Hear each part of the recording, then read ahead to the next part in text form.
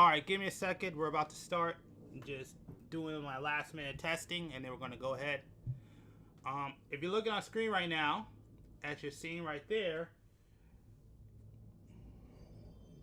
Oh, jeez, everything's coming. If you're looking on screen right now, as you know, we're doing another Gundam Monthly live build, and that's what you voted for, so that's what we're going to build today. So anyway, we're about to start. Give me a few more minutes. Gotta do one more testing, and then we'll go ahead and get started. Make sure everything works. Make sure there's no issues.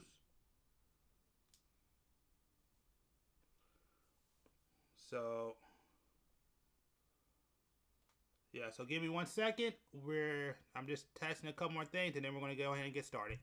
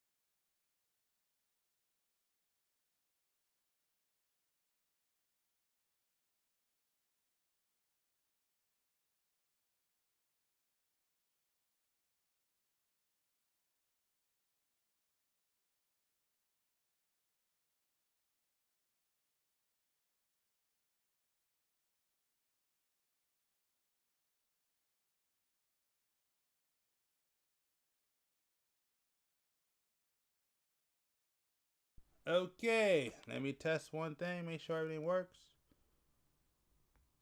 Oh, that was not supposed to turn on. Where are we at?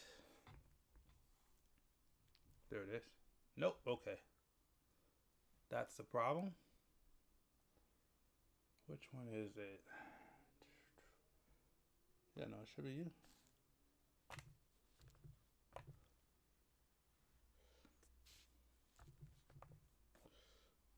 All right. Huh. No, it might be. No, yeah, that should be it, right? Yeah, it should be this one. Huh. Why am I not getting an signal? Shit.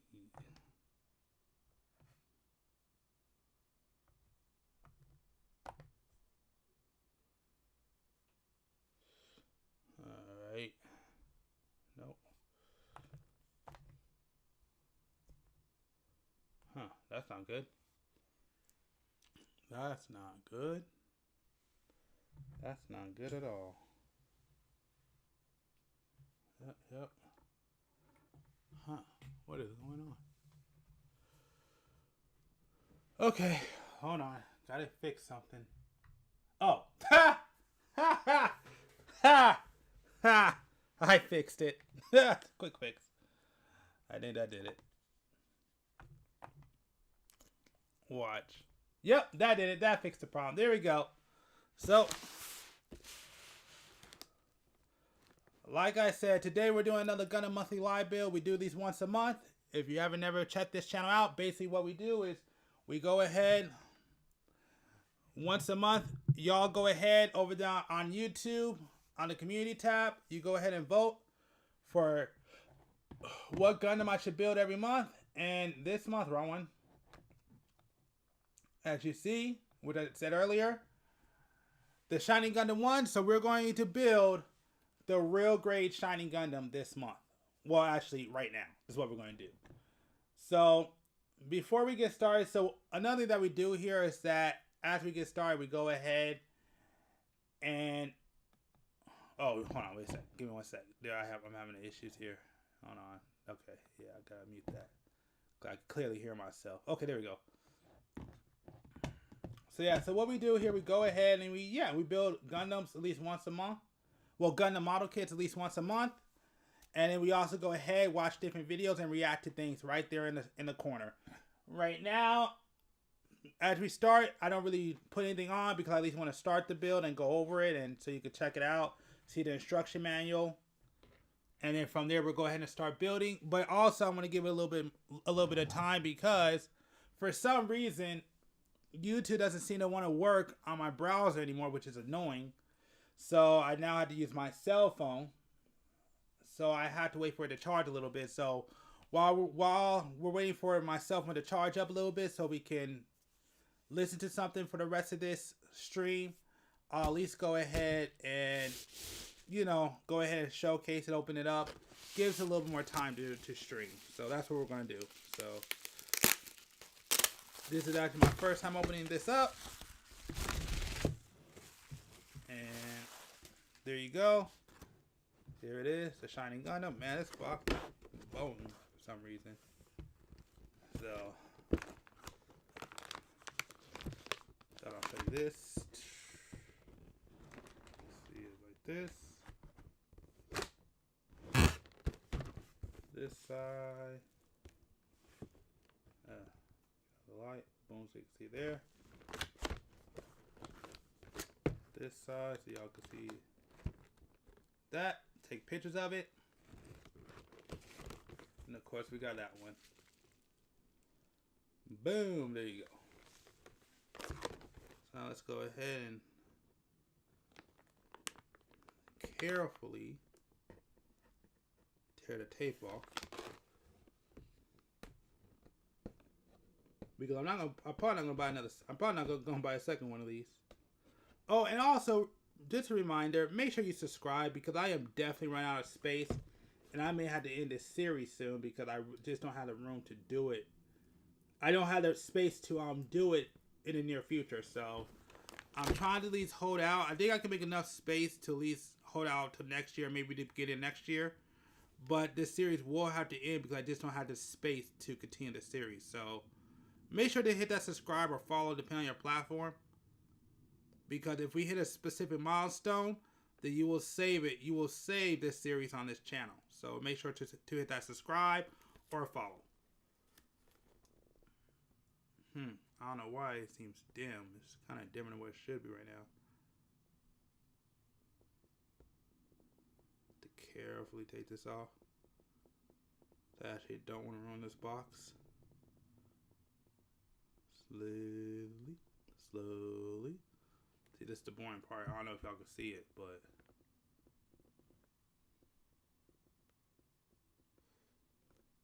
this is the boring part right now.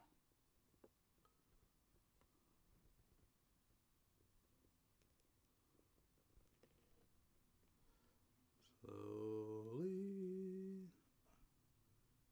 Remove super slowly.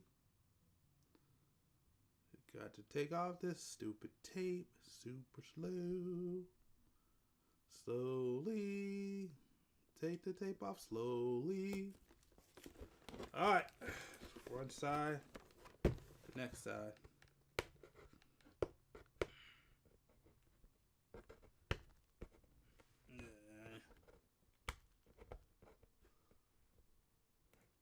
Man, why is it so dim? It shouldn't be this dim. Let's go brighten this up a little bit. Yeah, that might work. That might help. That crap is dim as heck. Alright, there we go. Crap was dim.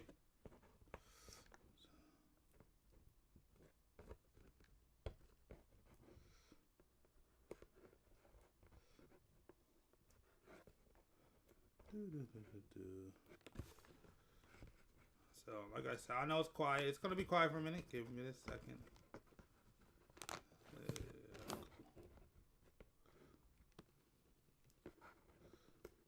Let's do this.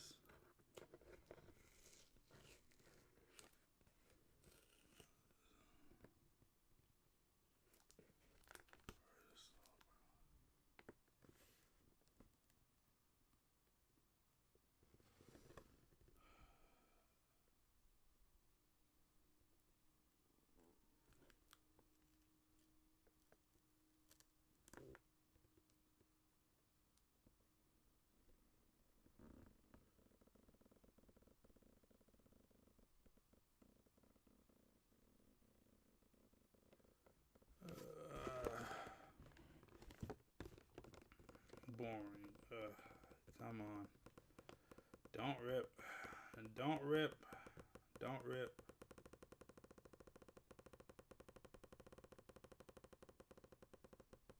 I wonder if we can hear that.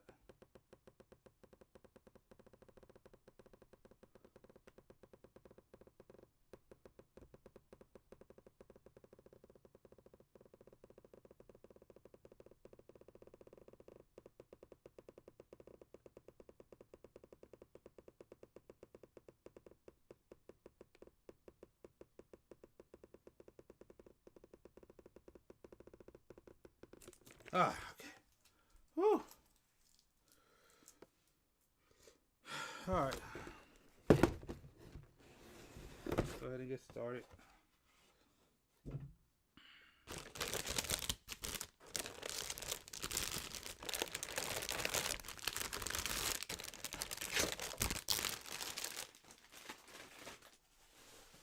Again, this is a real grade, so we're gonna be here for a while. Real grades are gonna be a minute. Let's go ahead and. Oh no, that's fine. I want to see the booklet. Do this real quick. Sorry about the glare if you can't see it. Let's see if I can fix it. All right.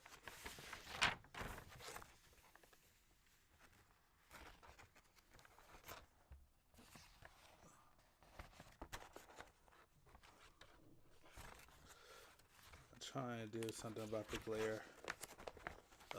This is gonna be a long one. I can already tell. I'm gonna be here all day. Oh, just so you know, I'm definitely taking a break today. Upside down, downside up. You are right. What up, Davian? Shout out. Oh, man. You're right. Totally upside down.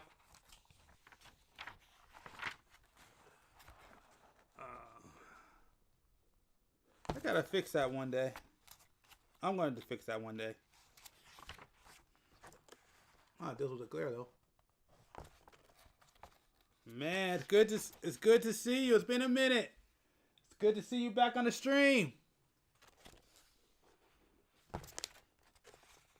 How you been?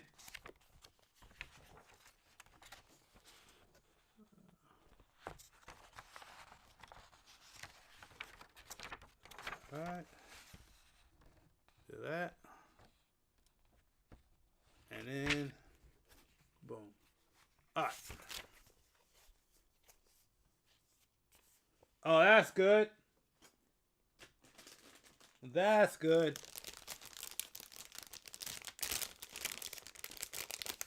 So, I'm glad you got, like I said, I'm glad you got some time off. Like I said, I'm kind of doing the opposite where I've been looking for work and it hasn't been coming through lately. So that's part of the reason why I haven't been streaming. Well, I should say posting videos like I should. But I'm glad to see you here, man. I'm glad to hear that you're doing well. Man, it's always good to see you on this stream. Definitely glad that you can make it to this stream.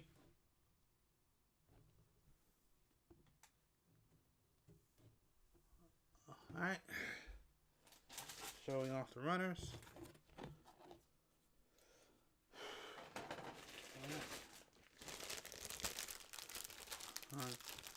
As you see today, we're doing this is probably gonna be a long day for me, at least when it comes to building kits, because I'm doing this shiny Gundam real grade just in case anybody's coming in.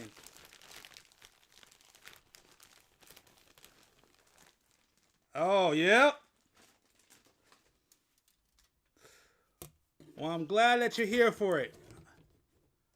Because, yeah, this is definitely being built today.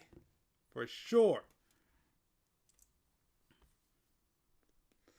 Heck, it's what everybody voted for. So, you know we have to make it happen. The only one I wish I could have put on for voting that I can't because I just don't have the funds right now is the Wing Zero. Because I heard that real great came out. And they said that one is amazing. And so I really wish I could have brought that to the stream before the end of this year. But at least for voting. But I don't think that's going to be possible.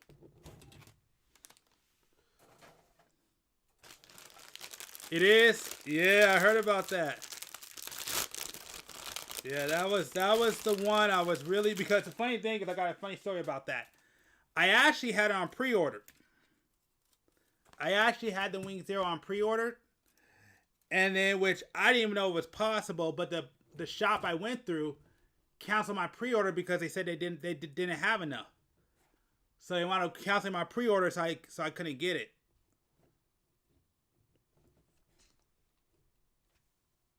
All right.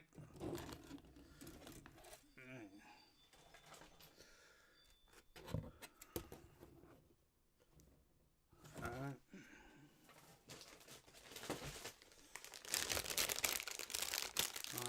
Yep, pretty much. But I would have loved to do it this year. That was the hope. I would have loved to do it this year. Jeez, it's been 29 days since I've been streaming. Ooh, that's not good. We gotta change that. I can't go 29 days without streaming again. That cannot happen. So I'm looking at my statistic right now. It says it's been 29 days. That's bad. We gonna guarantee you. I'm gonna change that by the end of this year for sure. Like I said, the job opportunities haven't been really working out. So after the 20th of this month, I should have a lot more time to stream. So I plan on to end this year to stream a lot more than I normally do. So you will see a lot more of these streams, streaming a lot more content than just these builds. That's definitely going to happen. All right. Ooh. All right. We got this. We got this. And we got the last one. Boom. All right, so that's it with all the builds. Well, I mean that's it with all the runners. Now let's go ahead and get started with the build, which again it's gonna be a long one, but I'm here for it though.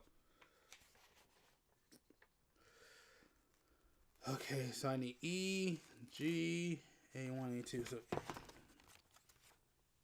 this is E, G, A1, A2. So what is this one? A1.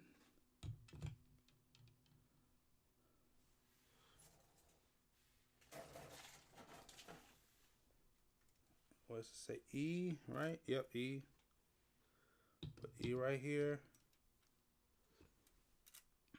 Oh, we got 2 E's. Okay, interesting. Didn't realize that. Oh, because we're building both feet. It looks like I'm going to need H and I. This is H.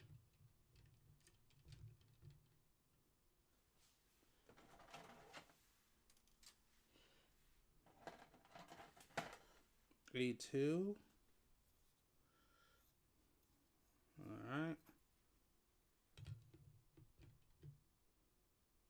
Man. And H and I, right? Oh, here's I. Oh, there's 2 I's. Okay, I'll leave it there. And do I have H? Oh, yeah, H is already there. Okay, we're good. All right. I'm going to go ahead and just start building the foot real quick.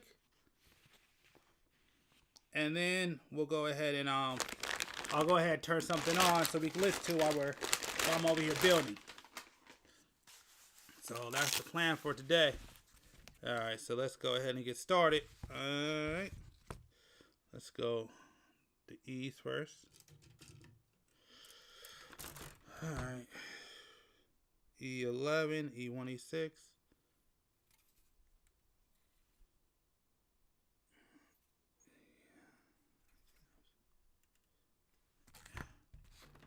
E11.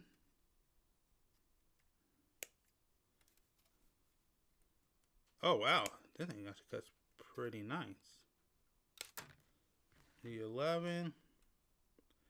E1.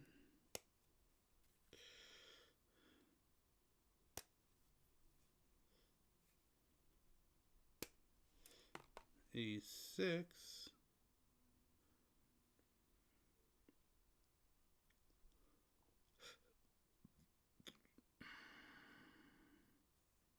There it is. All right, 1. Oh, jeez. Thanks for reminding me. I never got that video out. Oh, no. Oh, I gotta do that video. I gotta do both those videos.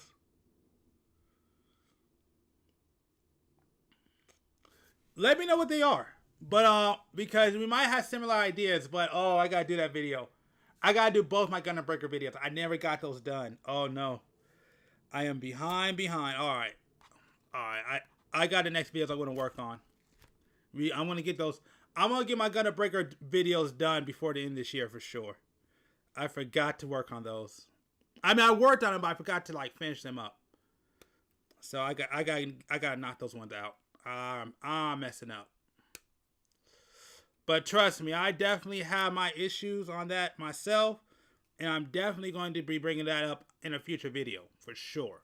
I already had that one planned, and I just stopped working on it, and I need to get back to it. I got the script pretty much done for the most part. The only thing that I was missing with my script for that video was just a story summary. But once I get that done, it's pretty much ready to be put together. Oh, I can't believe I forgot to get that video done. But trust me, I definitely have my issues with Gundam Breaker myself. Even though I enjoyed it, but definitely have my issues. Here's all they need.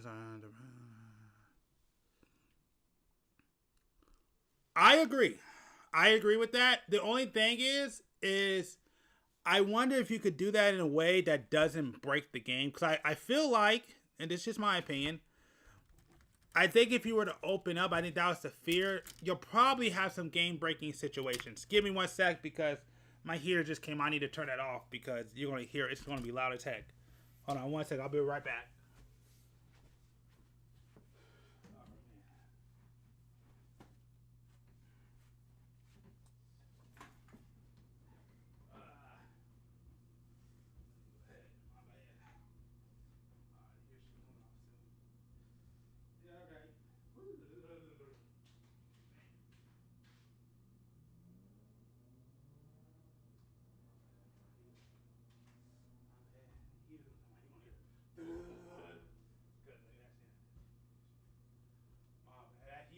My heater came on. The heater's coming on. All right, my bad. If I don't turn it off, you're gonna hear the. We gotta get that thing checked out. But anyways, yeah, customization is still. Yes, I agree with that. I agree with that. Again, you know what? I'm gonna let. I kind of gave them a pass a little bit on that, only because after New Gundam Breaker, I feel like this one was to get it back up to par. But for sure, for the next one, that needs to be improved. I agree. But at the same time, I also think that there's an argument to be like, that's for the younger audiences too, so you don't want to make it too steep. But how I always felt was, why not have it so you could go as steep as you want to? So there's like 3 levels of building. That's how I looked at it.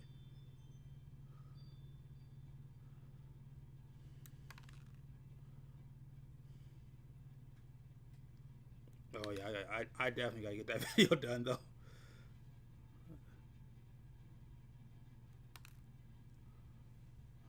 Okay.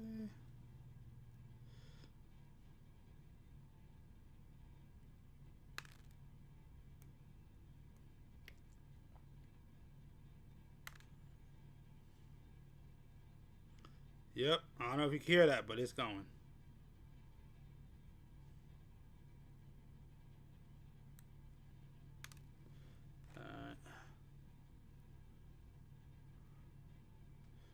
Yeah, I definitely agree. Yeah, everything you said is kind of where I pretty much agree at. I mean, I did like. The other thing is I feel like they needed a lot more support too. I think they kind of killed support way sooner than what they needed. That's another thing. The other thing I wish they would do is they would actually add transformations into the game.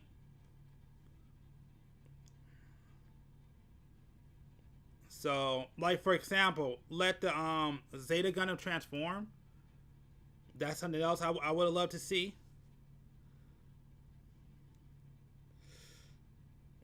I'm not gonna lie, DLC 6 was pretty disappointing. It didn't really add nothing to the game.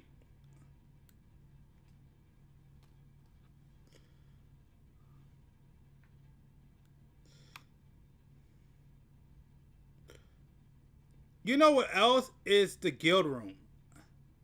That one guild room could have been a lot more bigger and better than what it was. I hated that crap too.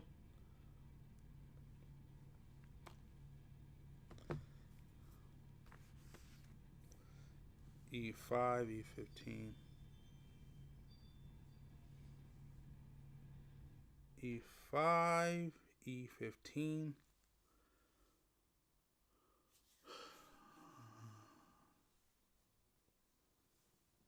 Mm-hmm. Oh, I gotta get that video done too. Okay. I got 3 Gundam Breaker videos I need to get done. Okay, I gotta work on those 3. Alright. I got 3 Gundam. Okay, I got 3 videos I gotta get done. I'm remotivated. I'm glad I'm streaming. That's 3 videos in one. That is embarrassing.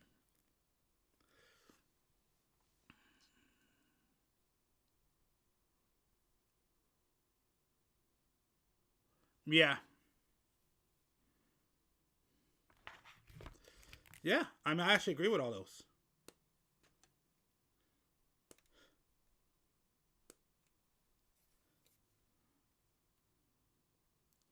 It'd also be nice to add, like, now that they had a 30, 30-minute missions, it would be nice to add those parts in there too. That would be a good addition. Just so you have further customization. And also the customization, I'll agree with you. It is very limited. Like very limited. Because you only have like, what's it, 7, you can only use 7 option parts, and you need way more than that.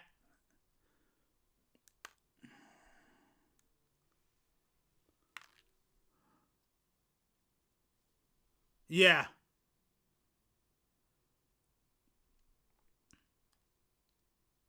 Yeah, I agree with that.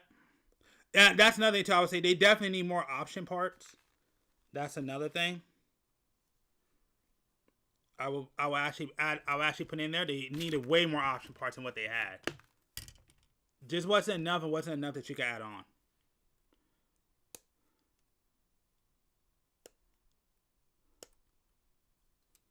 100% agree with that. Wonder.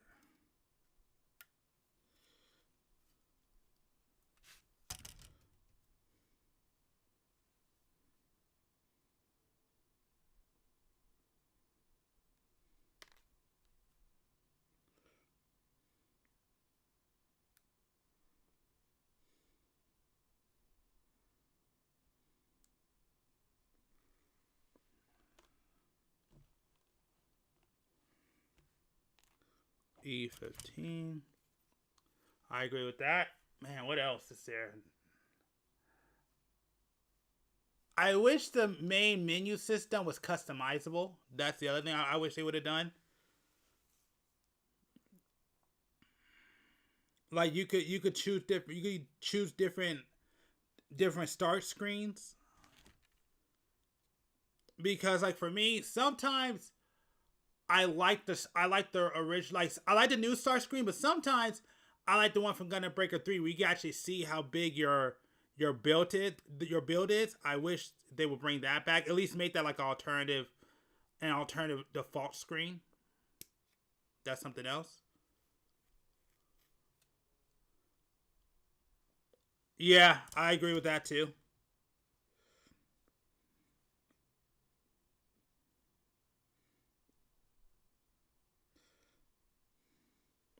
And oh, just letting you know, Damien, I'm gonna use when I do that video, I'm gonna use some of these points. So I'm gonna make sure to give you credit when I get that video done for sure. Because those are some valid points I can agree with.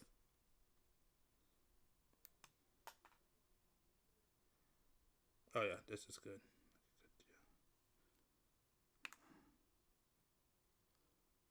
Yeah, like I said, I'll make sure to give you credit. I'll make sure to give you credit.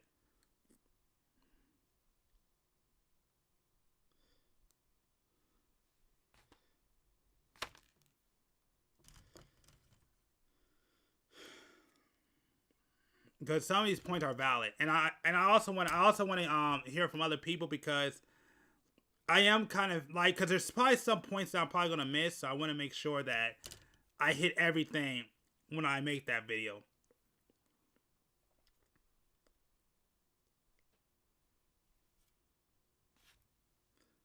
Oh, yeah, this is it. Okay.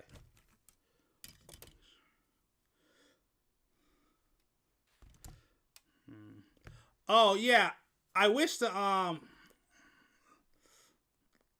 was very disappointed in certain moves in the game. Like for example, the Shenlong and the Ultron. Like why couldn't they let you use the dragon thing? Like you know how you can actually stretch out the arm and it attacks. I don't remember being able to do that. Maybe I missed it, but yeah, I feel like I understand it's a lot of parts, but again, there should have been lot more support with the game because that should have been updated to have like an additional attack. That's another thing too. What is it? It's not the O. Is it the O? What is it? It's not the OP skills. It's I forgot what the skill was called. But it's the OP skills. But they definitely needed a lot more where you could select a lot more. I didn't really like that. I think they like only the EX. No, it was the EX skills. You could have 2 screens, but the OP only had one. I thought that was stupid. I definitely didn't like that at all. 11, E1, right? Yep. Oh, this way.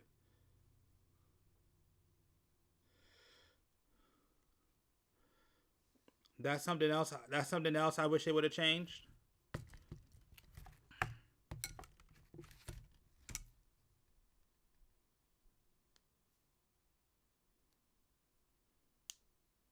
Ooh. That's actually pretty nice. Oh, that's actually really nice. Oh, that's a really nice cut. Okay. Okay, I like that cut.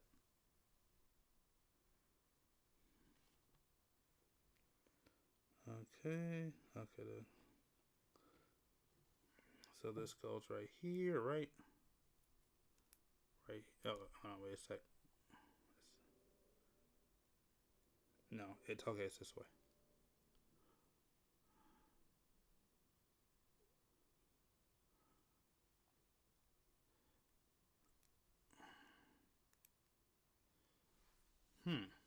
Why does this in space? How well you do. It's also the luck of the draw. You also have to rely on a passive abilities that you have to refine over and over again. Sometimes it doesn't give you what you want. You have to keep farming till you do. Yeah. Yeah. I mean, yeah. Yeah. I agree. See, I'm used to playing gacha games, so that doesn't necessarily fully bother me, but I definitely agree. I mean, I think, well, they have it so you can buy it, right?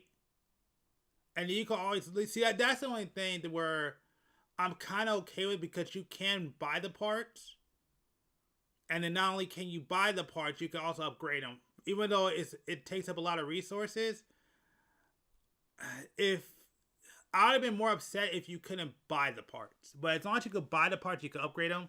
I'm okay with that. And man, this stream is doing terrible, and I do not know why. Oh, there it goes. No, yeah, it's choppy. Hey, real quick, y'all over there on Pumped Out Fun. Sorry if it's choppy over there. I have no idea why. Every other... Oh, no. They all are buffering, aren't they? Are we good now? Let me see. I'm not even in screen. Oops. Hold on. Oh, shoot. I'm not even in screen. That's...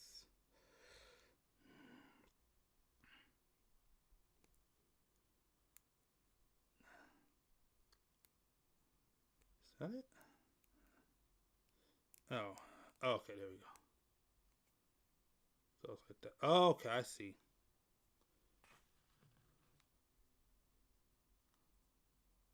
Okay, yeah.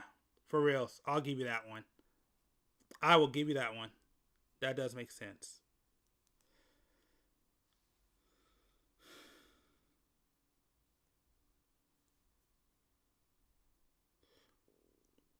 Yeah. But that's why I said they ended the support way too soon. The support should have lasted a lot longer than what it did. So I agree with that. But I think that just goes more and more back to the support and not supporting the game like they should have.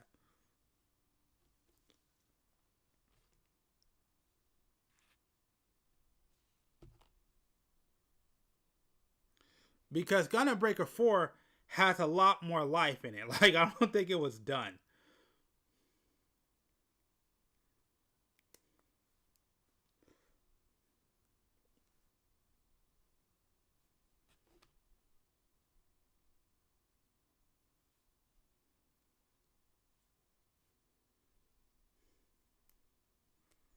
Oops.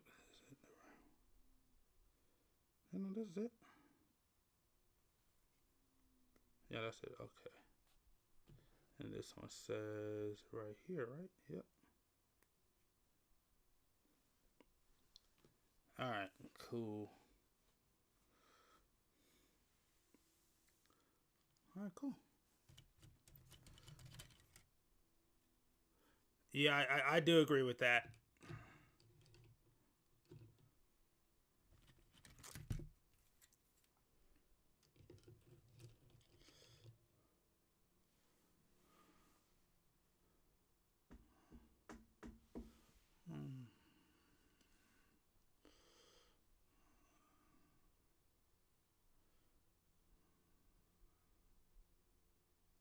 Done much more during system. I don't know. I don't think the rarity system bothers me, but I mean, okay. I mean, I don't think that one really bothers me though.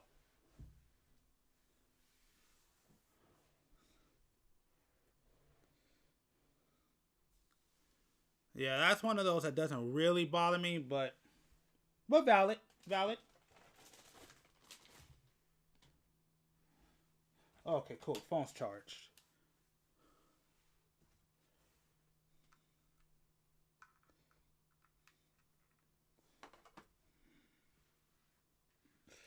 All right, now we can start turning something on. Well, I mean, I'm gonna turn something on right now, but I'm enjoying this conversation right now. I'm enjoying this conversation, and that's one thing I do hate about streaming today. That you can't just put on music. You gotta be careful what you put on. Oh shh, that's the wrong one. Okay, where's the? It's you. Oh, there you go. Okay, there we go.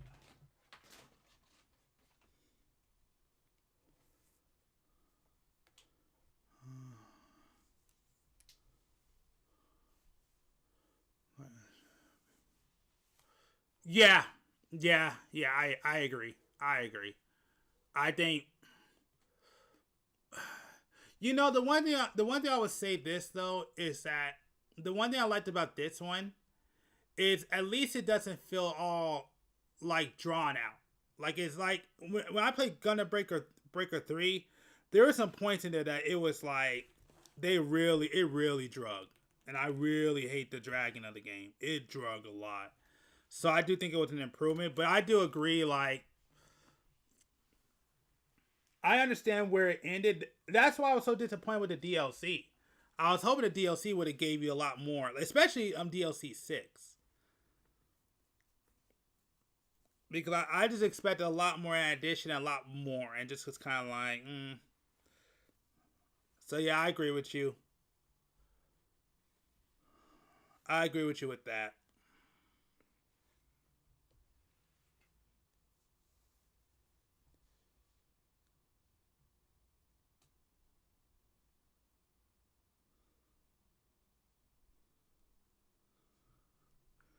Let me get out of this one because this one is not the good account that I can play on stream.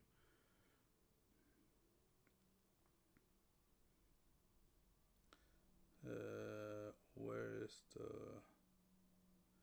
where's you that can be ran, man?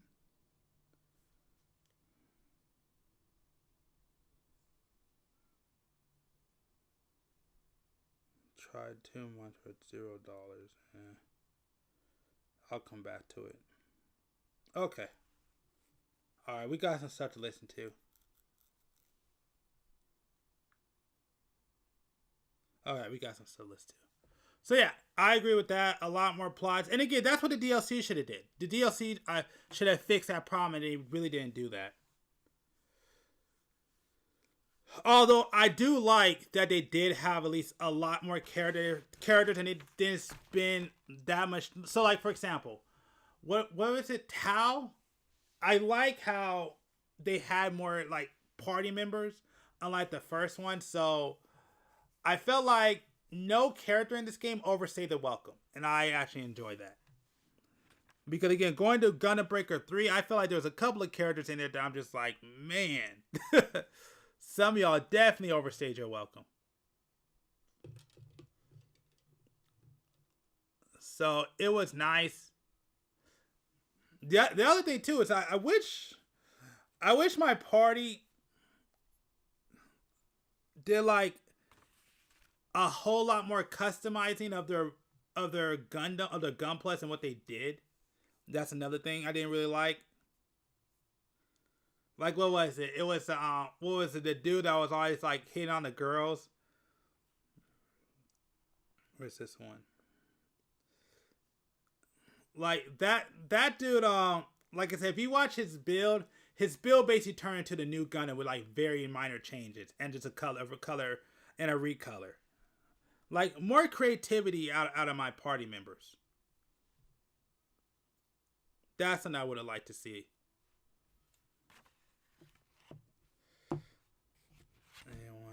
2, 6, 25.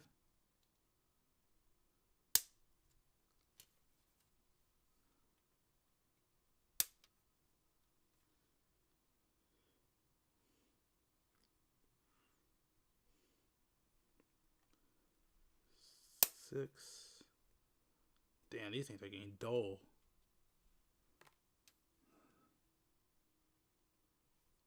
And where's 25?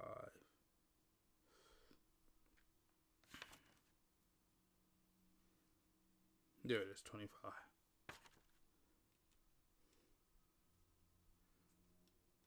Oh, that was supposed to happen.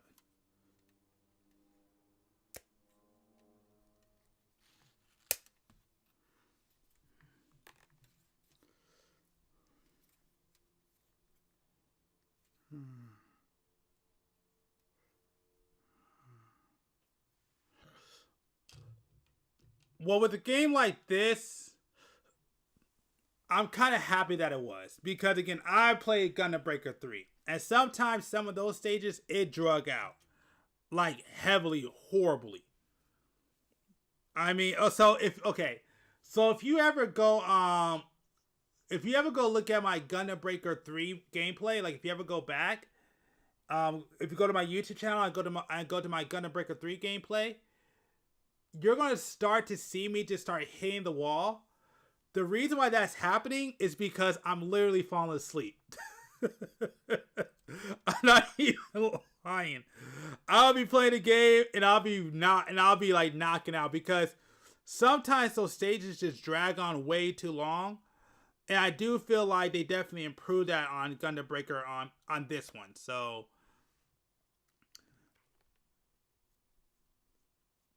I mean, if anything, I would probably say maybe a lot more enemy variations. That would have helped out a lot more.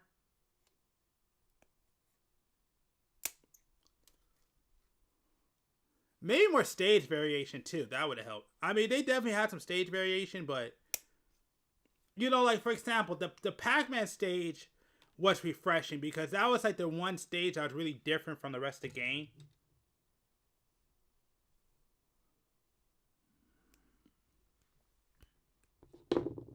So yeah, so I would definitely say, and that's the other thing too. Was it the what were the perfect grades?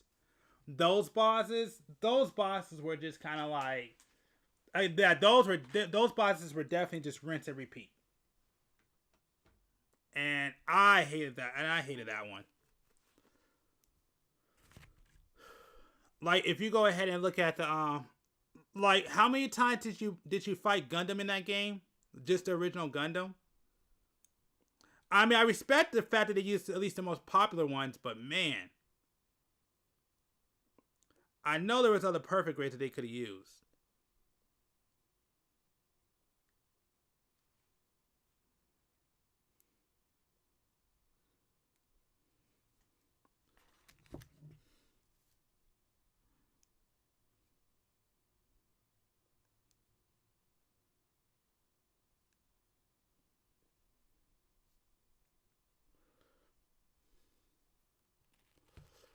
Yeah, exactly, Grandpa. That was ridiculous. He showed up all the time. I'm okay with like once or twice. Like I could deal with that. Like I can understand like at the beginning of the game, then when you get close to the end game, but man, he kept popping up. Not even the Wing Zero popped up like that. I think the Wing Zero perfect grade you only fought once. Or was it twice, I think?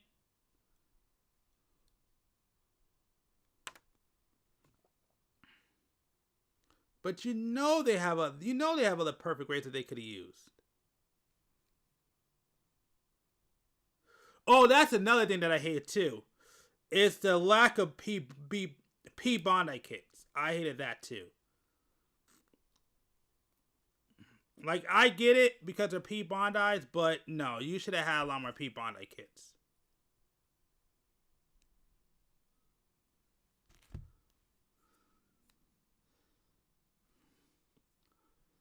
I need to get closer.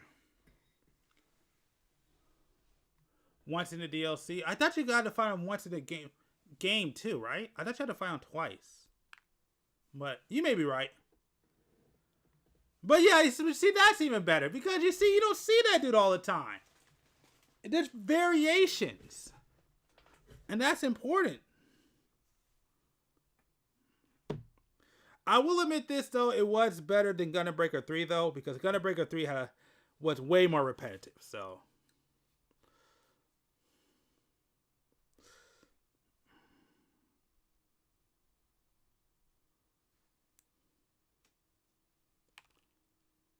Brain Gunner or Unicorn. Probably. Yeah, probably. I may give you that. You may be right. You may be right. I'm gonna give you that one. Cause I do remember finding a unicorn. And I do remember burning. Oh god, I do remember finding Burning Gunner like freaking. Burning Gunner is the one I remember finding the most. Cause he will always freaking pop up. And, yeah, I do remember. Okay, now, see, you're kind of like rejiggling my mind. I'm just remembering, yeah. Again, there's a lot more perfect grade kits that they could have used. What's up? What's good? Welcome to the chat. Welcome to the community, man. Thanks for showing up. Rolly be capping. That's a great name, by the way.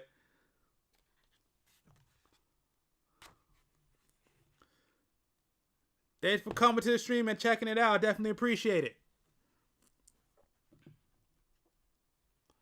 Oh, yeah, definitely.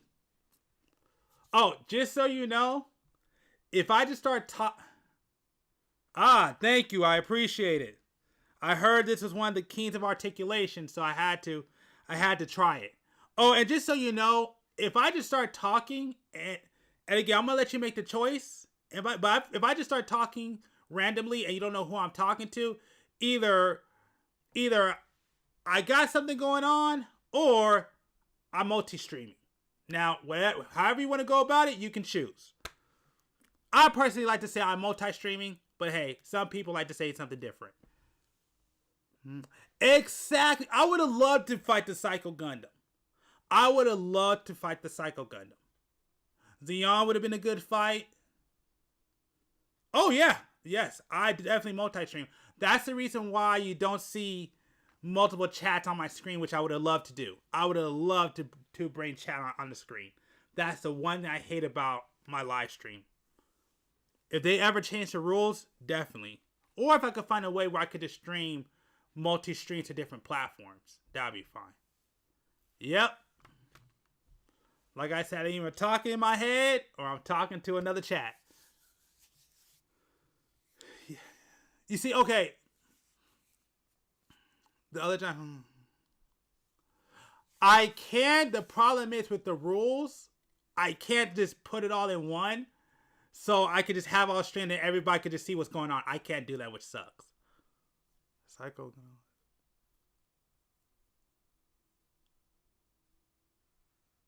Was it?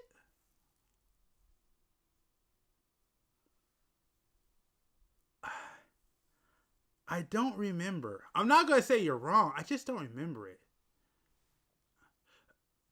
I don't remember it. Dang. I don't. I'm going to. I think you're right. I got to look at my stream. I don't remember finding the Psycho Gundam. But I'm also not going to sit there and say you're wrong. It was one more time. Well, thanks a lot. Yes. Well, it's... Oh, yeah, my fault. You're okay. My bad. Yes, you're right. You are right. The TL... Yes. That is actually the problem. It's literally that platform. Because I think on all the other platforms, I could do live chat with no problem. It's only this one... Well, it's only Twitch that won't let me do it. That's the problem. If it wasn't for Twitch, you'd be seeing everybody talking on screen. Fair enough. Fair enough. Like I said, I gotta finish that video anyway, so I'll do my homework and I'll go ahead and go back and play the DLC again. That's fine. Like I said, I'll do my homework and then next stream, or I should say next build, I'll make sure to let you know if I found it or not. Oop, that. Oh, dang it. I wish I didn't do that. I don't like that cut. That's a bad cut. Damn it. Oh, yeah, that's alright. Oh, no. Literally, it's one other person. I mean, there's a lot of people, you know, watching, but when I should say a couple of people, but mainly it's just one person. It is a good friend of the channel. His name is Damian Nathaniel. A great friend of the channel. Like I said, he was here very early on when I first started streaming. So, but like I said, it depends. It depends. See, the one I'm wondering is gonna come in, and he comes in from time to time, is Crocky. Yeah, Damien, he's on the other platform, but Crocky, he's one that's true to this platform. Yeah. He said, nice to meet y'all all on the other chat, just so you know. Yeah. Here, just in case, here, I'll do this real quick. Where's that? Boom. So these are all the other platforms that I stream on. So there you go. I'll just put it on screen real quick. Let me take a pause. Yeah. Rolly B. Captain said, nice to meet y'all too. So there you go. Alright. Yeah, like I said, one of these days I'm going to figure out how to combine the chats so we don't get in trouble. Well, hopefully the rules change.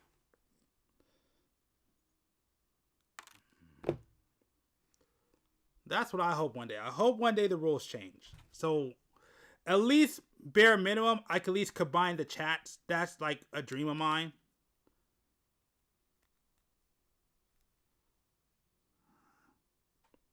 Oh yeah, don't worry. There's nobody on there on Kick.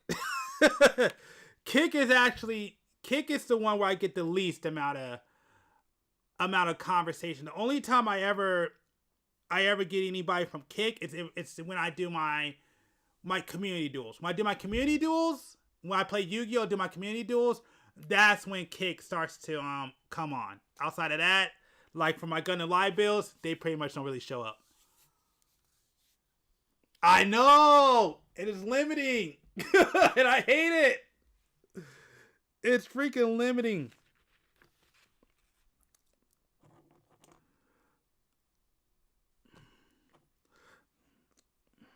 Yes.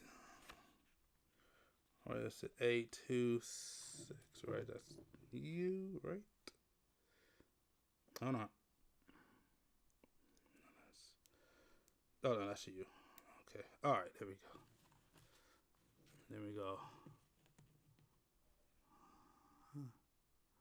Oh, are you talking about the Genesis format? Yes. I love it.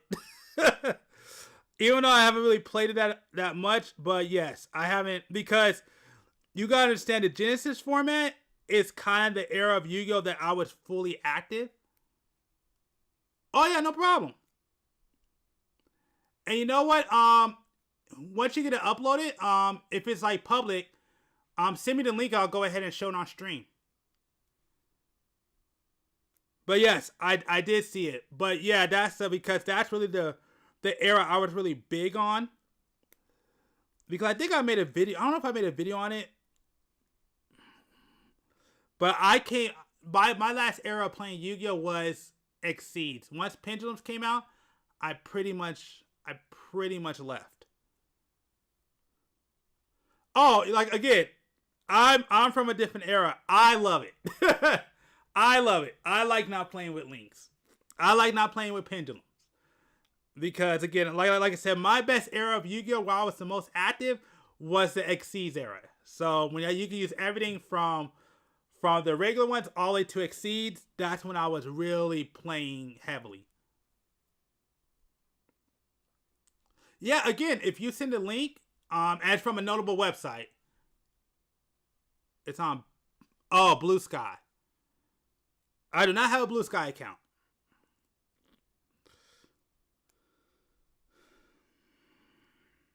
But yeah, if you want to, yeah.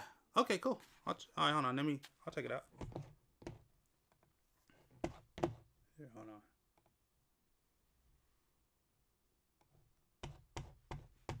Let me see. Oh, that's tight.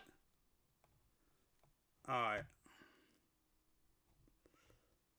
Oh, these are some tight ones. Oh, wow. All right. You know what? I'm going to showcase this one that you showed me real quick on stream. Yeah, let me make sure to actually, you know what? Let me actually, cause I want to make sure I link your stuff. I don't want to just showcase a picture. Yes, I know. I know it, huh? Let me, cause if I want to show you art, I want to make sure that I also link your account too.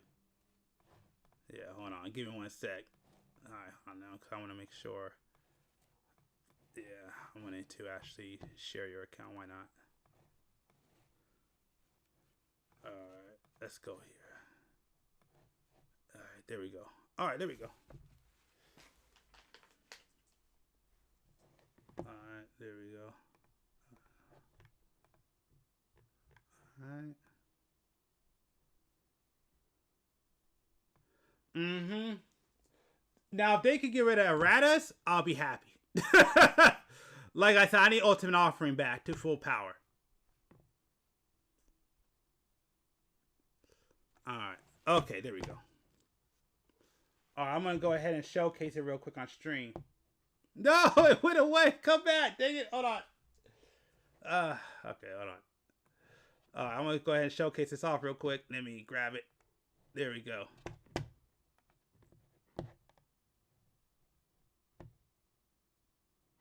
Okay, I screwed up again. Hold on. Let me do it one more time. Make sure everybody can find your page. They want to check it out.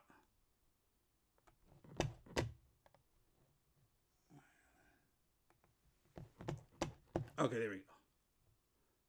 All right. So, this dude actually does some pretty cool art.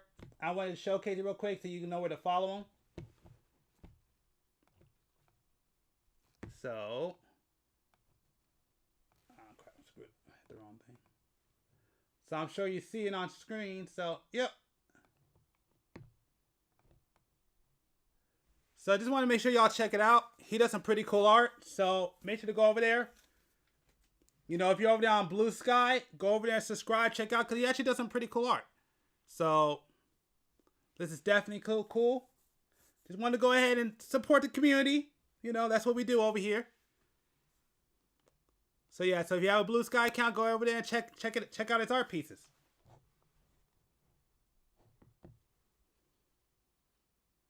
Boom.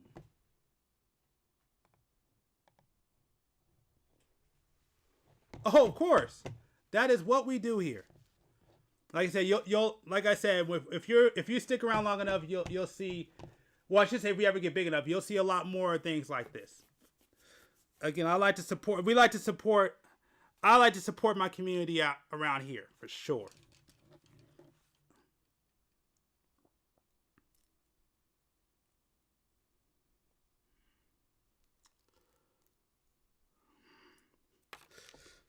So, so anyways, what I was saying, Damien, yeah.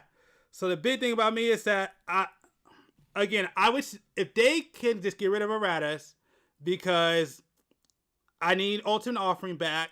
I want Red Eye Starkness Metal Dragon back at full power. Then I'll be so much more happier. Why is this not going in?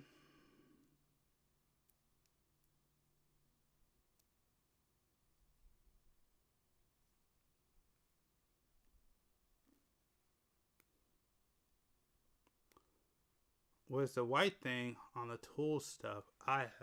Oh, are you talking about this? Or are you talking about this?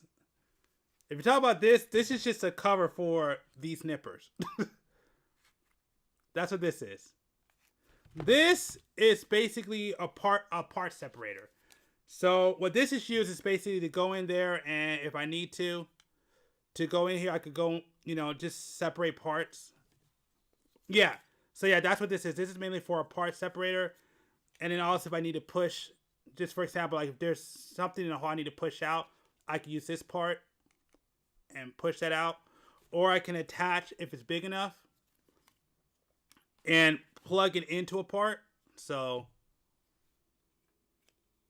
yep. Particularly right here. That's what's kind of made for.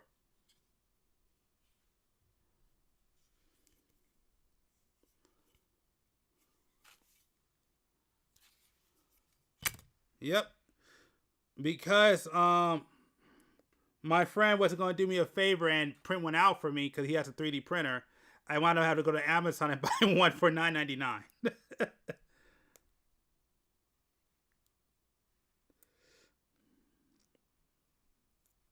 You know, I wonder if it's because I'm doing this. If I did this, would it work? Why is this? Okay, hold on.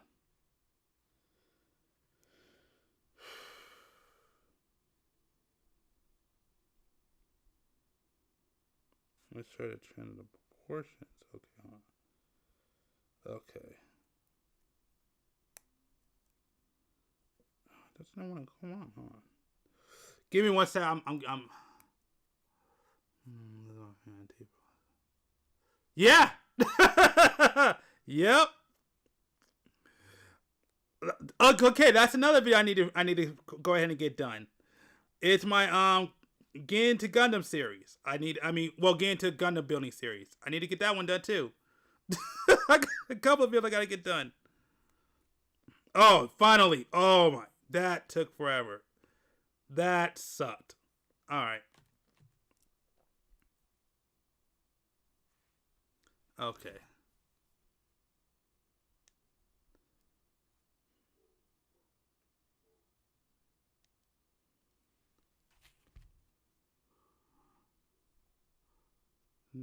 Yeah, I saw that one. I never tried it yet, but I'm very interested because I do have a couple of Metamorphos over the years. So, but you know what? That makes me wonder if my light ray deck is now at full. Like, see, I wish you could play that format on Master Duel. That's the only thing I don't like. Like, I wish you could have played that format on Master Duel. I've been so much happier.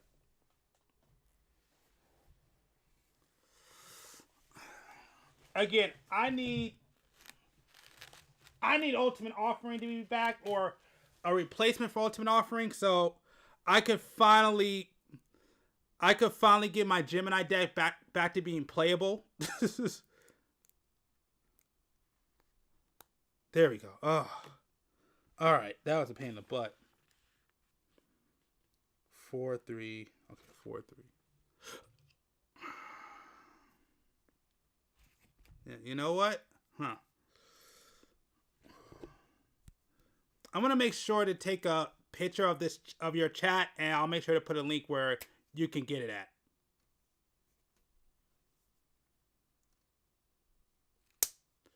You know what I might do? I need to call my friend. I need to hit him up. Maybe he might want to do. Well, actually, I take it back. He will do it, but he just wants me to do put in all the work. But maybe I might go ahead and do some 3D modeling myself. Haven't done it in years, and maybe do some parts to kind of help out.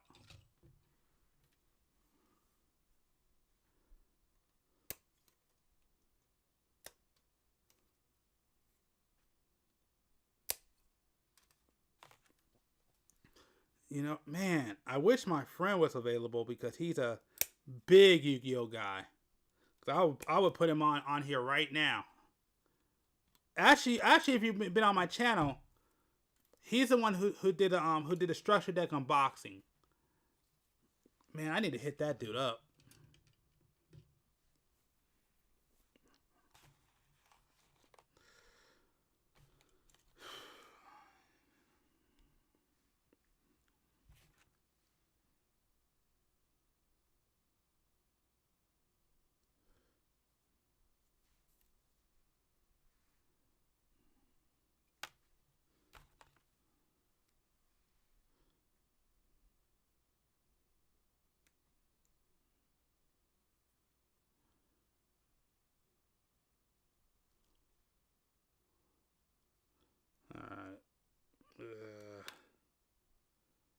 Okay, I think it's about time to put something on. It's getting too quiet. We're going to put something on that we could go ahead and check out. Oh, real quick, if anybody knows a good way to set up a web browser through OBS, let me know. I need to know. I need to know about this. Okay, yeah. Number 3. Let me turn on. Okay, give me 1 sec. It's about time. Let's go right here. Turn on PIP. Uh-oh. Is it turn on?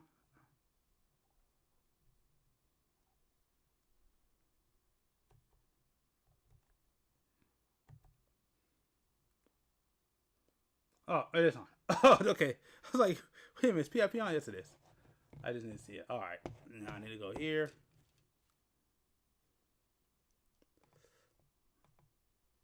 Why are you over here? Okay, hold on. Let me turn on PIP real quick.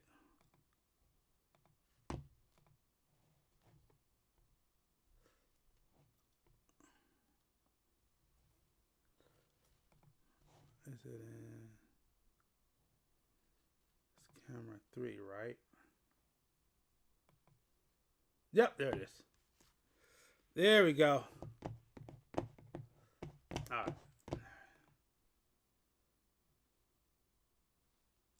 Hey, what up, in your way 91? Welcome to the stream. Welcome, welcome, welcome, welcome. Thanks for hanging out.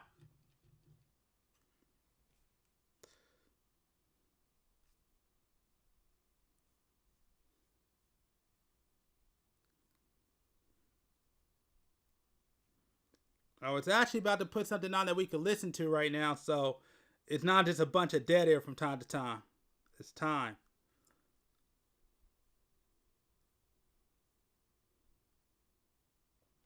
You see, I see that's something I wish we could do. Like right here, where is it at? Where am I? Right here. Right, right, right, right here in the corner. I wish we can go ahead and like play shows on here, but we can't do that.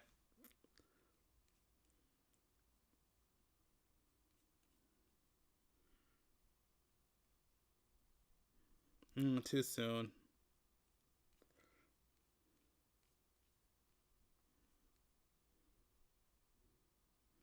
Too early. Is that a news one? No. No. You know what? Don't even worry about it. I'm just happy. Hey, whenever you can come in, come in. We're always happy to have you. Again, I'm always going to be streaming. I'm always going to be doing monthly Gundam live builds, at least as long as I can. So don't even worry about it. You ain't gotta catch everyone, but as long as you come on sometime, definitely happy that you could be here whenever you can. Yeah, no, let me know. What gunplates do you build?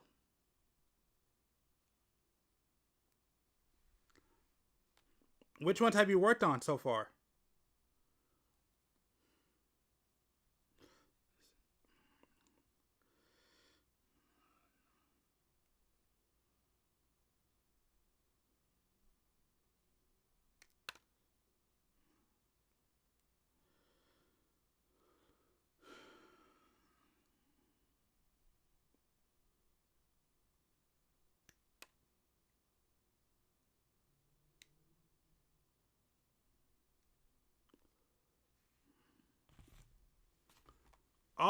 Always happy to hear about people's build. Or what they have been building. What's something I could put on real quick? That'd be good.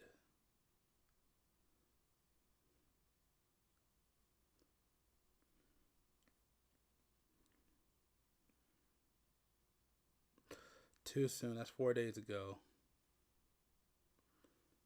5 days ago. No. Already watched that multiple times on this stream. 2 days ago. Too soon. 2 days ago. Too soon. 4 days ago. Too soon. 6 hours ago.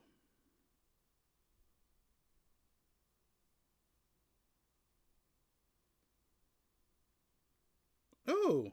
Yeah, let's watch this. No.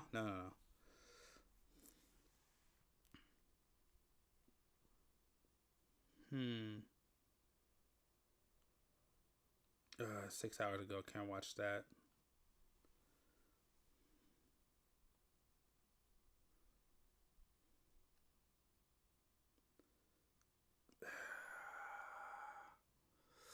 Oh, hold on. You know what?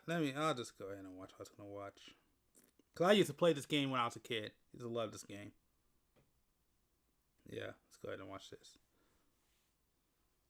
Oh, yeah, there's no audio. There we go.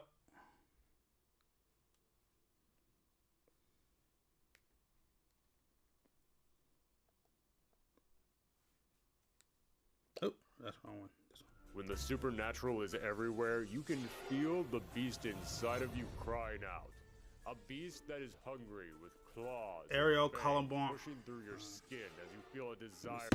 Ariel Columbine Gundam EX. Yep, haven't played that one. Tristan, I said play. Haven't built that one. Tristan, yeah. I heard that one was good. RX 782 2.0 real grade. And I heard that one sick. Epion's one of my favorite builds of all time.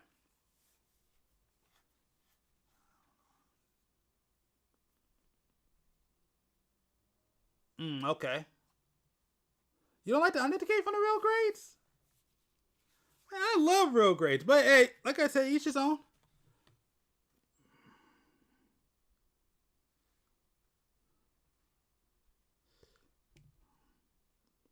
Yeah, I heard that one was amazing. Again, I haven't...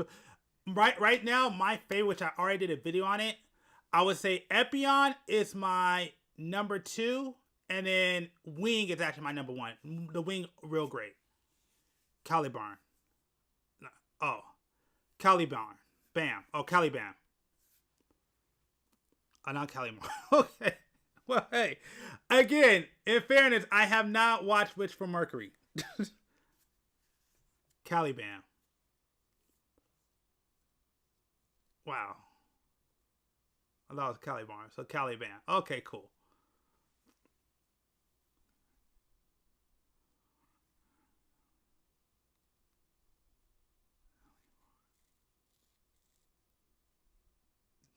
That's crazy. So it's called Caliban? Okay,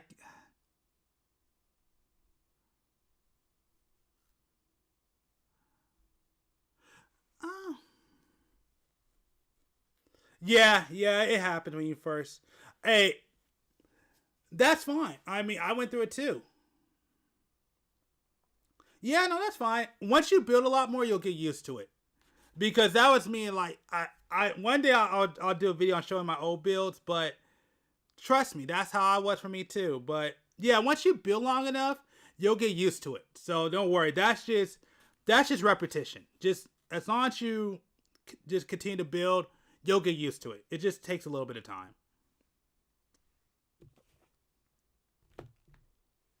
No, this is what I was looking for. Yeah, because you'll get used to the instruct. Trust me, when you build long enough, you'll get to the point where if you ever get a kit that's in Japanese, you'll be able to build without even understanding what the instructions say, because it's that easy.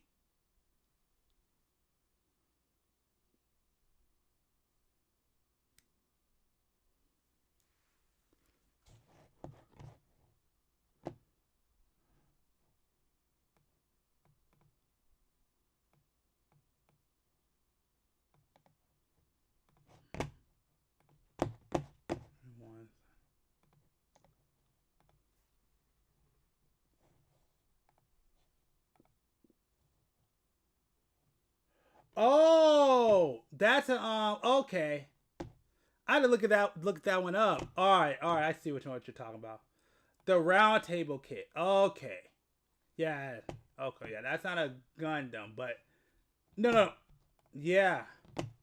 I never built one of these. I never built one of those before, but I've always been interested in those. But I've never built it before. That's like the Tristan. Because I know there's a Tristan in Gundam. I'm like, what is that? Okay.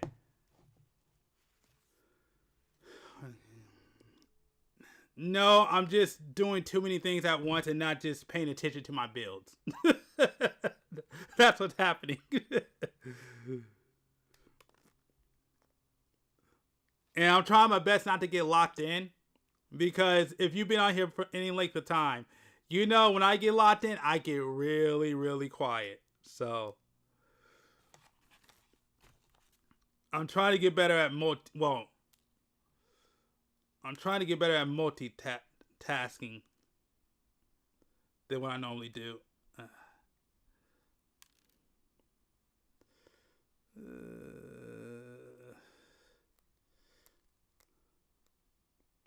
What I do need to learn though, which I'm personally not good at, is sanding.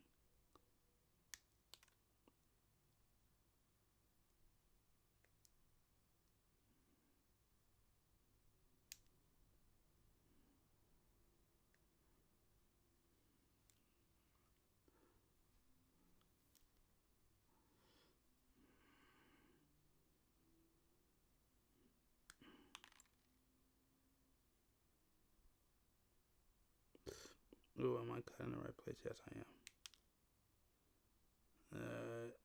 am. Alright, hold on. Yeah, what time? I can't believe it's almost 11 o'clock. That's ridiculous. Oh, my time. 11 o'clock my time. This is ridiculous. I should be a lot further along.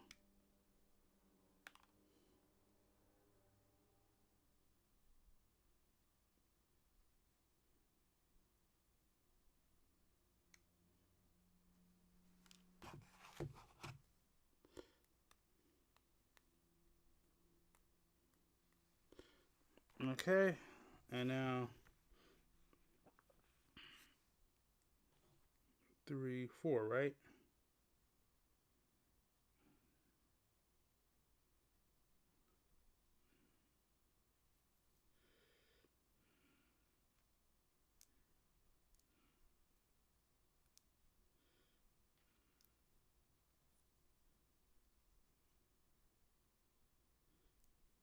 Nope. Okay, hold on. Okay, hold on. Let me make sure. Is this going the right way? Hold on. Okay. This goes. Is it this direction? Nope. Yep. No, yep. Yes, it is. Oh, okay. There we go. All right. I didn't. Okay. That's interesting. That is very interesting. I did not. Okay.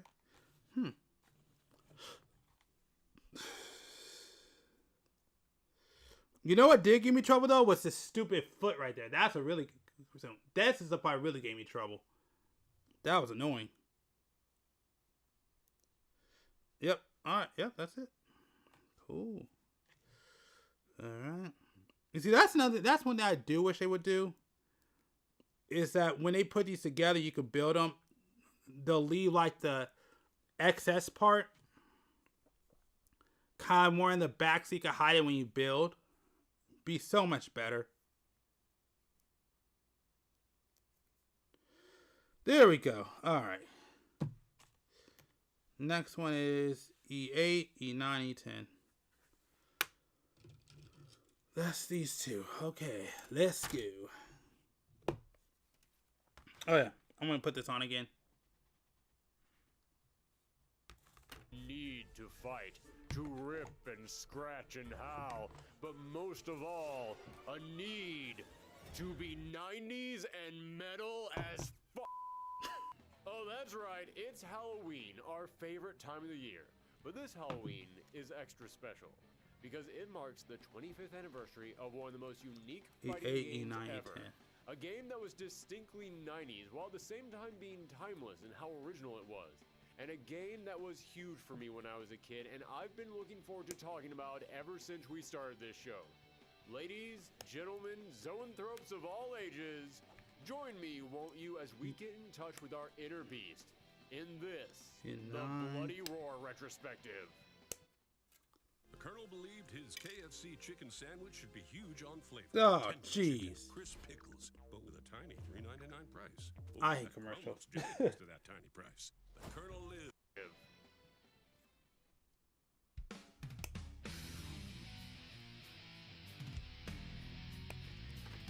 Alright, let's get this going.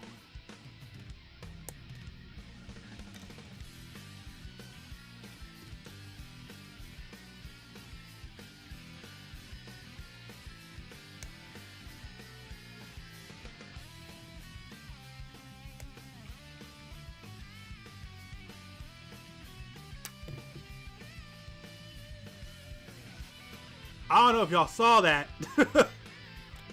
Oh, that's very lucky. Crap.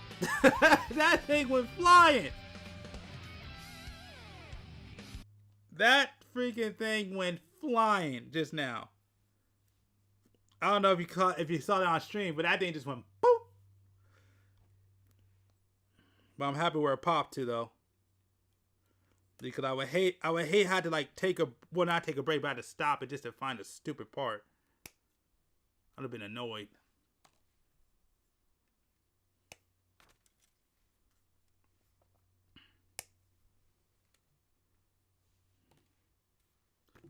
Alright. Let's go ahead and get back to it. Boom.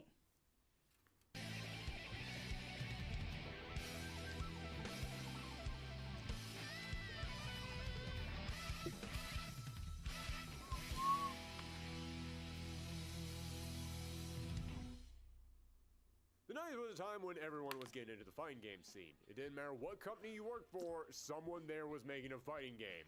It didn't matter what property you owned, someone was trying to pitch it as a fighting game. Well, around the middle of the decade, Hudson, the company who at the time was mostly known for pumping out tiny, adorable mascot games such as Bonk's Adventure, Adventure Island, and of course their flagship Bomberman. Yeah, exactly. Exactly, yep.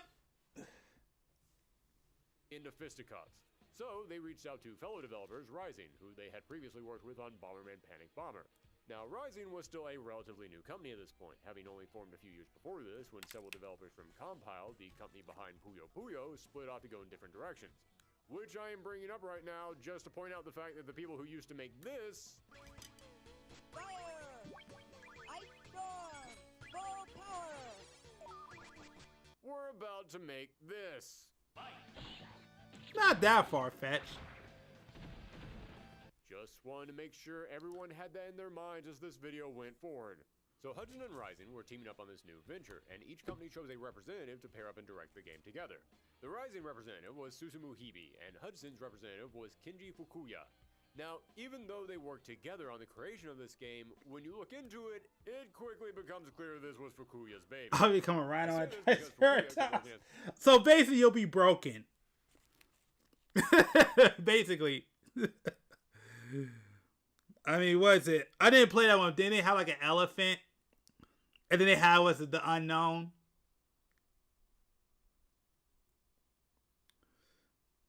Shoot. You know what? You know what? Just for easy victories, I would be like, well, I mean, I don't forget it. If I just want to be cheap and win just by one bite, I'll just become a Komodo dragon. One bite, you're dead. Just a tank with high defense. True. That is true. Oh. True. Yeah, Rhino would be a good one, though. Yeah, Rhino would do damage. Like I said, yeah, if I just want to be broken, I'll just become, like I said, one of the most poisonous creatures on the planet and become a Komodo dragon. One bite, you're pretty much dead. Wouldn't even fight. Just don't get bit and you're done. Our history, while Hibi stepped back and gave up some of his responsibility after the second game. Plus, Hibi worked on multiple other video games throughout his career, while Fukuya really only worked on Bloody Roar. Seriously, the Bloody Roar series is all he has on his resume except for 3 thank yous on earlier Hudson games. But more importantly, No, I screwed up. You're looking at the photo of this game, you know what this game is. No, I messed up. I did this in the wrong order. Guys, yeah, Fukuya just screams, Crap. I'm the guy that made Bloody Roar. Here's a few facts about Kinji Fukuya. He made this game when he was only 23, which probably explains the youthful, rebellious aesthetic the game has. He would go on to be a pro Bloody Roar player going under the pseudonym The Beast King. When interviewed for V-Jump magazine, he was described as, quote, a hard drinker from Hokkaido who developed Bloody Roar in pursuit of the perfect game. And in that same interview, when he was asked to list off his favorite things, he replied with sake and Genghis Khan. Yeah, I'm real with you. When I started researching this game, I thought, oh, there has to He be said some sake wild and story Genghis behind Khan. how they came up with the idea of a fighting game with humans that turn to animals. There's got to be some crazy explanation for how they came up with that idea. But after learning about Kinji Fukuya, yeah, I think he just wanted to make a game about wolfmen beating up lion dudes. That just feels like his vibe. He's probably had that idea in his head ever since he was in middle school. And so, in 1997, this brand new venture from a company with zero fighting game experience and another company who used to make goo-themed puzzle games, being headed up by a heavy-drinking Genghis Khan fan, hit arcades, and the result was something the fighting game community had never seen before. Yep.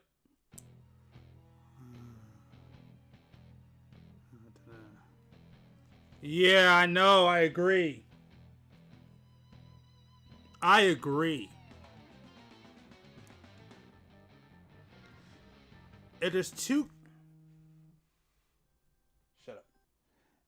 If there's two games I would love for them to come back that kind of has like this theme, it will be Bloody Roar and it will be Darkstalkers. Those will be the two I would love to see return.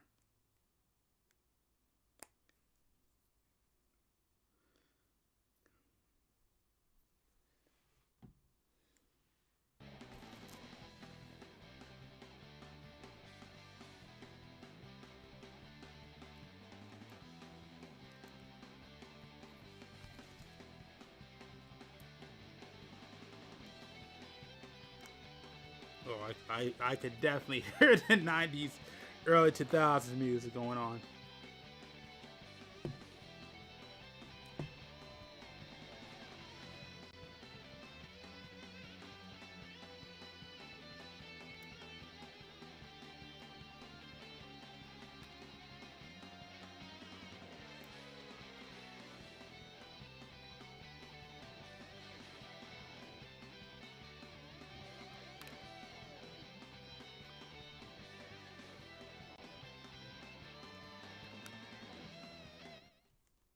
Magic Match 3D. Let's go. Why are there so many commercials? I hate it so much. Apple. Ursula's necklace. Okay, one more. So many commercials. So many freaking commercials. And Aladdin? Although I'm not mad because it's getting people paid, so why not? Can't be too mad about it.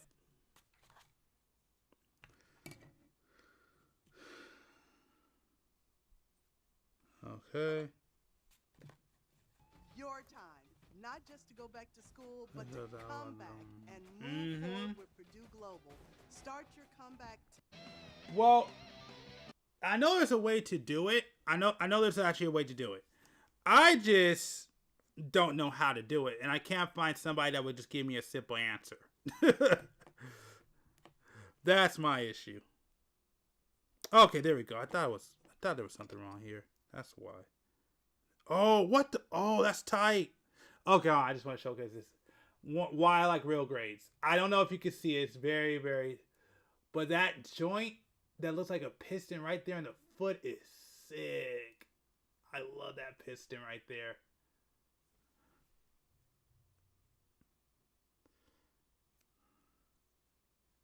That piston is sick. All right. G12, G13. Okay, there's not right there. All right, let's keep going. C. Are we? No, that's high. There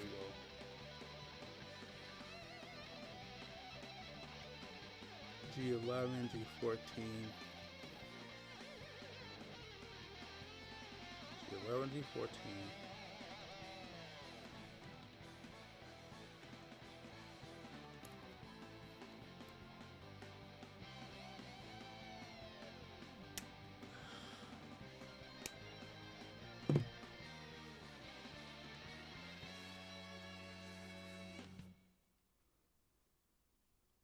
The first Bloody Roar was released in arcades on July 7th, 1997, and released on the PlayStation 1 on October 31st of the same year.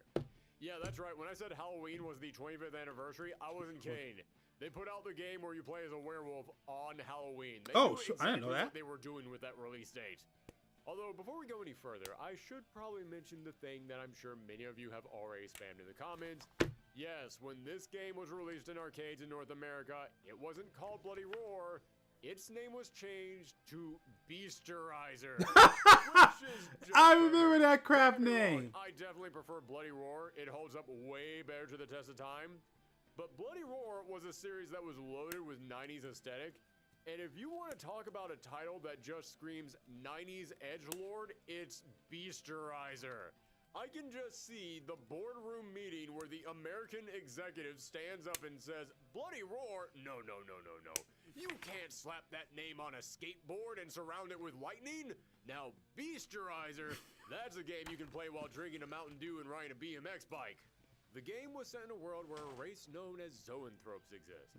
These are humans name, who by have the the way. ability to transform into animal-human hybrids. D12. For ages, these zoanthropes have lived in secret, but over the past few years, more and more people have discovered that they carry the the zoanthrope gene, and are awakening to their lycanthropic powers. Well, what happens when suddenly a group of people discover that they have superpowers? A giant mega corporation is going to try and take advantage of it. In comes the Tylon Company, a biochemical corporation looking to use the zoanthropes to engineer a race of super soldiers to sell to militaries around the world. And if you want to know why so many zoanthropes Makes are sense. suddenly emerging, well, the game doesn't really explain it, but back in the 90s, if you went to Bloody Roar's website, you would find a long description about how mankind was destroying the planet, implying that either global warming is causing it, or that nature is creating zoanthropes to try and fight back against man. Yeah, it's not really explained beyond that. The Tylon Corporation begins kidnapping zoanthropes, leading to 8 fighters going to war, either trying to investigate Tylon or fight on the company's behalf. There's the game's protagonist, Hugo, a zoanthrope with the power to turn to a wolf, who is setting out to find his father, a mercenary who was kidnapped by Tylon. Joining him is his father's old war buddy, the French soldier Gatto, who, surprise, surprise, is also a zoanthrope with the power to turn to a lion. After this is Alice the rabbit. Alice was kidnapped as a child and experimented upon by Tylon. She was able to escape, but a friend of hers, Yuriko, wasn't so lucky, so Alice is heading back to 26. Tylon's base to try and rescue her. And she's not the only one going back for Yuriko. Yuriko's mother, Mitsuko the boar, is also making her way to the base to get her daughter back. I remember when I was a kid, I was actually surprised by Mitsuko, and even still this You know, day, I I'm never played the very first impressed with one. Hudson for creating her. I never played the first one in 99% this of game. all fighting game women were young, slender supermodels or perky pop stars. So creating a middle-aged buff woman who looks like she knows how to kick ass was brand new. Good for you, Bloody Roar. Now, those were the heroes of the game, but Tylon had their own zoanthrope soldiers. From Britain, there was the sadistic assassin Hans, who goes by the codename Fox. Guess what they turned to? Then there's Porgy the Mole, another assassin, although he pairs up with Tylon because he wants them to pump him full of drugs so that way they can turn him into the ultimate zoanthrope soldier. Which is understandable. If I found out that I could turn into an animal only to learn it was a blind creature that lives in the dirt, I'd probably be asking for an upgrade too. In all honesty though, Bakoryu was my favorite back in the day. His Yeah, giant he was claws were good. so fun to swing around, and he's got some of the best throw animations in the game. And the last of these assassins is Long the Tiger, although it's more accurate to call him a former assassin. Yes, Long was a master of martial arts, and as such he became the strongest assassin in his guild, even going on to work for the Tylon Corporation. But after years of dirty deeds, That dude was Long has good, come too. to regret his past and decides he wants to atone for his sins, so he leaves the Assassin's Guild and decides to fight back against Tylon. This is an interesting collection of characters, because typically in a fighting game you really only get 2 or 3 characters who have some kind of a connection to the plot, but here every single character has some kind of a reason for fighting, some reason for either going against or working for Tylon. Except for the 8th character, Greg the Gorilla. Yeah, he's there because his circus is going out of business and he wants to convince other zoanthropes to join and perform for him. He has zero connection to what is going on with Tylon, but hey, every game needs its comedic relief, and Giant Monkey Man who attacks you with his butt certainly fits that description. Also, small detail, but Greg's hat falls off whenever he gets knocked down, and I remember as a kid trying to make it through an entire match without losing that hat. Never did it once. Now, the cast was certainly memorable, but what really stood out about Bloody Roar was the gameplay. I forgot. Yeah, he's good Three too. basic buttons: punch, kick, and a beast button. As you fought, you would build up a beast gauge, and once it had filled up, you could hit the beast button to transform. I forgot who my into main was. While in this form, not only would your stats shift around, such as giving you stronger attacks or longer range, but also I forgot who my main was. I forgot who I played with. And your beast button I just know I play with would majority of attack. everybody. You could also press your fourth button to activate Rave Mode. While in this mode, your attacks would be faster, allowing you to combo together Yeah, stuff that you Hugo couldn't was when I pull off. played with the In most. return, your beast gauge would So I guess he would be my main. Believe me, that's But I played with him the something to most keep by an eye default on. because I See, had to once your play beast him becomes through the activated, demo. You may be tempted to just immediately smash that beast button, but if you decide to keep fighting as a human, you can continue to increase your beast gauge until it's double the size. Which is a good idea because if you take damage in beast form, your gauge will go down, and once it's depleted, if you get hit with a heavy attack, then it will return you to your human form. That means if you just jump into beast mode without thinking about, you can get hit with one or two good smacks and instantly lose that advantage. But on the other hand, if you're really low on life, you might need to heal back that health as fast as you can, so you're going to have to risk beast mode even if you don't have the bar to back it up. When I was a kid, I thought the beast mode was just here to be a fun mechanic. There's a mindless good monster mash gimmick. But going back and replaying this, I see it's a very effective tool, and there's a lot of strategy to knowing when and how to use it. In fact, that really describes a lot of the combat in here. It's both enjoyably simple and engagingly complex at the same time. Again, playing this decades ago, I just mashed on buttons, and yeah, I could do a few combos out doing that. Yep. But watching professionals play now, That's true. people that know what they're doing, it can get wild. This game really knew how to take advantage of that 3D space because the amount of maneuverability this game was capable of was insane back in the day.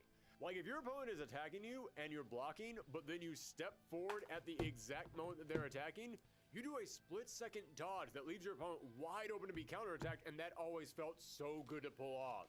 And speaking of feeling good, this game knew how to give everything an impact.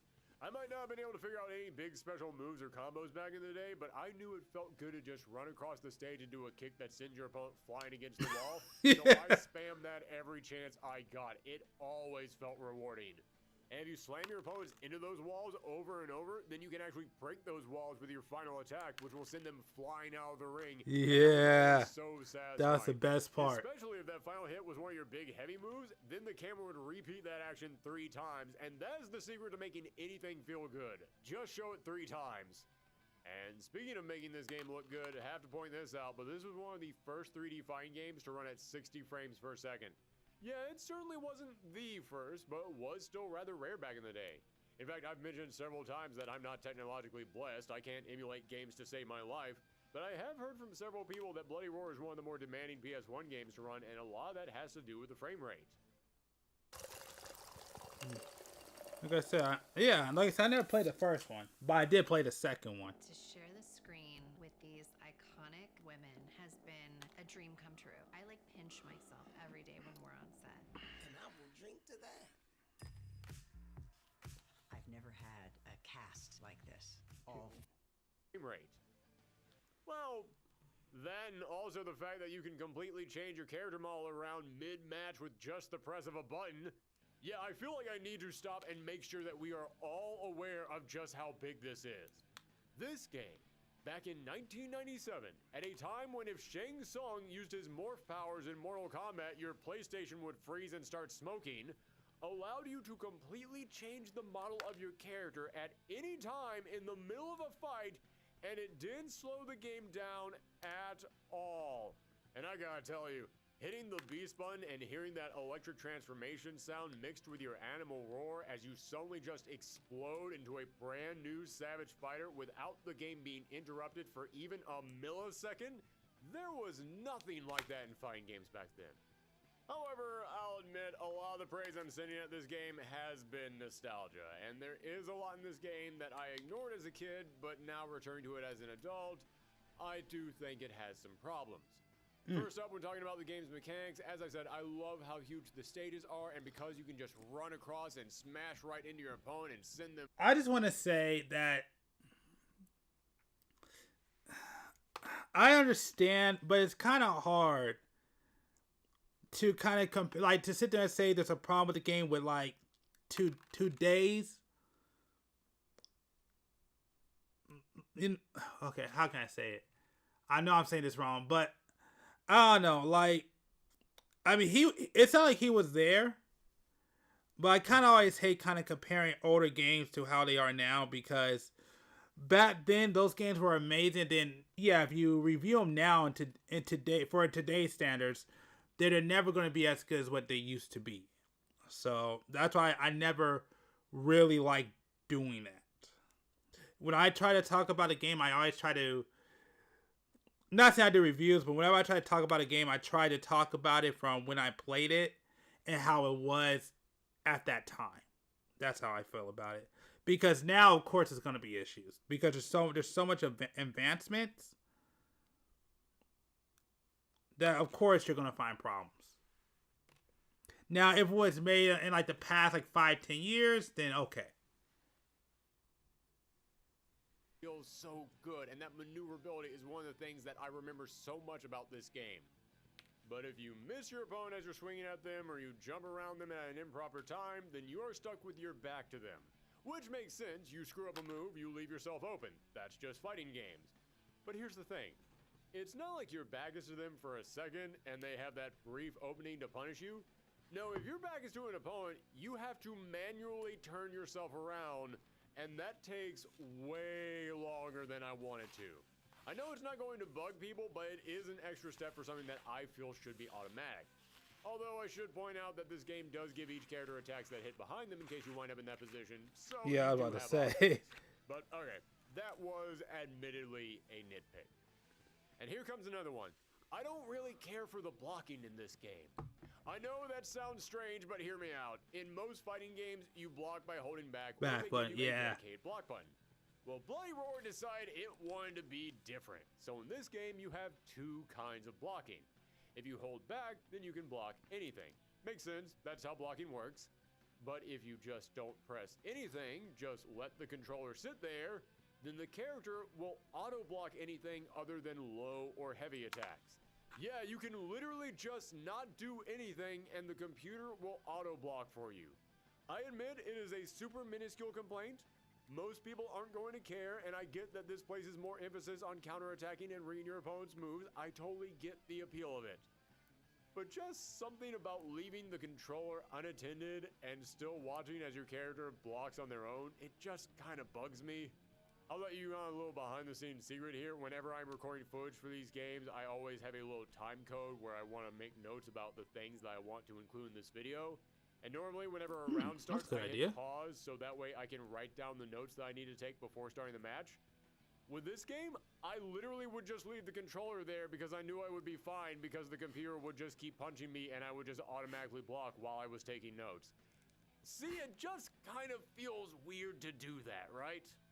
And speaking of blocking, this game almost feels like it's designed to give blocking a huge advantage because there are so many combos in this game.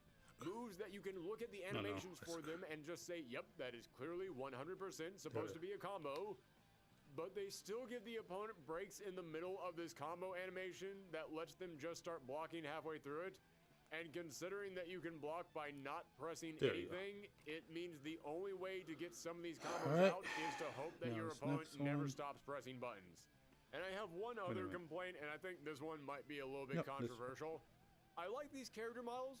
Oh no! They were low with personality, and each character is easily identifiable, whether they're in beast or human mode. They all have those designs that just pop out at you and make you remember them. But my God, the stages are basic and ugly as sin. Dang it! It's backwards. Black or beige. You see what I'm saying? I still have issues. That pop out, they're typically way in the background. You see what I'm saying? Like, I still have issues. Freaking had to put it backwards. I gotta reflip them. And these feet are taking way too long. And the colors are still muted. And when it comes to how the game sounds, listen, it's got a score that perfectly encapsulates the grungy, rebellious 90s rock that the game is going for. But none of it goes beyond just being fine. It's good, don't get me wrong, it's good, but it's not going to get stuck in your head. However, there is one other bit of presentation that Bloody Roar excels at, and it's an area where so many other games fall short. Unlockables. Normally, when you think of unlockables in your fighting games, you think of things like hidden characters, but not here. No, Bloody Roar had unlockable customizations. Right off the bat, this game gives you unlockables straight out of NBA Jam with the ability to play in chibi mode or big head mode. Oh, I didn't know that. Can you imagine a modern day fighting game doing something like that? Can you imagine the big epic conclusion to the Tekken Mishima saga, but Jin and Kazuma have giant bobbleheads the entire time?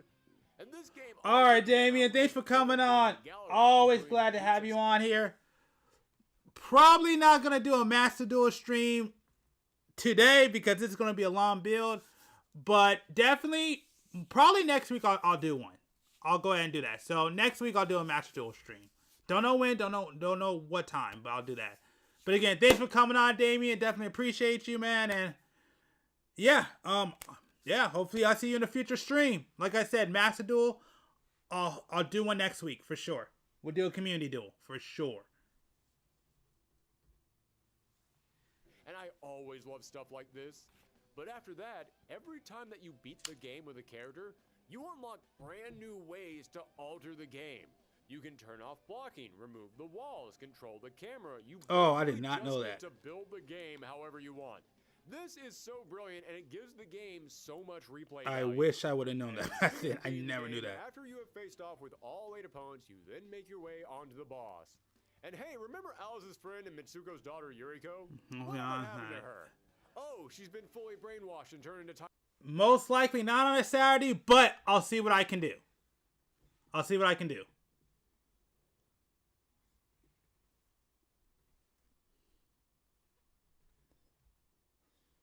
Of course, why wouldn't she be? She transforms into a grown super anime woman, and I remember when I was a kid, I kept looking at this thinking, oh, it's because humans are also a type of animal. That's so smart. True. But now looking at it as an adult, I realize, oh no, they just want to have a super anime woman in here.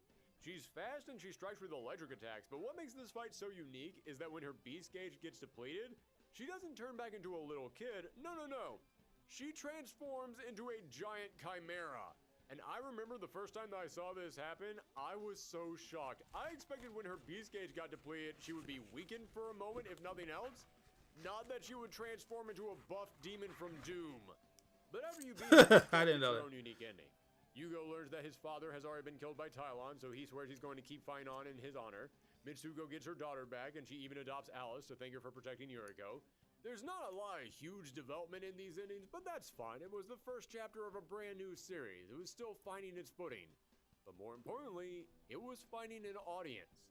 This game sold 400,000 copies in America and Europe, which doesn't feel like that big of a number by today's standards, but remember, Hudson wasn't the biggest developer back then. They didn't have massive through-the-roof expectations, and plenty of other fighting games released around this time sold similar numbers. So, for these smaller developers, this was considered a success. They made a profit off the game, and more importantly, they made an audience. An audience that was now hooked and eagerly awaiting a sequel. And lucky for them, they wouldn't have to wait that long. The government is banning this $39 electric lighter next month, and this is your last shot to get the original high-powered version. There's a new next-gen electric lighter out there, and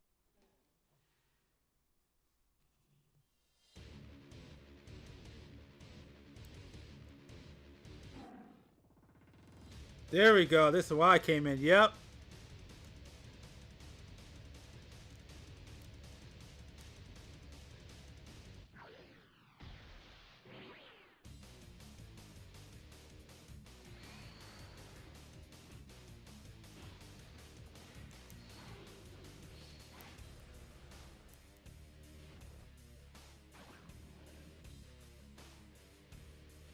Yep, this is when I came into the game. This is exactly when I came in. Right here.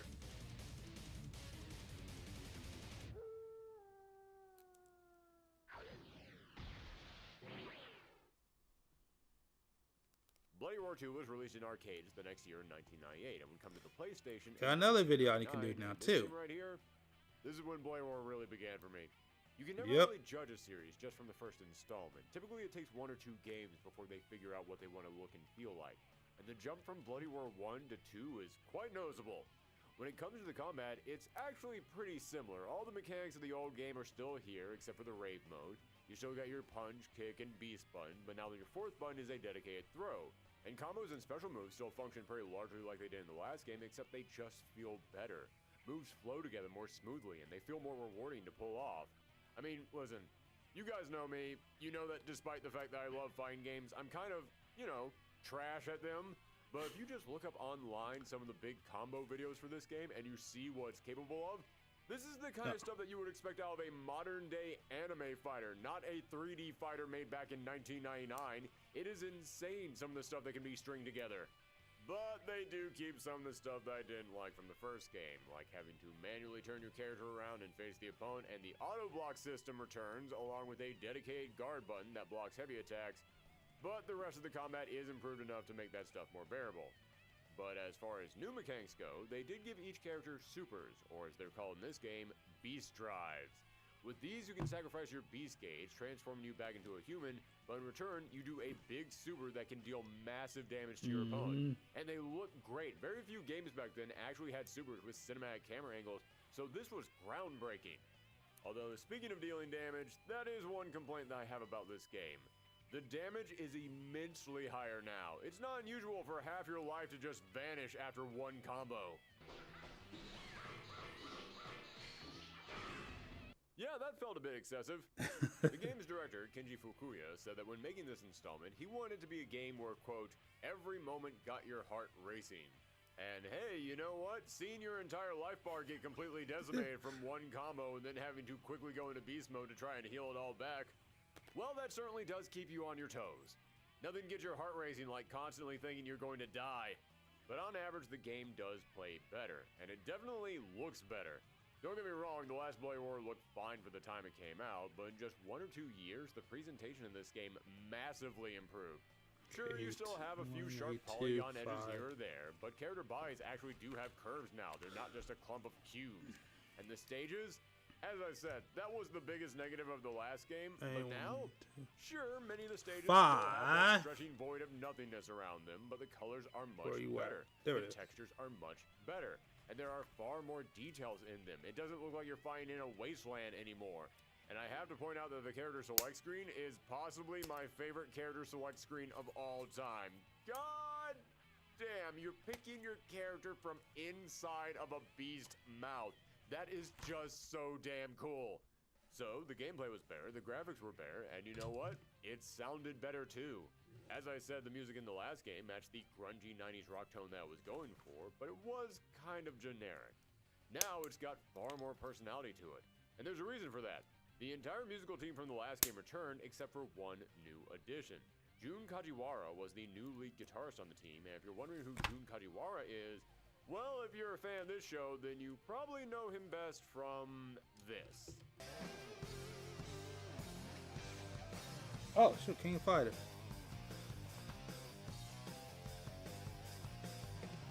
Yeah, Jun Kajiwara was the lead guitarist for KOF 95 through 2000, and if you've ever heard the arranged scores for those games, you know the guitarist is just going off on those tracks, and he definitely brought some of that energy to these tunes. So between the gameplay, the graphics, the sound, everything about this game is so much better. As long as you're playing the PS1 version of the game. Yeah, I should probably bring this up. Bloody Roar 1 and 2 are both available on the PS3 as part of the PS1 Classics collection. And I heard some die-hard Bloody Roar fans say I shouldn't play those versions because they were poor transfers, but I decided to try them out, and I played the original Bloody Roar on the PS1 and on the PS3, and it felt exactly the same to me.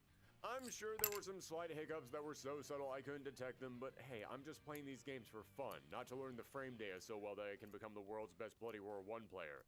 So after playing Bloody Roar 1 on the PS3, I thought, you guys don't know what you're talking about. The original Bloody Roar works fine on the PS3. So I decided to move over to Bloody Roar 2 on the PS3, and within 2 matches, I realized, oh, this is the game everyone was talking about.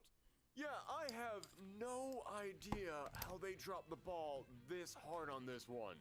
Bloody Roar 2 on the PS3 is loaded with so much slowdown, it is flat out unplayable.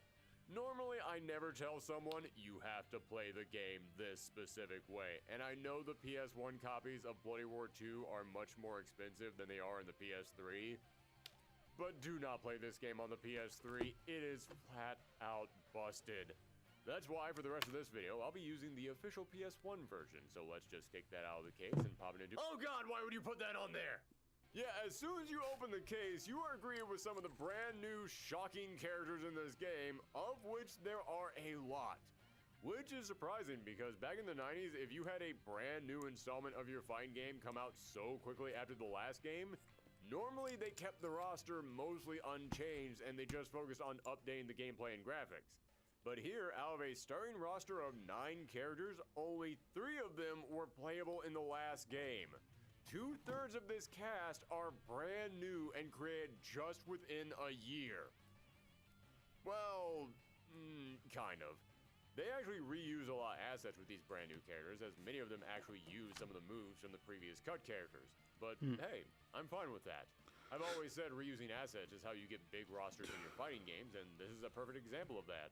And to help flesh out these brand new characters, the game didn't just come with an arcade mode, but also a full-blown story mode for every single character, each of which explored why these characters were fighting, and it had fully illustrated panels in between each fight to carry the story along, and I love this. I have said many times that yes, stories are important in your fighting games. People like these characters, and they want to know who these characters are, and what they're doing, and why they're doing it. So stories in your fighting games are important. But that doesn't necessarily mean that you need a big cinematic story mode movie.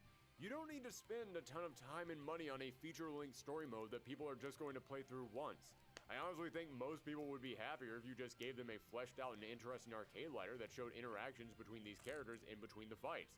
And this game is a perfect example of that. Giving each character their own unique stories makes you want to keep playing through this until you've seen them all. But what is the story this time around? Well, I've often said that the reason people are invested in fighting game stories and their characters is because fighting game stories are essentially soap operas. You got multiple characters who return for new installments for years and years and years, each with their own stories growing and twisting and weaving with the other characters. So if you follow these games for even a limited amount of time, yeah, you're going to get invested just like you would watching a soap opera. Yep. But even by other fighting game standards, Whoa! Bloody Roar 2 goes full soap opera. It's got evil twins and heroes turning bad and long-lost family members and characters with amnesia. Who would have thought that the game about fighting were-rabbits would have one of the bigger stories of any fighting game of this generation? For starters, it's now been 5 years since the end of the last game. Yeah, most fighting games you have to beg them to finally have the guts to do a time skip. Bloody Roar did in the second game. After the first game, the Tylon Corporation was successfully destroyed, but in the process, the entire world learned about the existence of zoanthropes, and like any time that a new group of people revealed themselves and asked to live in peace, humankind proceeded to freak the hell out and lose their minds. Tensions start rising between humans and zoanthropes, with some humans even hunting down the zoanthropes for sport. And so, the Zoanthrope Liberation Front is formed to protect their were-brothers and sisters. Hooray, that's good! Oh wait, it turns out the ZLF is actually a terrorist organization that's killing humans in cold blood, blowing up buildings, and when other Zoanthropes speak out against them, the ZLF kidnap them and brainwash them to become their killer soldiers. Okay, so that's bad. But who are our cast of characters, and how do they all tie into this war between humans and the Brotherhood of Evil Zoanthrope Liberation Front? Well, Yugo returns, having spent the last 5 years as a boxer, and while most of his moves are exactly the same as the last game, you can definitely see some more fancy boxer footwork and some more ducks and bobs and weaves in his animation to match his new fighting style. But 5 years ago, at the end of the last game, as Tylon's base was being destroyed and crumbling down around him, Yugo found a young boy named Kenji in the wreckage who was unable to speak, barely able to move, and had no memories of his past. But Yugo couldn't just leave him there. So Yugo took him home, and slowly Kenji warmed up to Yugo, and the two of them ended up becoming like brothers. Unfortunately for them, the chief mad scientist for the ZLF decides to kidnap Kenji because he wants to awaken his lost memories. Turns out that Kenji was the ninja student of Bakuryu from the last game, who is not returning in this game because... Well, remember how he had Tylon inject him with a whole bunch of drugs to try and make him stronger? Well, it turns out that strange concoction of drugs caused him to dissolve into a puddle of goo. What the heck? That's crazy. That's crazy. Oh. Here we go. Alright. I can't believe how long this is taking. Alright.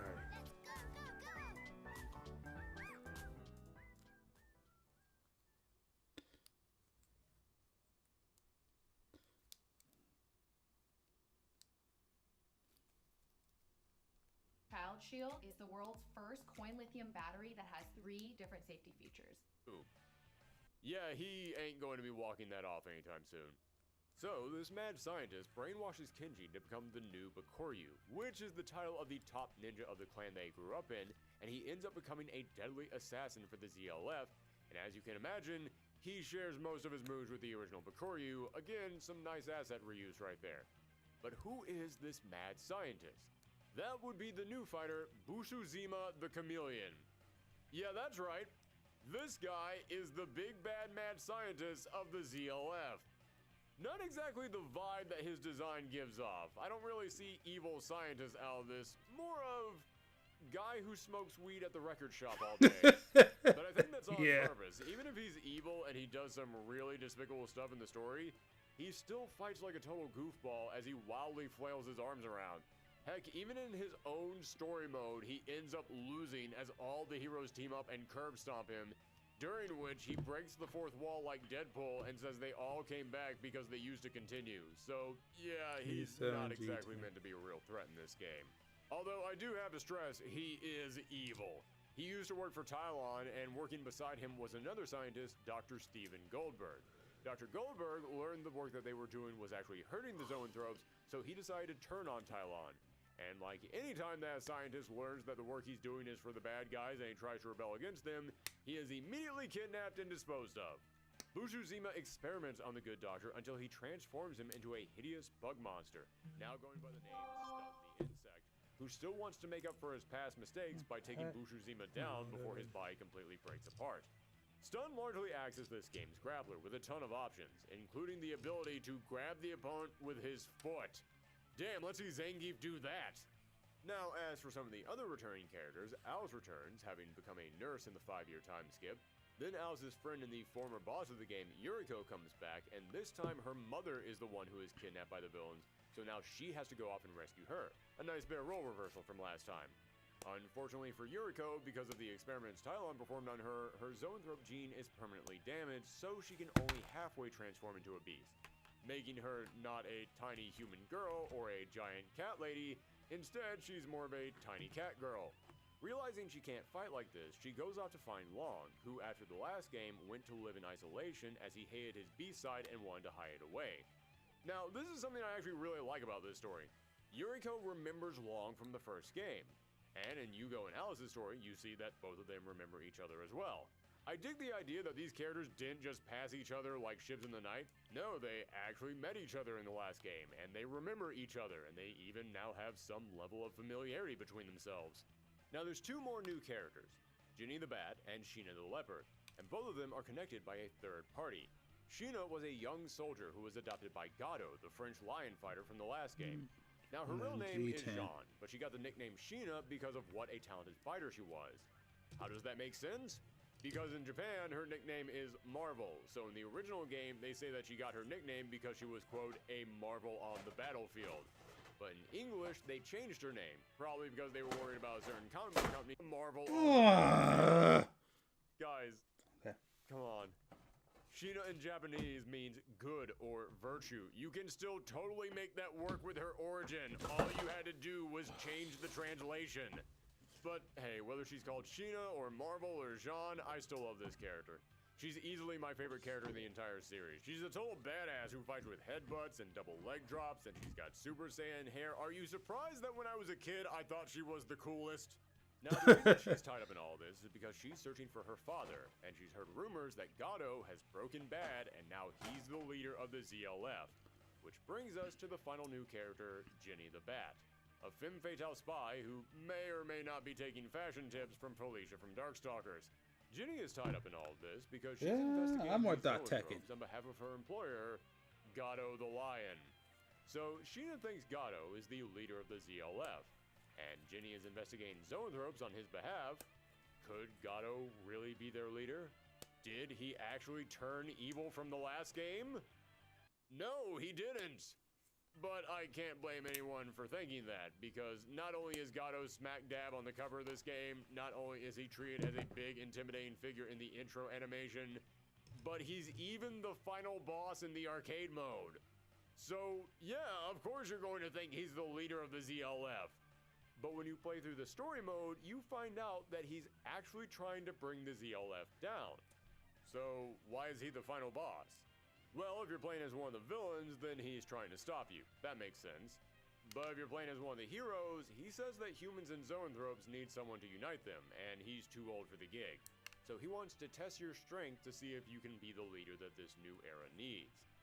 That's certainly an acceptable reason for him to fight you, at least by fighting game logic. But doesn't that also mean that this final boss fight has the smallest stakes ever for an arcade ladder? Yeah. I mean, who cares if you I never thought about that. I never thought about that. That means the ZLF has already been defeated. I never thought about that. I never thought about that. That is true. I never thought about that when I played this game. That's crazy.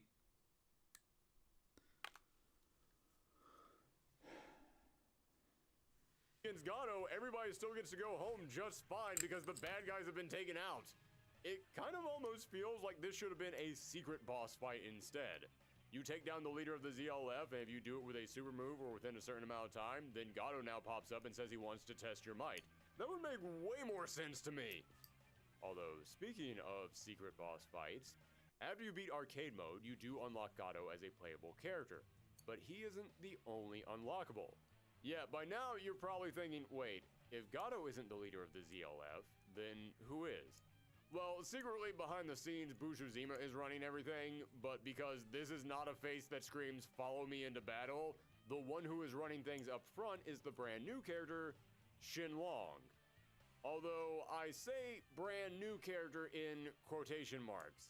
You see, back when Long was working as an assassin for Tylon, old Bushuzima got a sample of his DNA and then created a clone who would be loyal to him. And that was Shenlong. And like many evil clones, he's the total dark reflection of the original. I mentioned that Long hates his B-side and wants to fight against it. Well, Shenlong basically is what Long would become if he rejected his humanity instead and embraced his savage beastly nature. But like with any Frankenstein story, Shenlong does eventually learn his true origin and ends up having something of a psychotic breakdown and turning on his master. Now, how do you unlock Shenlong? Well, you have to make it through the entire arcade ladder without losing a match. Then you get a secret fight against Shenlong himself, and you have to beat him, but you only get one shot at it. And this secret one-shot only boss fight would become a tradition for this series moving forward, and while Shen is certainly tough, the game is nice enough to let you cheat a bit. You can still hit the requirements to face him even after messing around the options menu, meaning that you can set the difficulty to the lowest, turn the matches to 1 round only, and double your attack damage, so even if you do lose to him, it'll only take you about 5 minutes to get back to him and try again. And that was Bloody Roar 2. As I said, that was the game that really helped this series find its footing, not only tweaking the combat into a more stable state, but it was also the game that more firmly established the cast, the tone, and the art style. And audiences responded positively to this, as it sold nearly 500,000 copies in North America and Europe, which was a big bump from the first game, meaning all this extra work had paid off. In fact, that same year, Soul Calibur came out for the Dreamcast and sold almost the exact same numbers in the West. Meaning Bloody Roar wasn't just succeeding, it was competing with other big names now. This game now had a growing fan base and it had passionate developers working behind the scenes. But was that going to be enough to carry this series into the next generation?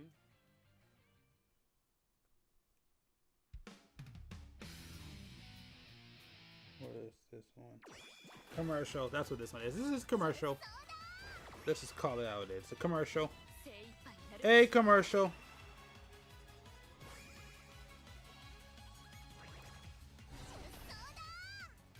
That's what we're looking at. We're looking at a commercial. That's all. Just a commercial.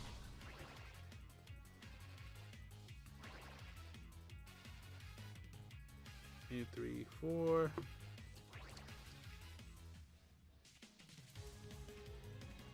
E3, 4, E2, E13. I put curing hepatitis C on my today list. Epclusa treats all types of chronic hepatitis C with a 98%. Shut up.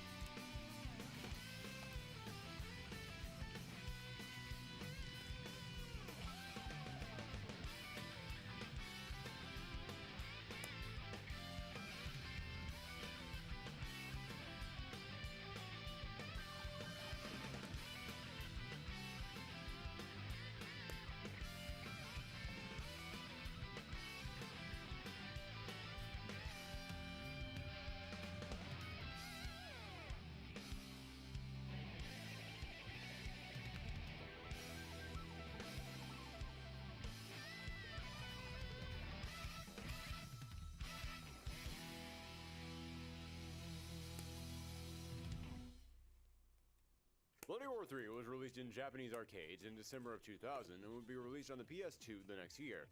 Now, I'm gonna be straight with you guys. So far, I've been talking about these games from a very personal stance, talking about how I remember them and how much I loved these games when I was a kid. But this is the one Bloody Roar I never got to touch before doing this retrospective. I played it once for a charity stream a year ago, and that was it. No, I played 3. I really wanted to play it back in the day. This was one of my most anticipated titles when it was released, but this was around the time that I was flat broke. I had no money for new games, and every time that I went to Hollywood Video to try and rent it back in the day, I always saw its empty case sitting there on the rack, just mocking me. I don't know who in my old neighborhood kept this thing checked out 24/7, 365, but they wanted to make sure that no one else in my hometown got to play it. I bring this up because it means going into this game, I didn't have any nostalgia backing me up. Instead, it was quite the opposite. Throughout the years, I heard this game wasn't as well received as the last one. I read some positive reviews, but just as many negative ones, making me think that this game was pretty divisive. Well, now that I've finally gotten my hands on, and now that I've finally gotten to dive deep into the game and experience it for the first time, yeah, it's okay. Yeah, Let's start with exactly. the presentation. You can see that the graphics definitely took a huge bump up thanks to the PS2 hardware, and nowhere is that more clear than in the stages. In the last game, I thought the stages were better, but now they're actually good. They each have personalities. They actually look like you're at a location rather than just existing in some void with a landmark in the background. A lot of them have a very urban city vibe to them, which matches the rock rebel tone of the series, and there's far more variety to them.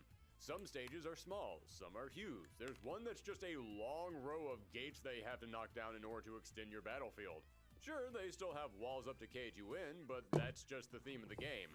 Knocking your opponent into them and sending them flying out with your final blow is part of the fun. However, what isn't part of the fun is that thanks to the new camera angle, you'll often get the walls semi-transparent in the foreground, and God do I hate this! It wasn't that big of a problem the first time that I played through this game, but the more I went through that arcade ladder, the more it irritated me. At best, it makes the game look uglier, and at worst, it can actually be distracting during a fight. But I don't think that's why the game got worse reviews. No, that comes down to two things. One is the modes. Yeah, in the last game, you had the arcade mode, but you also had a story mode with a unique path for every single character, full of unique illustrations. Not here. Now you just have arcade mode with some intro artwork and ending artwork, and that's about it. Not bad for most fighting games, but compared to the story mode of the last game, yeah, you're going to be disappointed. Yep. And in the previous games, you had all kinds of bonuses, like Chibi mode, or Big Head mode, or all kinds of other different ways to play. In Bloody Roar 3, you have nothing! Yeah, if you want bonuses, you can go into the gallery, which is just the intro and ending artwork that you've already seen.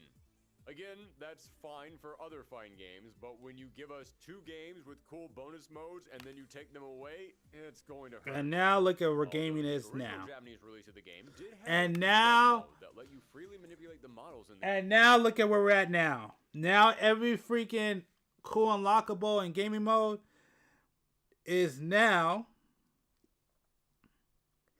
you gotta pay for it all. It is trash. That era of gaming was replaced with this era full of selfishness, and greed and crookedness. Neat. Except that the debug mode wasn't in there on purpose. They just forgot to take it out before the game was released, and this was when the internet was starting to become a big deal. And yes, this did lead to people uploading pervy 3D model art of Bloody Roar characters on fan sites. So yeah, shockingly, this mode was patched out with the international releases. But the other thing that I think led to these mediocre reviews was the gameplay. Now, I mentioned that the camera angle is different, and that results in a slight change to the gameplay as well. Fukuya said that going into this third game, they wanted to appeal to a wider audience and make it more accessible. And I can totally see that in the gameplay. Don't get me wrong, throwing out the punches and kicks still feel the same. In fact, I'm sure some of the hardcore Bloody Roar fans will disagree with me on this, but I actually think it even feels a little better than in Bloody Roar 2.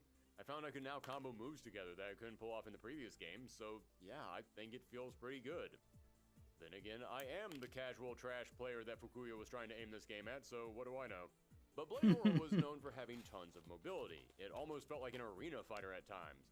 But now, yeah, this feels like a full-blown 3D fighter. Don't get me wrong, it's still got a ton in common with Blade Roar 2. Your hits still feel the same, it's still got that blocking mechanic from Blade Roar 2, and you can still jump and run all over the stage. Those full-screen charging flying kicks are still there, don't you worry. But with the camera zoomed in closer, your characters feel more tethered together, like the importance is more on close-range combat rather than what you can do within the arena. And the sidestep dodge from the previous games is gone, and instead you now have a fast evade, where if you hit guard at the last second, then you bob and weave around the attack. Which again, puts more focus on keeping yourself close to your opponent, but it keeps you feeling kinetic.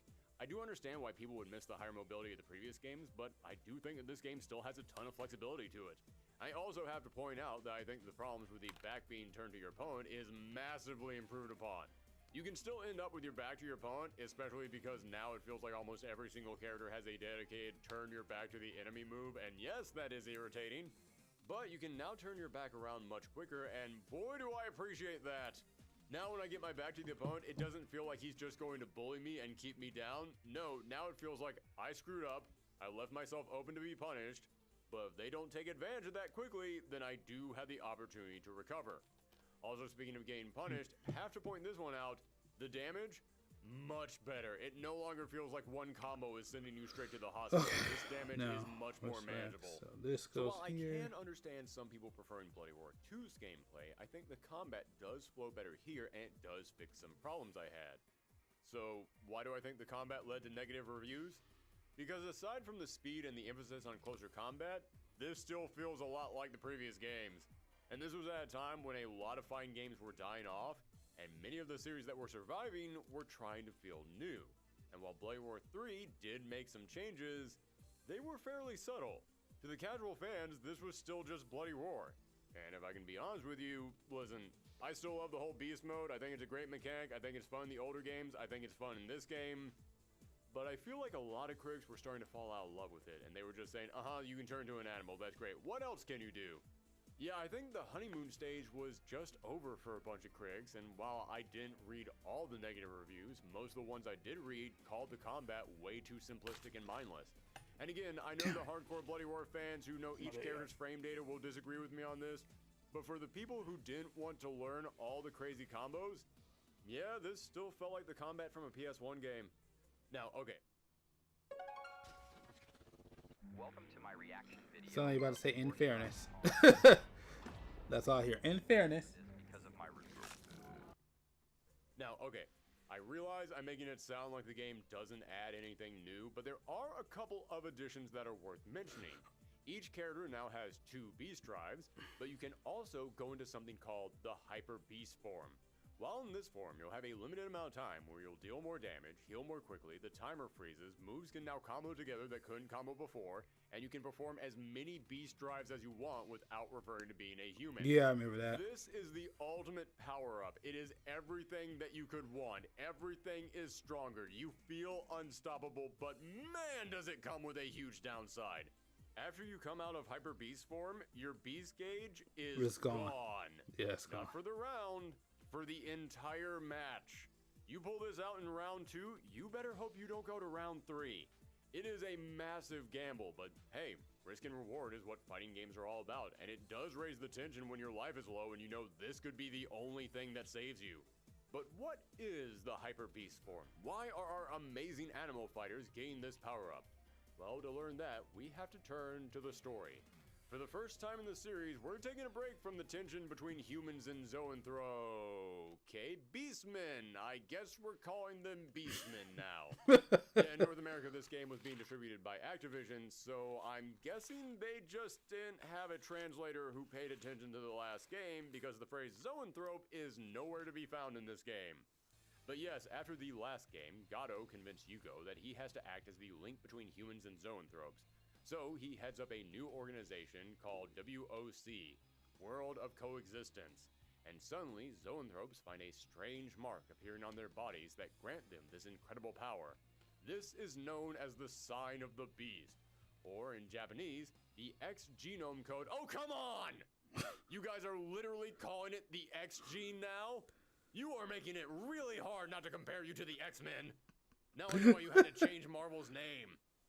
These beast signs are coming from a mysterious artifact known as the Tabula of 1,000 Beasts. This tablet has a dark evil entity called the Unborn sealed inside, but its powers are seeping out and causing these beast signs to appear. So the Unborn possesses one of these zoanthropes, a man known as Zion, who becomes obsessed with killing all the other zoanthropes, including his own sister, so that way he won't have to share this power, and he can then open the tablet and let the Unborn free to destroy all life. 41, now, Zion doesn't turn into an animal. Instead, he turns into the avatar for the Unborn itself, meaning he turns into this big, pale Super Sentai insect creature. And since he doesn't turn into an animal, a lot of Bloody Roar fans are kind of torn on Zion, and so am I. Because I get you want your big villain to be something special, so just making them another regular animal might not be big enough. But there's a lot that you can turn your villain into that keeps the animal theme going and still make them special. Heck, if you want something that feels really threatening, then just choose a mythical animal or a dinosaur, something huge and intimidating that feels out of this world but still connects to animals. I know you're not here, but Damien. Oh well. Holy it's just this one villain, so... Damien, man, I know you're not here no more, but man, you called it. I gotta give you credit. You called it. Good thing there isn't another Unborn ripoff character coming into the next game. So yeah, that's basically the plot. Zion wants to kill the zoanthropes to open this tablet. Everyone is racing to stop him. The end. As you can tell, even cutting it slack for not having a story mode, the story of Bloody Roar 3 is pretty light. Most character arcade endings are nothing more than good thing we beat Zion anyway, back to our normal lives. Zion is really the only character in here who matters. Heck, as I said, I never got to play this game when it first came out, but they were pushing Zion so much that I actually thought he was the new protagonist for a while. And there's a reason they're pushing him so hard. He's the only new character in the base roster, which might be another reason why people found this game disappointing. Bloody Roar 2 introduced so many brand new characters, but you turn this game on and it's literally just the exact roster of Bloody Roar 2 plus a Dante from Devil May Cry wannabe. Yeah. Wait a second. When did I say this game came out? And when did the first Devil May Cry come out? Well, I'll be damned. Take that, everyone who's been spamming the "that's just Dante" joke in the comments. And Zion isn't just the only new character in the game, he is also the big boss of the game, and holy crap, that's unreal. That's unreal. He's fast, his combos go on forever, he can jump around you to easily mix you up at speed so fast, I just wrote Zion's jumping BS in my timecode notes. He's got huge range in his beast form, he loves to sidestep and dodge your attacks, and the ones he doesn't dodge, he blocks. Dear God, does he love to block. He will block everything if he can. Have I mentioned I hate how much this franchise loves to block? Like I said, I read a lot of the reviews for this game, and most of the complaints were from the gameplay, including how you can really only get out a few hits before the game just starts auto-blocking everything. And again, yes, I know that all the die-hard competitive Bloody Roar fans out there know all the combos of how to get around that.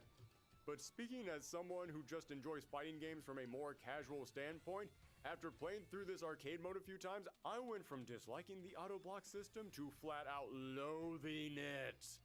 Now, as I said, Zion is the only new character of the starting roster, but there are two unlockables, both of whom harken back to the very first game.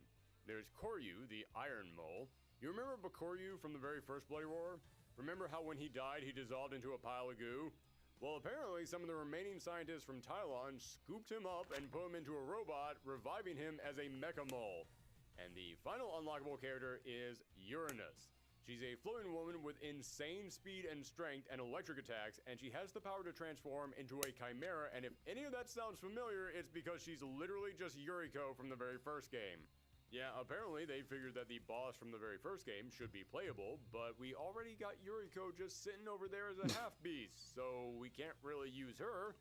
So let's just create a brand new character with a UR name and nobody will know the difference.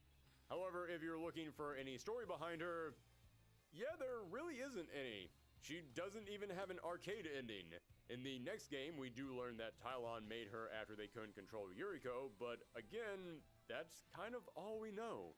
Was she another kidnapped zoanthrope? Is she a clone of Yuriko? We have no idea. But I do dig her design, and she is fun to play as, although if you want to unlock her, then not only do you have to get through the arcade ladder without losing a single match, but just like Shinlong in the last game, you then have to fight her, and you only get one shot to beat him. You lose, that's it. Try again from the start. So, how was Bloody Roar 3 received? As I said, the sales on Bloody Roar 2 were up from the sales of the first game, and considering that the PS2 cost more to make games on than the PS1, we can only hope that those sales increased. They did not. Yep. This game only sold 350,000 copies worldwide, meaning this game sold less worldwide than the previous game sold in just North America. So the next game would have to turn things around, and hopefully a change in consoles could help with that. Yeah. Yeah. Of the rivers of blood spilled by Yeah, all those generals and emperors. So they could become Yeah, that next game didn't really. Yeah, that next game wasn't it. I'll admit that wasn't it.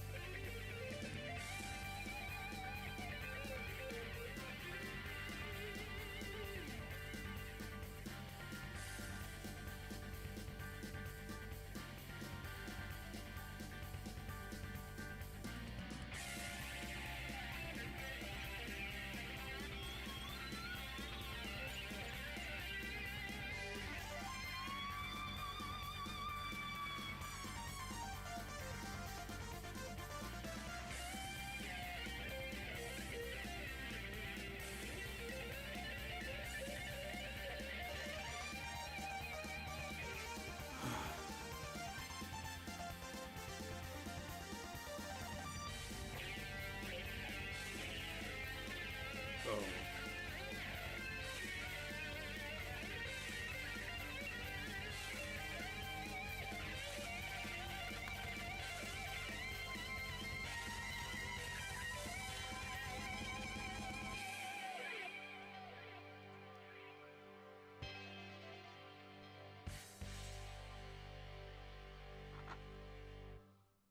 We now come to not just the fourth game in the Bloody Roar series, but the fifth as well. Well, okay, it's more like the fourth than fourth and a half. Fourth and a quarter. You'll see what I mean in a moment. So, right after Bloody Roar 3 was released, Fukuya decided that they wanted to make essentially a side story for Bloody Roar. I mean, this decision was probably made after seeing the increased sales of Bloody Roar 2 and before seeing the decreased sales of Bloody Roar 3. They wanted to bring this series to a brand new console, and they decided on the GameCube because despite its low sales, it did have the better horsepower and some more advanced lighting abilities. And they took advantage of this new power because this is easily the best looking Bloody Roar game. Heck, I still think this looks pretty good by today's standards.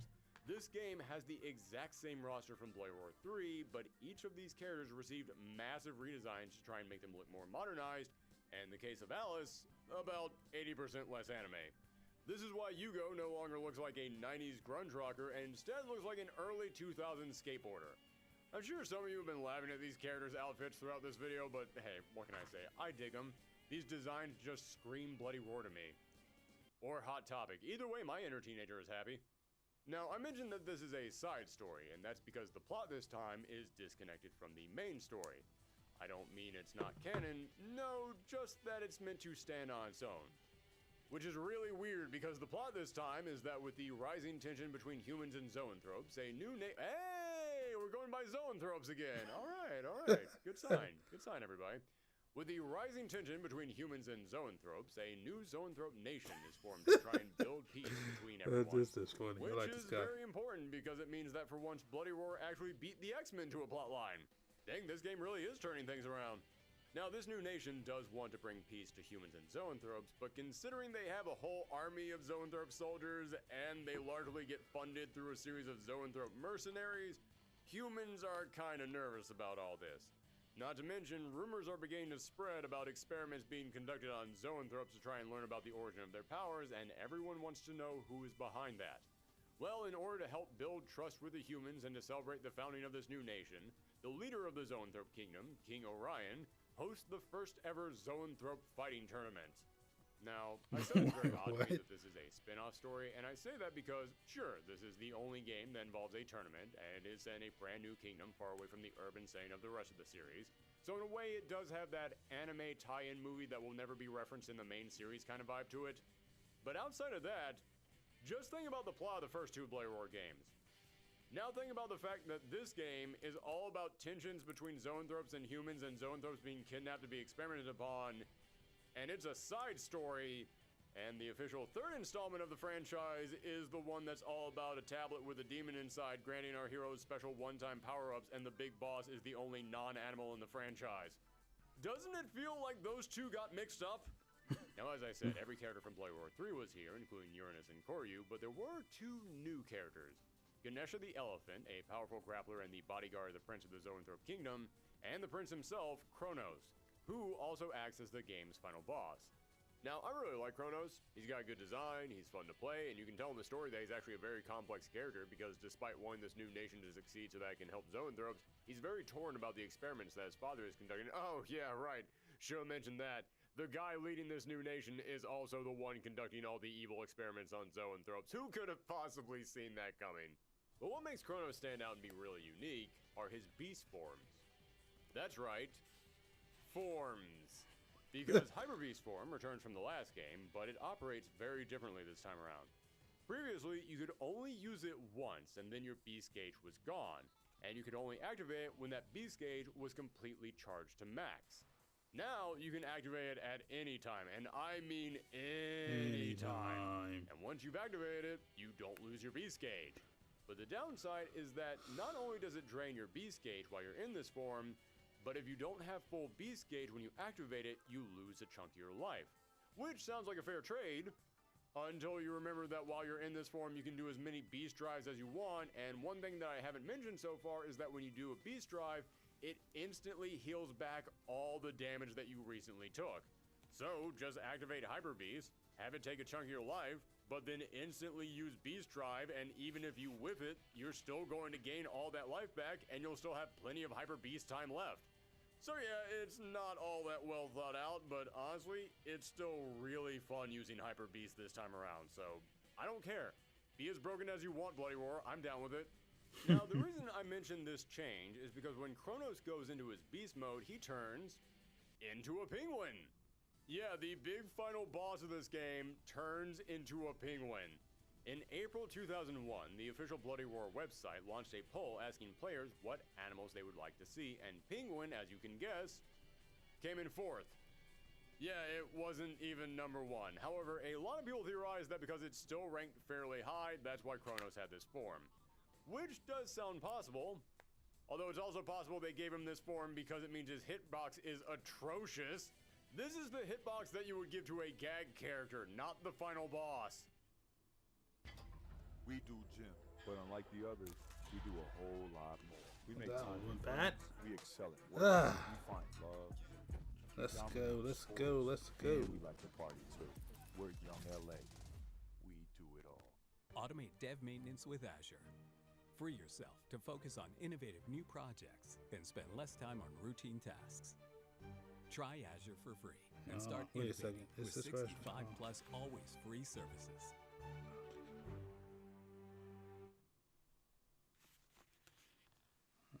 Boss. However, if he activates Hyper Beast form, then Kronos goes into his second form, a Phoenix. And this form? Yeah, this ain't no gag character. You see this thing coming, all you can do is try and survive until his beast gauge is gone.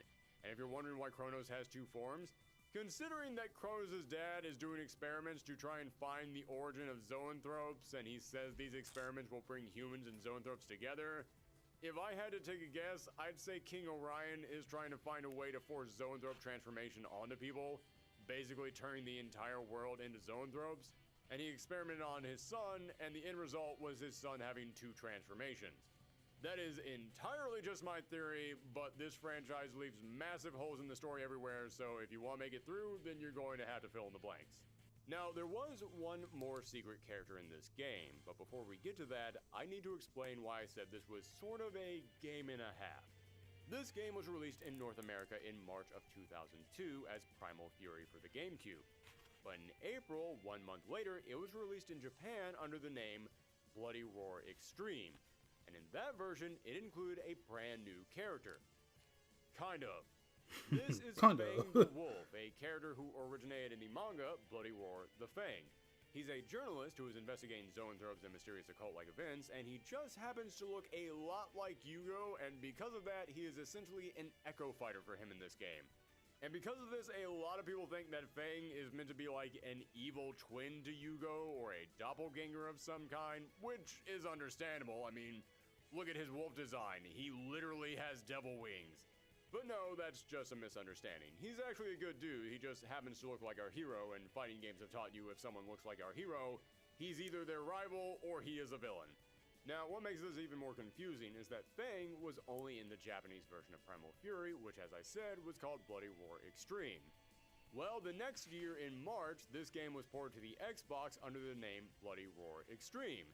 And that version did include Fang for Western audiences to now play, and it also had several small updates to the gameplay, the most noticeably relating to the sidestep dodges. But again, just speaking to you guys from the casual perspective, it's nothing that anyone outside the more competitive die-hard Bloody Roar fans are going to notice. In fact, the biggest change to me is that the Xbox version completely remade the anime cutscenes with CGI, and when I say they remade them, I mean they just flat out remade them. The opening cutscene and the character endings are exactly the same, just in CGI. And when it comes to the endings, hey, I get it, that's story stuff. You don't want to change story stuff. But why just copy the opening cutscene? If you're going to try and make this feel like a different game and you're remaking the opening anyways, just make a new opening to help this game stand out. At this point, you should just save yourself some money and just keep the anime cutscenes in.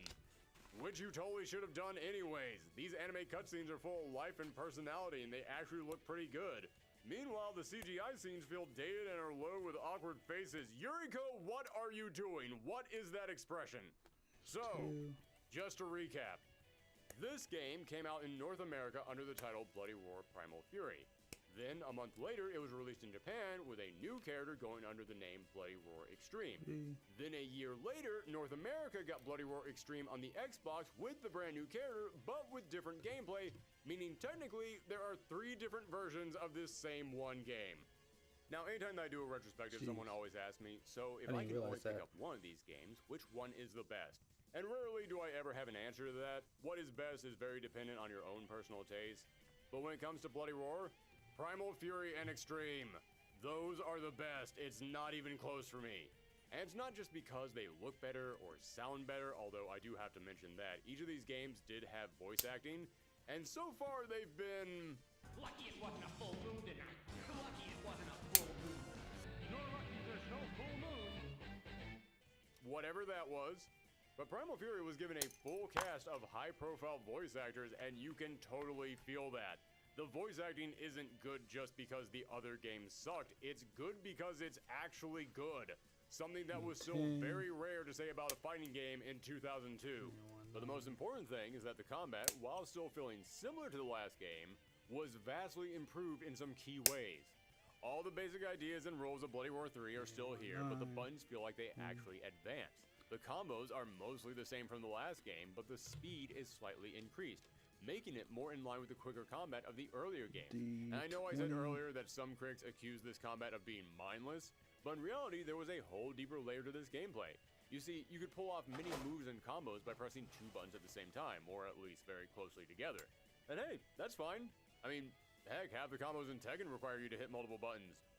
But Bloody Roar isn't Tekken. It doesn't feel like Tekken. It doesn't flow like Tekken. It has its own pacing and speed to it. And because of that, not only did I always think inputting these more complex buttons felt clunkier, it just felt less natural with the rest of the combat. Well, Primal Fury shifts all that around. Now you can do far more with just 1 button at a time. And thanks to the new pace of the game, those buttons just flow together so much smoother. They feel more natural to string together. I mean, listen, I'm just running out of ways to say this game just feels really good. This is hands down the best combat in the franchise. And I have to point this out, the auto-blocking, Again, I know the more dedicated players knew how to work around this before, but just speaking personally, it is so much easier to adapt to that now. That's because the combat isn't just quicker, but it's also more responsive. So when you see someone blocking, you can quickly adapt to that. You can start building something new around it. And the critics seem to feel the same way, because no matter how you felt about the combat of the previous games or how good it might have been, I mentioned that a lot of critics still basically looked at this series as that game where you turn into Beast and nothing else. Most critics didn't pay attention to the combat. But this was the most positively reviewed Bloody Roar, and a lot of that had to do with the combat. More people were paying attention to that now, which could be why this game still sees the most tournament play to this day out of the entire series. And most shockingly of all, the big cherry on top, this game brings back all the crazy unlockable modes of the first two games. Chibi mode, big head mode, big arm mode, it's all back and it's delightfully nutty in the best way. Bloody Roar might have stumbled with 3, but this game was bringing it all back. Only for them to immediately lose it all again. Shop bestsellers at Ashley, Yep, where no that matter sounds what your about holiday right. traditions are, you're always at home. Whether you're rearranging our modular seating to create the perfect cozy space, or decorating with your own festive flair, shop holiday deals and make lifelong memories with Ashley.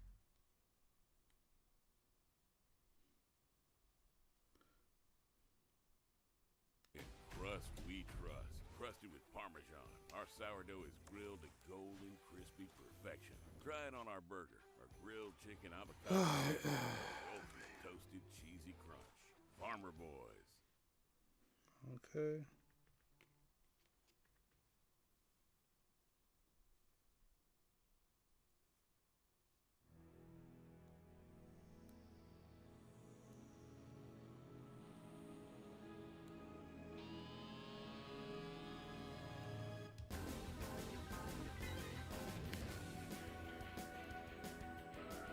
Yeah.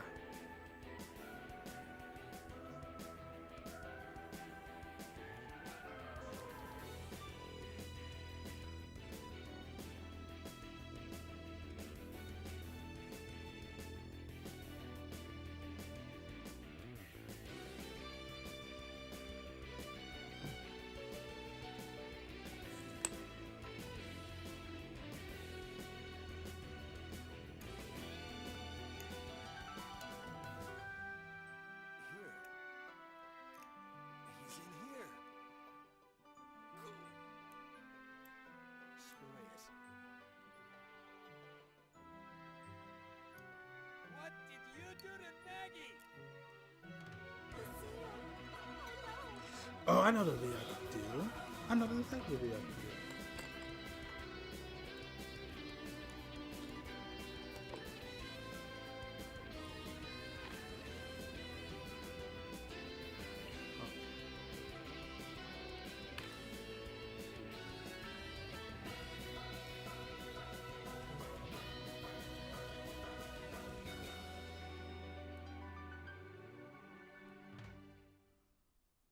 So, as I said, Bloody Roar 3 saw a fairly sizable drop in sales, and Oh, Primal Fury and jeez. Extreme, Alright, hold on. despite being the most positively reviewed games in the series, sold about the same.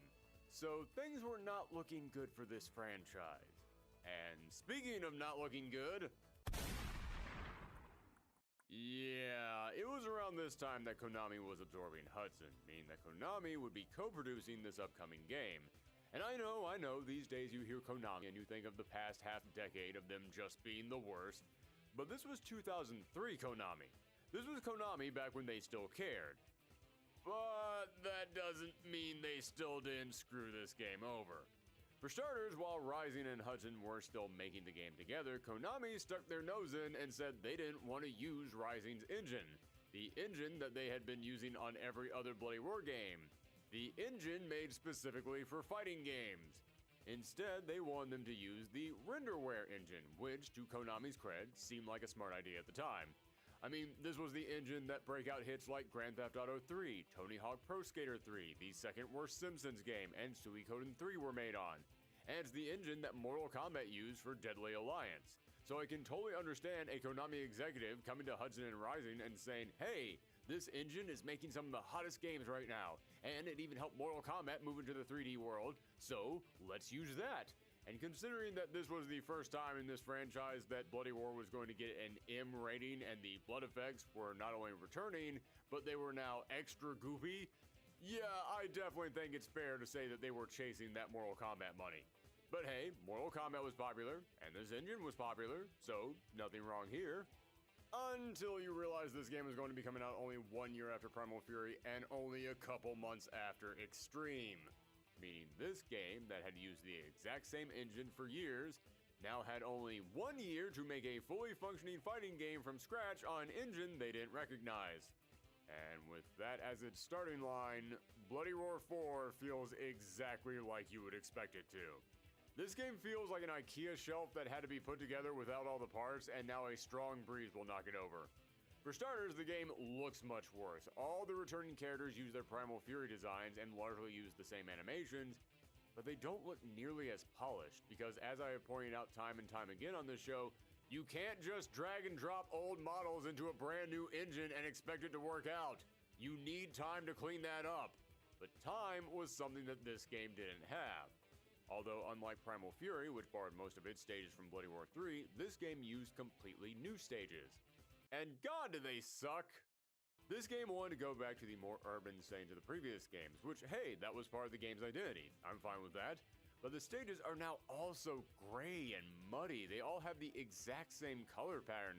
You went from stages that had so much personality and variety to them to arguably the worst stages in the entire series. And they got rid of the cages and instead replaced them with clear glass walls, and you can still break through these walls, but if you do that, you end up flying onto another part of the stage, which, hey, I'll admit, is actually a cool idea.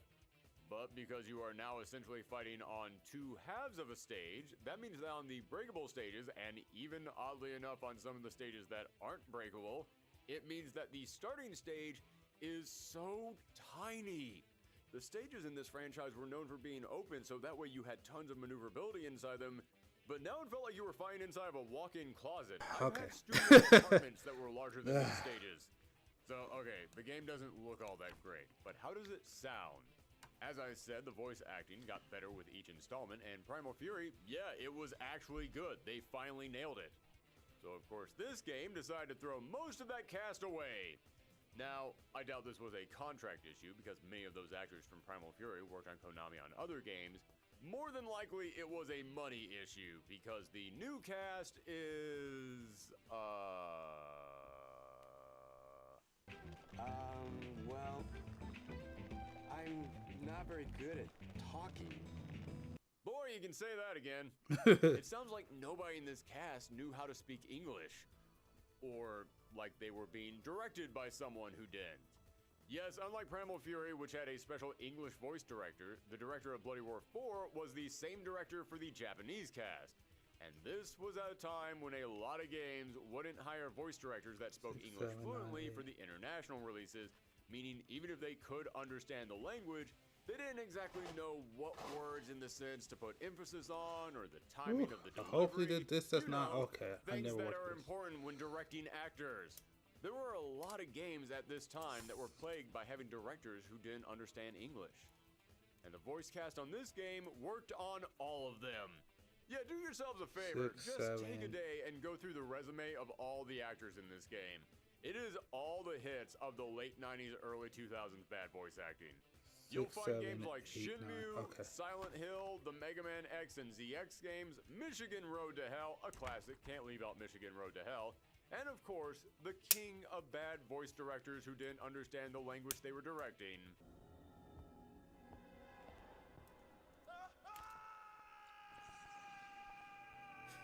Yeah. For the full-size sedan that has it all, choose the Honda Accord. With a turbocharged engine, sleek style, and an extra-wide touchscreen for intuitive technology. To drive a turbocharged Accord, search your local Honda dealer today.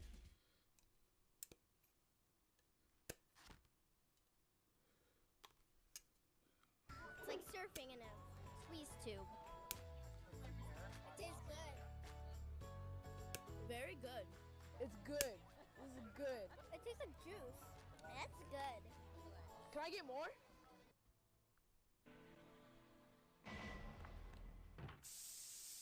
Whoa! What is it? What? Oh! Oh no! Sorry, I didn't mean to do that. You must be from the Bravo team. Yeah. Yes, I'm Rebecca. Rebecca Chambers. I'm a newcomer. I just joined the Stars I Bravo remember team this. last month. Yeah, it was a little scary, but I think it's been useful, so it's okay.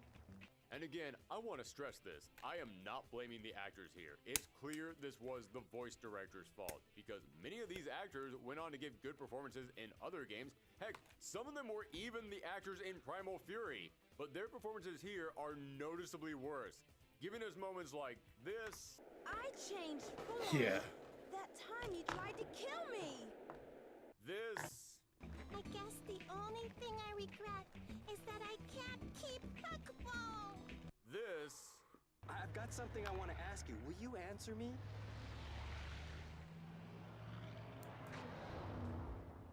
Yeah? I feel something from you. And of course, moments like this. How could I lose to someone like you?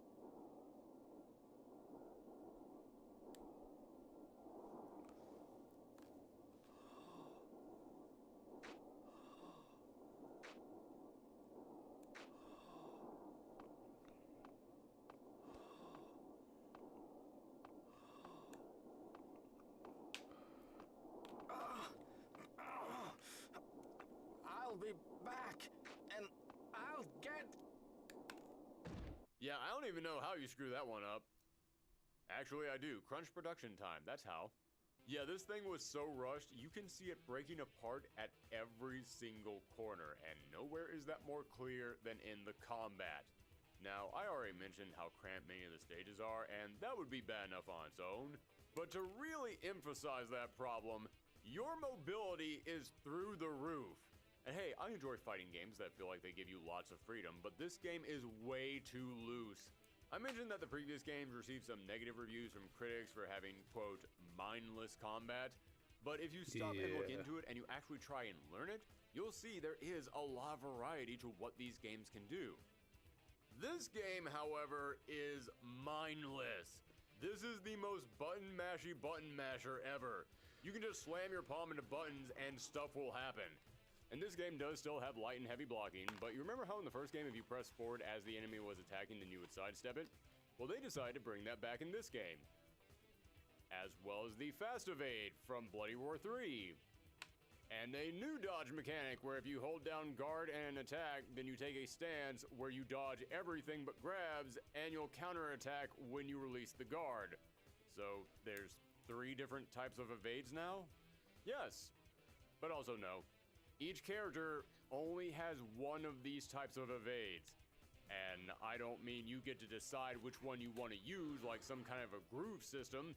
No, the developers decided to assign a specific dodge to a specific character, which is certainly a bold idea, but man, this just screams to me that these devs were being told by Konami, make it better, make it more interesting, get those sales up, do something different. Wait a minute, no! We're just throwing everything at the wall. That Bloody Roar is owned by Konami? Oh, I didn't know that.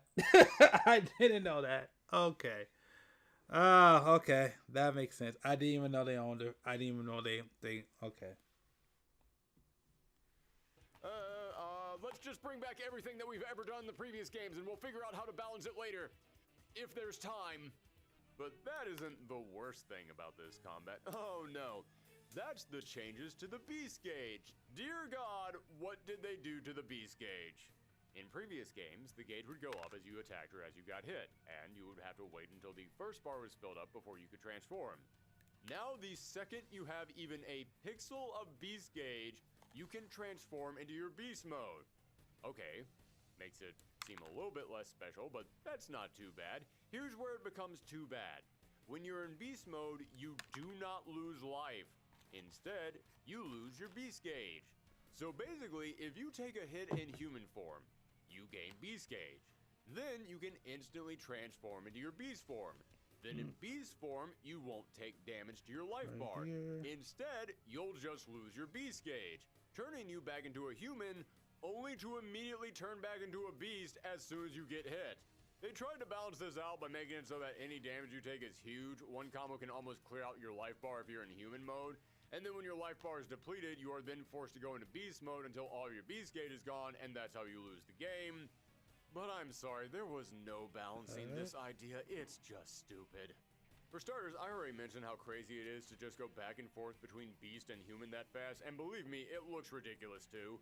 The flash effect from someone transforming to instantly being knocked out of that to instantly transforming back can fill the screen with so much light that you can barely make out what's happening at times. But it also makes the combat so tedious. To defeat the opponent, you have to wipe out their health bar. Then they transform into their beast mode, and then you have to wipe out their beast gauge. Did I mess Which up? means if the enemy transforms into beast mode and they have full beast gauge, you basically have to beat an entire life bar out of them before they change back to human, and then you can actually do damage to them that matters. But oh, wait, you got 2 hits in on them, and now their beast gauge is halfway full again, and they've transformed back into beast mode, and once again, you then have to fight them in that mode, not doing any actual damage to their life bar. Because of this, I can't tell you how many matches I saw that ended in time over because, yeah, your characters just aren't doing actual damage to each other for most of the match. What do you think was going to happen? In fact, I'm not making this up. There's a mechanic in the game where if you press the beast button and hold it down, then you sacrifice your life in order to charge up your beast gauge. Alright, And if that anytime I screws saw up the computer build, doing then that, oh well. I was always tempted to just let them go because, sure, it was giving them beast gauge, but they were at least losing life. And damn, this game is so frustrating at times, I was tempted to see if they would be dumb enough to KO themselves. Oh, and I mentioned how many fights end in time over, so let me ask you something.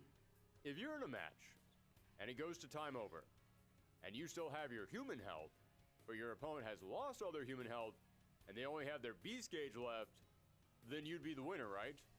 I mean, clearly you've done more damage to them at this point if they've lost all their human health, so that means that you win, right? Not.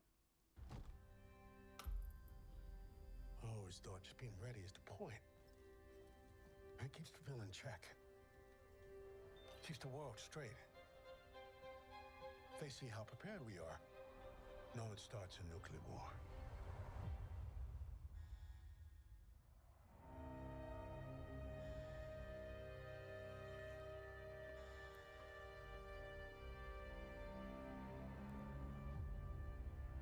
Approximately 3 minutes ago, we detected an ICBM over the Pacific. Current flight trajectory is consistent with impact somewhere in the continental United States. Have we seen DEFCON 2 before? No. Okay, come on. Not necessarily. Because when I'm determining the suffering. winner in a time over, the game adds up your remaining human health and your remaining beast gauge. I bring this up because, hey, remember how when you take damage, your beast gauge goes up? And you know how when you use a beast drive, you deplete your own beast gauge? Yeah, think about that for just a second, because I'm going to go ahead and warn you. If time is ticking down, and you're afraid that it's going to go into time over, so you think to yourself, oh man, I gotta beat my opponent now, do not use your beast drive. Because if you use your beast drive, and you deplete your enemy's regular health, what you're actually doing is increasing their beast gauge with the damage you do to them, while depleting your own beast gauge. Oh, I am going to repeat that because I don't believe it's possible to understand how stupid it is after hearing it only once. Because of the way that the beast gauge works in this game, combined with how time over figures out your health total, your supers effectively sacrifice your life in order to give it to your opponent. Again, I don't know how much this game was crunched, but this just screams, we didn't have time to test anything, we just had to ship it. Oh, and speaking of the beast drives, let's talk about how they're broken too. In previous games, if you did your beast drive, then it would instantly deplete your beast gauge and turn you back into a human. Wait a second, Well, now, if you do your beast drive, it does turn you back into a human, but it only takes part of your beast gauge. Meaning, if you got full beast gauge, then you can go into beast mode, do a beast drive, change right back into a beast, do another beast drive, and still have enough meter left over that you can go back into beast mode and do another beast drive. This feels like something that you would notice if you spent any time testing it, but again, this game didn't have the time or money it needed to make sure it wasn't horrifically busted. Sorry, Bloody Roar 4, but Konami just didn't have the money for testing. No, instead, they had to spend that budget on hiring a famous pop idol to dress up as a cat to promote the game. Yeah, that's true. Konami hired famous Japanese actress and singer Yuko Ogura to dress up as a cat to promote the game, which I guess was probably a smart move, because considering how much worse this game looked, if you asked me, what are we going to show from this in order to promote the game, my answer would have been anything not in the game. Then again, if you asked me, I probably also would have said that rather than spending this money on hiring a famous actress to promote the game, we should instead take that money and spend it on, you know, fixing the game. Also, there's no special cheats like in the last game. However, there is one new mode, Career Mode.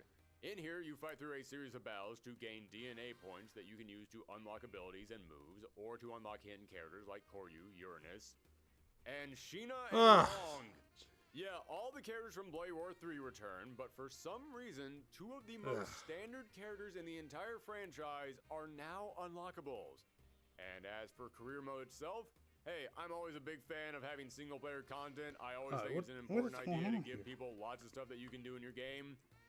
But I hate this gameplay so much that anything that encourages me to keep playing is actually a negative now.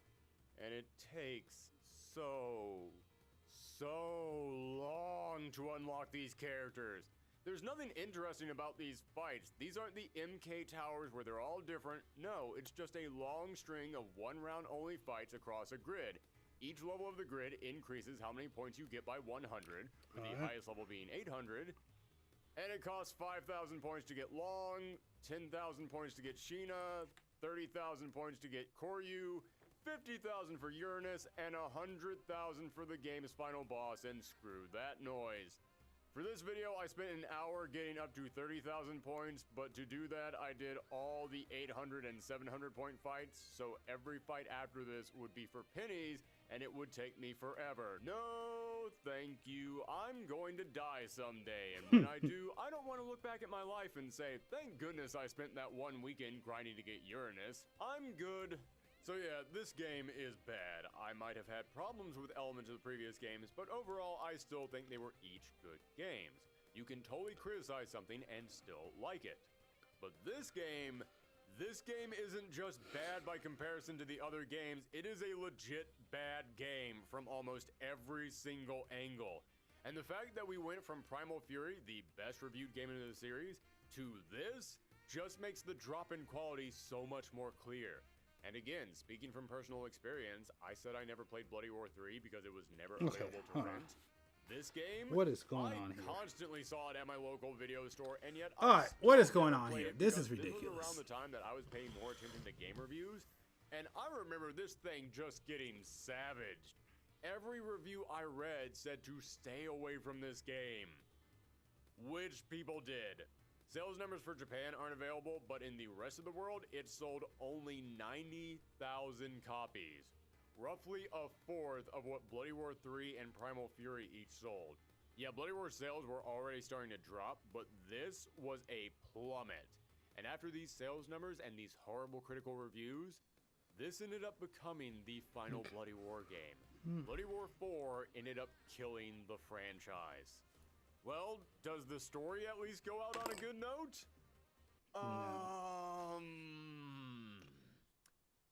Listen, I'll admit, I actually think the premise of the previous games are actually pretty good. On paper, I think they're solid stories, even if the execution is essentially what you'd expect from late 90s fighting games. But this story gets just flat out stupid and is way too overly convoluted. It picks up after the events of the last game. No, not...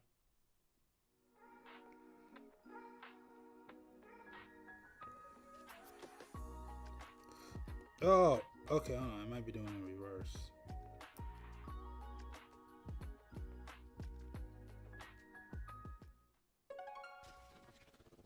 Welcome to my reaction video of Horse Drives Car on a gravel road. I know you've been waiting for this because of my review. There. So much charity and reality.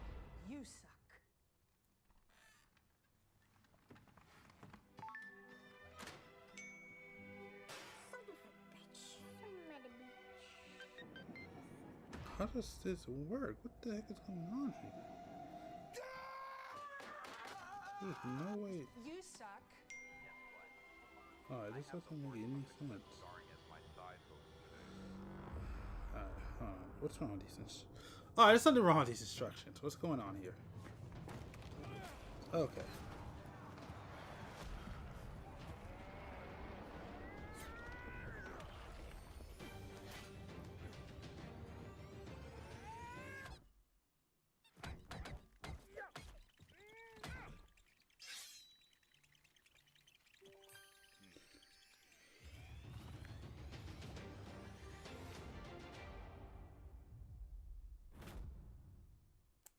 No, not the last game. The last game. Yeah, there you go. The hero stopped Zion, but he's still out there trying to resurrect the unborn. But during the events of the last game, Zion ended up mortally wounding a woman named Nagi. Well, turns out there's a yin to the unborn's yang. While the unborn was trying to destroy the Earth itself has its own will known as Gaia, and Gaia was going to create a champion to fight for it, and... Wait, am I still in the King of Fighters retrospective? I thought I was done with that. Am I trapped here forever? What's happening? Sorry, oh my god, right. okay, Gaia needed to fight back against the unborn. So, as Nagi was dying, Gaia resurrected her, turning her into a zoanthrope to be its champion, even though all Nagi wants is just to be a human again. But Nagi does end up fighting Zion and even kills him and destroys the unborn. Hooray! The day is saved! Just one problem. How did Gaia give Nagi these powers? By copying the unborn's powers, which causes Nagi herself to become possessed by a copy of the unborn. So Gaia's plan to stop the unborn was to make a copy of the unborn. Wow, the plan is stupid. That's like saying, you know, Batman, the best way to outwit the Joker is just to inhale a whole bunch of his Joker toxins. That'll fix all of our problems.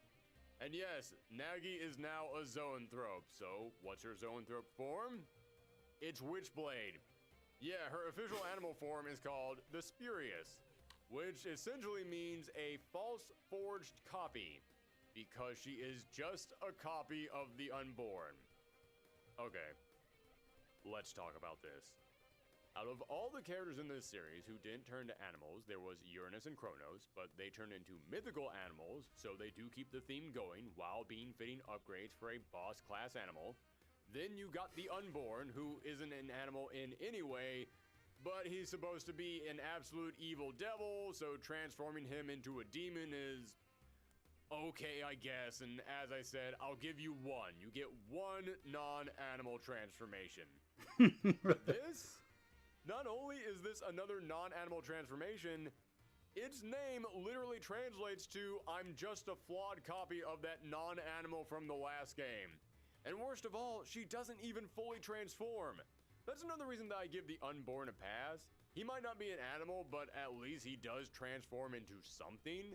Nagi is just Nagi, except that now she has a sword arm and she loses her top. Not that there was much of a top there to lose. Yeah, listen, I joke from time to time about how fighting games love their sex appeal, but most of the time, I'm just joking. I don't really have any kind of a problem with that. But Nagi is here just for sex appeal, to the point where she just ignores the premise of the game. It is so clear that they just looked at Nagi and said, we can't have Nagi transform into an animal. How is she still going to have a smoking hot bod that the player can ogle if she transforms into an animal? I mean, for God's sakes, just listen to the sound she makes whenever she gets hit. Konami, you know what you did there. So, with Nagi possessed by the Unborn, she makes her way to the shrine dedicated to Gaia to try and kill the Earth Spirit. But there are two other fires involved in this story. There's Reiji the Crow, a rebellious punk who really reminds you that these games were made with a specific fashion in mind. This dude looks like he's the lead singer of Crazy Town. Now, Reiji comes from a clan of monks, but after the B-sides from Bloody Roar 3 caused him to awaken his zoanthrope powers, he killed his father and went out looking for strong fighters to tear apart. Although the only thing he is tearing apart in this game is the frame rate. Yeah, I remind you, this game was crunched and they were working on this engine that they had no experience with, and because of that, if Reiji turns into his crow form on specific stages like the sewer or freezer stage, he causes the game to slow to a near crash. I mentioned the PS3 version of Bloody Roar 2 would slow down because it was poorly emulated. This is not an emulation. I am playing this on the disc itself. This is just how the game runs. Then the final new character, or characters, are the two Guardians of Gaia's Seal, a large martial arts monk named Ryoho, and Mana, the small priestess they guard. Jeez, These that two is act as the ridiculous sub-boss of the how long that game, took. and they actually have a fairly interesting idea behind them. This is the only compliment I can really give this game in its design. Ryoho doesn't have a zoanthrope form, at least not yet, but Mana does. So, if you go into Beast mode, Mana transforms into a tiny fox, and now your Beast attack button causes her to run out and attack like a puppet fighter, which helps to cover for Ryoho's slow speed and can lead to some really punching combinations. And once you lose your life bar, instead of reverting to your Beast gauge, Mana transforms back into a human, so she can't help you in battle anymore, but she does fully re-heal your life, which is an interesting way of playing around with this new Beast gauge. Except for one thing. Remember how you can hold the Beast button down to charge your Beast gauge by sacrificing your own life? Man, yeah, Ryoho can do that and charge his Beast gauge without sacrificing his life.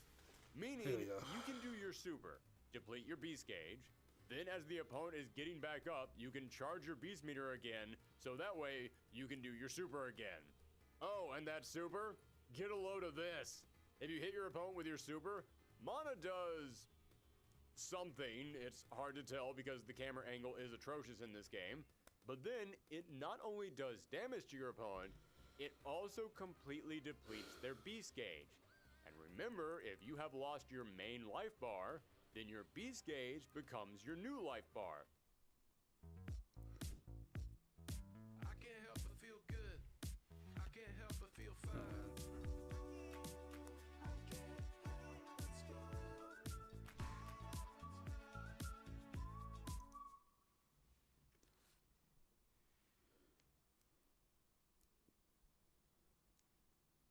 $9.99 Big Cheese Box is back on the Fall Farm Stand menu. Enjoy our delicious, melty, and mouth-watering feel-good flavorful meals, starting at just $9.99, only at Farmer Boys. Alright, and then we do this. Meaning, if your opponent only has their Beast gauge left, this move is an instant kill. But after you defeat Ryoho and Mana, you then move into the final boss. Turns out, Nagi isn't the only agent of Gaia trying to take out the Unborn. No, there was also Ryoho's Zoanthrope form, a massive dragon that since the dawn of time had been used by Gaia to wipe out anyone that threatened the planet. Unfortunately, once the dragon is set free, it's kinda hard to put him back in his cage. So, even if the Unborn is gone, that dragon doesn't want to go back and it still wants to destroy everything. This is our final boss fight, and it is both the hardest boss fight in the series and the easiest. Why is it the hardest? Because you only get one chance to beat him. You lose, that's it. Game over. I know you might be thinking, wait, but Shenlong in Bloody Roar 2 and Uranus in Bloody Roar 3 also only gave you one chance to beat them. True, they did. They were also secret bosses. They were meant to be extra hard because they were bonuses. If you lost to them, you still got your arcade ending. You still technically beat the game. Congrats to you. This dragon...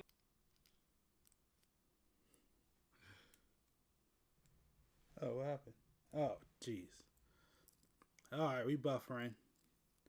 It's fine. We are buffering.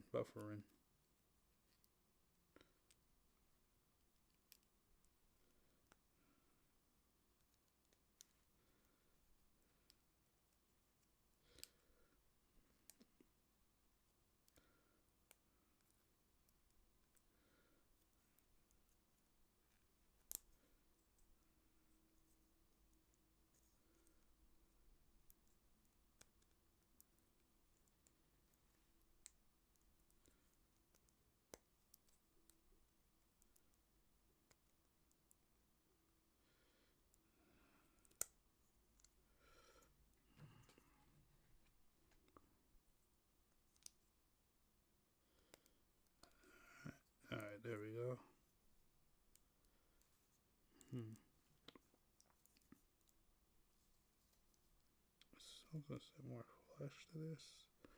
I don't know, but either way. Alright, there we go. Jeez. That golden part was a pain in the butt. Let's go to the next part.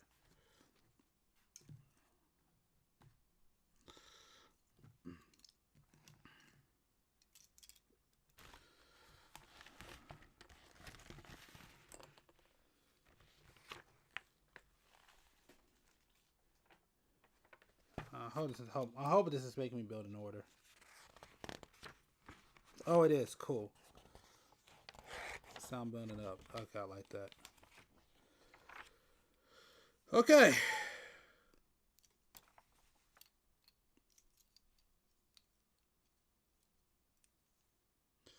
Now, here we go. Let's see where I'm at now.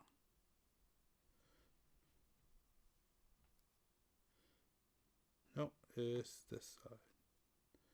Okay, so it's these ones. So these ones go right here.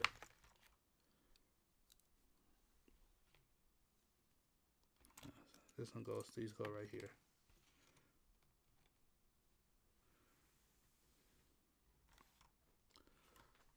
And then I need D22. Okay. What's going on? Are we still paused?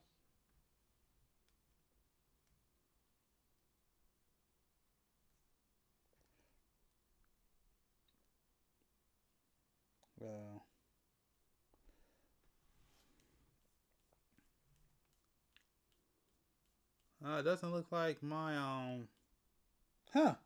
doesn't look like my, okay. That's interesting. The stream doesn't look like it stopped, has it? Nope, I don't think so.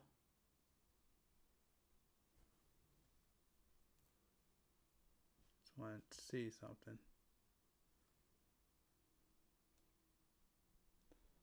Alright, hold on. Oops. Yeah. Oh no, there's something I got really to hide on this. I don't really have. Alright, well, I guess we won't finish. Alright, well, I guess we won't finish that one. That's fine. Oh, what the f are you doing in my house? We'll just No do this matter. one. You're just in time. We're about to embark on a journey through some of the most important stories ever told, as well as the works of William Shakespeare. In 1996, early CGI animation studio Mainframe Entertainment teamed up with toy company Hasbro to make one of the first fully CGI animated television shows, and it holds a special place in TV history. On the surface, it seems like it would be simple junk food media, a glorified toy commercial with no greater purpose than to funnel money into executives' pockets and plastic into landfills as quickly as possible. And yet, this 52-episode-long advertisement follows in a grand tradition of storytelling that traces back centuries. It evokes classic tales like Hamlet, Othello, Romeo and Juliet, not merely in casual reference, but in spirit. It's this paradox I want to explore. In our stories, we create beauty, and we create garbage. And more often than not, they're more intertwined than we'd care to believe. So I want to look at this toy commercial that took itself way too seriously, that insisted garbage media for kids should still be emotionally nutritious, a show that refused to take the easy path in its creation. It's finally time to talk about one of the best Transformers shows of all time.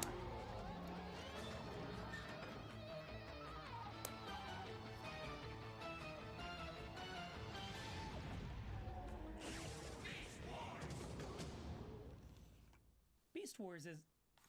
Actually, one second.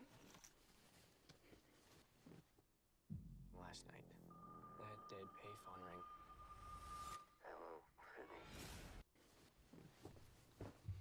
Much better. Beast Wars is a fully CGI animated TV show from the late 90s, and that's about as much Wikipedia summarizing as we can stomach on this channel. The show was the latest in a series of cartoons made to sell cheap Hasbro toys, and it ruled. It had everything. Action, comedy, romance. My hero. No, the other one. While the show was made to sell toys, the characters were still rich and developed in a way that we were still only just getting used to seeing from most cartoons at the time. Sure, there were plenty of throwaway episodes built on a foundation of fart jokes and slapstick, but just as many with gut-wrenchingly tragic plots. Listen, Yep. obviously we're going to talk about what made this show so great. You couldn't stop me if you tried. But I also want to talk about why it was important. See, while other shows like Reboot or Insectors get to bicker about which one was the first fully CGI TV show, Beast Wars was, in some people's opinion, the most significant. The show first aired in 1996, just 1 year after Toy Story. The first fully CGI animated film came out in theaters. This era kicked off the computer animated revolution, which is still arguably only in its adolescence today, which, more so than just a few pieces of referential dialogue, is one of the many aspects of Beast Wars that is so Shakespearean. I'm serious! At the end of my third Animorphs video, I said, but come on, it's not like Beast Wars is Shakespeare or anything. And then I was sent to live with the Vok for a few years until I could return in a more powerful form to finish my holy work. Now, some incredibly cool people almost instantly pointed out that, yeah, of course Beast Wars is Shakespeare. I mean, remember that scene where Dinobot quotes Hamlet on a mountain? To be or not to be, that is the question. We're gonna get a lot of use out of you, aren't we? But I actually want to back up and ask a question of F9. myself. What exactly is "it's not like Beast No, Wars is Shakespeare" G7. supposed to mean in the first place? It's like I'm using the name Shakespeare to literally mean very good, and there's a decent chance you have too. It's like we've got this spot in our brains where we put the best something and only one thing can be there. The best band is the Beatles. The best video game is Ocarina of Time. The best anime is whatever is going to make people argue in my comments the most to get that sweet, sweet engagement. And for writer or possibly playwright, Shakespeare fills that space for a lot of people. When we say it's not Shakespeare or anything, it sounds derogatory. Like it's not that good, or it's not sophisticated, or it doesn't have cultural impact, whatever that means. It's kind of garbage. And if that's going to apply to anything, it's got to apply to the crudely animated TV show invented to sell toys to children, right? Like, there's a spectrum of quality writing, and on one end is Shakespeare, and no matter how much you personally liked it, on the way other end is cartoon toy commercials. Well, I disagree. But before we get into why, let's ask, what is Shakespeare? Really feels like that should be who, doesn't it? But aye, there's the rub. In the 400-ish years since his death, William Shakespeare, the person, has transformed into William Shakespeare, the mythology, and sometimes Shakespeare, the adjective. Or Shakespearean, if you like. So what do we mean when we describe something as Shakespearean? I've put that question out a couple times over the years, and here are just a few of the responses I've gotten. I think you could argue that Shakespearean kind of describes the convergence point between drama and myth that many of his plays have come to straddle in the contemporary consciousness. Very big emotional displays. A plot centered around the emotional and the irrationality it can provoke in people. Miscommunication for comedy or drama, definitely some monologues for various reasons. Gay. Wholeheartedly, endearingly, hilariously gay. No wrong answers. But yeah, we do have a cultural consciousness about what Shakespearean media is like or what traits it has. I'm not going to define them categorically because I may as well try to strictly define what the word happy means. Instead, I sat down with Dr. Drew Lichtenberg, resident dramaturg at the Shakespeare Theater Company, to chat about what makes Shakespeare relevant even to this day, and get a sense of what it is about this specific writer's work that makes his name an adjective You know what? Let's watch this one. It's October. But unlike the Let's others, watch this. We do a whole lot more. We make time for friends. We excel at work. We find. Back in the ancient times of feudal Japan, in the year of our Lord 1989, a video game developer and publisher known as Capcom, renowned for such classics as microtransactions in your single-player games, would develop and publish a horror movie tie-in game known as Sweet Home. But due to it being 1989 and the entirety of the world still seeing things through a two-dimensional view in 8-bit colors, the horror aspect of this horror game was somewhat lacking. That was until the release of the Sony PlayStation, when suddenly humans developed the ability to see the world in 3D. Wanting to take a crack at creating the game closer in line with their original vision, they decided to not do that, and instead do something entirely different, as the project would slowly morph into what we now know as Resident Evil. A survival horror, slow-paced, yet thought-provoking story involving puzzles, exploration, zombies, monsters, and an evil company named Umbrella. A game that, while not the first in the genre, would go on to define the term survival horror due to the player desperately attempting to survive after hearing the horror of this game's voice acting. What is There we go. Wow. What and a then we got mansion! F9. Survival horror being the key aspect that helped define the overall feel and atmosphere of these early F9. games. Something that Capcom would hold on to dearly over the years, as they decided to completely scrap that concept entirely, because screw its consumers. Going on to become a well-defined franchise with its own strong roots, raking in millions of dollars with every release, of course people would want to turn those millions of dollars into even more millions of dollars. And in 1997, the production company Constantine Films would buy the rights to adapt the story into live action, with the job of writing and directing eventually landing in the hands of Paul W.S. Anderson, known for his work on both the Mortal Kombat movie adaptation and the science fiction horror movie Event Horizon. So clearly this man could be trusted with the extremely beloved source material that's absolutely dripping with ooze and atmosphere that he definitely would keep intact. Coming out between the releases of Code Veronica and Resident Evil 0, Paul W.S. Anderson decided to share his superior intellect with us, as he's actually a secret genius who could sense the incoming tonal shift of the games, and thought that he'd get a head start on things by just kind of forgetting that this Resident Evil movie is a Resident Evil movie, and instead creating an action flick for his naked wife to be in a bunch. Something which I am firmly against, due to my deeply ingrained fear of women, both naked and clothed. Speaking of which, make sure to follow me on all my socials to definitely not see that. Unless... Resident Evil is kind of an insane thing to try and translate into the world of cinema, something that I would know a lot about due to being the expert in video games that I am, as my virginity is unrivaled and untouched. How do you take something that from its very core of what defines it is inherently slow-paced and methodically constructed to create an almost suffocating feeling of dread as you slowly unravel this puzzle box of a game? No, Well, it's actually quite simple. You don't do any of that because you have free will and no one is going to stop you.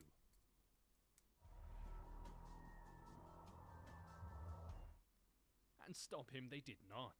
The first movie in the series immediately begins by telling fans of the games that these are the events that led up to what unfolded in Raccoon City. Raccoon City being a city that is inhabited by nothing but raccoons. And also people. People who were unfortunately born without the ability to strafe sideways and would soon be turned into zombies because of it. We see someone who's gotten a hold of the Jeff Bezos robot wanking arms and has used them to retrieve what is known as the T-virus, which is short for the Trichomonas vaginalis virus, a virus that they then decide to throw on the ground and deliberately unleash because it's inhumane to keep them all cooped up in those tiny little vials. The advanced AI security system is able to detect the outbreak of the Ebola virus before deciding to give all of us an insight into the average American corporation mindset, as everybody is then brutally killed for the sake of profit and public perception, rivaling the level of security at Epstein Island after a young vulnerable child arrives. Everything goes into lockdown and nobody is allowed to leave. A nerve agent is then released into the air and everyone inside the facility is gassed to death except the people currently in the elevators, due to it being common knowledge that elevators are magical and gases simply cannot enter them. Attempting to recreate what it was like to be born, a woman forces her head out of the elevator to try and free herself, which has the unfortunate side effect of reminding me of my own birth, as someone is then decapitated. And speaking of exposed inside parts, we then see a woman named Alice waking up in the shower with none of her memories. Not only is she missing her memories, but she's also missing her clothes as this dirty harlot showers naked. Despicable. After I'm done praying for her soul, she then finds her iconic red dress for no other reason than it looks kinda cool. Apparently she's had a night out with Jimmy Savile, as she's woken up in a large house with no idea how she got there. We see that she's being surveilled by the same security system that unleashed the gas on those office workers for not meeting their deadlines fast enough, which can mean only one thing. A dirty pervert was watching her in the shower. While having a look around the mansion, that definitely isn't a reference to Resident Evil 1's iconic Spencer mansion, I promise, she discovers that she's broken the ancient code of hoes before bros, as she finds a wedding photograph with her and a man. After realizing that she really shouldn't have smoked that shit because she can't even remember her own wedding, she's then grabbed by a different man, as an armed group then breaks into the mansion and captures them both. An armed group who then proceeds to ask Alice for a report as if she's one of them, meaning that they had absolutely no reason to break through those windows and jump scare them when they could have literally just used the front door to greet someone that they know. Alice doesn't remember, but she's being told that she's a soldier and a member of this group, and when the security system was activated, it released something into the air, causing her to lose consciousness, her memories, and also her clothes. The man who grabbed her for some reason is a newly transferred cop with no idea what's going on, named Matthew. This is the movie's substitute for the classic video game character Leon S. Kennedy, who was also a police officer with absolutely no idea what's going on, except it isn't, and has absolutely nothing to do with that. In typical Resident Evil fashion, this large mansion, that's unfortunately not explored any further in not-so-typical Resident Evil fashion, is actually housed above a secret Umbrella facility where they mass-produce umbrellas, but in secret. Umbrella being a company that controls the entire market for almost everything, ranging from technology to pharmaceuticals to military-grade weaponry. Below the mansion is one of their research facilities named the Hive. After getting on the Umbrella Express, they discover an unconscious man, the other person from the wedding photograph, who also has no memory just like Alice. The leader of this militaristic window-smashing group is named One. Yes, his name is One, who explains that they all work for Umbrella and that the mansion is an emergency entrance to the Hive, where Alice and husband boy were placed to keep it secure. They refer to the AI security system as the Red Queen, a homicidal artificial intelligence which takes on the form of a child, which of course is an absolutely terrible idea due to homicidal artificial AIs that don't want to kill all of humanity being about as rare as a furry without parental issues. One explains that 5 hours ago, the Red Queen sealed the Hive off and killed everyone in it, without the team knowing about the outbreak of the virus that it's currently containing. You see, the Red Queen actually did its job and contained the outbreak, but failed to neglect to actually report it. You know, like the most important part. And because of the team not knowing about the outbreak and the potential for them to accidentally allow it to escape, looking at the Hive doors in the same way that a cave diver sees a suicidally small gap, they need to put their bodies inside. After exploring the completely empty office rooms and walking past the flooded laboratories with socially awkward zombies that only open their eyes after everyone has left, they discover a hallway lined with mirrors, because apparently the Red Queen is a narcissist who needs to see herself from every possible angle. One and a group of fodder characters are then locked in the hallway, and the people outside are forced to watch as lasers then begin moving across the room, taking off fingers, heads, and slicing torsos in half, until there's just one left, who's coincidentally named One, being good enough at doing quick-time events that he's able to dodge all of the lasers, until they then form a grid pattern that he can't possibly escape. That is, unless he took one step backwards. One not being able to take a step backwards is a reference to the fact that he actually has tank controls, like in the original PlayStation games. The laser room actually being something that Capcom would take direct influence from and incorporate into a later game, Resident Evil 4, so you can live out your fantasy of getting sliced into tiny little pieces. You weirdo. Now that the hallway has been freshly coated in the blood of their closest friends, Alice and one of the soldiers, Kaplan, are able to go through the hallway to reach the Red Queen's computer, where Kaplan then uses his Pip-Boy to boot into her before deleting her System 32 and rebooting. As like most things in life, it's fixed with a simple off and on again. Before they commit child abuse and cease this being from existence, the Red Queen appears in its terrifying form of a little girl and tells them not to shut her down, otherwise the facility will lose its power. But once again, due to her inability to share any actual helpful information, they shut her down and the system reboots after it's done its forced Windows update. What would be a blessing in the original Resident Evil games now being a curse in the movie, all of the locked doors are now unlocked, meaning that whatever was trapped behind them can now get out. A minor inconvenience, like driving into a speed bump, otherwise known as a toddler, on your nightly drunk drive, but an inconvenience they must endure to complete their mission. A mission that I don't really understand the full purpose of now that I think about it. Matthew and 2 other members of the Umbrella team, JD and Rain, played by Michelle Rodriguez, as she plays Michelle Rodriguez, had stayed back from the rest of the group as they went to investigate. While they're isolated from the rest of the group under confusing circumstances, they're then attacked by something horrific. A disabled person. Due to being ableist, Rain is then bitten by one of them, so decides to relieve the government of paying their disability benefits. Zombies then begin appearing with large sections of their faces removed, and Rain begins opening fire on the medically unfortunate. JD is then ripped to shreds, as Alice has a flashback about offering to give someone the virus. You see, despite actually working for Umbrella, Alice is actually a good person that was going to take their virus that's capable of wiping out the entirety of humanity and give it to some random person. But there's no time to think about philanthropic work, as during the chaos, something has broken out of its containment. Shit CGI. I mean a liquor. A blind enemy back then. To track them down before giving them a non-consensual licking session.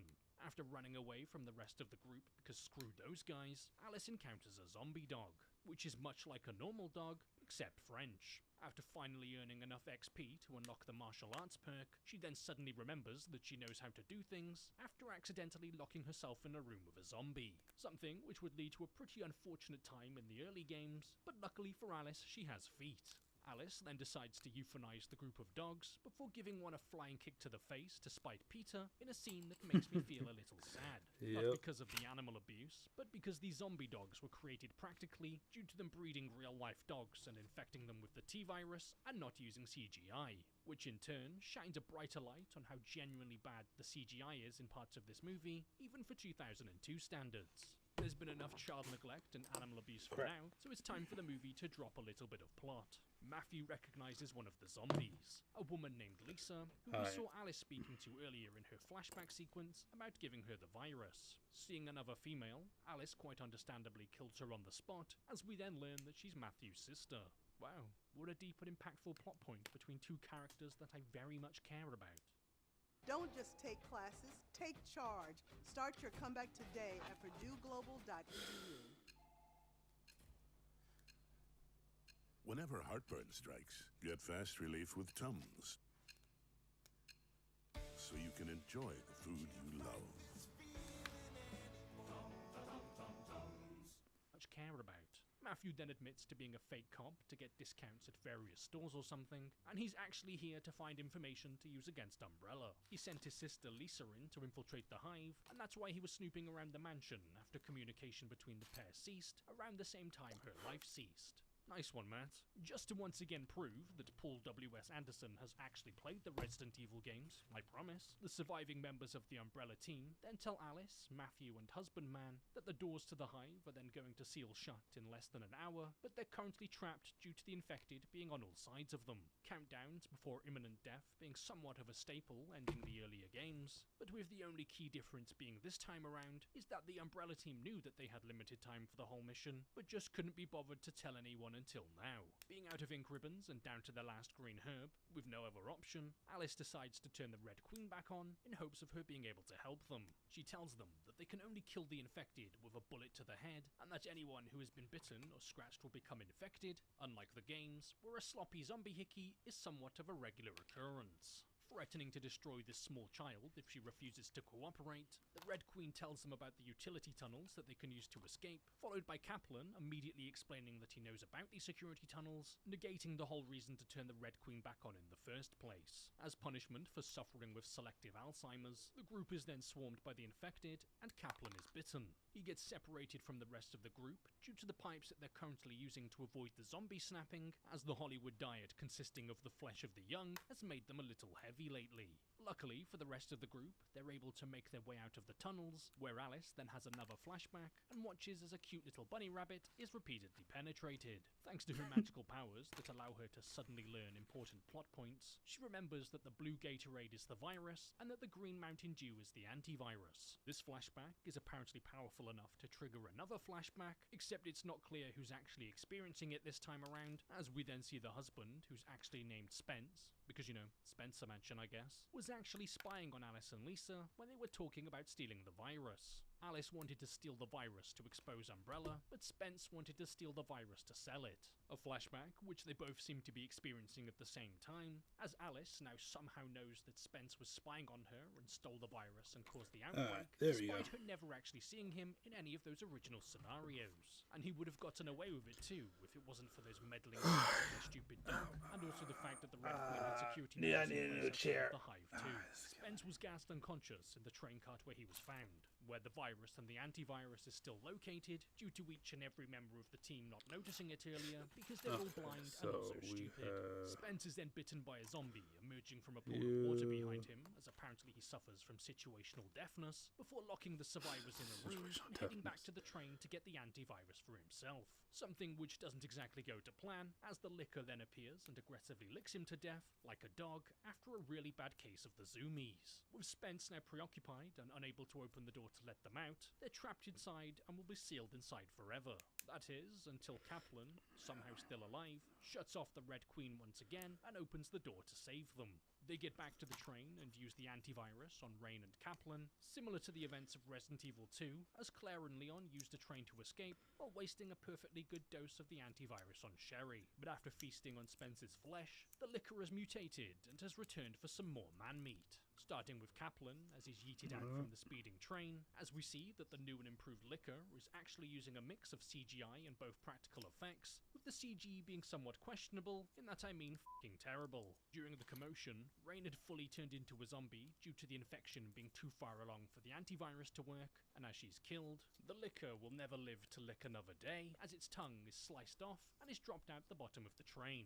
Alice and Matthew, being the only survivors, but not uninjured, as a swipe from the liquor's claw caught Matthew, eventually make it out of the hive and back to the mansion above ground, where the infection begins rapidly taking over Matthew and his little baby boy immune system. Because of this, suddenly a group of people in protective clothing appear because Alice is stinky, and they don't want to get any of her stinky germs on them. After telling her that she should really go take a bath, they then steal her new best friend and say that they're going to use him for the Nemesis program.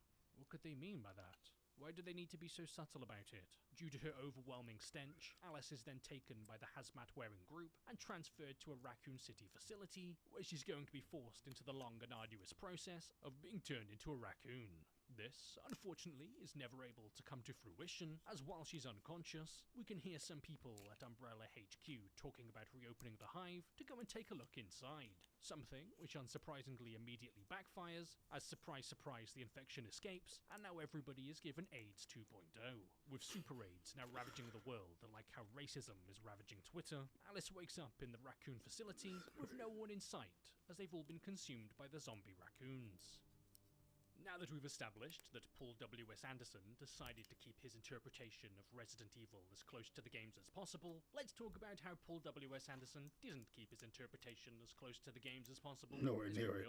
Action and naked women sell movies because we're all Second Amendment loving gooners. The Resident Evil title is just something to attach to it, due to it already having a pre-established fanbase that can be tapped into, just like the Vietnamese tapping into the potential of forced child labor. It obviously doesn't follow the events of the games, but it does take elements from them, like certain plot points, names, characters, creatures, and locations. Oh shoot, that looks actually pretty tight. To create a kind of Resident Evil stew. Skeleton, a this stew looks that actually you're pretty going tight. to eat and going to enjoy, because they're going to serve you 6 more I'll servings do of it it. again on this Taking side. various inspiration from the games to create its own thing, the movies are best thought of as a Resident Evil alternate reality. A slightly mediocre reality at that, but mediocrity is fine, otherwise you wouldn't be watching my videos. When it comes to the reception of the movie from fans of the original games, it's more than safe to say that the general consensus surrounding the movie was disappointment. While on its own, it's a perfect time capsule of what you'd expect from an early 2000s action flick.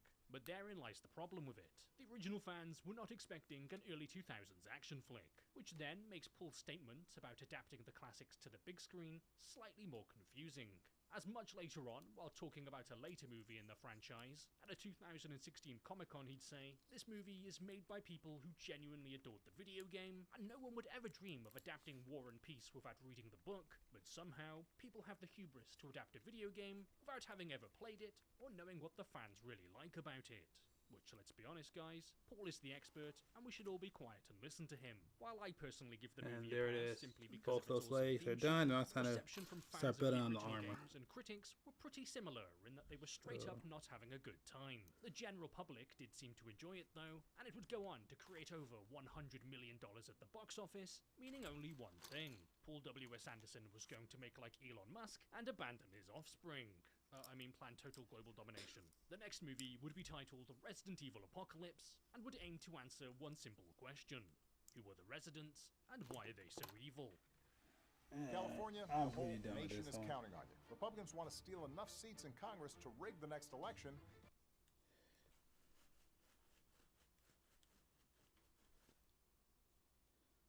Alright, let's look at something else.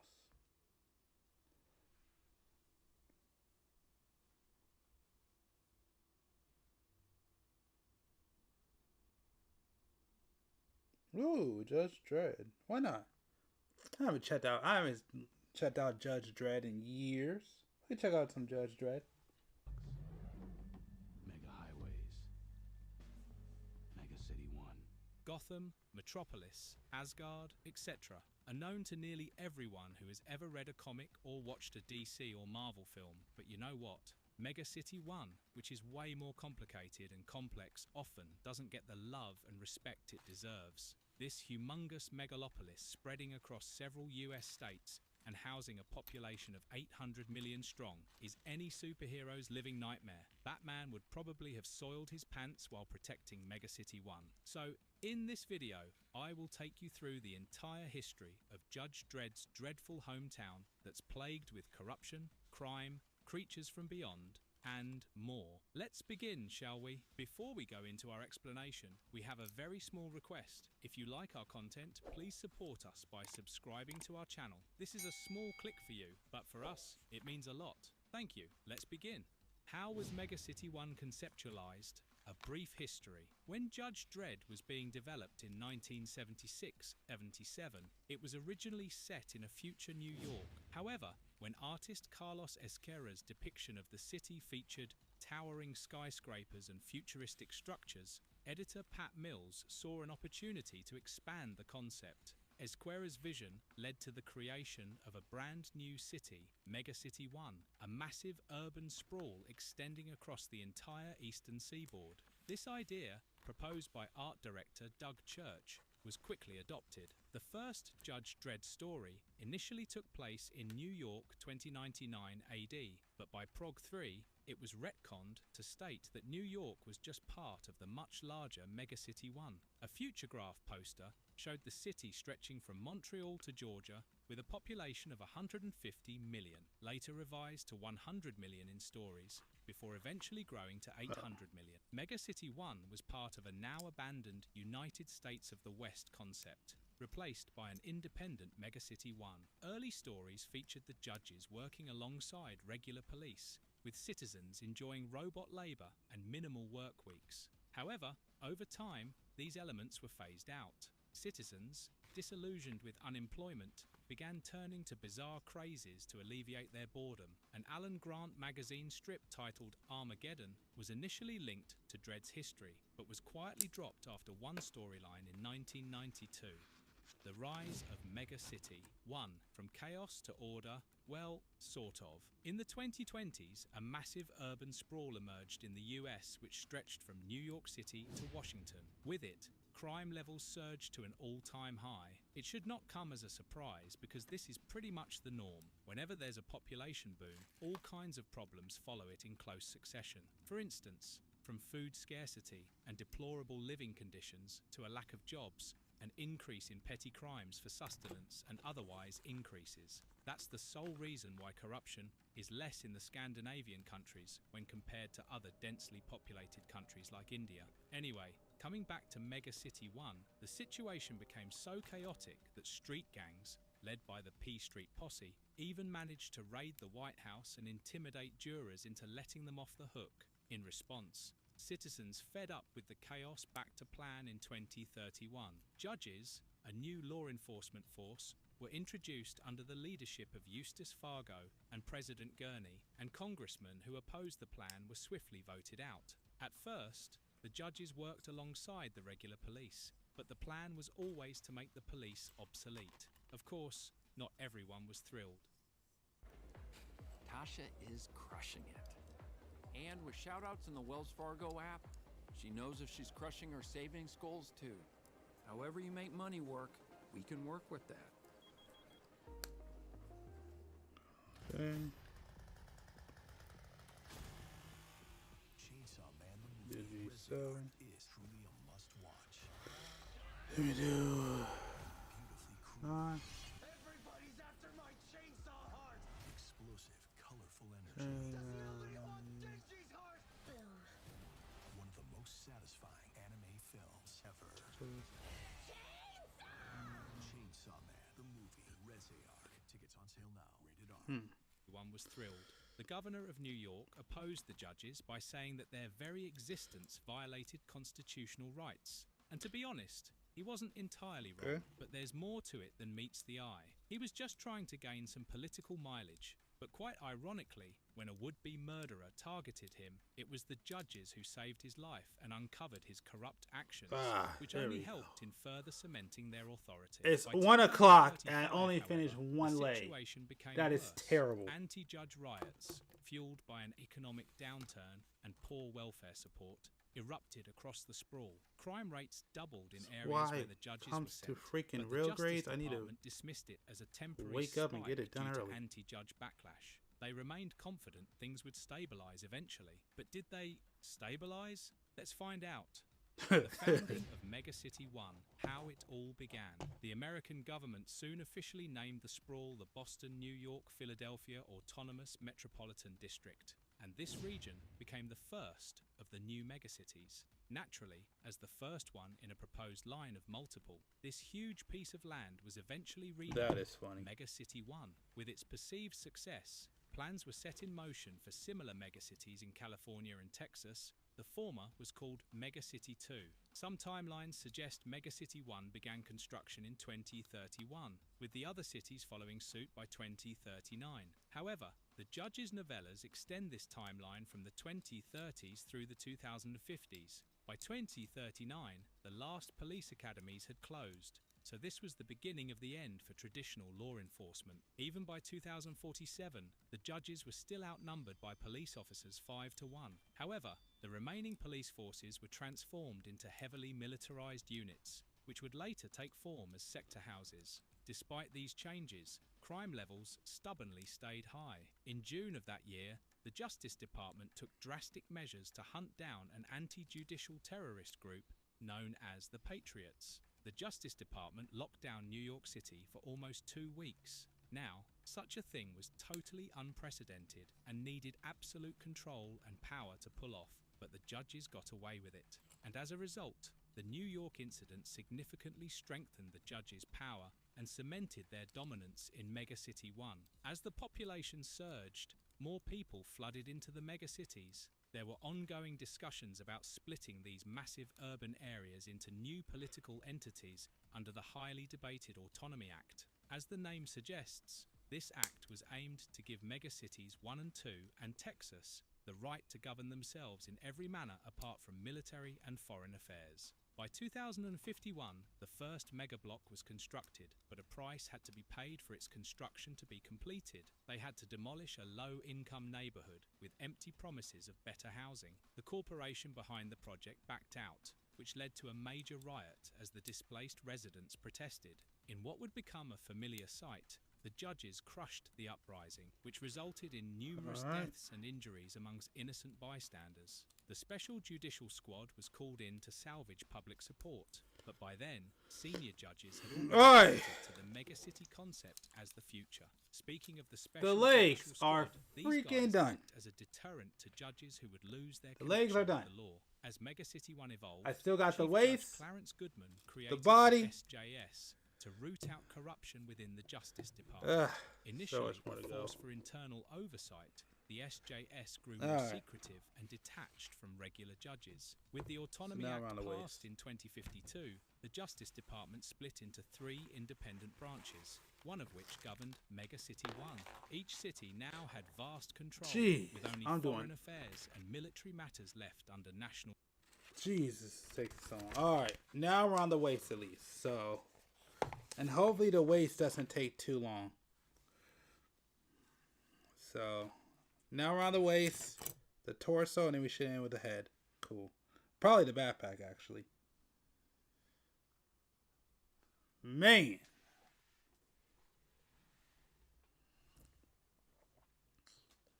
Man, I hope y'all enjoy this. Anyways, we're going to get back and learn more about Judge Dredd and his city.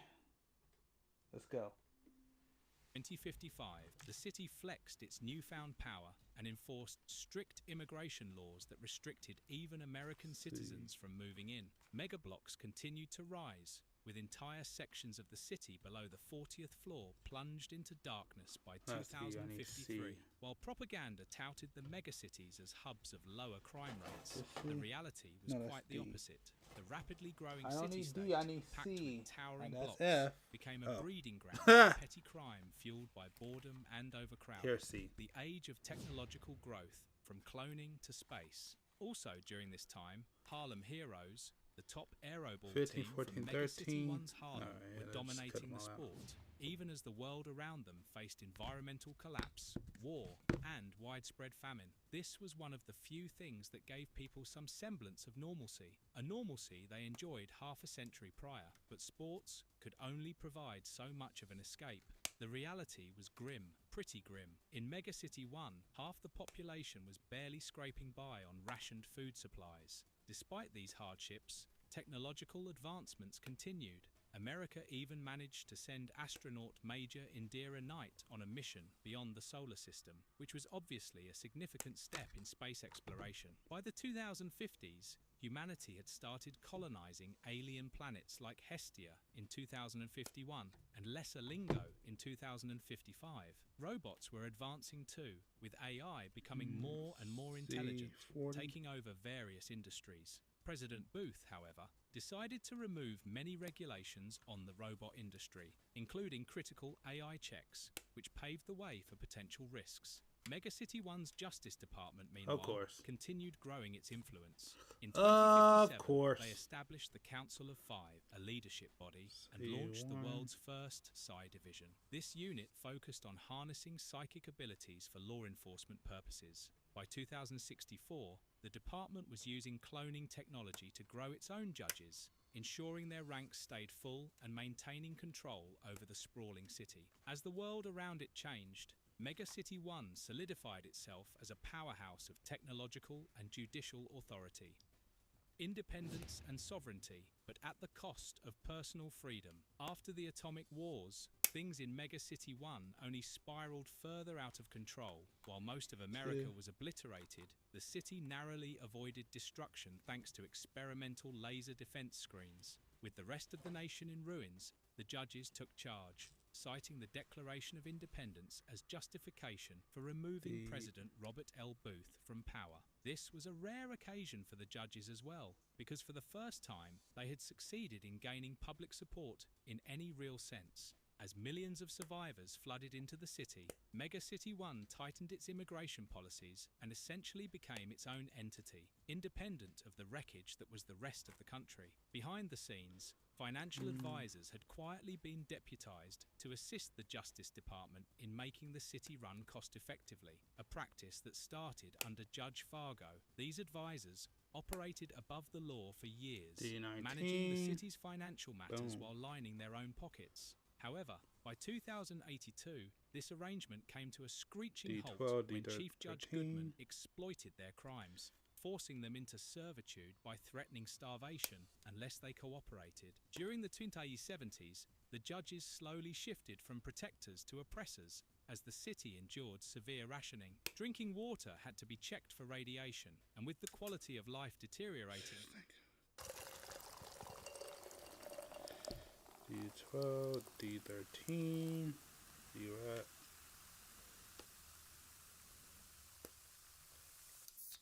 Oh. Shit. Oop. Crap. Shoot. We have to work like professionals. It's a business. Wise guy. Try to keep it clean, try to keep it clean. Try to keep it clean. 17th, New York and LA, only in theaters. Deteriorating, people sought escapism in extreme entertainment. The brutal death game Inferno became wildly popular, offering a twisted sense of relief from the austerity. That was until 2078, when the gambling syndicates took things too far, targeting star player John Giant Clay. Their actions scared off the crowds, and even the spectacle of Inferno lost its grip on the desperate masses. Mega City 1's journey from survival to dominance came at a high cost, with its own inhabitants paying the price under the iron fist of the judges. In the early days of Mega City 1, mutants were grudgingly allowed within the city, though they were often a source of shame for their families. Prominent families would sometimes send their mutant relatives to asylums abroad under the guise of care. However, by the 2070s, new genetic apartheid laws forced mutants out, driven by fears of genetic contamination. The official stance painted mutants as irrationally violent,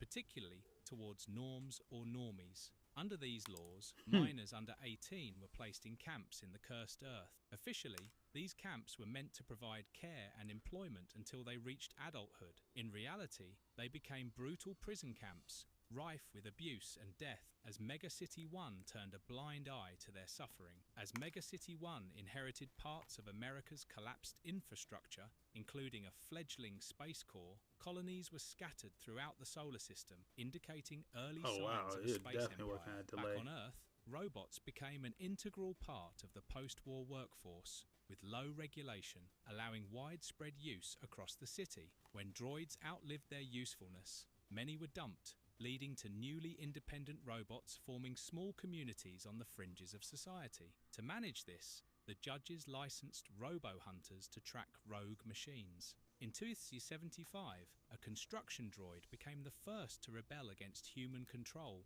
but was swiftly dealt with by Cadet Joseph Dredd. The Trachtenberg Act of 2077 sought to rein in AI development and introduce stricter regulations on robotics. By 2079, a new class of judges graduated from the Academy of Law, including Joseph and Rico Dredd. These judges were part of the Class of 79, marking a new chapter in Mega City 1's already turbulent history, further entrenching the judges' control as they continued to shape the sprawling megacity and its people.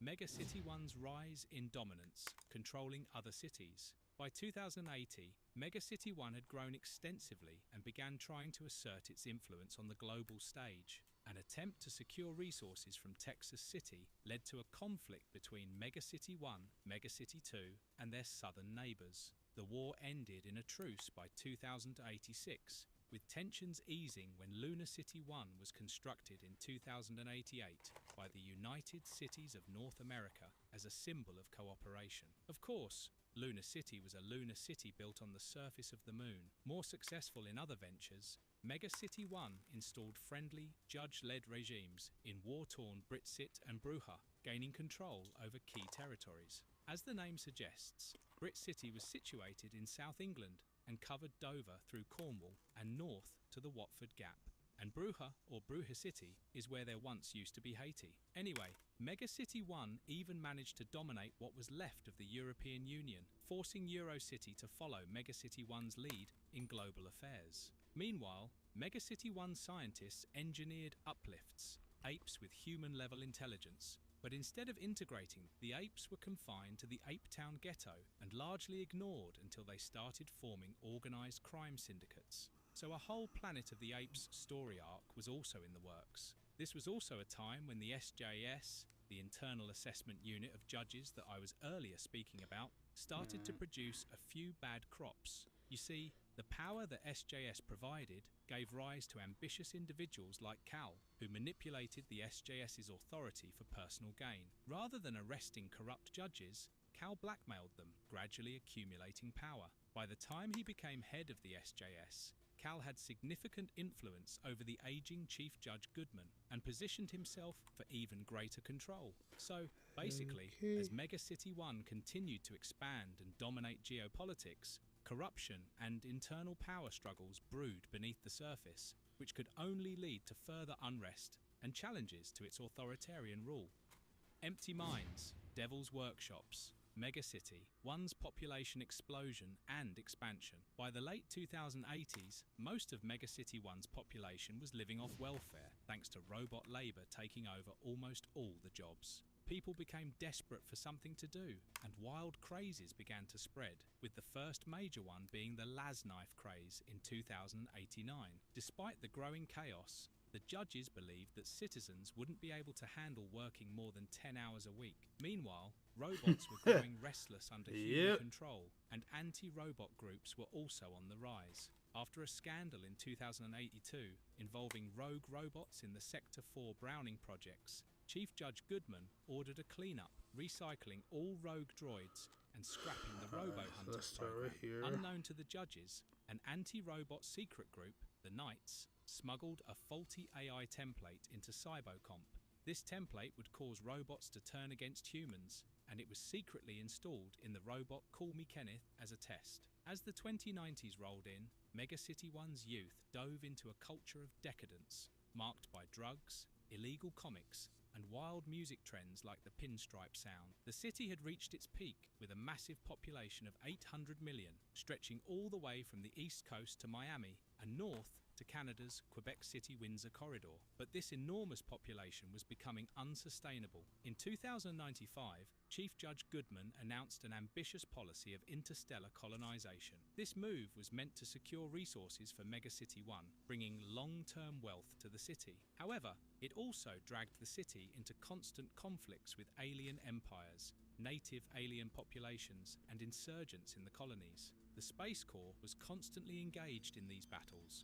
further complicating life in the sprawling megacity. In 2099, the Justice Department erected the Statue of Judgment, a towering monument meant to symbolize the citizens' appreciation for their protectors, conveniently overshadowing the iconic Statue of Liberty in both size and presence. That same year, Mega City 1 faced two major crises that only Judge Dredd could resolve. The first disaster involved a mutant named Monkey who possessed Chief Judge Goodman, forcing him to implement chaotic reforms. One of these disastrous changes was the removal of the mutant segregation laws, which flooded the city with dangerous raiders. Just as things spiraled out of control, Cal, the ambitious head of the Special Judicial Service, nearly staged a takeover, but Dredd managed to step in and restore order. The second, and more devastating crisis, was the infamous Robot Wars. The carpenter droid Call Me Kenneth gained criminal tendencies and led a massive robot uprising,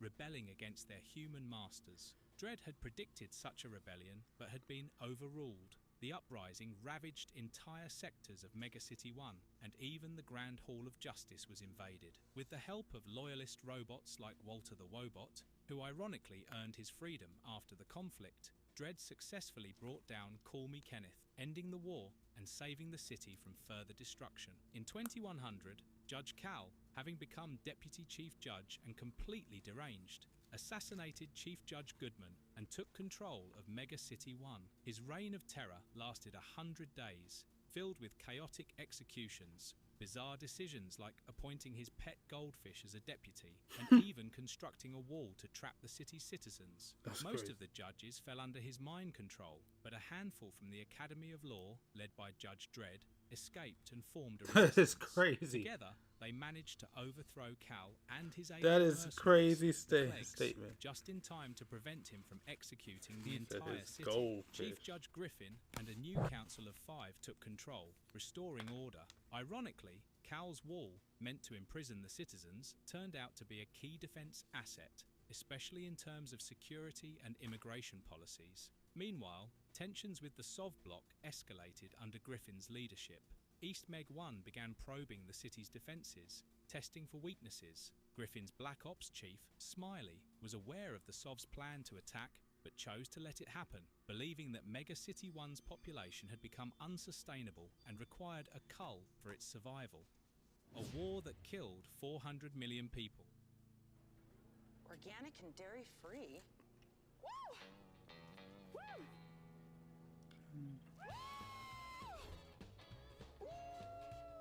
Here we go. Third time today. Ooh, is that what I think it is? At Sprouts, Is that what I think it is? I think that is what I think it is. and delicious discoveries. I think I'm kind of happy with what I just saw there. Sprouts feeling. I think I'm very happy from what I just saw. Let's keep going. Home holiday ready with Ashley's huge savings. They have so many great styles. I can't 100 million people. The Apocalypse War with East Meg. One blindsided Mega City 1, as they had assumed that the threat of mutually assured destruction would prevent an invasion, but they were wrong. The war devastated the city, and although Mega City 1 eventually triumphed by nuking East Meg into oblivion, the cost was staggering. The population was halved, the entire southern part of the city lay in ruins, and all but one member of the council were killed. The northwest and upper north regions were completely lost, except for a small area known as the Northwest Hab Zone, which later became infamous as the Pit due to rampant crime and corruption. To make sense of the chaos, the remaining sectors were renumbered. Following the war, Mega City 1 faced years of hardship, starvation, disease, homelessness, and the segregation of the fatties. Chief Judge Hilda Margaret Magruder, the last surviving council member, led the effort to rebuild the city into a functioning power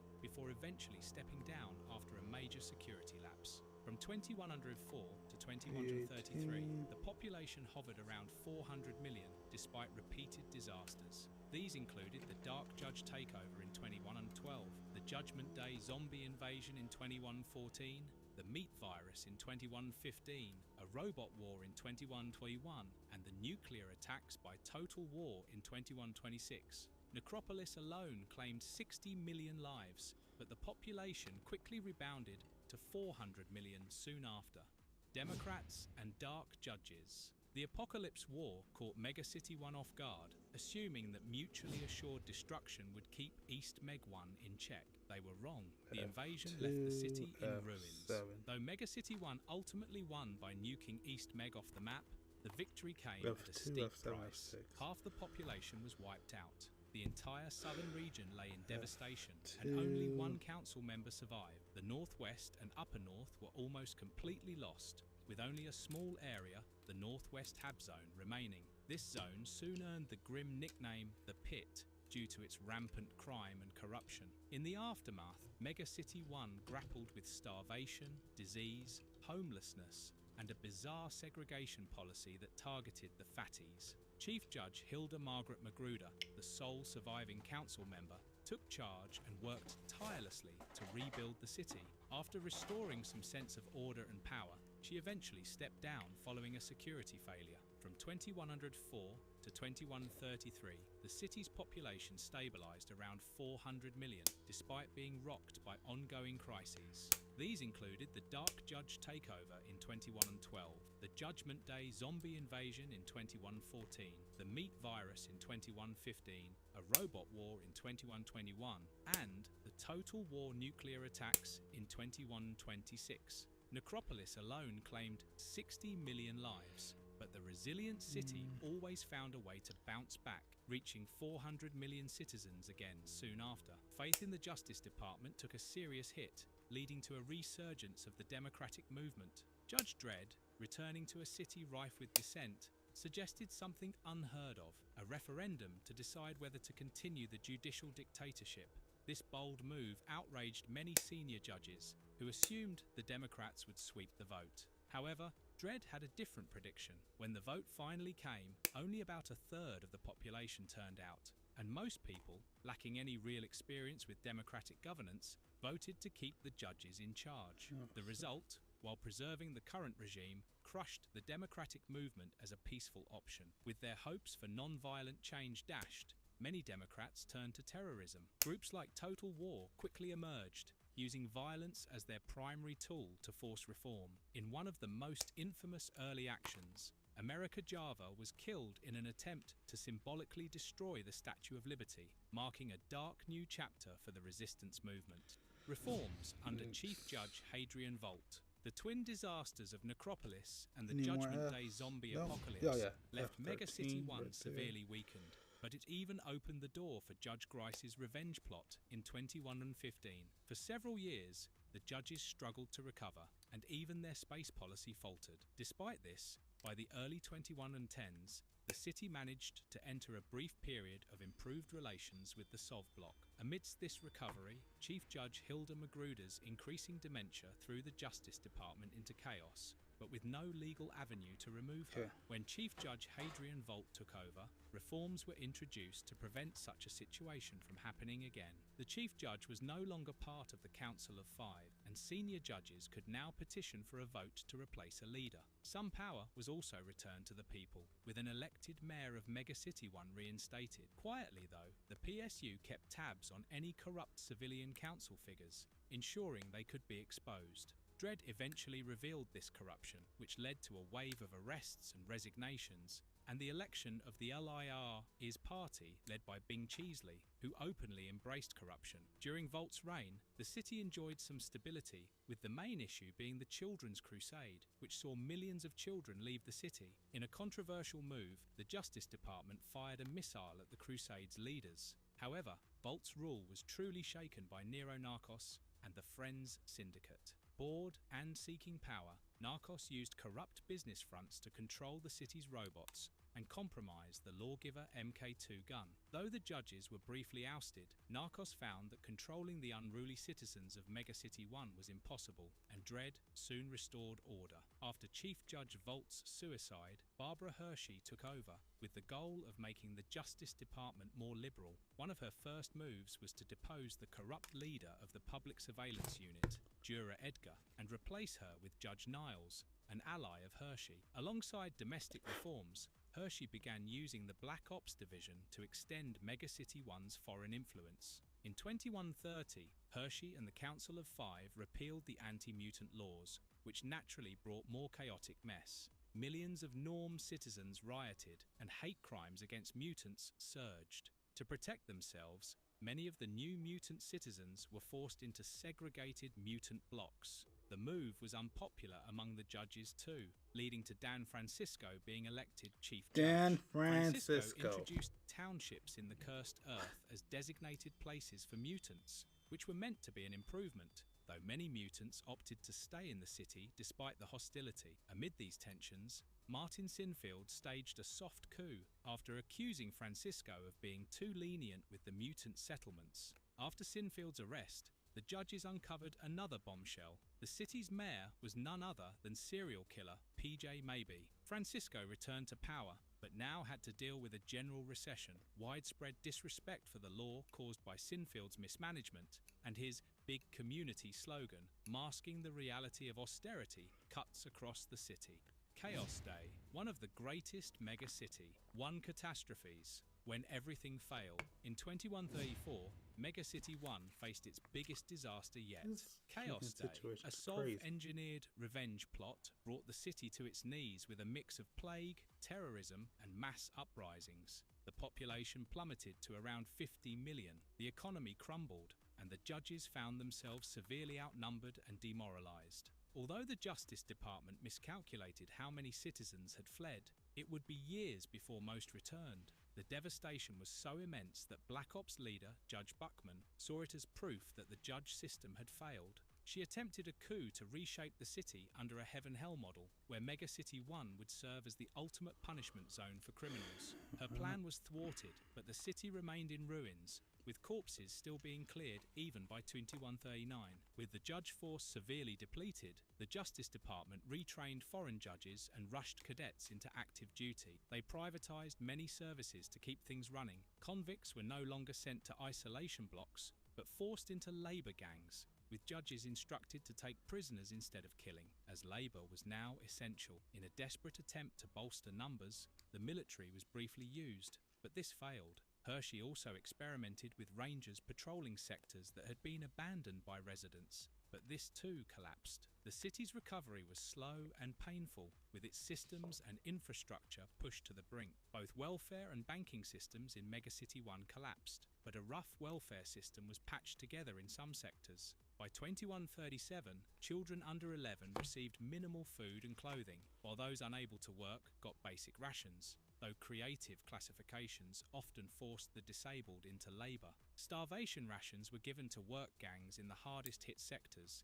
and emergency laws required children from 12 onward to work. In contrast, sectors with partially recovered economies, especially corporate-owned blocks, escaped much of the chaos and maintained stability for their employees. Immigration laws were relaxed to rebuild the population, while citizens of Soviet descent were deported to Megacity 2's Sovsek to shield them from revenge attacks. The city's once mighty space empire also suffered. By 2136, the Titan penal colony successfully rebelled as Megacity 1 lacked the resources to respond. In 2138, the alien Jinn.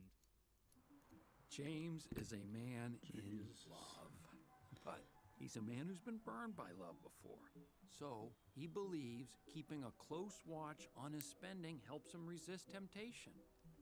Wells Fargo gets the logic and helps. I don't care. Alien Jind I don't care. launched I don't an care. I assault don't care. on human space, labeling humanity as a dangerous species to be Give me something quarantined. else. There we go. MC1's gateway colony fell quickly, though the city eventually fought off the Jinn. Ironically, their final victory was due to the aliens retreating after losing a battle on what they considered sacred ground. The aftermath of Chaos Day, a conspiracy on the Isle of Man, driven by small, militarily weak states like the Emerald Isle, aimed to provoke Megacity 1, thinking it too weak to respond. The plot was exposed, but it was Brit Sit and Murphyville judges who made the arrests. Later, Brit Sit would pressure Megacity 1 to extradite Dredd and Finton Joyce for their roles in killing judges during the exposure of the conspiracy. By late 2137, Megacity 1's population had surged to 72 million, boosted by relaxed immigration laws and the return of expatriates who had fled during Chaos Day. The judges were struggling to keep up with this rapid growth, as their numbers remained low, and the post-Chaos Academy wasn't producing enough recruits fast enough. Things got worse when former Titan convicts, led by Amy Nixon and mutated into ice creatures from their time on Enceladus, launched an invasion. This nearly broke the city, with both Hershey and Dredd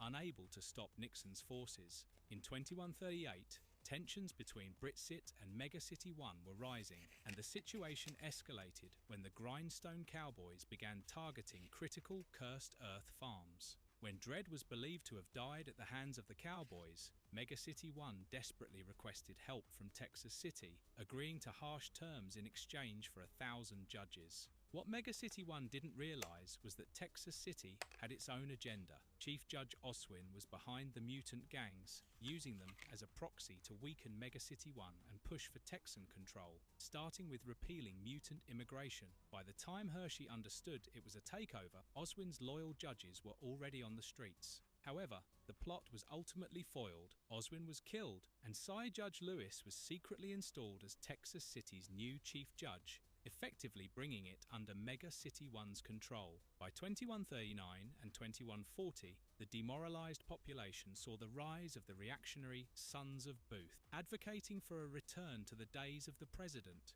They gained influence across the city before Dredd crushed them. Over the next few years, Megacity 1's population rebounded significantly, reaching 130 million by 2042.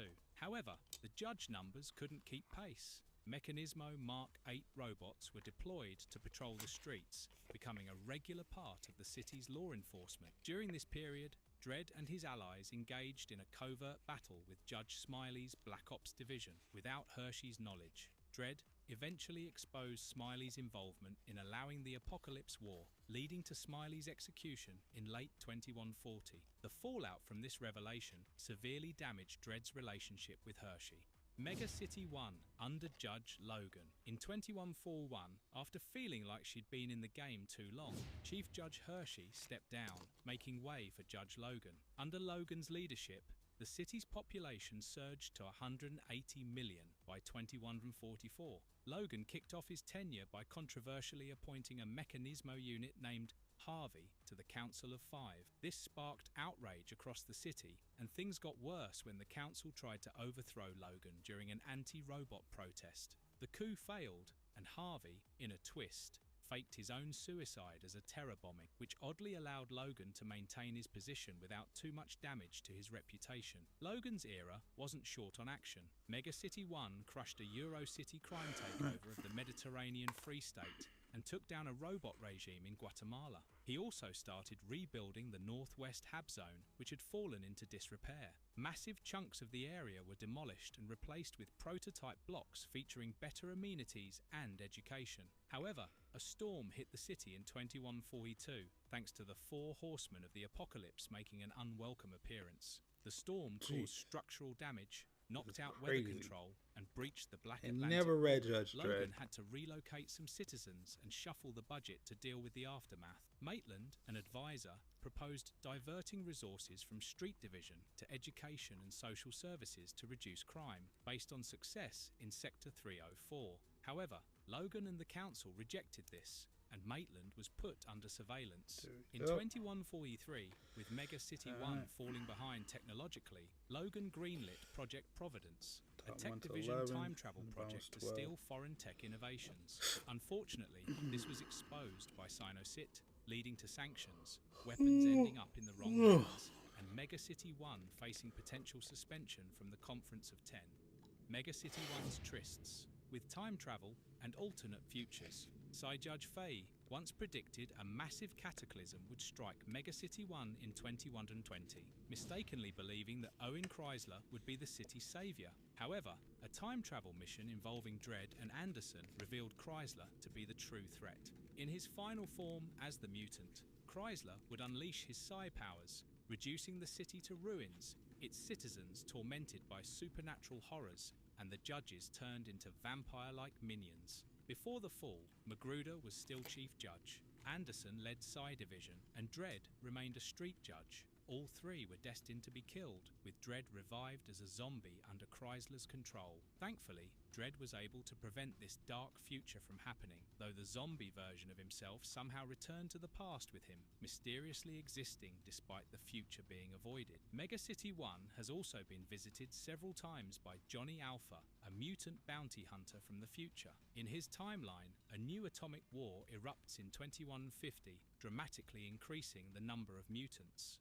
During Dredd's visit to Alpha's 2190s, he discovered a dozen clones of Judge Cal running a corporation in what used to be California. On one of Alpha's visits, he hinted that Mega City 1 might have fired the first missile in the 2150 war. Unknown to him, Mega City 1 had secretly used Psi Division to investigate the war's causes and kept these findings, known as the Alpha File, hidden from Britsit, knowing that 70% of Britsit's population would be wiped out if the war occurred. In a timeline avoided thanks to Judy Janus, the once promising Cadet Fen Mookie would have risen to prominence as a judge during a crisis in 2134. In this alternate reality, he had the supernatural Britsit killer Faustus experimented on to create indestructible judges. In 2139, stupid stickers. Mookie had become chief judge, unleashing these super clones into the city streets. However, things took a dark turn as the clones began to butcher and replace humanity, eventually evolving into godlike judge angels. These beings manipulated time itself, ensuring their own creation by altering Faustus in the past, creating a perpetual time loop. Fortunately, Janus intervened, erasing the events from existence. This act left Faustus unaltered, and Mookie flunked out of the academy, never reaching his future of tyranny. Interestingly, John Wagner wrote about the city's destruction in Day of Chaos, around the same time that Miller and Morrison's timeline had Mookie foretelling the city's downfall. In another glimpse into a possible future, the Jind waged war on Earth again in the 2140s. This conflict began when humans on the planet 43, Riga mistakenly fired on a Jind arrival. The war stretched on for 4 decades, pushing Mega City 1 and other global powers to the brink of financial ruin by the 2180s. Marshal Meta Lawson witnessed this grim future and, fortunately, managed to take steps to prevent it from becoming a reality. The complex administrative structure of Mega City 1. When Mega City 1 was first established, it operated with a municipal government similar to real-world cities, with the Autonomy Act granting it more power than typical US states. Over time, the judges began taking more control, starting with implementing immigration controls, which the mayor's office approved retroactively. Initially, the chief judge answered only to the President of the United States. However, after President Booth was sentenced and the US Senate dissolved in 2071, the judges became the de facto rulers of both Mega City 1 and the rest of the country. The Justice Department, responsible for the city's total welfare, not only handles policing, but also oversees housing, welfare programs, taxes, and business regulations. For everyday, non-essential tasks, a municipal council, led by the mayor, was set up. This council, while autonomous in some areas like weather votes and certain welfare controls, can still be influenced by the chief judge, as seen with Mayor Byron Ambrose. One of the most popular mayors in Mega City 1's history was Mayor Dave the Orangutan, who served from 2104 until his assassination in 2107. However, the most efficient mayor was Ambrose, thanks to his dark secret. Meanwhile, calls for restoring democracy in Megacity 1 have existed for years, though the citizens voted to keep the judge system in the 2113 referendum. The democratic movement has since turned more violent, resorting to terrorism. After Chaos Day, the mayor's office became practically irrelevant, and the Justice Department's attempt to revamp its system failed. Despite the post-plague city requiring new governance methods, the judges continue ruling much as they did before, even though their old ways are proving ineffective. The role of military. You can see this from space. Please help. You just need the right brush. Get beauty from people who get beauty. I have cheekbones. Yeah, you do. ProPlan. Fuel for life. Because exceptional nutrition fuels more than the days in your life. It fuels the life in your days. Explore now. Of military. In the world of Megacity 1, the original United States Armed Forces were destroyed after the Atomic Wars, with the final blow delivered at the Battle of Armageddon in 2071. With military discipline in disarray, the judges stepped in, killing or arresting rogue soldiers. Over time, Megacity 1's military has been portrayed inconsistently. While the judges, or City Def, or Citizen Defense Forces handle internal crises, the military mostly operates in outer space, as they're not licensed to act against the civilian population. In most stories, the military has been shown as an extension of the judges. The Atlantic Division patrolled the oceans, while the Apocalypse War and other conflicts depicted judges running space forces. Spin-offs introduced various specialized judge units, such as the heavily armed Strategic Target Attack Retaliation, aka STAR judges, who carry out targeted strikes, and the Special Judicial Squad, which has its own fleet to quash rebellions. However, in other stories, especially those by John Wagner, the military has been presented as a separate entity, sometimes at odds with the judges, with differing uniforms and attitudes. The City Def is a reserve force made up of civilians, trained to defend city blocks during crises, but often appearing in rogue block wars. Colony worlds also have their own reserves, including apes and robots. The Star Judges, founded by Commander Brand in 2108, were martyred after committing an act of genocide, which was covered up as legitimate warfare. The Space Corps, another significant... Damn, that's a lot. Alright, let's see. I need G5. G5. You know what? Actually, no, I'm going to put this together first. And then I'll go ahead and start clipping everything out. Let me just do this one. So I'm so close to being done.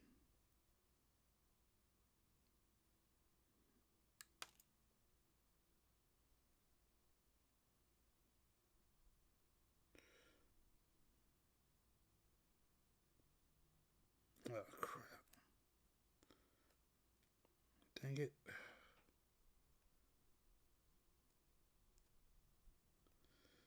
Cut right into the plastic. Right into it.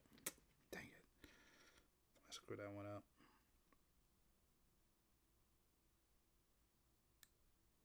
Dang it. I screwed this one up. Oh, luckily I don't think anybody's gonna be able to see it.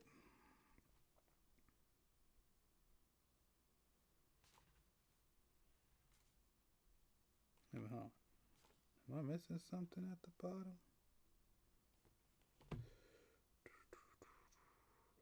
F6.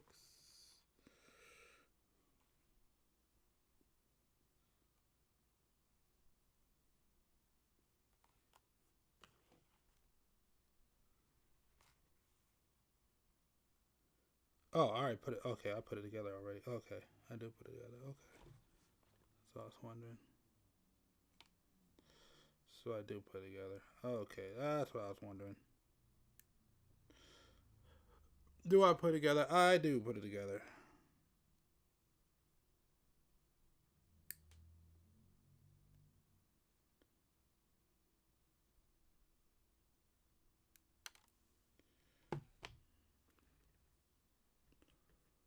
Alright, let's keep going.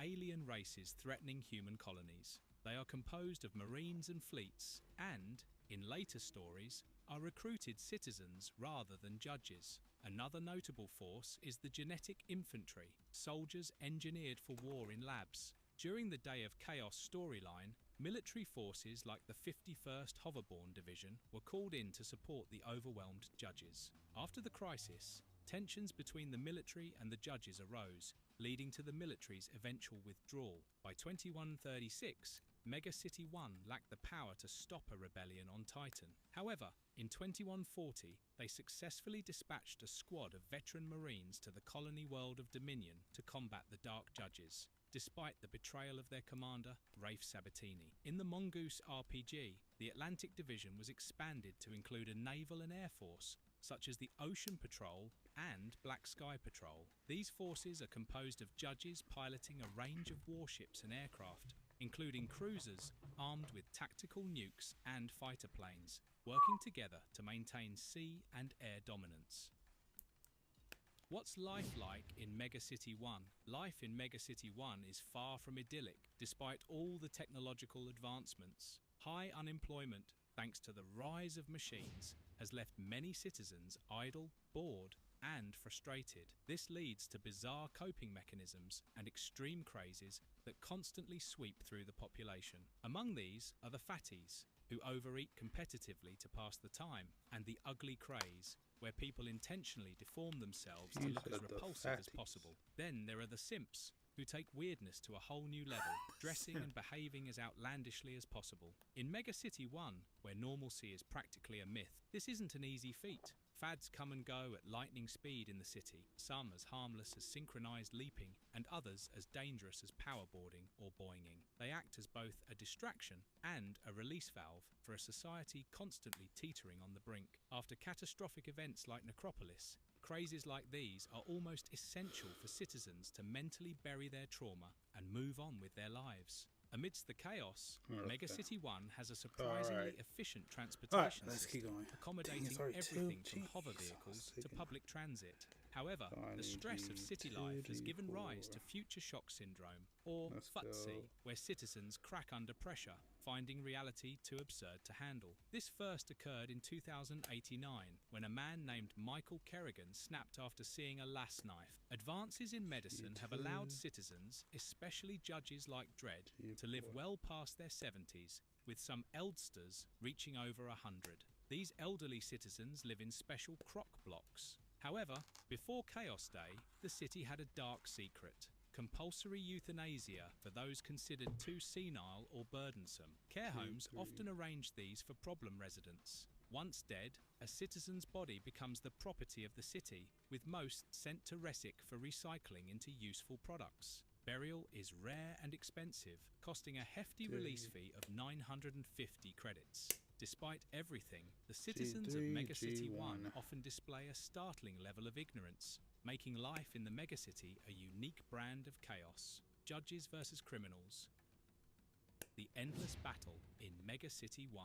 Mega City 1's laws are tough, even on things we'd consider harmless today. Possession of sugar, illegal. Smoking, only allowed in designated smokatoriums. Coffee, nope, banned as an illegal stimulant. Some laws are stricter than other megacities, with tea and coffee being legal in Britcit and Eurocity. Sometimes even the victims of crimes, like muggings, get arrested for incitement. For most crimes, citizens are thrown into ISO cubes, tiny cells in massive prisons. The death penalty is reserved for the worst cases like mass murder, but it's not thrown around lightly. Firearms are another sore point. Unlike Texas City, gun ownership is heavily regulated and only legal if you've got the right permits. Crime is everywhere in Mega City 1, earning it the title of most dangerous city in the world. With crime happening every second of the day, the general public is desensitized, sometimes even treating it like entertainment. Riots. People love jumping into those for the fun of it. Judges often crack down with crime blitzes or swoops,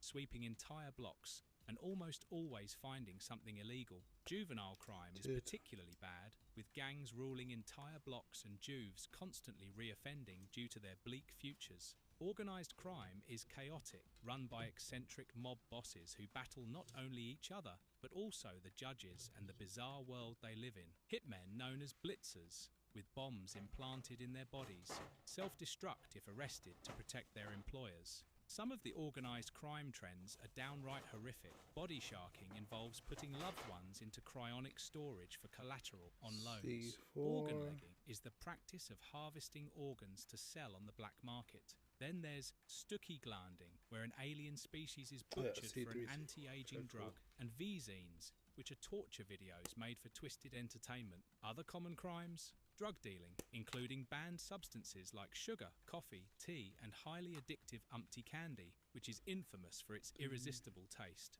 Block wars are a huge problem too, where neighbouring apartment blocks go to war, often leading to mass casualties. And then it's we chaotic, need D14. violent, and a way of life for the citizens of Mega City 1. Everything that's technically wrong with Mega City 1. Mega City 1's internal geography is notoriously inconsistent, often changing to suit the needs of a particular story. Bob's Law in Prog 355 tried to establish a clear sector numbering system, with City Central in sectors 120, City East in sectors 21 to 108, and so on. But this was quickly ignored. For example, Sector 13 suddenly has docks in the Simping Detective, even though it was originally landlocked. The location of Sector 1 seems to vary too, as the Statue of Liberty near the Grand Hall of Justice often places it in former New York City. Whenever characters enter the Undercity, they almost always end up in the ruins of Manhattan, no matter where they entered from. Other oddities include City Bottom being at ground level with the cursed Earth, despite being built over other cities. In Inferno, the Statue of Judgment crashes through the Western Wall, even though it's miles from the eastern coast in other stories. The government structure and judge hierarchy have also evolved. Early stories featured regular police alongside judges, but over time, the judges took full control of the city. The chain of command and how the Justice Department operates depend largely on the writer, leading to further inconsistencies. At Lowe's, help starts with action. When our communities need us, we do what it takes, supporting our neighbors by getting to work, making homes stronger, safer, and built to last. Oh, come on. How did the movies depict the famous city? In the 1995 Judge Dredd movie, Mega City 1 is portrayed as a sprawling urban area that includes New York City and parts of the tri-state area, including New Jersey and Connecticut. The film's opening crawl explains that climate change and political turmoil in the third millennium devastated most of the world, leaving millions of survivors to crowd into megacities like this one. Chief Judge Eustace Fargo mentions that the city's population around the year 2139 is 65 million, although the infrastructure was only designed to accommodate 20 million, illustrating the city's severe overpopulation and chaotic environment. The 2012 reboot, Dredd, offers a more comic-accurate depiction of Mega City 1, stretching from Boston to Washington, D.C., covering a vast metropolitan area. The sprawl also extends westward to the Pennsylvania-Ohio border. The movie depicts a city originally built for 350 million, but now overcrowded with 800 million people. The rampant crime rates, coupled with extreme poverty, make the city a breeding ground for corruption. Mega blocks, massive housing towers, are central to this version of the city, where residents live their entire lives without ever needing to leave. Crime festers in these confined spaces, and judges, who act as judge, jury, and executioner, are often too afraid to enter these dangerous zones. Adding to the city's dystopia is the drug slow-mo, which slows down the user's perception of time, making the bleak environment more bearable for its users. The film's portrayal emphasizes the deteriorating state of the city, where unmanned patrol drones survey the urban sprawl, and judges are given extreme powers to maintain order in the face of overwhelming crime. The city, much like the original comics, is shown as a concrete jungle where towering megablocks rise like tombstones from a broken landscape. The movie's canon also hints at the existence of other megastates, including Mega 1, Mega 2, Texas City, and Las Vegas, connected through these urban monstrosities. So that was all in this one, but if you have reached this point of the video, I can tell that you're a Judge Dredd superfan. I would totally suggest you check out our other Judge Dredd videos. From the awesome weapons to evil judges like Judge Death, you'd find there's a bit of something for everyone. And if you liked our content, don't forget to leave a like and subscribe to us if you haven't already. Have a good one and be safe. Thanks everyone.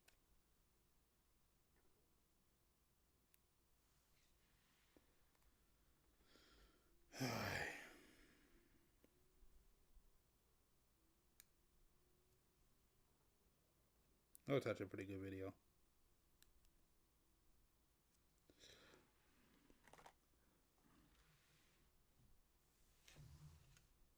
Yep.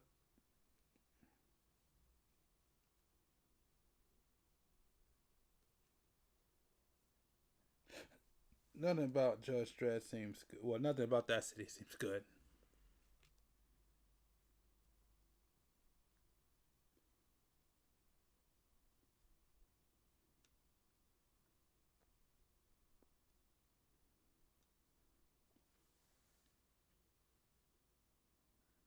Ooh, timeline. Don't I want to do another marvelous video? It was 2 months ago. Yeah, right now. I want to know about the timeline. Let's go ahead. Let's check out the timeline. Last one I want to do. Face the past. Last one I'm going to do from this channel. Grace.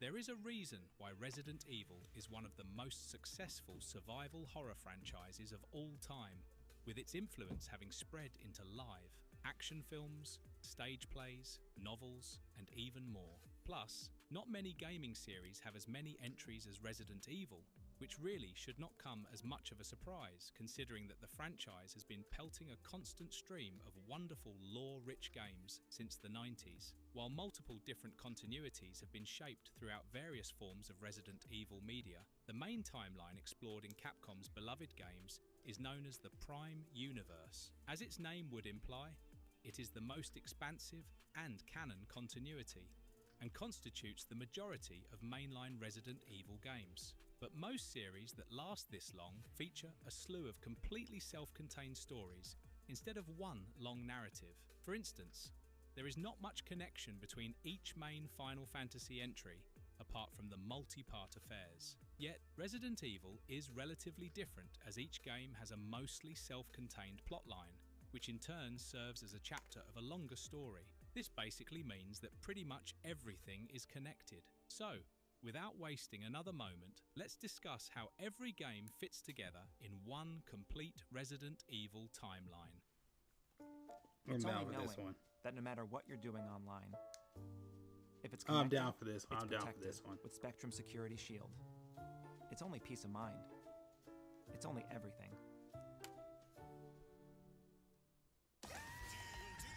Hey, get new Little Caesars cheesesteak crazy puffs. jeez. They're so good, we ran here to tell you. Hey, Saquon! We ran here? Try new cheesesteak crazy puffs for $3.99. Timeline.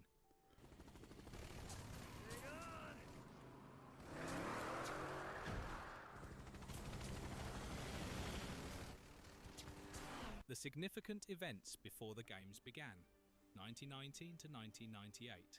Many miss out on this, but the story Resident Evil actually started long before the events of the first game, dating way back in 1919. So, when a woman named Mother Miranda lost her daughter to the Spanish flu, she was left heartbroken and depressed. Soon, Miranda slipped into despair and withdrew from the world. But everything changed when she realized that she was affected by a strange ancient fungus called the mold. Now, the mold wasn't just any fungus, as it had the power to rewrite a person's entire genetic code and turn them into something more than human. Those infected with the mold pretty much gained superhuman abilities like enhanced strength, resilience, and even the ability to heal from fatal injuries. In fact, some could even control others who were also infected with the fungus. But for Miranda, the mold became a way to bring her daughter back, as she believed she could use it to create a perfect host in a superhuman body where her daughter's soul could return to. And so, she began experimenting on the people in a nearby village. using them as test subjects in her long, dark quest to resurrect her child, thus marking the beginning of a dark legacy that would go on to echo throughout the Resident Evil series. Later, in the 1950s, Miranda met and became the mentor to Oswald E. Spencer, the aristocratic British billionaire, virologist and eugenicist who founded the Umbrella Corporation. Anyways, Miranda let him in on her experiments, and in the process, he became very interested in the idea of human mutation. But eventually, he left Miranda's side, as both of them had two different goals. As Miranda would continue trying to find a way to resurrect her daughter, Oswald Spencer began to research ways to reach the next stage of human evolution in his mind. Then, along with Edward Ashford, James Marcus, and Brandon Bailey, Spencer would soon find the progenitor virus in West Africa and create the Umbrella Corporation, where he would serve as the CEO and president. Now, flash forwards to a decade later, in the 1960s, when two very important projects known as Project W and Project Code, Veronica, were sanctioned.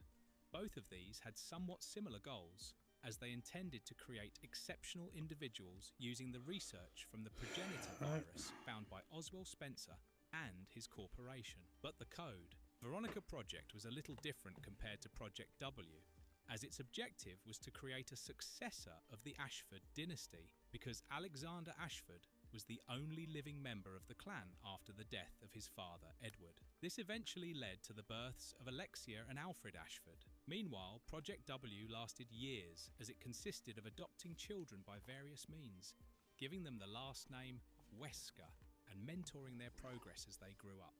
The two most notable children in this project were Albert and Alex. Then, eventually, in the 1970s, Umbrella finally combined the progenitor virus with leached DNA to create the tyrant virus, or the T-virus, which would go on to become an important moment in the Resident Evil timeline. Usually, the T-virus works a lot like a standard zombie virus, where the victims slowly lose their mental capacities and start to attack or feast on nearby creatures. However, there are also some variants, like lickers and paleheads, that have different powers. In a few cases, the victim even gains superhuman abilities and keeps some control over their own mind. It was actually virologist James Marcus who accomplished that goal, yet he ended up being betrayed by Spencer, who had a young Umbrella scientist named William Birkin, and Albert Wesker take the research to the Arkley Mountains. But Marcus continued his own research anyway, until several years later, when he was seemingly killed by Wesker. Again, a decade later in the 1980s, the new T. Veronica virus was created by Alexia Ashford, who used it on her sort of father, Alexander Ashford. As a result, he turned into a monster, and even after that, Alexia used it on herself and went into cryosleep. As it is heavily based on the T virus, the T. Veronica virus isn't too different biologically, although it does mutate the host more than the standard T virus. On a more positive note, if the victim spends enough time living with the T. Veronica virus, they could gain some control of their mental facilities. Anyways, with James Marcus out of the picture, Birkin's role in Umbrella became more significant. During that time, he created both the Hunter and the Tyrant, introducing bioorganic weapons, or BOWs, to the universe. Then, he discovered the Golgotha virus, or the G virus strain, and began exclusively working on that. Now, the G virus doesn't create zombies. Instead, victims are much more heavily mutated to the point where they no longer resemble human beings anymore. These mutations also serve as a regeneration system, as when part of the body is damaged, the G virus mutates to fix it. So, a lot of extra limbs are created as a part of this regeneration system. We ride together for a quarter of a century. Am I bitter? Oh, crap, G6, alright. We have to work like professionals. It's a business. Wise guy. Blue Moon, rated R. Opens October 17th, New York and LA. Only in theaters. Real strength isn't pushing through pain. It's treating it. When there's no pain, there's more gain.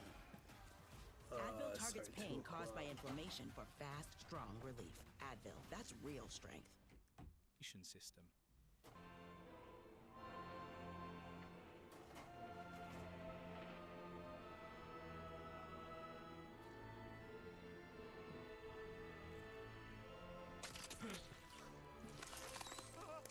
Arklay Mountains Outbreak, 1998. The events of Resident Evil 0, July 1998. The Resident Evil game timeline basically began in 1998 with Resident Evil 0, which is the prequel to Resident Evil. It all started because James Marcus's body merged with the Queen Leech that he was working on at the time of his death. The result was, unfortunately, a monster that targeted Umbrella, and its most notable attack was on the Ecliptic Express train, which literally stopped it in its tracks. And because of the ambush, the passengers were infected with the Teep virus. Not long after this, Special Tactics and Rescue Service, or the STARS Bravo team member Rebecca Chambers, found herself on the train, trying to capture prisoner Billy Cohen. Just like the STARS Alpha team, the Bravo team was investigating a string of cannibalistic murders in the Arklay Mountains, which eventually led Rebecca to investigate this mysteriously stalled Ecliptic Express. Shortly after this,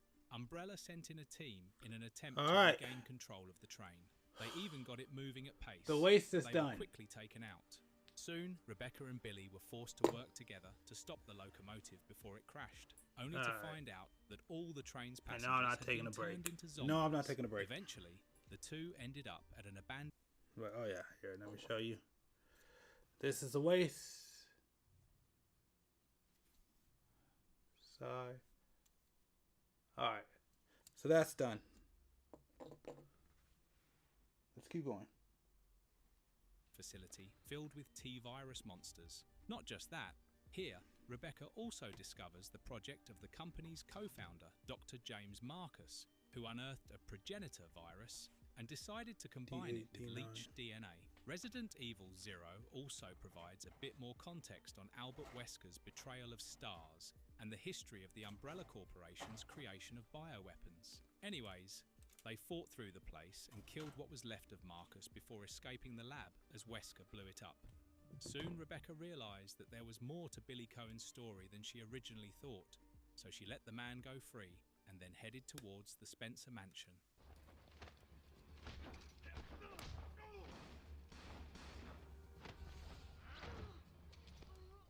The events of Resident Evil, July 1998. So, the Queen Leech's attacks didn't just result in infections on the train, but the virus also spread through the Arklay Mountains, and STARS Alpha team found this out when they travelled there to find the Bravo team. However, it is in the Spencer Mansion of Resident Evil where things really start to pick up. Here, the STARS Alpha team was being led by Chris Redfield and Jill Valentine, who were at the heart of everything. After stepping in, they immediately got attacked by Cerberus dogs that were created by a specific strain of T virus. Some died, while Chris Redfield, Jill Valentine, Barry Burton and Wesker, who the rest of the crew didn't know was evil at this point in the Resident Evil timeline, got chased into the Spencer Mansion. In the mansion and connecting research facility, the team learns about the illegal experiments conducted by the Umbrella Corporation, wherein humans and other creatures were exposed to the Teep virus, turning them into zombies and undead creatures. While exploring the Umbrella laboratory, the STARS members also discover a terrifying bioorganic weapon named Tyrant. Chris and Jill spent all night trying to survive the horrors of the monster-filled building. In the process, Chris met Rebecca Chambers, who helped him throughout the adventure. As for Jill, her main ally was Barry. Unfortunately, Wesker forced Barry to do his bidding by telling him he was holding his family hostage. So, that is why Burton turned on Jill temporarily. Toward the end of the game, Wesker, who was actually supposed to lead the Alpha team, reveals his role as a double agent alongside his plan to wipe out STARS using said Tyrant. Soon, Wesker released the dangerous T-virus Tyrant that stabbed the villain and tried to attack the heroes. However, one of the protagonists blew up the monster, and so all the heroes managed to escape on the helicopter. Basically, in the end, Jill and Chris defeat both Wesker and Tyrant, and they manage to escape the mansion after activating its self-destruct protocol. However, Wesker is the best video game villain, and he didn't actually die in the mansion, meaning he has a lot more in store for the heroes. Anyways, after the mansion blew up due to its handy self-destruct system, the remaining STARS members who managed to escape demanded an investigation into Umbrella. Unfortunately, instead of being heard, the group was disbanded. and so they began their own investigations. While Jill did hers in Raccoon City, Chris went to conduct his in Europe.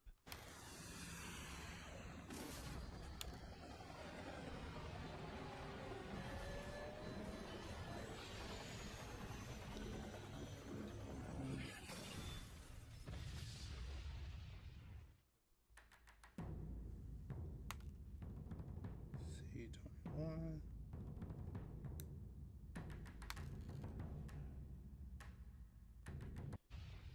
The Raccoon City Incident, 1998. The events of Resident Evil 2, September to October 1998. It was not very long after the incident at the Arkley Mountains when Umbrella's relationship with William Birkin began to strain, and the company wanted him off the project.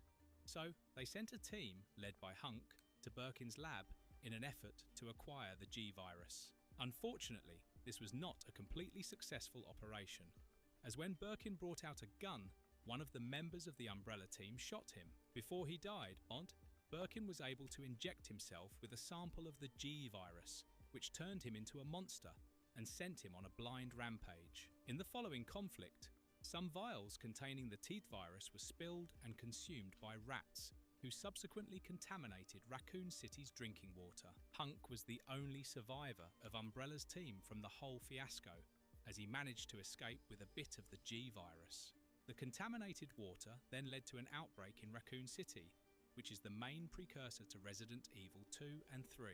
If you have not played the games, you should know that much of the events of the second and third games happen at similar times as they both start amidst the raging outbreak in Raccoon City. In a way, the Raccoon City incident is the first major biological outbreak in the series, and that is how it sets the stage for the entire Resident Evil timeline. As Resident Evil 2 introduces Leon Kennedy and Claire Redfield, it explores Leon, the duo's struggle to survive in a city overrun by zombies and Yep, other... Leon's pretty much one of my favorite, if not my... No, yep, he is my favorite character in the entire Resident Evil franchise.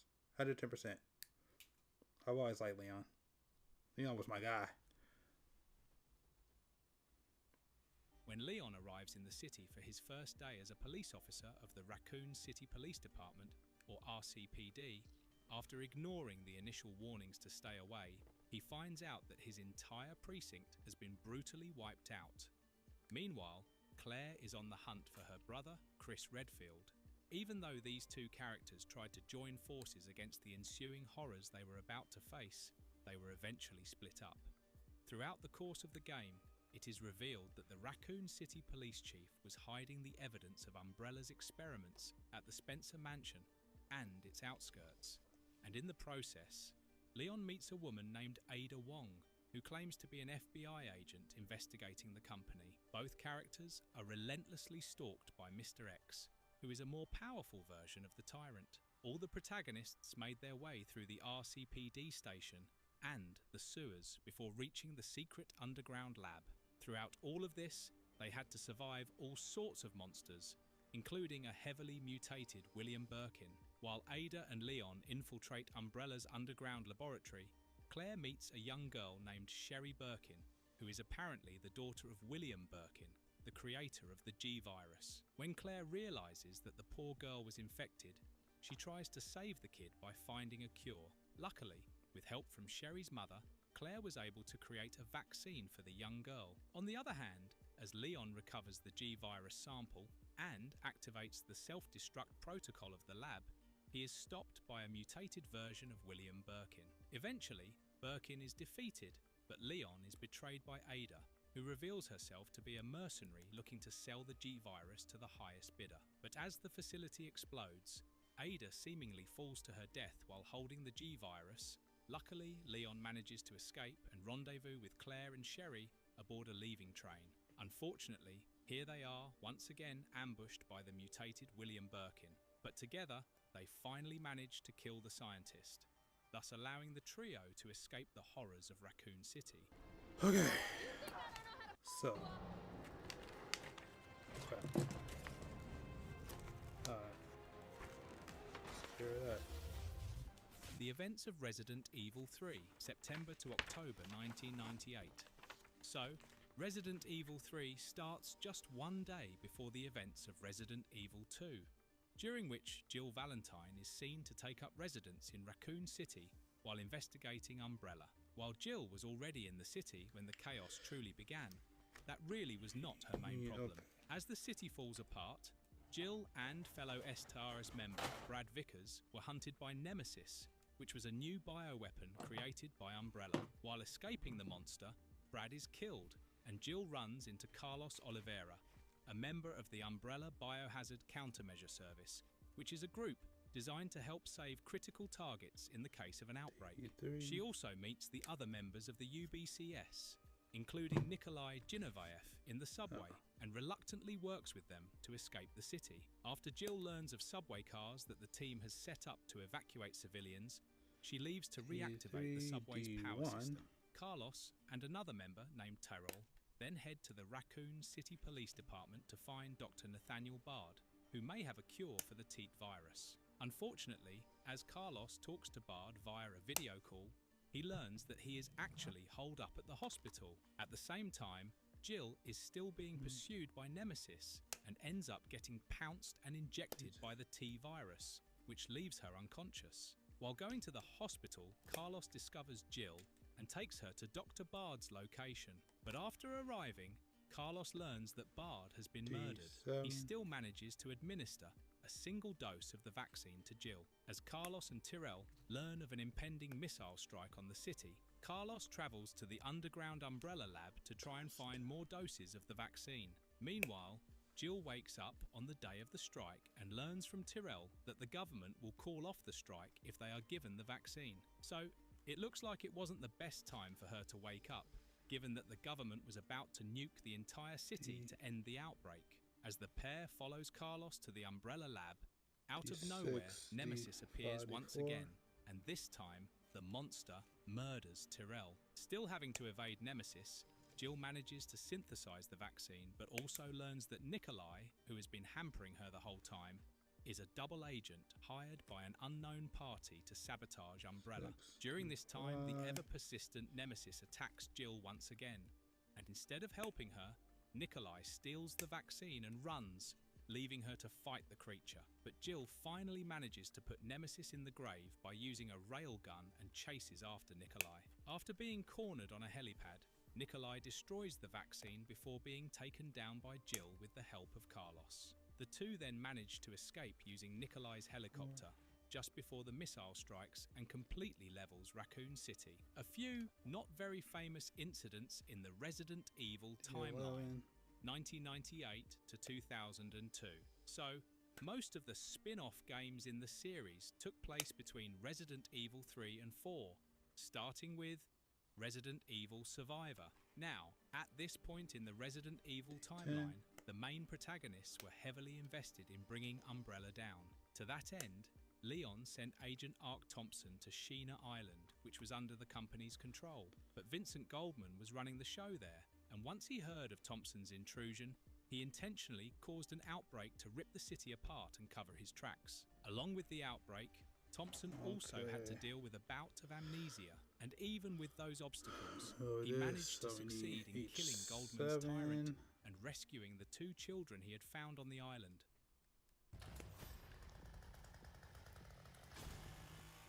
Chainsaw Man the movie, Reziark, is H7. beautifully cruel. Everybody's after my chainsaw heart! Explosive, colorful energy. Does nobody want Denji's heart? Boom. One of the most satisfying anime films ever. Chainsaw Man, the movie, Reziark. Tickets on sale now. Rated R. Don't act like that. Don't think that. I've heard everything you tell yourself, and I want you to know that taking care of me makes us stronger. Love your mind. On the island. 5.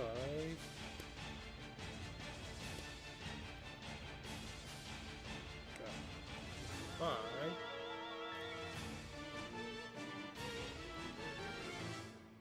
Resident Evil Code, Veronica. So, the Resident Evil timeline continues with Code. Veronica, 3 months after the events of Resident Evil 2 and 3. A few months after the Raccoon City incident, Claire is still searching for her brother and went to Europe to find him, which led her to infiltrate an Umbrella facility in Paris. Unfortunately, That's only she ended up 82 being now. captured by Umbrella and was then taken to be imprisoned in Rockfort Island. At the time, Alfred Ashford was running the place while his sister remained in cryosleep, and he would occasionally pretend to be her, which was truly super creepy. Then, in a strange twist of events, she was freed by the man that captured her, and then learned that there has been another T-virus outbreak on the island. As she explored more of the place, 19. Claire met an inmate named Steve Burnside, and the two teamed up to make it out alive. Together, they persevered and tried to escape from the island. They even got partially away before being forced to stop at an Antarctic outpost. Shortly thereafter, they encountered the warden of the island, Alfred Ashford, who housed a second personality of his sister, Alexia Ashford. It is also revealed that Albert Wesker was on the island and is the one who actually started the outbreak. Making their way through, Claire and Steve find a seaplane and use it to escape to Umbrella's facility 19. in Antarctica, which has also been hit by an outbreak. It is there Claire discovers that Alexia Ashford is actually alive but preserved in cryosleep. Alfred, who was hot on their trail, finds and attacks Claire, but he is incapacitated, and before he dies, Alfred revives his sister using the T. Veronica virus. Around this time, Chris Redfield caught wind of Claire's previous capture and went to Rockfort Island to rescue her. As he searches the island, Chris runs into Wesker and discovers his former ally now has superhuman abilities from a unique strain of the T-C virus. He was also no longer working for Umbrella, but was certainly still evil. Wesker's goal was to recover a sample of the T. Veronica virus, and when he finds out that Alexia is alive, both he and Chris make their way to the facility independently. When Chris arrives in Antarctica, he manages to save Claire, but the pair stumble upon Steve and find out that he has been the victim of various experiments and mutations. When Claire manages to take down Steve, he admits his love for her just before dying. At the same time, Wesker and Chris fight the mutated Alexia and defeat her, but Wesker manages to retrieve Steve's body for further experimentation. At the end, Chris and Claire barely manage to escape before the facility explodes, sealing away its secrets forever, at least until a potential code. Veronica remake is in the works. Resident Evil, Dead Aim. Okay, so in 2002, an Umbrella cruise ship was raided by a terrorist group led by a former member of the company named Morpheus D. Duval. Many years before, they internally blamed him for one of the company's blunders, and this attack was partially his revenge against the corporation. However, after using the T-virus and BOWs to kill the crew and the rest of his own team, Morpheus started making demands to the United States and China. In response, both governments sent agents to stop the villain. While they were not instructed to work together, they still formed an alliance to take down Duval and his monsters.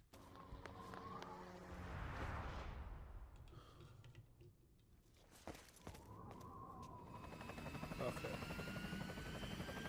That's everything. The kidnapping of Ashley Graham, Resident Evil 4, Fall 2004.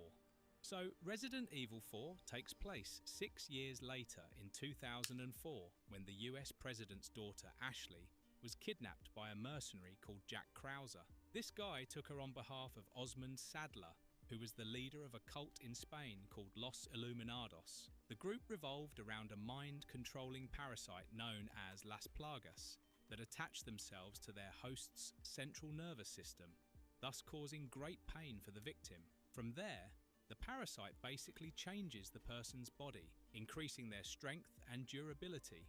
Some even mutate. It also opens them up to being controlled by a more dominant plaga. They plan to implant the parasite in Ashley and give her back to the United States so she could go on infecting other important people in the country and have them do Sadler's bidding. Once he found out where the cult was located, the president sent in Leon Kennedy to rescue his daughter, who now worked for United States Strategic Command. He was just supposed to enter the region, find Ashley, and get straight out of there. But upon his arrival in the village, Leon is immediately attacked by its inhabitants. However, Ashley's infection and the seemingly unlimited number of infected cult members made things more tricky. The village leader, Vittoris Mendez, managed to overpower Leon and inject him with Las Plagas. And so, Leon finds himself imprisoned with Luis Serra, who is a former Umbrella biologist and previous ally of Los Illuminados. The two then work together to escape and then go their separate ways.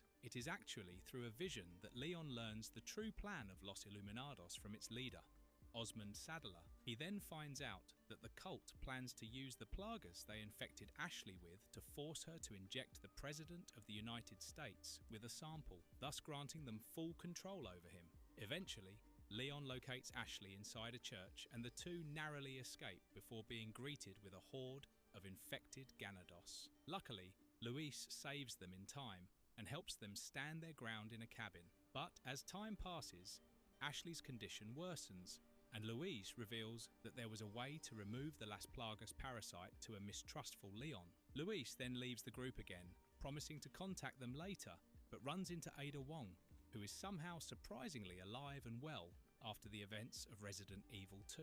The two then start working together, and Luis is then tasked with retrieving a resource called Amber in return for protection from Umbrella. Meanwhile, Leon and Ashley learn that the rescue helicopter was not able to land due to stormy weather, so they continue trekking through the village. In a slaughterhouse, they are confronted by an enraged Mendez, who Leon manages to take down. Luis then contacts Leon and asks to meet in the castle courtyard, and so the two set off for their new destination.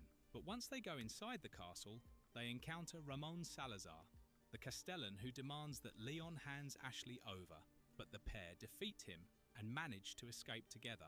During this time, Sadler temporarily exerted his mind control powers over Ashley while standing in the courtyard, and as a result, she tries to attack Leon before running away in shame. After being separated from Ashley, Leon searched the castle, wherein he briefly ran into an evasive Ada.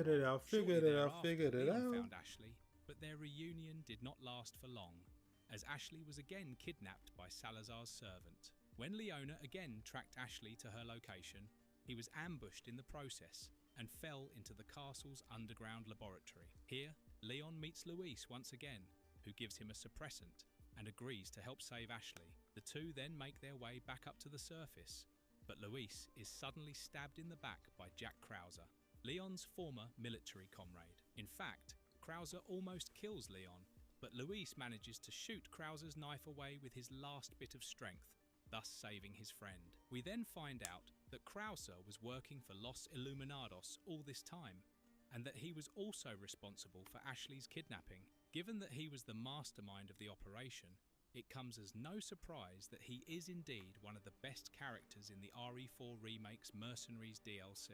Anyways, following this, Leon makes his way back to the castle and kills Salazar before hopping on a boat with Ada Wong to pursue Krauser, who is now taking Ashley to an island.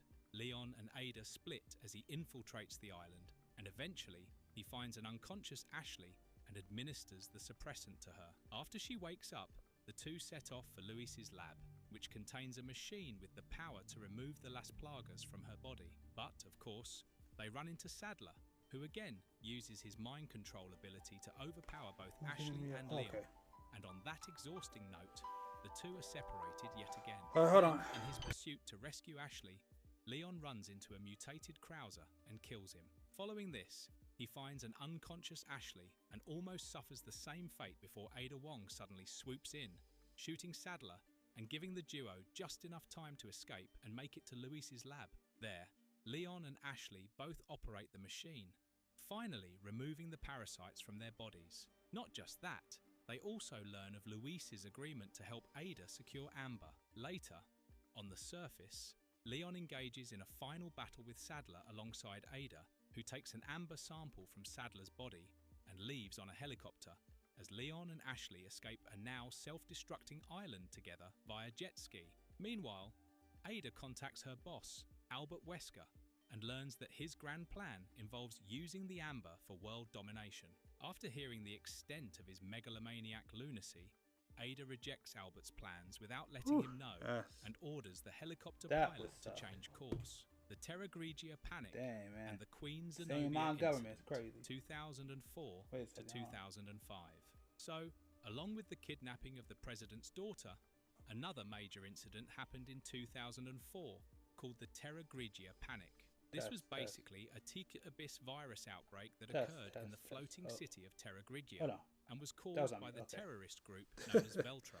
For those who are out Alright, of the yeah, loop, there's one more the piece of T-Abyss audio right virus there. is a variation of the perfected T Yeah, we'll just do virus, that so we wherein can the hear it. bodies of That's those fine. infected are reconstructed to become something Alright. completely new. In most cases, I realized they that. are Okay, we're good. transformed into powerful grey ooze monsters, which come in various shapes and sizes. Anyways, the Veltro were instructed by the leader of the What's that, Federal 21? Bioterrorism Commission, or the FBC, 20, Morgan Lansdale, who 21, wanted the where's attack because it 59 at? increased the importance of his organisation, and by involving Veltro, That's he could 59. blame them for the incident. Now we'll just Amidst do- this panic, the human rights agency known as TerraSave entered the city to help survivors and ended up rescuing a little girl called Natalia. But after a few weeks of chaos, Lansdale put an end to the whole thing by wiping out the whole city using a satellite.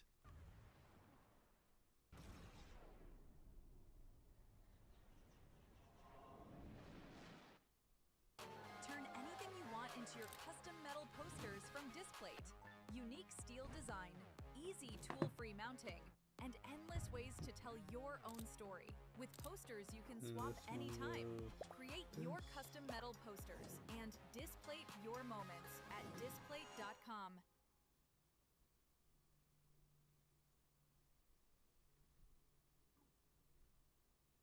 We decided it was time for a new mattress. We found the Align collection by Ashley Sleep and saved 20%. Such a great deal. This collection has all the features of a luxury mattress without the luxury price tag. Save 20% on Align by Ashley Sleep. Shop today. Oh, is it backwards? Yeah, probably it's backwards. Yep, backwards. There we go. Yep, that worked. Events of Resident Evil. Revelations. So, you get to witness some of the Terra Grigia panic in a flashback during Resident Evil. Revelations.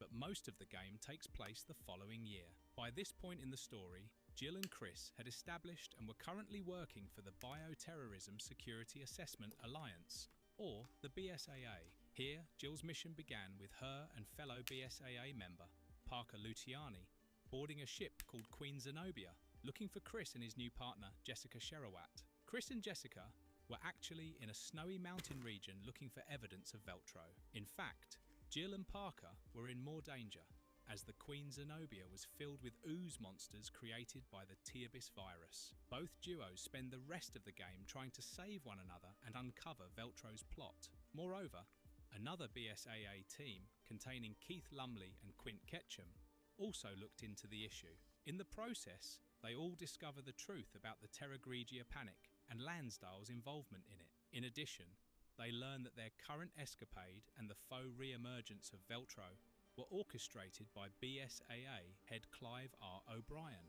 He did this to find evidence incriminating Lansdale. The biggest piece of evidence, though, was held by Veltro's leader, Jack Norman. So, after making sure there wasn't a Teeth to the Abyss outbreak, Jill and Chris tracked the man down. They finished him off, got the evidence, and exposed Lansdale. Meanwhile, Clive R. O'Brien stepped down from his role in the BSAA. A little later, Jessica received a sample of the T-Abyss virus from her secret ally, Raymond Vesta, as the two were working for Tricell at the time.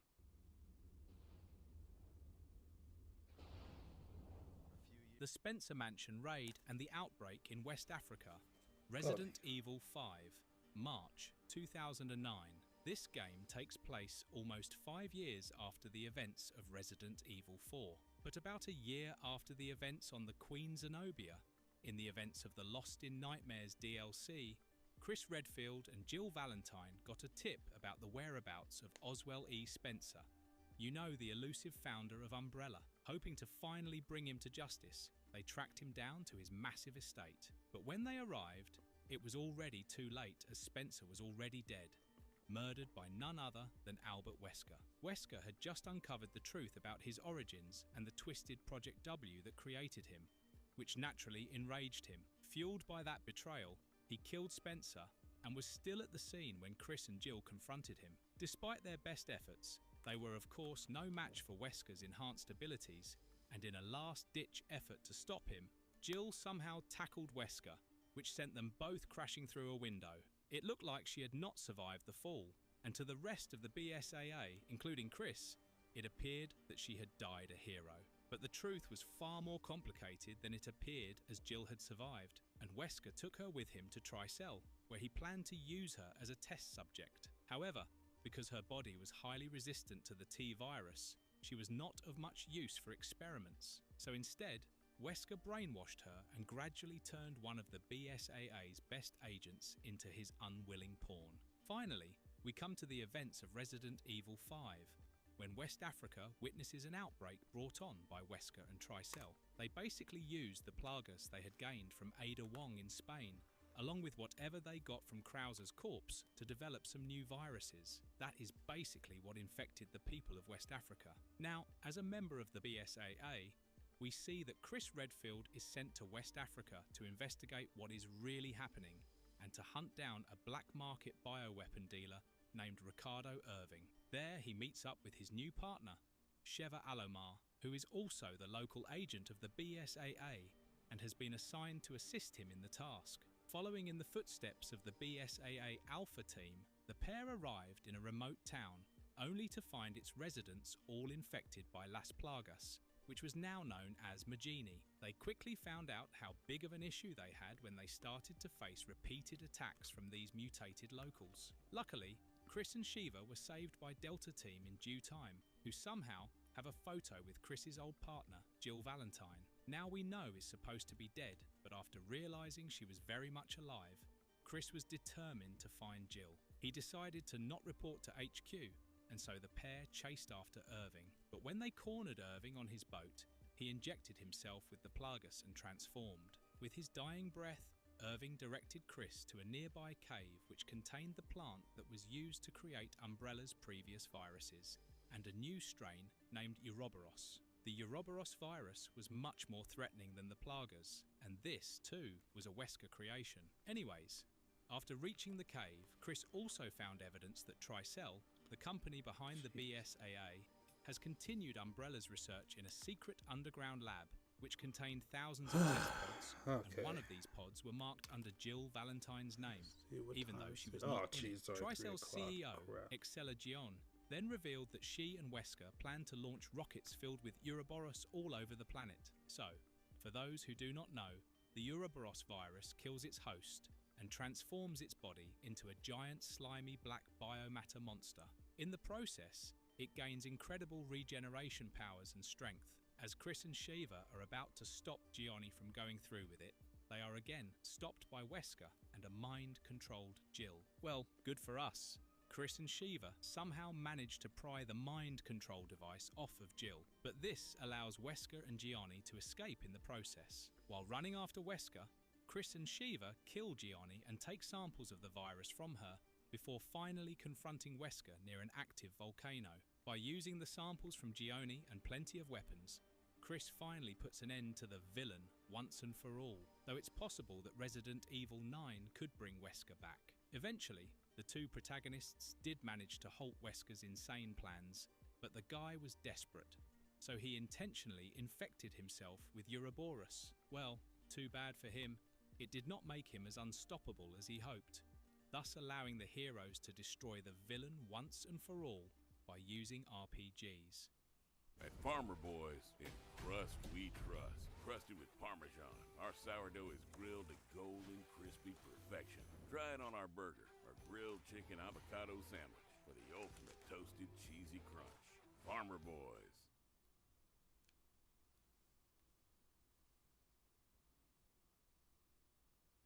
By leaps and bounds, making a dinner that makes their whole day, and giving your best friend the best nutrients for their best life. Science did that. PGs.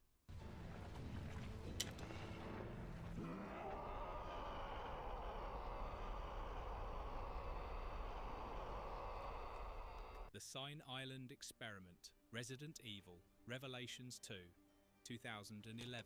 While Albert Wesker was dead, Alex Wesker was still very much alive, and she made sure her presence was felt in 2011. For many years now, she had been struggling with an illness that was going to kill her at some point, and to combat this, she helped develop the T-Phobos virus in an effort to create a superhuman being and transfer her consciousness to them. Through this course, she conducted all her experiments on the people of Sein Island. Now, the T-Phobos virus was supposed to create unmutated superhuman beings. Besides the ability to sense mutants, it is still unclear what powers it was supposed to give people, because most subjects turned out to be failures. The problem Alex was facing was that any time her subjects got too scared, they would suddenly transform into mutated monsters that were no longer viable candidates for her consciousness. As such, prior to 2011, she had no subjects left, so she struck a deal with Neil Fisher from TerraSave to force several other members of the organisation to be test subjects, and they did this by abducting them at a party and bringing them to the island. Now, coming to Claire's part of the events in Resident Evil, Revelations 2, which really serves as the beginning, as two of the game's main characters were Claire Redfield and Moira Burton, who were among those kidnapped for being the scapegoats in Alex Wesker's futile experiments. After waking up on the island, they met Alex Wesker, who was pretending to be an overseer, and began to guide the duo. Claire and Moira thought they were finding a way to escape the island, but in reality, Alex was just putting them through more tests. Along the way, they met with several other test subjects, but most of them didn't survive for long. Other than Claire and Moria, the only one to remain among the living was a little girl called Natalia. However, the child eventually got abducted, as she was the prime candidate to serve as Alex's vessel.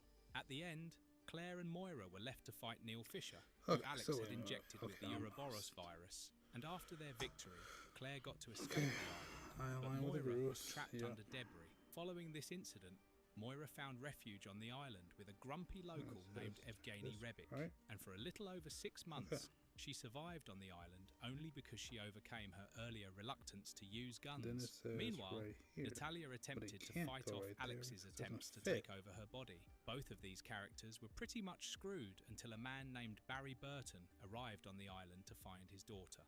The first person that Barry met there was Natalia, and just like that, so for what's the going rest on? of the adventure, he served as the What girl's is wrong? protector, which was a really important job, since Alex Something's was wrong, desperate and to I get can't her figure out hands what on it is. Natalia. During most of this Alright. escapade, Barry believed his daughter to be dead, so he focused on stopping Alex. This got more difficult when the villain used the Ouroboros virus to turn into a monster Okay, hold on. and tried to kill Hold the on. protagonists. Thankfully, Moira appeared and helped save them from the beast.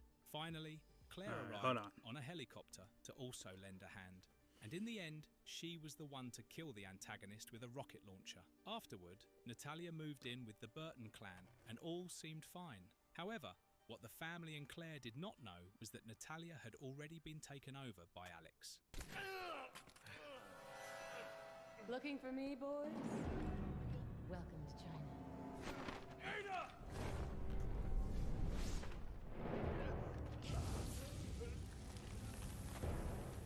The C-Virus outbreak in Resident Evil 6, 2012 to 2013.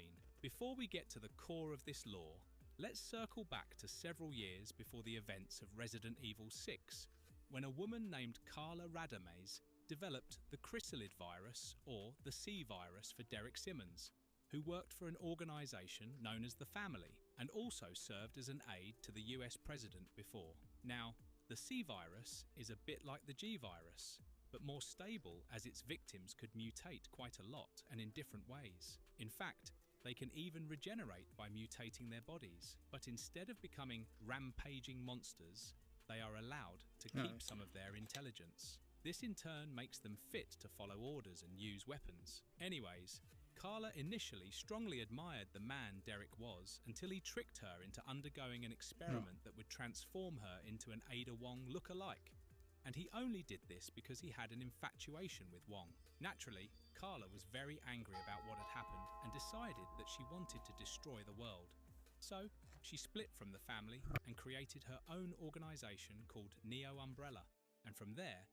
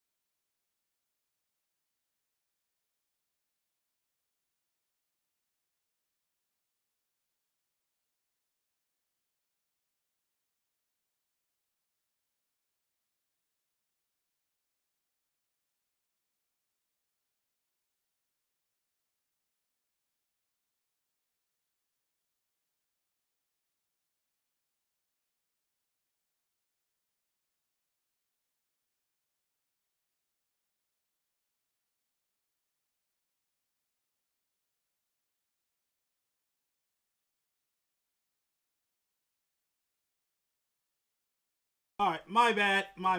Did I even stop? Oh, I didn't even stop. Oh, yes, I did. Okay, cool. Man, my bad. That was a freaking package, and it wasn't. I'm kind of mad about that. Because this is taking me forever, because I'm having an issue right now. I just want to fix it, and I can't figure out what the problem is.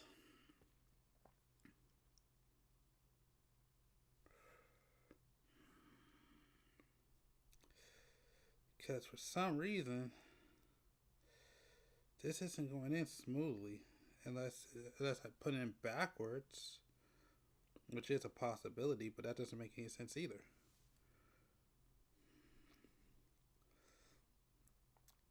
Because what it says is this is correct. Alright.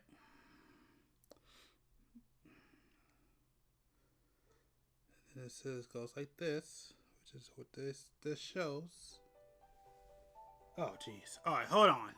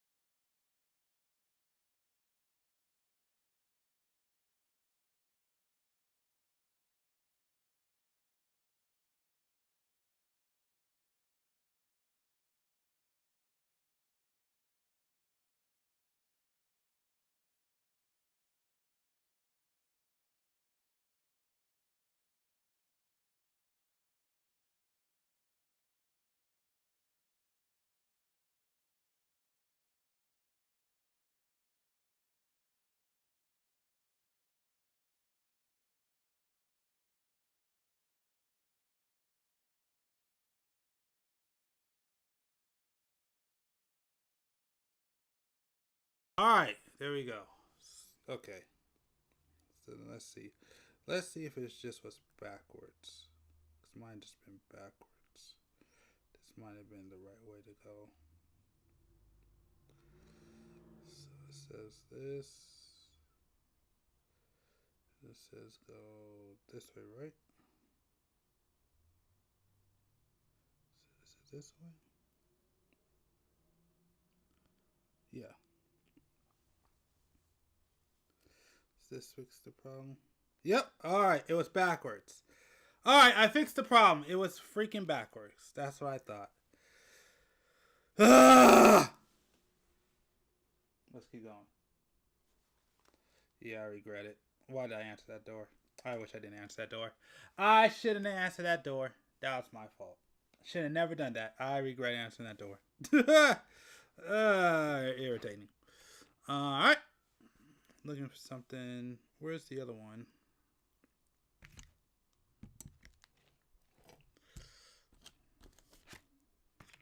I thought it was a package. Alright, so it is. So yep, it's always some bullcrap like just backwards. And yeah, it's just backwards. So had to put a little bit more grease on that, and it worked. So it should go this way, right? Yep, there we go. All right, we got it. All right, we can move forward. Yeah, that's the crap that's annoying about real grades. Right there.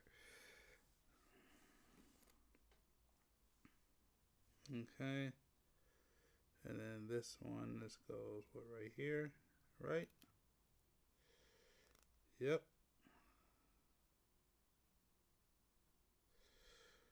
And then this one goes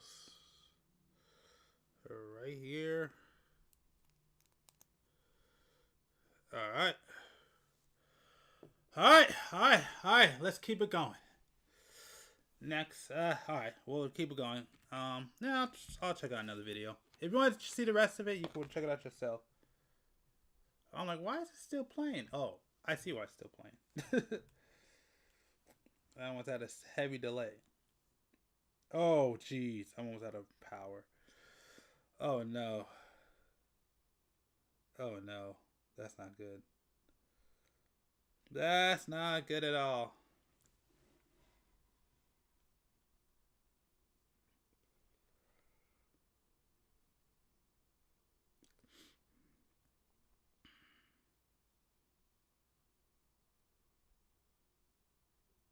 Anything better? Or there's a leak. Oh, okay.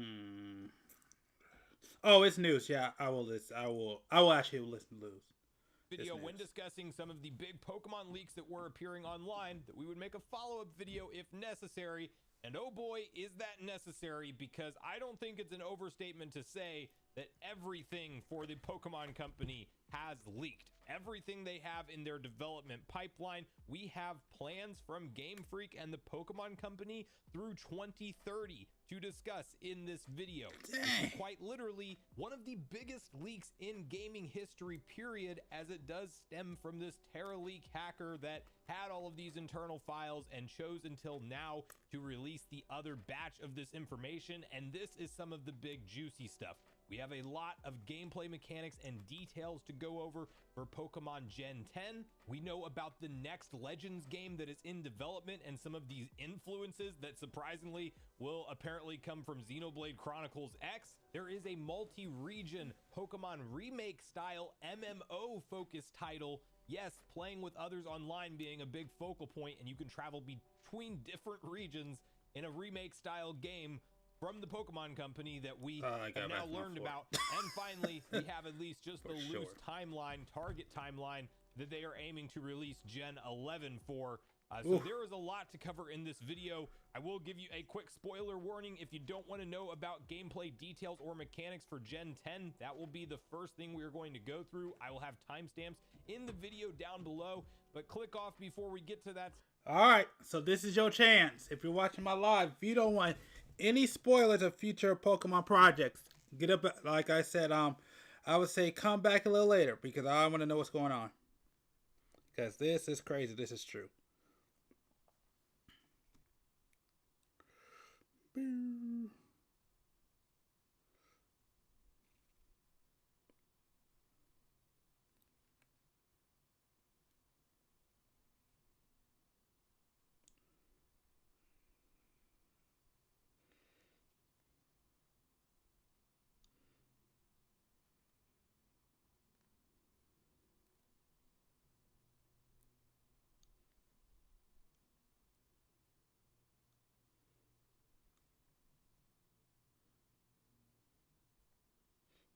Alright, and there we go. Okay, here we go. Let's keep going. For other topic you want to see in the timestamps, but yeah, we actually know a lot about Gen 10, and that's where we're going to start. So before we dive in, make sure you like, subscribe, and turn on your bell notification to join Sunbro Nation if you're new here. Also use that new hype feature on YouTube if you can. It definitely helps out smaller channels like mine. And we're going to kick it off right over at Insider Gaming here, where you can see one of 3 different articles we're going to read through because they have done a nice job compiling the information without actually having the images shown, which are available and out there. Central Leaks over on Twitter, which I will have linked in my description down below if you guys want to go look into this stuff yourself. It's very easy to find online, especially on websites like X and Reddit and stuff like that. But yes, we will have kind of all the details laid out, but without having this video struck down by the Pokemon Company, as will likely happen with a lot of content creators choosing to show the stuff on screen. But Pokemon we will not be showing the stuff on screen. In Wave story setting and new mechanics leak, it's claimed. The Pokemon Company and Nintendo have suffered a massive leak with data mined information revealing details about the Gen 10 game's seemingly called Pokemon Wind and Pokemon Waves. And continuing on down here, you have Pokemon Wind and Waves will use Infinity as the theme. Thanks to reputable source Central Leaks on X, formerly Twitter, several new details from the Pokemon League are surfacing online, including new details about the Gen 10 title. The first thing is the name, which will be Pokemon Wind and Pokemon Waves. The upcoming game's theme is Infinity and will be directed by Shigeru Amori, who is known for his work on games like Sun and Moon, Sword and Shield, and the latest Scarlet and Violet.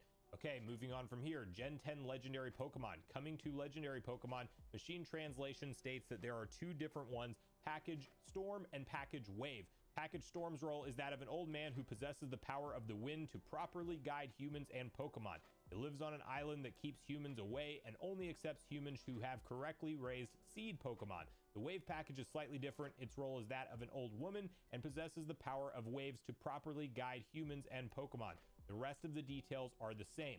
New battle mechanics and seed Pokemon systems. Coming to Pokemon Gen 10, Winds and Waves mechanics and systems, the game will feature a new battle mechanic called Tenko Waza, which can be translated as weather moves. The other system is the seed Pokemon system, where a baby Pokemon of the seed species can be found in resort areas. The seed Pokemon are the unevolved form of Pokemon that are rare in sight. It evolves when it travels to islands where the legendary Pokemon resides, and its evolutions are said to have infinite variations. Furthermore, it seems every Pokemon can be ridden or touched in the upcoming title.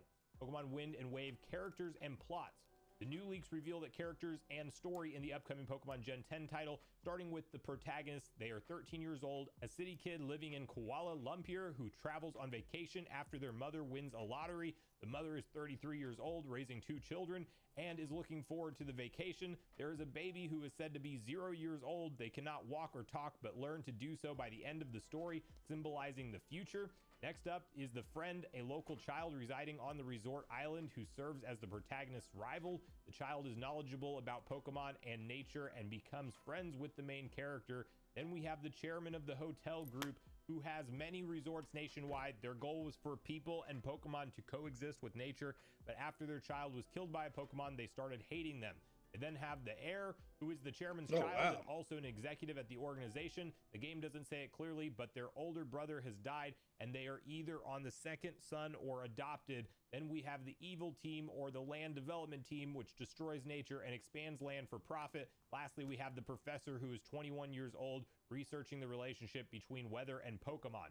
Pokemon Wind and Wave could have an MMO lobby, and players can explore underwater and procedurally generated islands. This is big. So coming to the next bit, the upcoming title seems to start in a big tourist city rather than a small town. The adventure is set in a big resort that apparently serves as a large MMO lobby where players can see and interact with other players and access quest boards. However, this detail is from early development and could have been scrapped by Game Freak by now. And moreover, the developers want to tackle a jungle environment in Pokemon Gen 10 game, which hasn't been fully explored in past games. Moreover, players will have the ability to explore underwater. Sticking to the Infinite theme, the game will seemingly feature procedurally generated islands, meaning the region is technically infinite and ever-changing.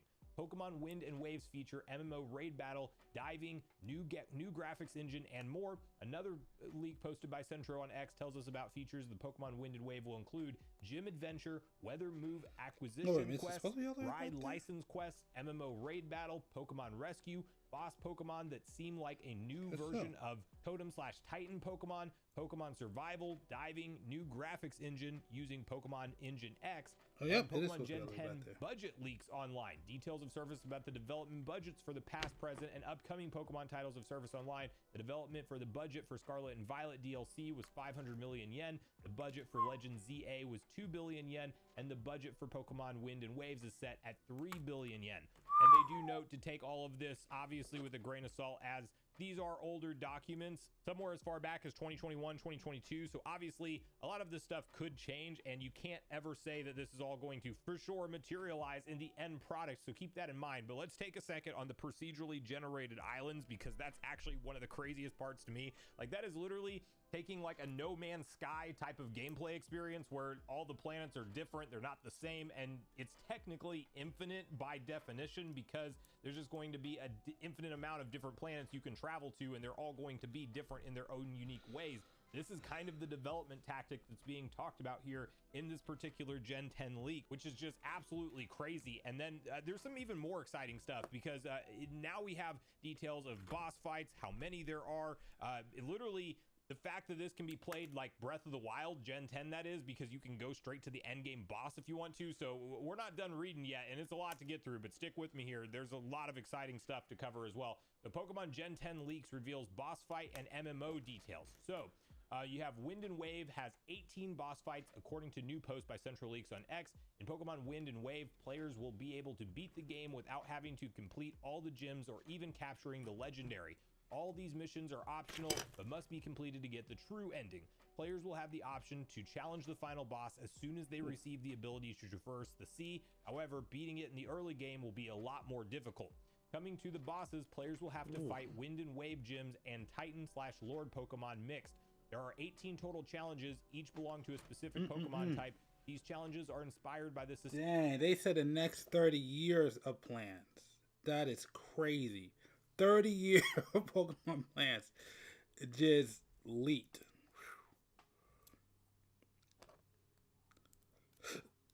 That is rough.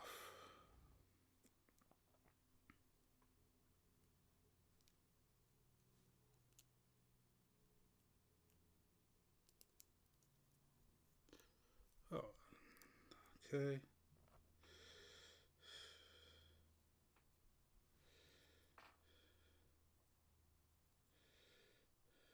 Oh, no. This is also A119. Wait a minute. Where's A119? Oh, wait a minute. No, oh, there it is. No, that's A2. A1.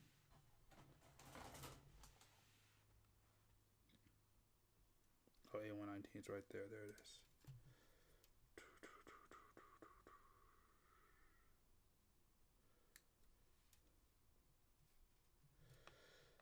All right. Oh, welcome back. I wasn't even looking up. We're going pretty good. It's a lot slower than what I want to. I was hoping to be a lot further along by now. We are currently almost done with the torso. All we have left now is the arms and the head. So that's pretty great.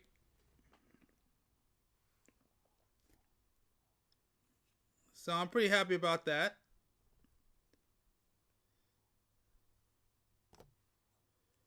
So yeah, so we're doing pretty good. We're doing pretty good with the progress.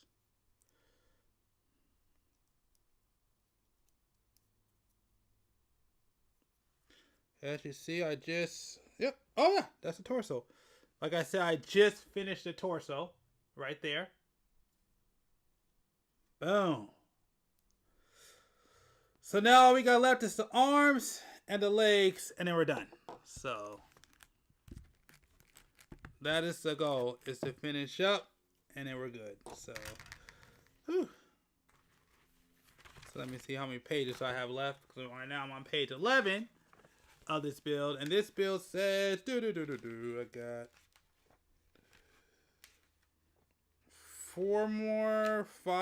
5 more pages. But the last couple of pages ain't that bad. But yeah, we're getting close. We're getting there. We're getting there. So, and like I said, I will keep streaming until we're done. So so now we need E's.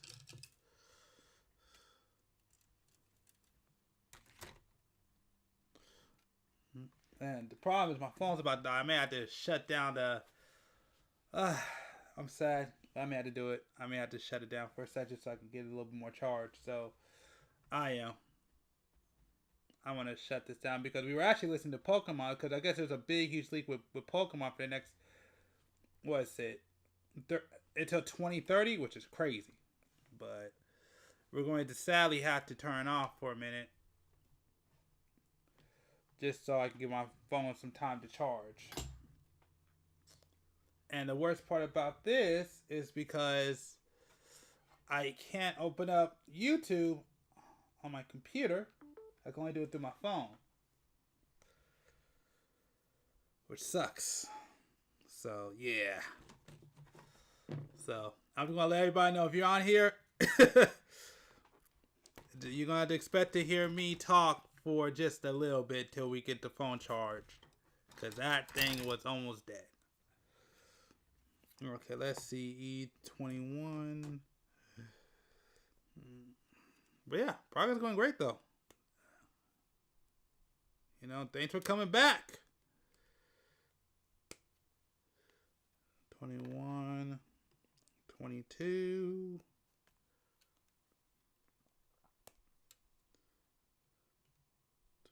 22, 21, 22, 25, and 26. I will admit this though, the Shine Gundam is looking pretty nice.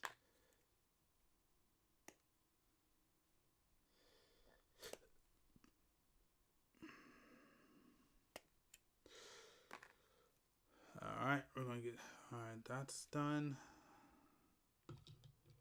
So, yep. Alright, let's go to this side. Knock it out real quick. 2, 3, 21.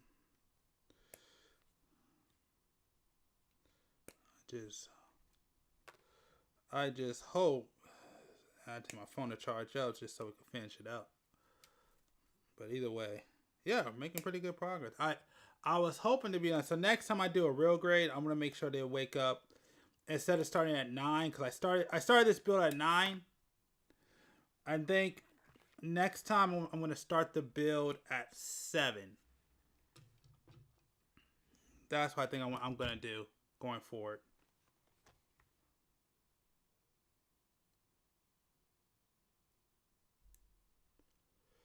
Because I'm a little bit,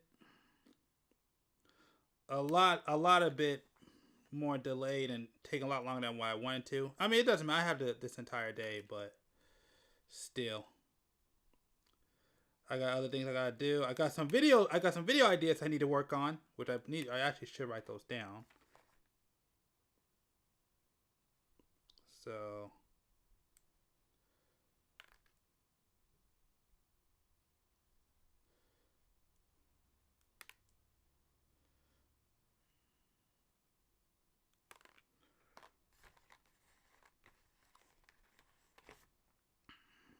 Gotta do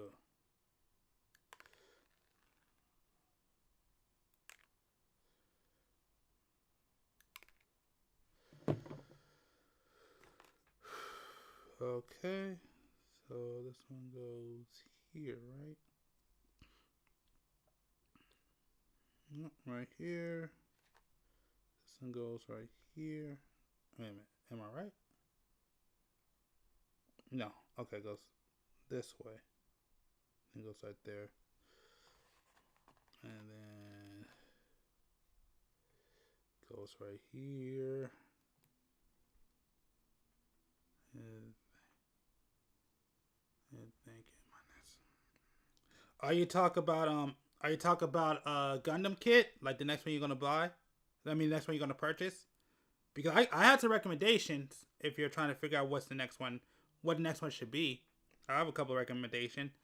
But are you more of a fan of high grades or real grades? That's my question.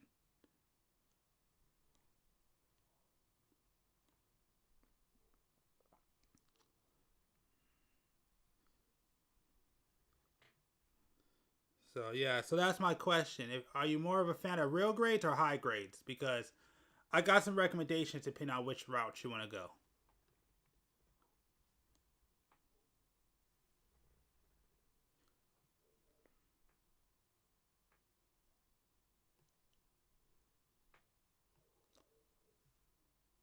High grades. Didn't like the grades. Okay, so real grades.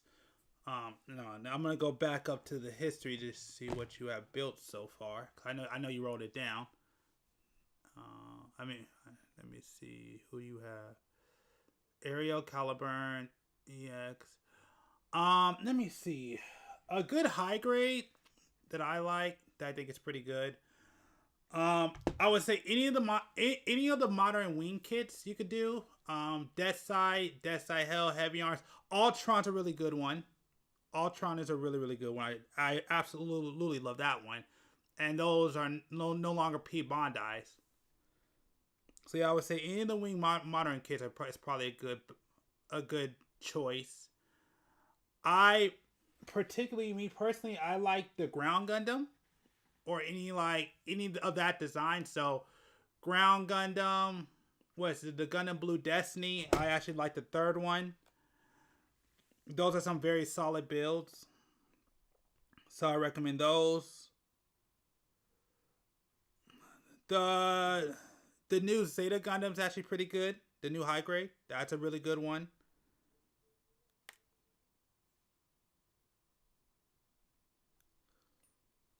So I definitely enjoyed building the new Zeta high grades. Those are really good. Not the original one, the what's it called? The Revive? Yeah. What else is there that I really like? That was a really great build. Well, Iron Blooded Orphan kits are pretty good. I definitely like those kits. They're actually a lot more solid than what I thought. There are some missed ones, but yeah. Those two are good. I will go with those ones. I heard those are actually pretty alright. I heard the My Strike Freedom's alright. I heard that Black Knight's actually really good. Yeah, they are. They are, absolutely. That's why I said if you want to go more affordable, I would probably say if you're a Wing fan, I would say look at the new Wing kits, or if you like for example, the Gundam Mark II, or like I said, the Ground Gundam, those are pretty cool. And those should be those should be pretty not that expensive. So those are some recommendations.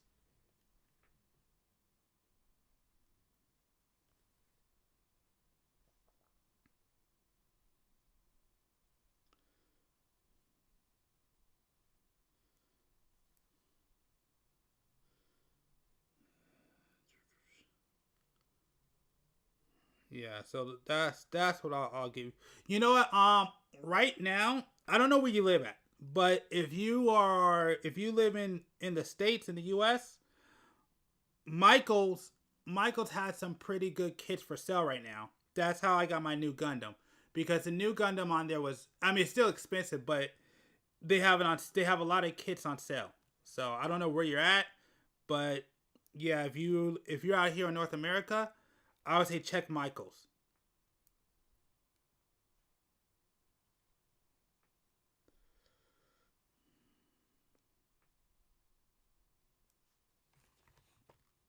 Oh, I wonder if it's backward. I wonder if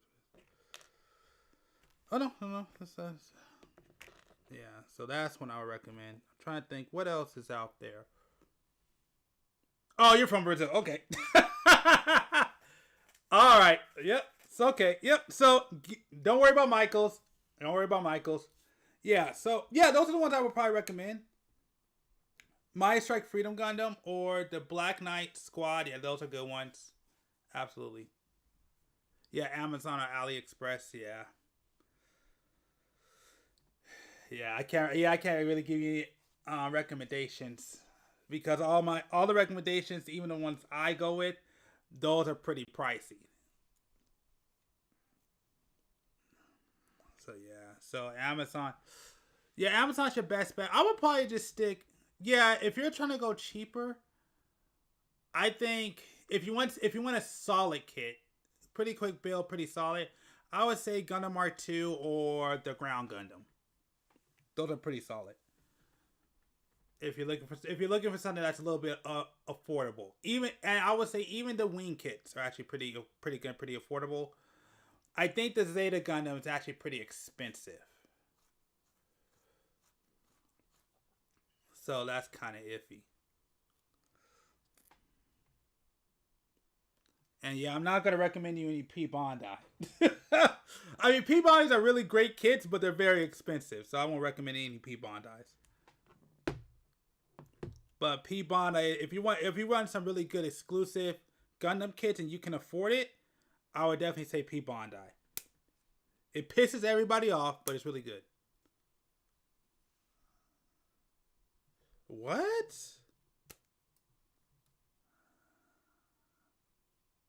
They don't do that over here. Out here, no, we get them. We actually get them in boxes. That's crazy.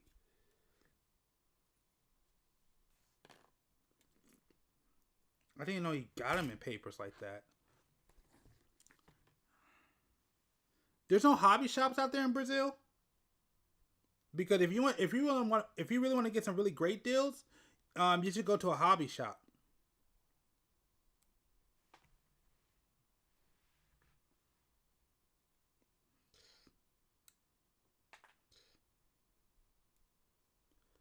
Because I know where I live at, we have I have a hobby shop. It's nowhere near me. It's like an hour away, but that's where I could get kits for the cheapest.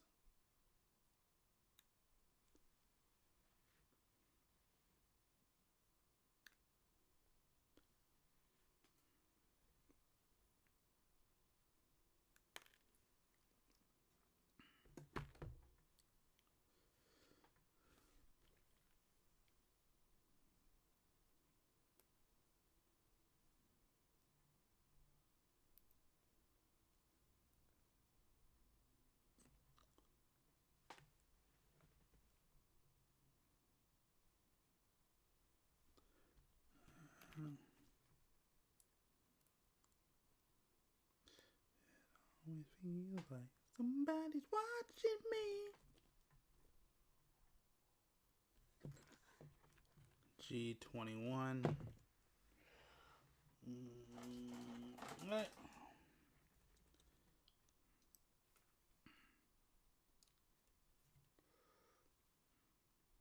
Yeah, that's crazy.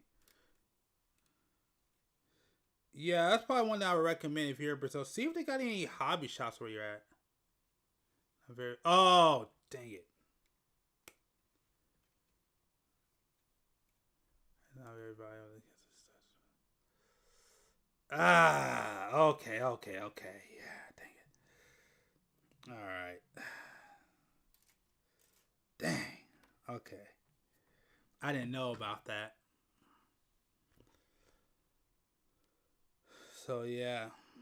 So, cheaper. Yeah, then I would probably definitely recommend any of the new wing kits. And probably, yeah, the Gundam Mark II or the Ground Gundam. Those should be pretty affordable. You know what? Hold on, let me check. You know what? Here, let me check something. That sucks.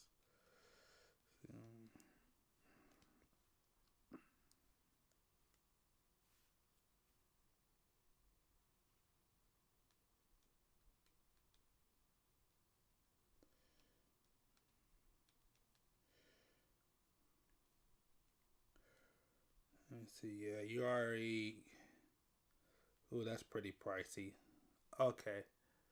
I would say go for the first original ones. Like, don't go for the second series of the wing kits. Go for the first ones, the first variants, because the second ones are a lot more expensive.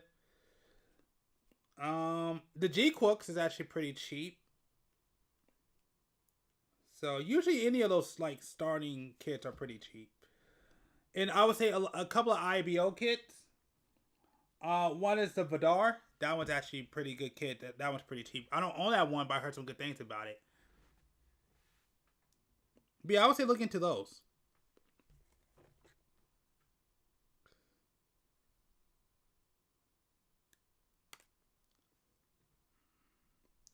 But I guess my biggest advice is I would say look into ones that you also like too.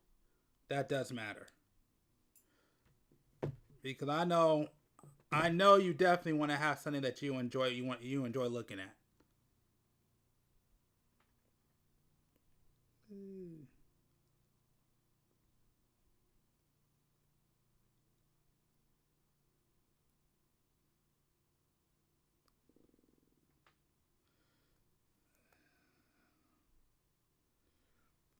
Is that right? Yeah, that's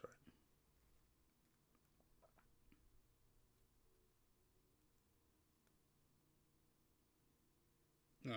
Is that even on there right? Or is that all? No, this is on. I think I screwed up. Hold on. Oh no, that is right. Okay, there we go. Oh, that's right. Okay, yeah, we're trying to push it on by water. Yeah.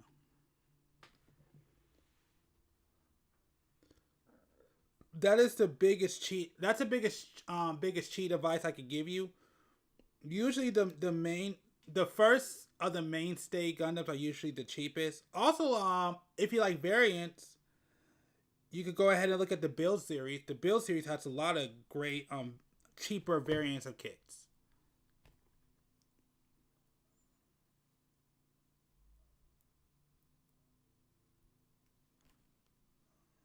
So, but I'm not sure if you're into variants or not. But they have a lot of really great high grades for a pretty affordable price. Absolutely. No. Oh. No. It's a small piece too. Oh no. Oh no. Oh no. Alright, hold on. Damn it. I'll be right back. I'm gonna be here, but I gotta go down and look for crap. This sucks.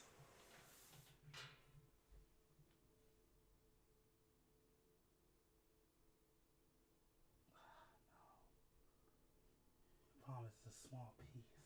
Was that no? Crap.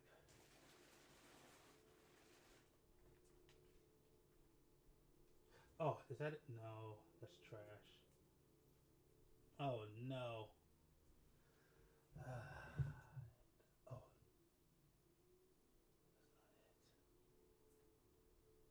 Crap.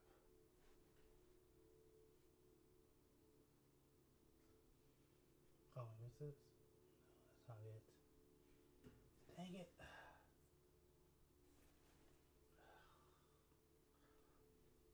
This is the first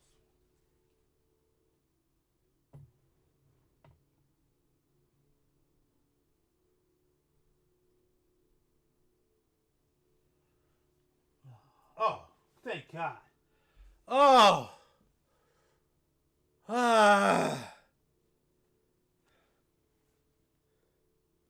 Put this on here right now. Jeez. That sucks.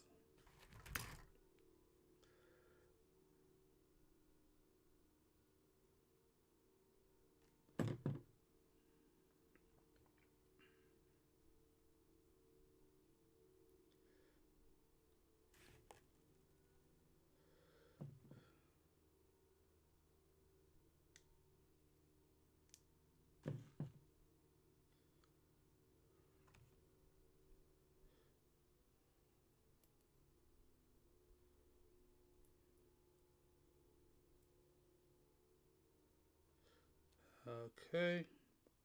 Are we going to be okay? There we go. Okay. Oh, it snaps. I didn't know it snaps. Alright, perfect. That sucked. Whew. Okay.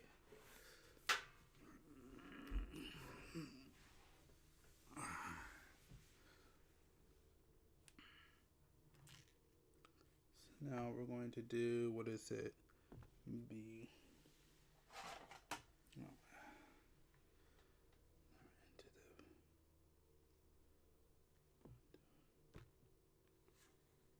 So I need B1.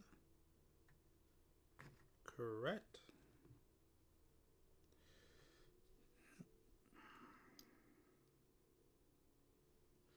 I know you're not supposed to do it this way, but like this, I really want to get it right.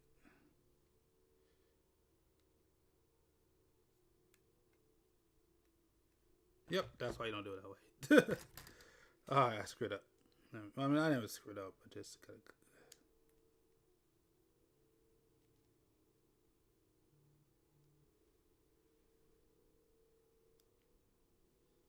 Dang, people blowing up my phone right now.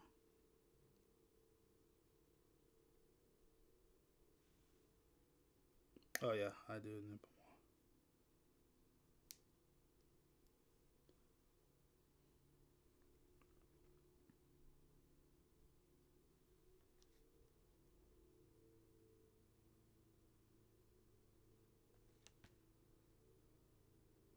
What's going on?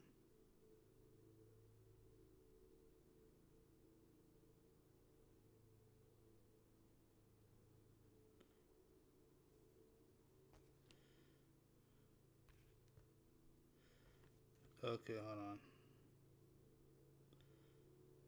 What is this thing?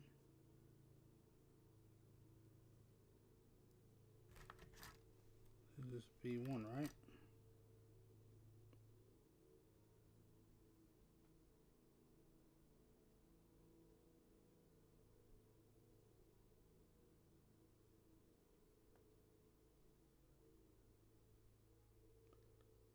I don't know why that's not doing what it's supposed to do.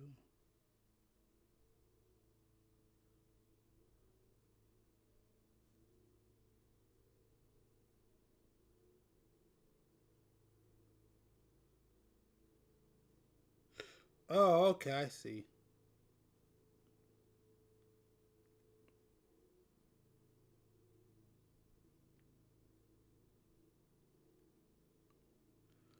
Oh, okay, I see. So it goes like this? I don't get it. Oh, yeah, I guess it does.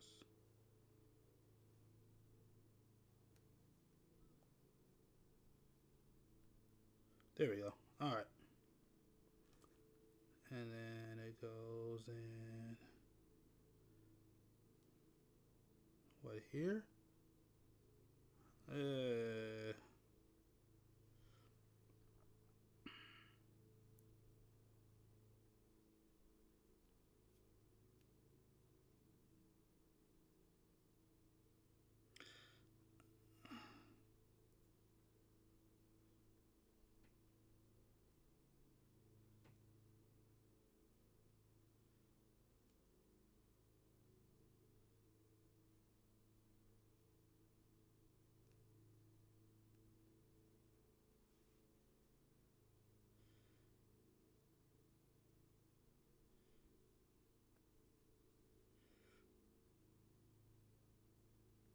Okay, alright.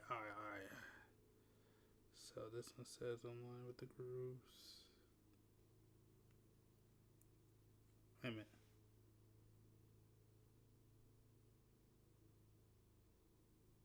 Yes, that's right.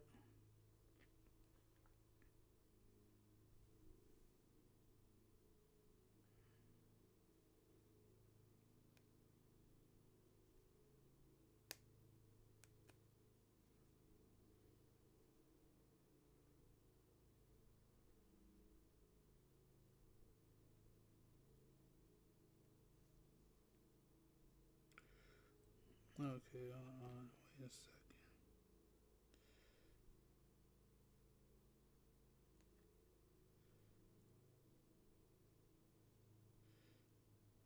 Okay, hold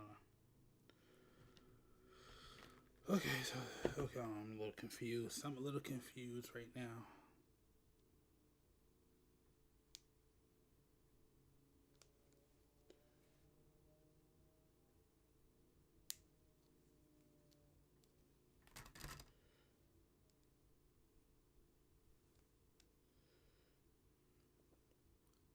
Oh, 355.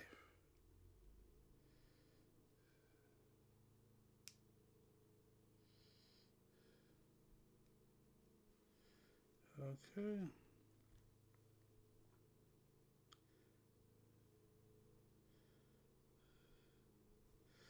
Okay, hold on. Let me get it back to where is it? Okay, so it goes right there.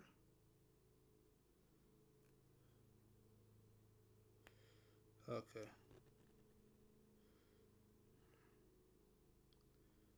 So it goes right here.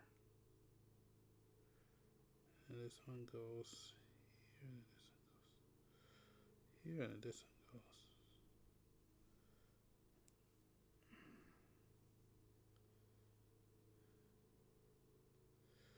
Oh, goes like that, right?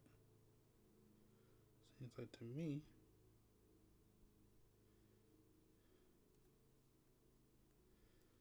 Right?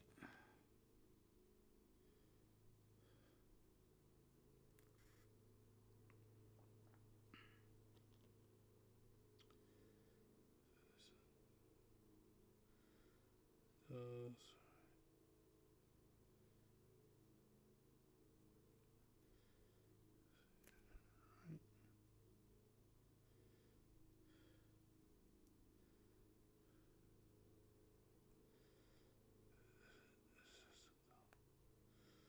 And it's supposed to go this way, or?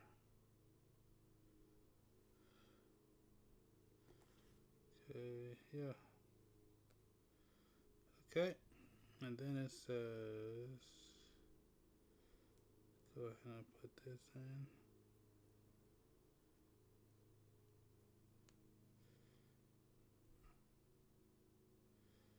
Then it goes like this, right? Is that right? So it's supposed to be tighter. It's supposed to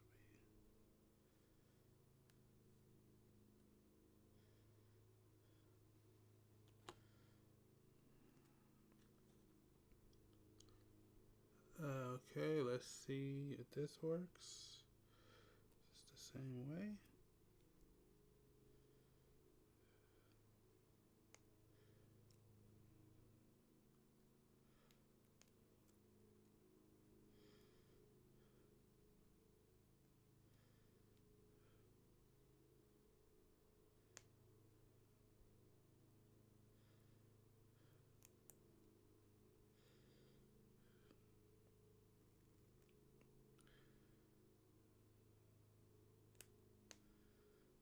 Alright.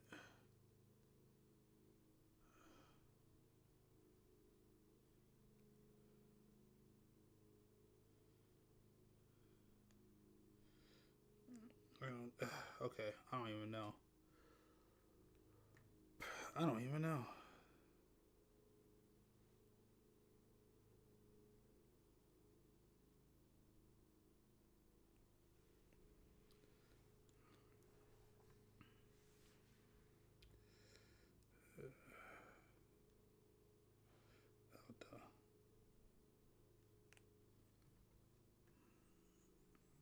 Alright. Is that it?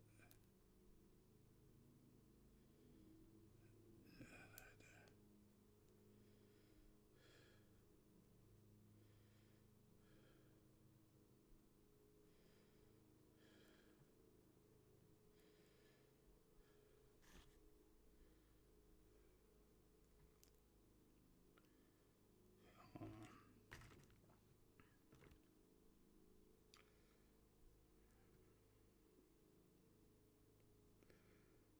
So it goes on this way, right?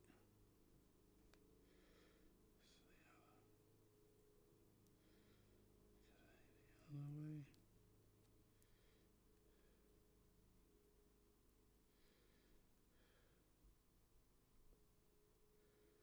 No. Yeah, I'm not sure.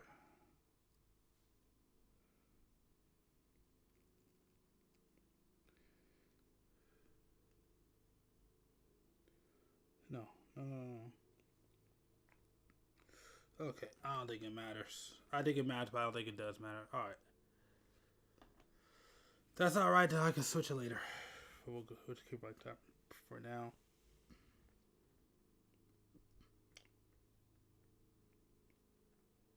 A21. Here we go. Nope. Not it.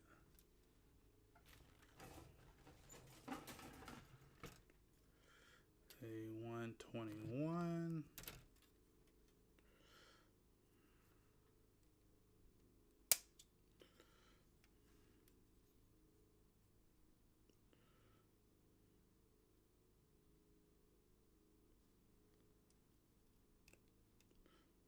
Oops. Okay, well, that was what happened.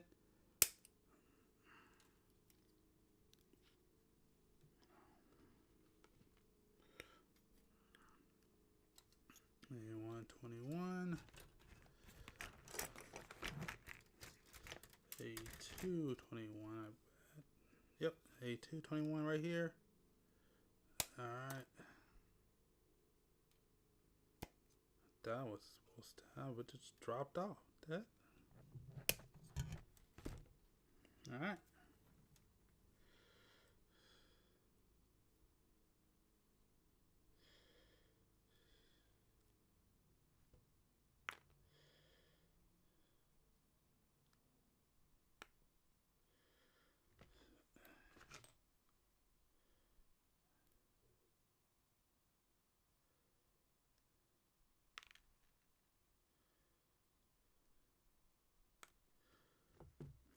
Alright.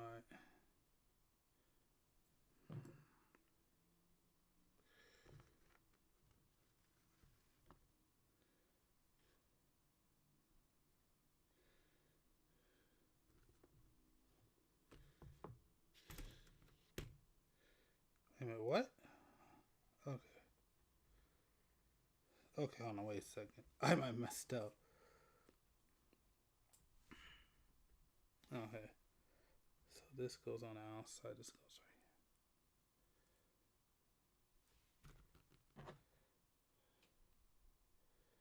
here. Okay, hold on.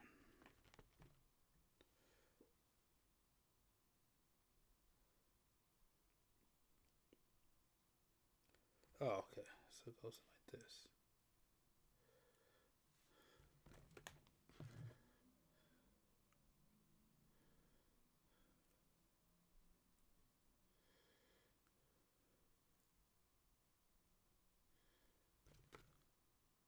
Okay, okay, I think I got it. I think I'm getting it. I think I'm getting it.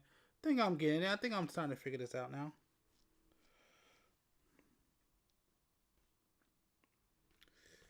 Then B3.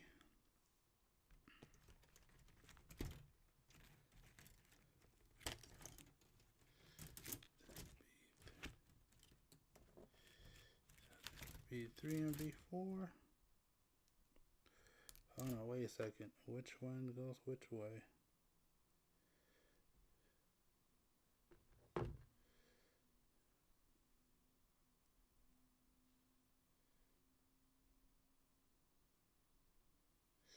I guess this one.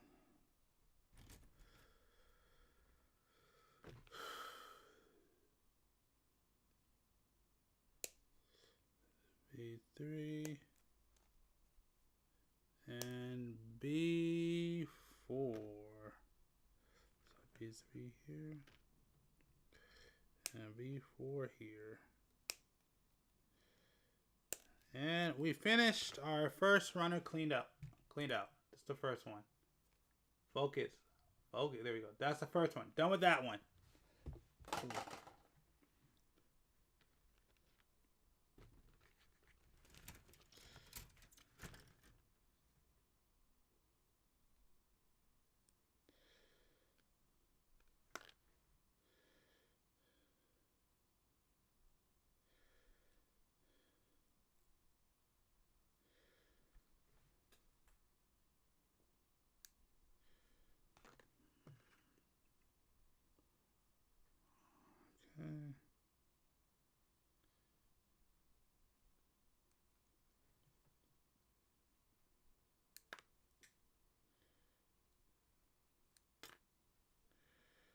All right.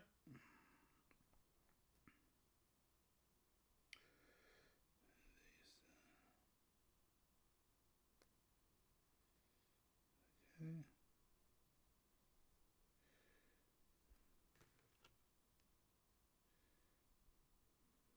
You. All right.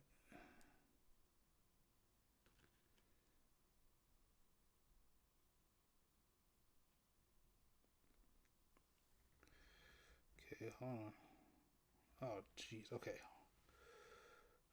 Okay, no, this.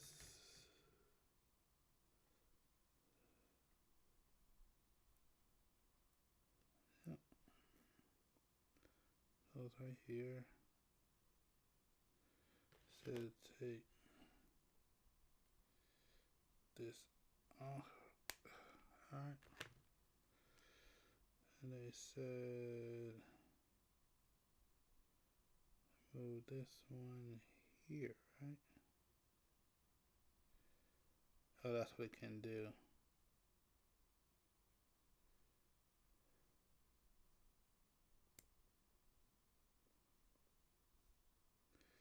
Then it says A124.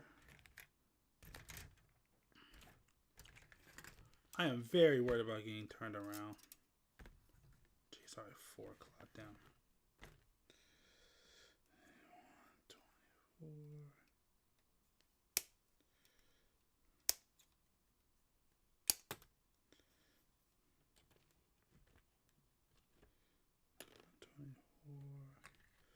A224.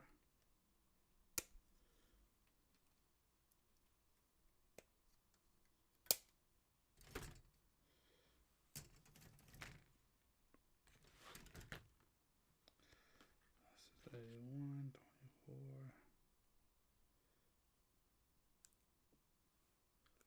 Ugh.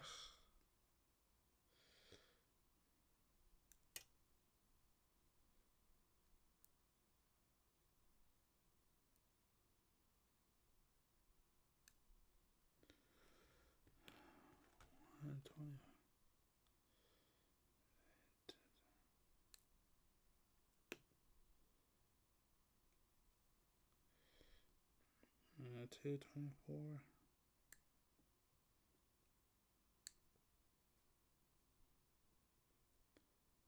Huh. Okay. There we go. Alright, so we're clean. We're clean. Oh, that would have been bad. Alright.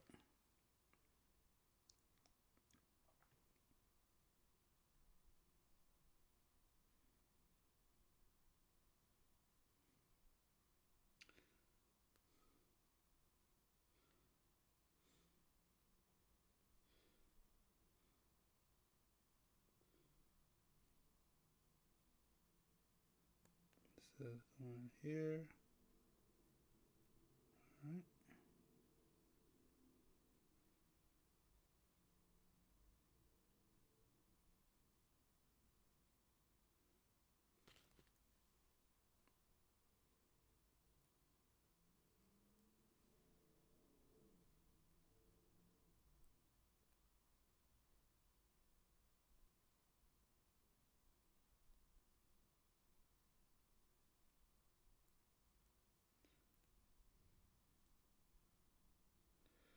Alright.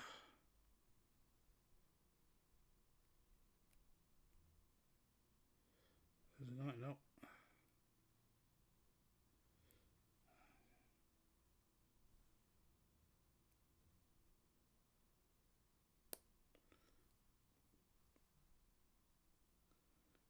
Okay, like that, right? Yep.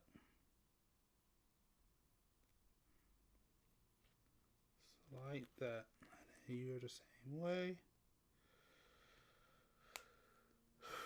Let's do this. Move this out here. We push this one in here.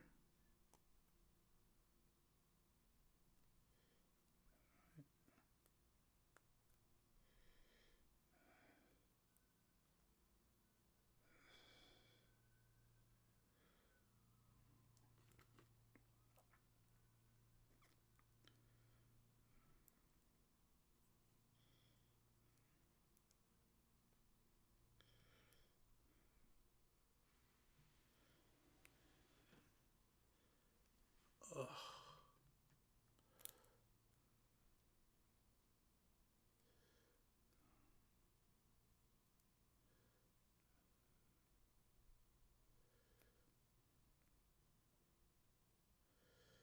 Come on. Just go in. Just go in.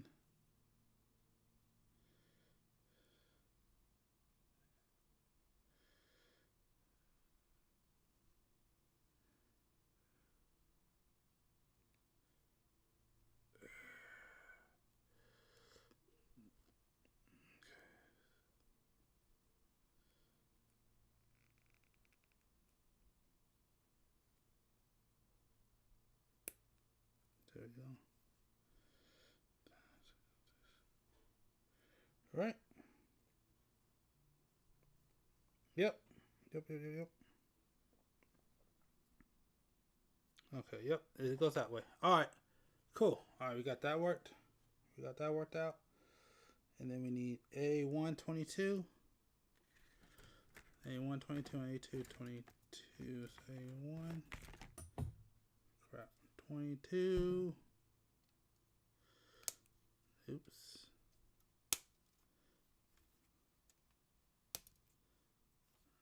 A122. A222.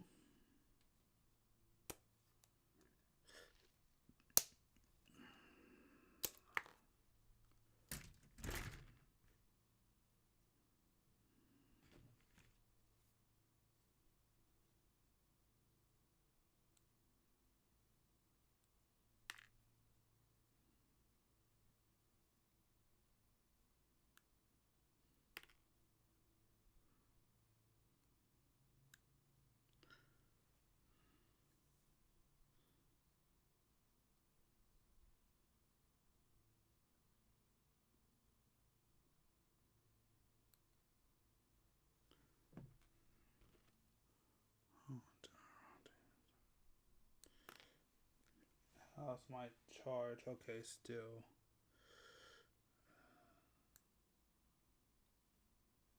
A long ways to go.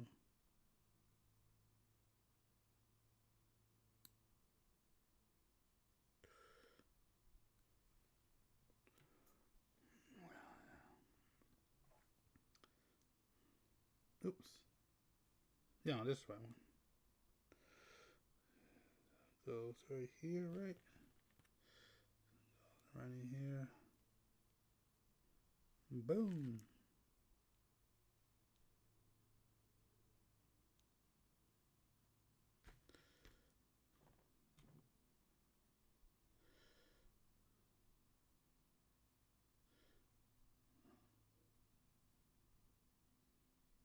Oh. No matter what. No matter what you do. Wait a minute, hold on. Wait a second. Nope.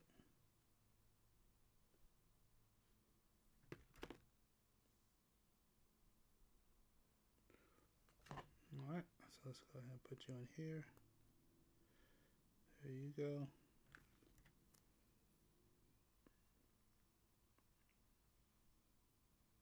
Okay, I get it. I see what's happening. Now it's time to come together. I'm trying to see what's happening now. Oh. Jeez, I'm still with the hands. Alright, cool. Alright. Now it's starting to make sense. Now that I'm looking at it, it's starting to make sense of how it's working.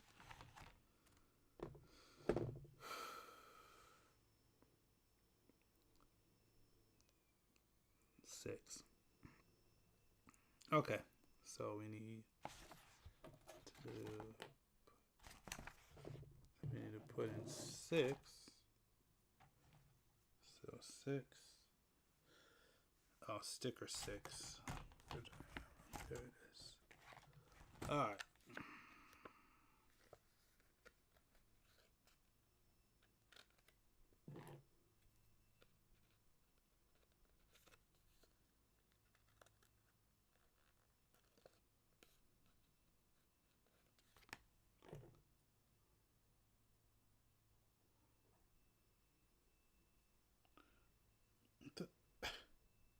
Did that just happen? Is that it?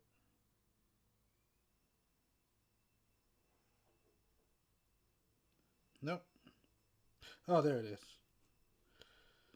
Jeez. There it is. That one go.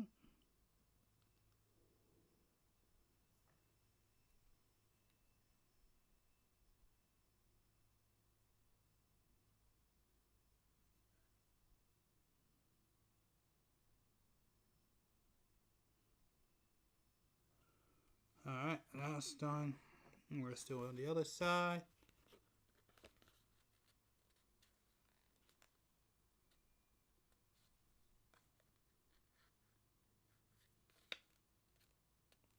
Scratch out the sticker.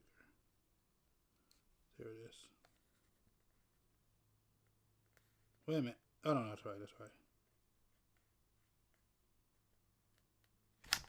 Or I was using the wrong sticker at first, but that number, no, I was right.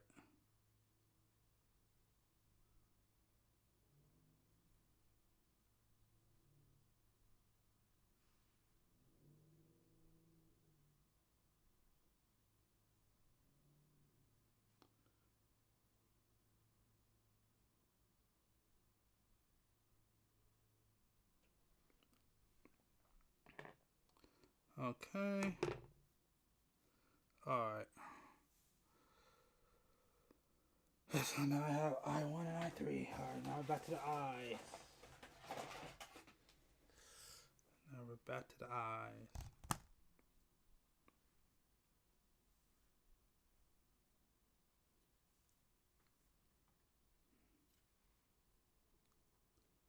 Okay.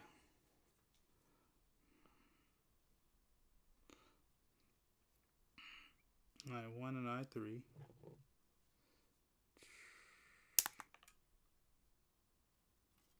Jeez. I1 and I3.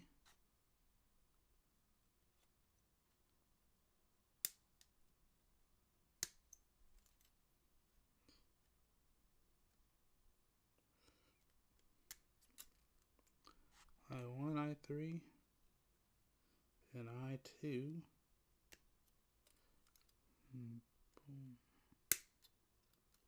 Oh shoot! I'm using the wrong ones. I'm using the wrong numbers.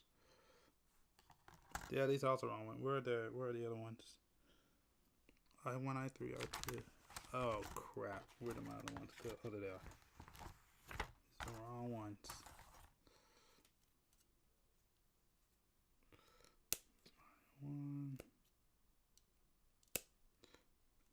I1, I3.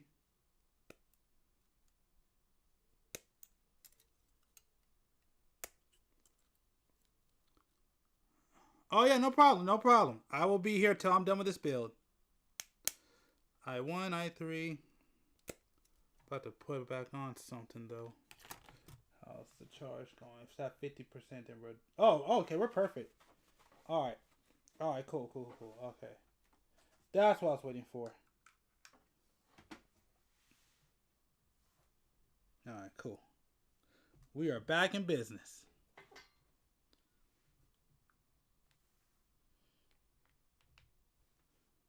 Alright. Find turn something else on. Alright, there we go. Let's go ahead and turn on PIP.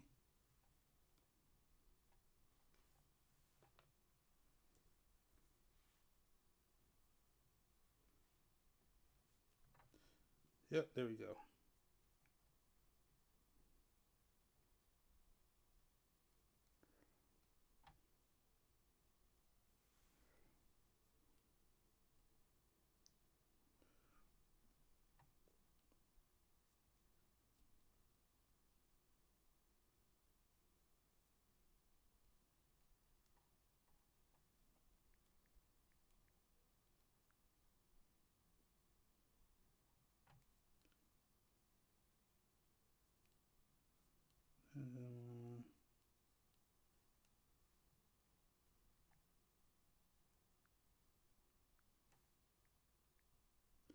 Let's see, I want to check this out.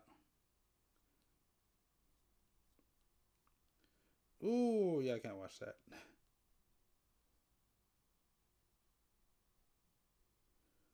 Why? No.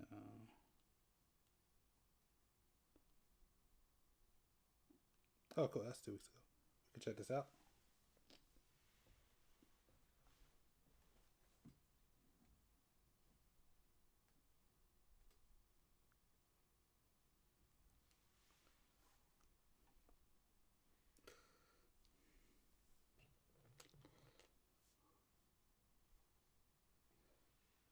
Let's skip. What are you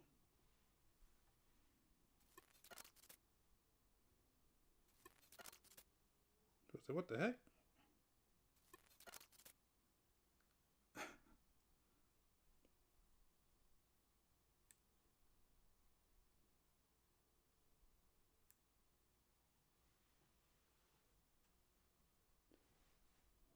Come on.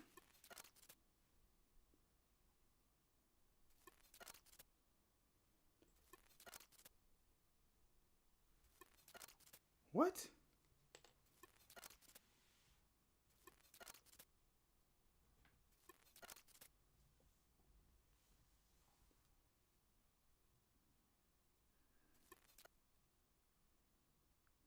Okay. That's not good.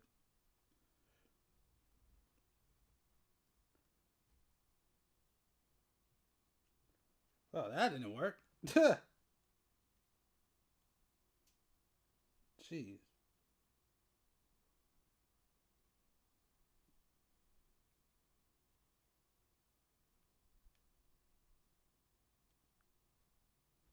Yeah, that didn't work at all.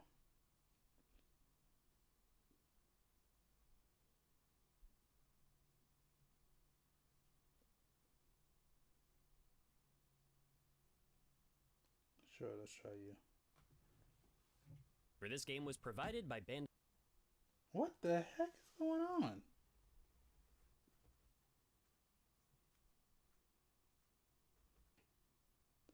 What is going on? Alright. Okay, hold on. Let me... Okay, I don't know what the heck is going on. I'm gonna restart my phone real quick. The heck, that's crazy. Okay, I don't know why that happened, but oh well. Let's just get back to building a little bit. Let's get a little bit further.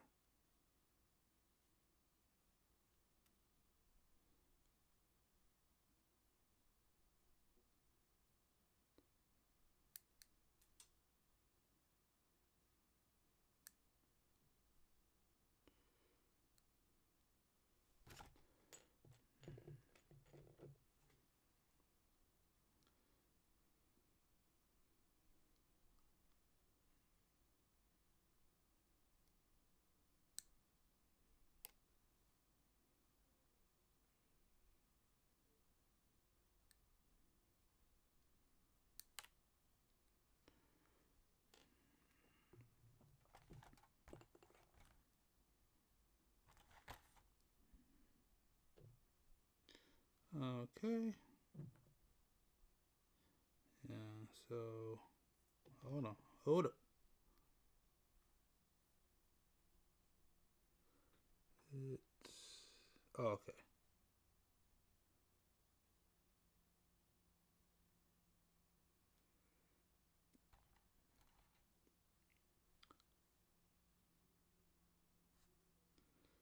Goes up here.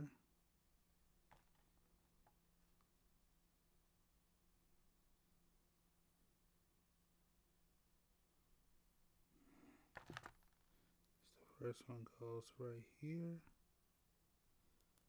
I'm guessing.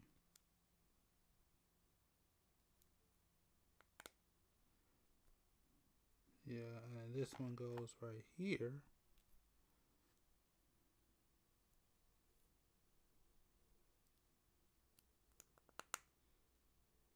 Oh man, that's not good.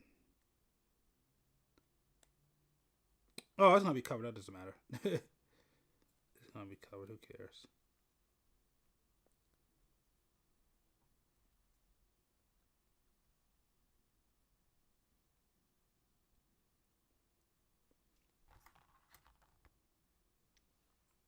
Okay, doesn't matter. Okay, yeah, that doesn't matter. That doesn't matter.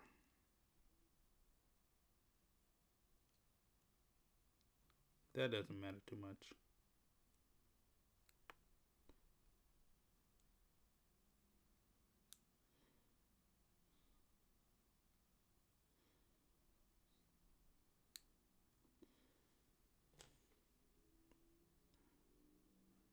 Yeah, I understand when people say they don't really like the gold on here, but I don't mind. It looks alright. It looks alright.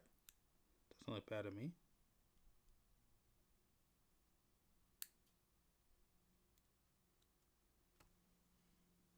I actually like the gold on this kit. I didn't understand people have issues with it, but I think it looks alright.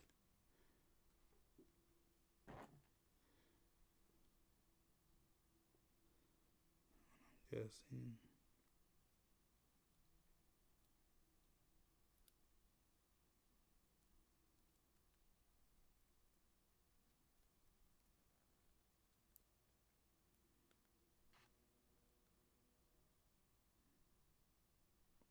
Oh, this is no.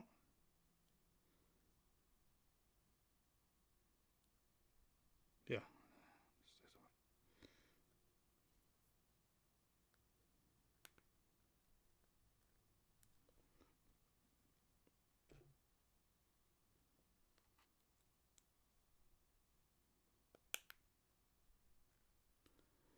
one. All right.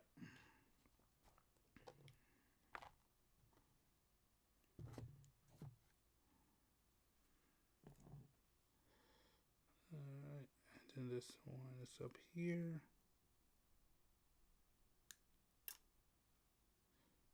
This, and then it goes like this. All right, yep. All right.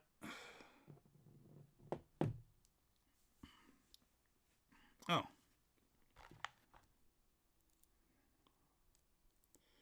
Already goes on. Does it?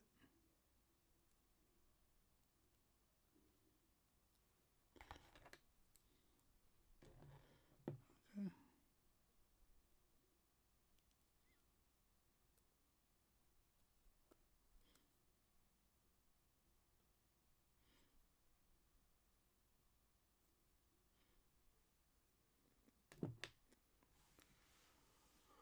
All right.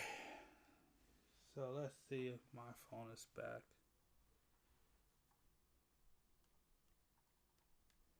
I'm going to try one more time. What does that say?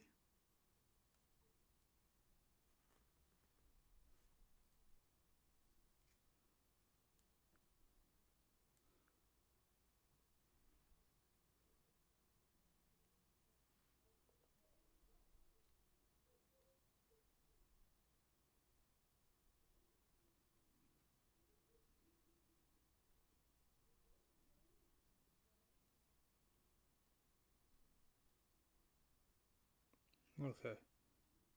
Let me go back. Let's see if we got it working now.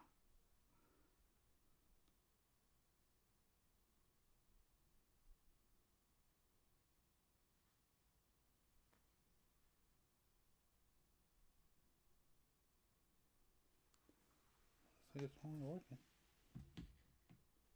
What the?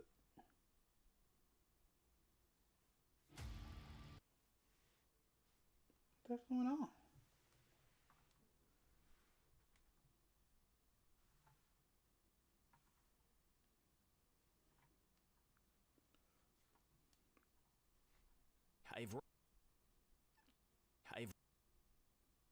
I've rolled credits on the newest game in the Digital Monsters franchise, Digimon Story, Time Stranger, and now I've got the chance to tell you what I thought of the experience. Was it good? Does the game live up to the hype? Did I spend an entire weekend locked in my room binging this title from beginning to end? Alright, we gotta do it that way. So it's gonna be smaller, but that's all we can do. Spoiler-free review of the game. Obviously, with the game coming out this weekend, and it may not even be out by the time you watch this, I'm not out to ruin all the fun and discovery. There's tons of stuff here you just need to experience for yourself firsthand, so I won't be sharing plot details outside of the main setup. I'll be avoiding showing off specific characters or what Digimon you can train and obtain, and there's even certain areas from the game that have shown up briefly in marketing material, but I don't really want to show off more of some of them than what's already out there. It would just ruin the fun, you know? This also is not going to be a huge multi-hour deep dive analysis into every system, mechanic, and design choice. One day, I'll give this game the proper retrospective treatment, but I'm at a point right now where I'm focusing on games in North American release order for that format, so we'll get to that one once it's had time to settle. I've been able to spend time digesting and let the retrospective have some sort of retrospect. The purpose of this video is to run you down what I thought of the game, if I was satisfied, and let you know if I thought the major pieces were successful. This is also for the newcomers out there. I get asked all the time by people who have never interacted with Digimon before where they should start, and today I'm here to tell you whether or not this is where you should begin. Obviously, I am going to have to share at least some detail of how things work and why I think they work or not, but if you're sticking around, I'll do my best to share my thoughts without giving too much away. Alright, that's more than enough preamble, let's get started. You play as an agent working for an organization called Adamus, investigating anomalous phenomena reported around Tokyo, operating in the shadows to solve cases surrounding the sightings of strange and alien creatures we know as Digimon. After attempting to investigate a brewing surge in Digimon activity hidden away in a locked-off section of the city, you find yourself attacked by these monsters, approached by characters who recognize you that you've never met, and eventually traveling not only to new time periods in a version of Tokyo that hasn't yet fallen to the destruction you've witnessed, but you also find yourself teaming up with new friends in a quest to travel between the human and digital worlds, the home of the monsters wreaking havoc on reality. You'll fight Digimon, train Digimon of your own, and help them grow, all while unraveling the events that led to the grim future you witnessed in an attempt to stop this catastrophe from happening. Time Stranger is a turn-based RPG, probably the most comparable to Cyber Sleuth and Hacker's Memory before it, but let's not forget, those titles that originated on the PS Vita were the first Digimon games to carry the story title in America, but not in Japan, and the Digimon story line of games has taken a lot of different forms. You can see the bones of those previous projects here, but this is still a new experience and one that does plenty to set itself apart. So you definitely don't want to be coming into this expecting just another Cyber Sleuth or Hacker's Memory. This is fundamentally a very different kind of game. Like I mentioned before, the game is going to take you through a lot of different kinds of environments. You're going to be moving around through the human world and you're going to be moving around through the digital world. I was actually really impressed from the get-go, especially since there was a part of my mind that was still kind of set in the Cyber Sleuth era, but being set in Tokyo and getting to run around so much of it and getting to see how like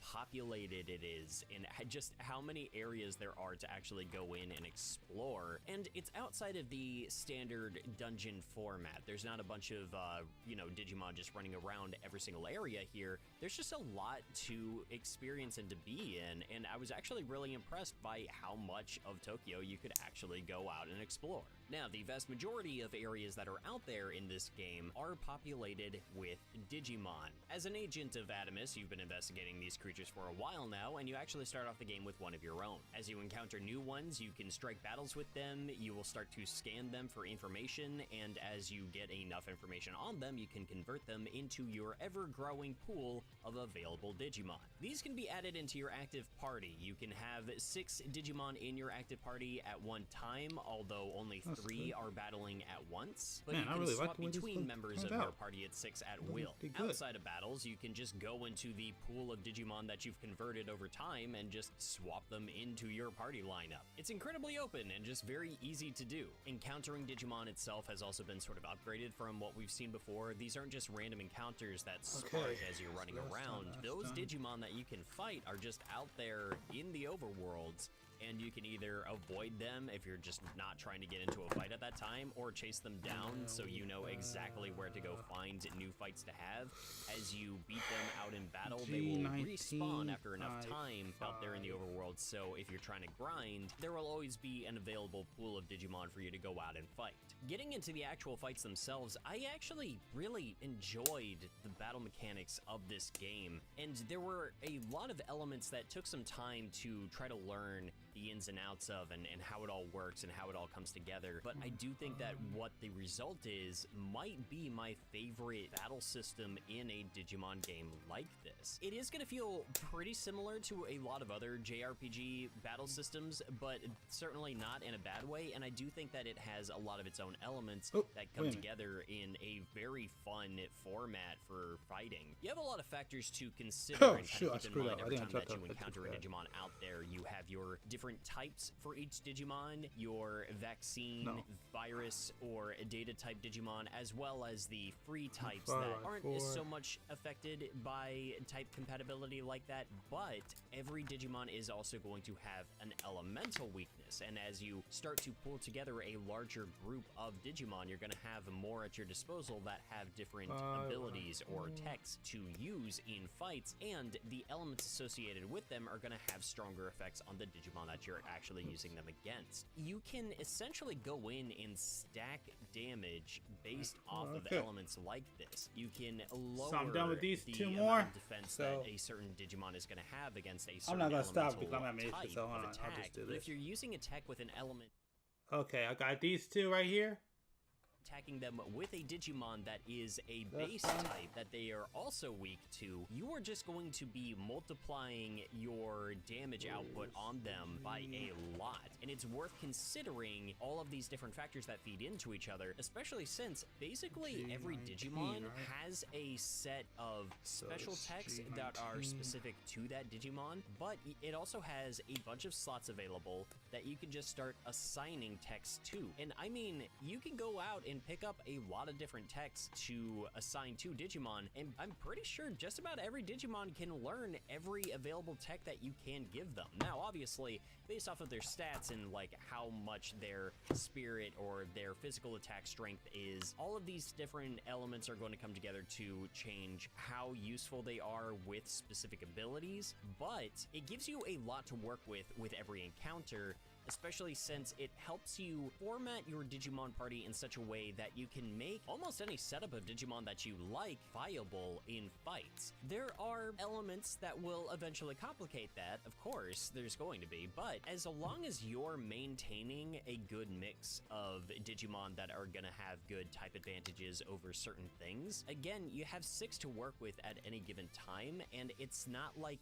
you're just locked to that. You can swap in and out of any available Digimon that you have also obtained whenever you want between fights. You can just go in, pick your favorites, and make them work, but you have to put thought into how to make them work. You can assign different equipment, you can assign different...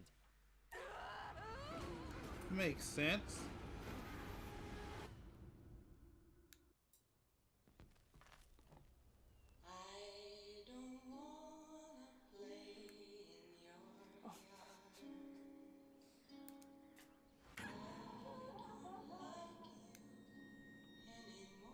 Can I trust this man?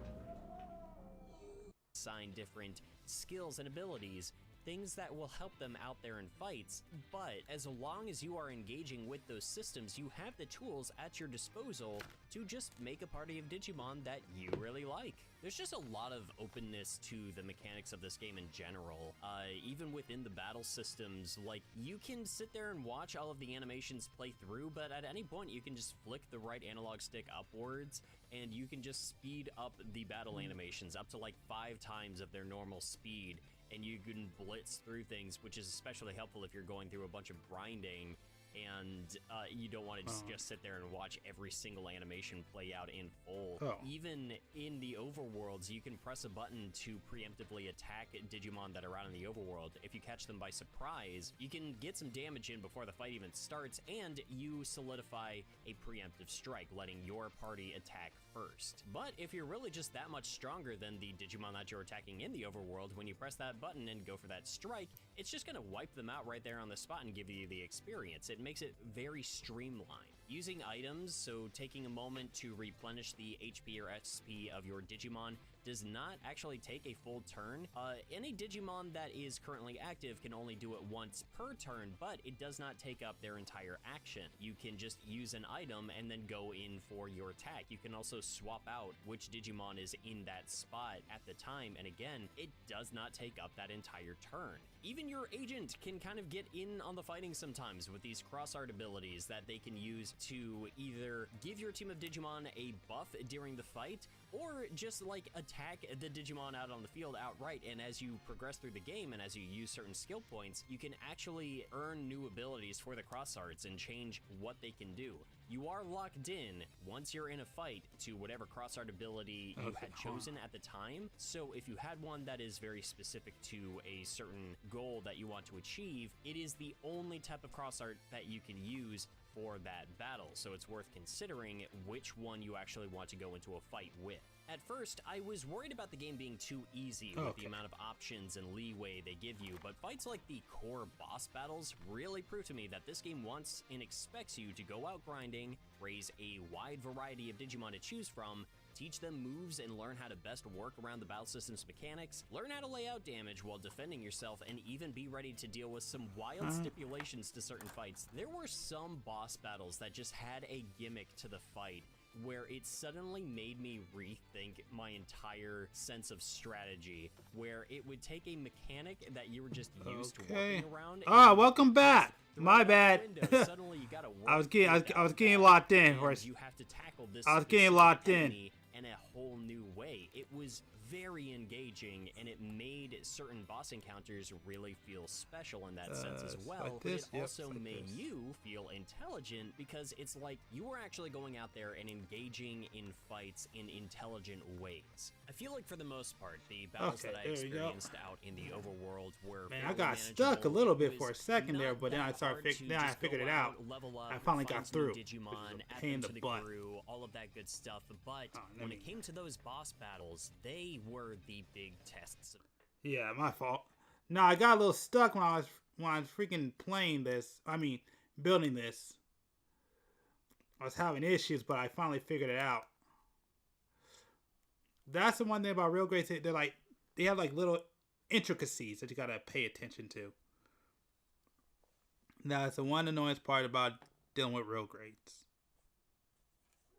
How powerful I felt when I was able to overcome what they were throwing at me. I think it was especially fun that it wasn't just, oh, they are big evil Digimon with high stats. There was legitimately interesting elements to each of these fights that I don't want to reveal here that added a sense of character to who exactly you were fighting, and it made the encounter itself feel special. It made it feel challenging, and it made it feel important.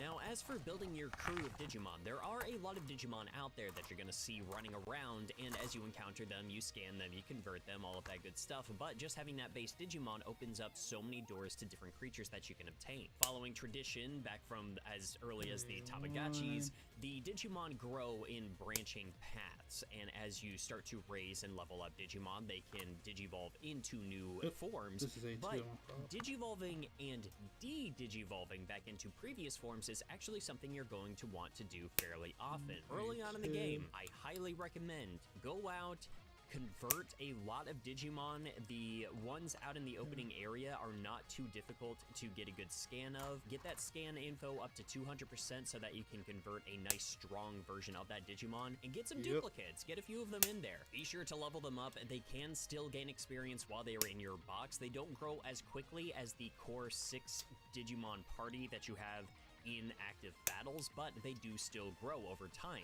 You want to get them as close to their level caps as you can, then digivolve them, and then once they have grown in their digivolved form, it's usually a good idea to de-digivolve them, as they will go back to a previous form, but with much higher base stats. This is going to make it a lot easier to raise them into even stronger forms of what you had before, but then with those raised stats on top of that, suddenly it's opening up new pathways of what they can digivolve into, because now they're just capable of becoming stronger than the capped version of that previous one was.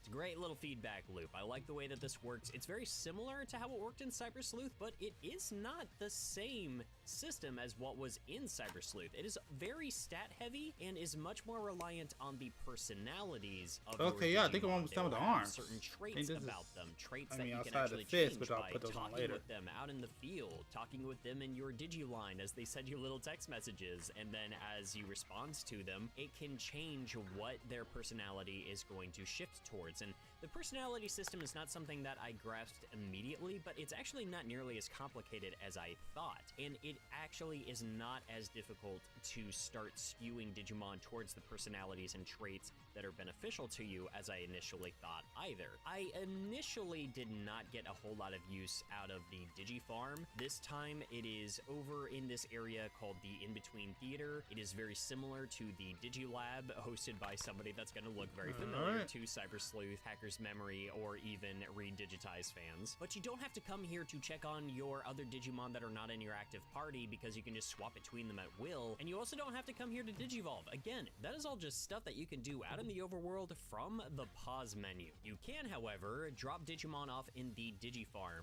Again, this isn't something I initially got a whole lot of use out of, but I can already tell that this is something I'm gonna make much more use out of in my second playthrough of the game. It is where you can drop Digimon off and you can set them to train, and that will raise specific stats over time, and depending on the training that you put them through, it can also change their personalities. It's pretty easy to check up on their personality traits, how they're growing towards different personality traits, and how you can control which personality they are going into. The training through the Digifarm I found was probably the easiest way to control this aspect, and the easiest way to manually train up very specific stats on any given Digimon at a time. Now, the one thing that I did find kind of frustrating about this is that the Digivolving menu is, again, not found through the Digilab or anything now. It is all just in your pause menu. The problem is when you go into the Digifarm, you are in a separate core system of menus, and you can't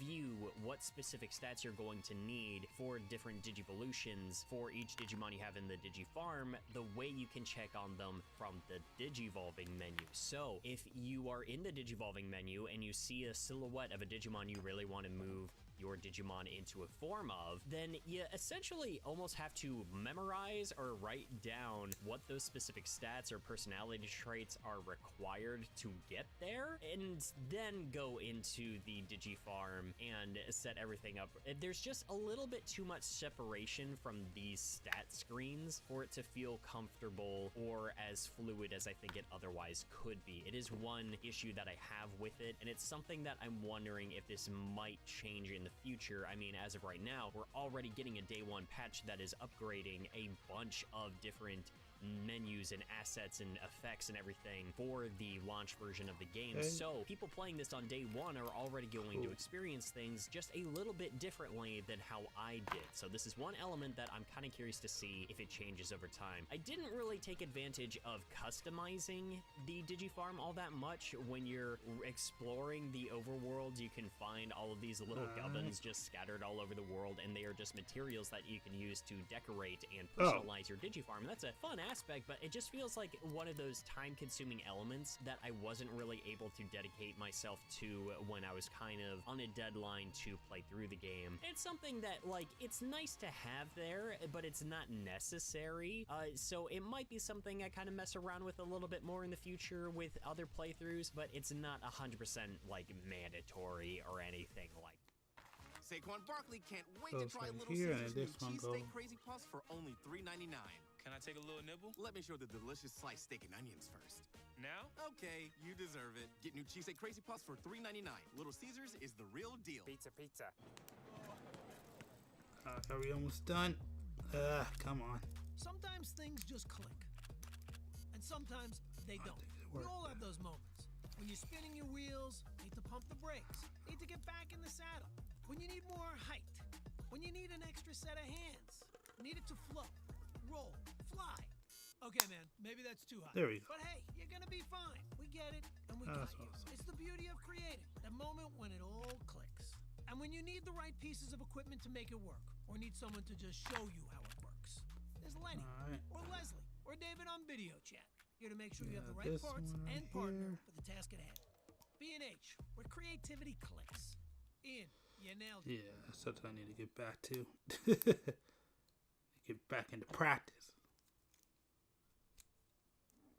Something I would highly recommend taking advantage of that relates back to Digivolving is going to be going out there and doing side quests. As you progress through the story and as you sort of enter different intermittent hubs, you will have a couple of different side quests available to you. These are generally pretty simple, and they start off fairly simplistic at first, and I was wondering how engaging they were going to be as the game progressed, but thankfully, there were definitely a couple of side quests in there that asked a bit more of you and that I felt were personally a bit more interesting than what's there from the get-go. But the really important aspect of the side quest mechanic here is, one, you get to actually go out and see a bit more of these overworld areas. It's an excuse to actually get to be in these environments a little bit more, and I think that there is definitely something to be said there. But you also get a certain type of skill points, these agent skill points, by completing these missions. You get them by completing story missions, sure,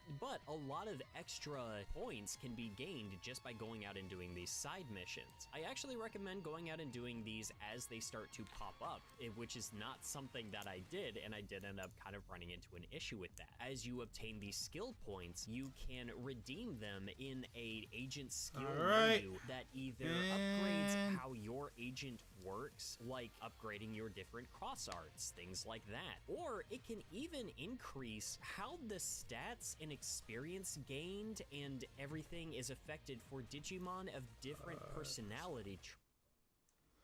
And there you go. The arms are done. And now all we have left is the backpack and the head. That is it. With. I would even imagine, even for the speedrunning community, this would be a fun thing to work around, because learning how to allocate your skill points in this fashion and how to properly mid-max the growth of different Digimon over time and speed up the process of achieving certain Digivolutions. I don't know, it's an interesting system. Well, it was something that felt maybe a tad overwhelming at first, but the more that I looked into it and the more that you start going through the backpack and just start earning these different skills and going through this skill tree and activating all of this, it's nice. But yeah, the we'll do really the backpack important first. thing is that it is also tied into something called your agent rank. You only go up in your agent rank, not necessarily just by completing the story missions, but by redeeming a certain amount of these skill points. You have to actually put them into use. You don't have to put them towards specific things, but you do have to redeem a certain amount of these agent points to get a new agent rank. And as that goes up, that is actually capping out the level of Digivolution you can actually achieve for different creatures. You will need an agent rank of 5 to get a certain tier we're getting there. We're getting there. You need an agent rank of 7 to get even higher ones. This was something that I didn't immediately grasp, but it did start to become clear to me over the course of my playthrough, and I started to realize that I had sort of been skipping out on maybe too many side quests in the interest of trying to complete the game with enough time to actually work on a video for it. And I realized that I had kind of locked myself out of the ability to achieve certain tiers of Digivolution because I wasn't going out there and engaging with this side content. Now, because this is a game where you are moving between different time periods and different areas and everything like that, there are going to be portions of the game where certain side quests that you skipped out on are going to be locked off from you if you didn't complete them within a certain amount of time. Thankfully, that is not a permanent thing. The game will even tell you that in due time, these side quests will be opened back up to you again. Not going to reveal how exactly that works. All I'm going to say is visit the in-between theater, interact with things, go to locked doors and see if they will open now, and who knows, you might actually unlock the ability to go back and take care of unfinished business, and this will give you the opportunity to, one, experience the side quests, but also earn enough points to be able to raise your agent rank, and that will help you achieve different Digivolutions. Digivolving in and of itself, it's just like, it's so fun to go back and forth between all of these different forms, and you just have this giant stack of all of these Digimon just at your disposal, and as you're raising them up in forms and then bringing them back down, messing around with how many different new Digimon you can unlock just from like one chain. You can even track like what previous Digimon this specific one was and like what its Digivolution pattern was. It's so interesting. I could really lose a lot of time just in this menu, especially after completing an area and all of my Digimon have just raised up in level and everything like that. And just going back in here and just checking out, okay, so who can grow into what can they grow back into, what is this achieving? And I was thrilled once I was able to clean up some side quests and everything and get a higher agent rank. By the end of the game, I was able to run around with so many cool Digimon, things that I had not even unlocked in previous playthroughs of the older games, and I was relieved by how much easier it was to achieve a lot of this over time because there are so many different Digimon to choose from. This game has so many more than have been present in previous Digimon games before that I think they wanted to streamline the process of you actually getting to as many of those Digimon as you possibly could or might want to. Also, having all of these different Digimon available to you that you can swap out into your party between battles all the time just on a whim makes one mechanic make a little bit more sense to me. Again, I was worried that they were making things too easy, as when you're running around in between battles, if you have a moment to just take a rest, you can just stand still and your HP and SP will just replenish. It takes a certain amount of time and you just have to kind of sit there and wait for it to happen, but you can essentially just get a freebie replenishment on your entire party of Digimon between battles as long as you're paying attention and not just standing in one place while a Digimon sneaks up on you and attacks you in between it. And I was, again, thinking that was going to make things way too simple, but because of the challenge that comes with later encounters, and because replenishment items cost money, and I didn't always have all of that many on hand, and I ended up using a lot of them for the tougher battles, this is something that just made sense. And I think that these mechanics actually fit together a lot better than I was fearing that they would. Of course, getting all of those replenishment items and stuff like that, it helps to actually explore the environments that you're in. You want to go off the beaten path, you want to find chests, you want to find hidden items and everything like that. There were definitely a couple of times where I got really helpful recovery items before a big fight where it really came in handy, but only because I was actually going out there and exploring. That's not even counting just going out and finding rare materials that I could sell for more money that I could use to buy specific items and things of the like. That's not even counting the outer dungeons that you could unlock by finding these little portals out in the overworld. One thing I really like about this too, these are accessible again through the in-between theater, but all you have to do is just encounter one of these portals. You don't have to actually engage with it when you find it. You go up there and Mirai says that it is accessible through the in-between theater now. So as soon as you find one of those portals, you could just go back and try out the challenge that comes with it at any point you like. And I also really love how creative they got with the visuals for these outer dungeons as well. The environments here are wacky and abstract, and the effects that are going on with them in the background are just so much fun to look at and to run around in and interact with. I love this so much. I also just really enjoyed the giant digivices that you use to actually interact with these as well. And those aren't even the only side content that you get. There is a trading card game of sorts within this title, but it's probably one of the most simplistic I've ever seen in a Digimon game, and I think it was fun. I actually enjoyed going between a bunch of different NPCs I found in the overworld and challenging them to these card battles, but I do think it is going to be disappointing to some that actually found card battles really engaging in something like, say, Digimon World 3, where there was actually a sense of strategy and everything here. It honestly kind of feels like these card battles are just a very simplistic game sort of based on chance and best out of 5. Like, there's definitely a little bit of leeway here where the game could kind of go either way in certain instances, so it's not all in your control. But for the most part, you are going to be able to win these as long as you're paying attention to what you're doing. In a way, it kind of feels like an in-game way of just getting you more familiar with type advantages and things of the like. Just getting you more acquainted with Digimon types and which ones have advantages over the other. So I do think that it was helpful for that. It is just very simple. I did think it was very cute. I would honestly love for Bandai to create Digivices like this that are interactive with cards. I know it's not the first time they've done something like that, but I would love to see a set just kind of based off the card game as it exists here with these little digivices that you can actually use. Again, I thought it was fun, but I do think that people looking for a more engaging TCG game in something like this are gonna feel a bit let down because there's not that much going on here, and I'm gonna be honest, I don't think I ever lost one of these either. They're not that hard to do, so fun, cute, but not the most engaging that the trading card games have ever been within one of these RPGs. Refresh your space with a mid-century makeover at Ashley. From rich, solid woods to velvet-like textures, you can find timeless styles with a modern twist for every room. It's time to get retro with Ashley. Shop in-store and online. Okay, all right. And then it says $9.99 Big Cheese Box is back on the Fall Farm Stand menu. 28. Enjoy our delicious, melty, and mouth-watering feel-good flavorful meals, starting at just $9.99, only at Farmer Boys. Yep. And there we go. All right, my nerves so.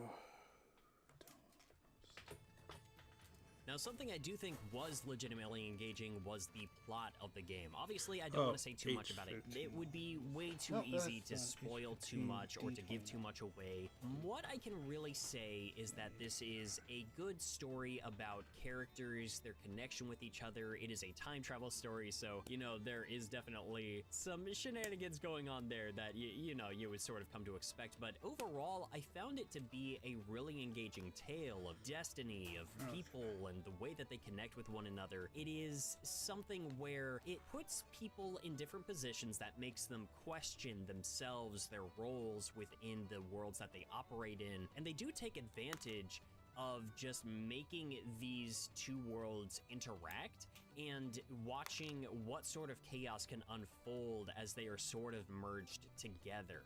There's a lot of fun to be had with just seeing the way that they morph the digital and real worlds and what all they do with those concepts. I might have put you on mute for a sec. I think one of the greatest triumphs of Give this me 1 was second, its but I'll still be here. The main duo that's going to be running around with you throughout this adventure is Inori and Aegiomon, and they are obvious highlights to this narrative. And I remember thinking at first that there was a little bit of a cheesiness, a little bit of a corniness to the way that they were introduced and the way they fit in with the story here, but over time, I think that that was almost a benefit to it in a sense. There was an innocence to these characters. There's a nature to them that is just so hard not to love. And I do like the way that they connect with the main character and how much agency they have over the world around them. And you can really see how much they care about what's going on and how much they are pushing themselves and you forward to complete this journey. The connection that Inori and Aegiomon have with one another is, again, this is one of the core pillars of the storytelling. And I think how much the overall plot is going to work for you is kind of relying on how much you get invested with these two characters and how much they care about each other. Thankfully for me, it worked very well. I came to accept that these characters truly cared about each other very easily, and seeing the way that they and their relationship developed over time and seeing just how much it pushed both of them throughout this plot was legitimately engaging, and I did like these characters quite a lot. Obviously, they are not the only characters to focus on. There are plenty of other people that you're going to meet along the way. There's a cast of people out in the human world that you will see. Most of the human characters are fine. They're a little bit basic maybe, but I do like how some of them specifically interact with the storytelling and how much they end up helping the main characters out and everything like that. But there were some that I was a little bit worried about. Hiroko is your standard streamer influencer character. She was teetering in a dangerous zone of cringe, but thankfully they were able to reel her in before it got out of hand. I was legitimately worried about how present this character was going to be and how obnoxious she would end up being, but I did end up liking her just fine, partially because they knew when to back off with her shenanigans when it was starting to feel a bit overbearing. I think the real stars of the show here are going to be the Digimon characters, the ones that you interact with throughout the digital world of Iliad add. We knew from the marketing material that the Olympus 12 were going to be a big part of the story, and they do all shine here, but they weren't even the only ones given interesting stories or moments. I found myself legitimately invested in the Olympus 12 as a cast of characters, and again, without giving away too much, I think part of why this works for both fans and newcomers is because it gives fans a lot of, you know, fan service, and it pays off characters that haven't gotten as much limelight in the Digimon franchise as a lot of the original adventure Digimon. So it just kind of gives fans of the material more to see with underrated cast of characters, I feel. But at the same time, for newcomers, I think that it introduces the concepts of the Digimon of the digital world and these specific Digimon in the game. It's all established very well, and I think it's easy to understand what their place in this world is. It's not just them telling you, hey, here's all of these characters and here's why they are important. You are a part of their journey. You get to see them grow. You get to see them change. You get to see them develop not only as individuals, but with each other. It is an engaging world to be I'm glad we in, didn't and I close to think be that finished. the actual Digimon characters in the digital world are handled really well. This is probably my favorite way a cast of Digimon characters has been handled in a game, being given just as much spotlight and autonomy as the human characters, if not more so.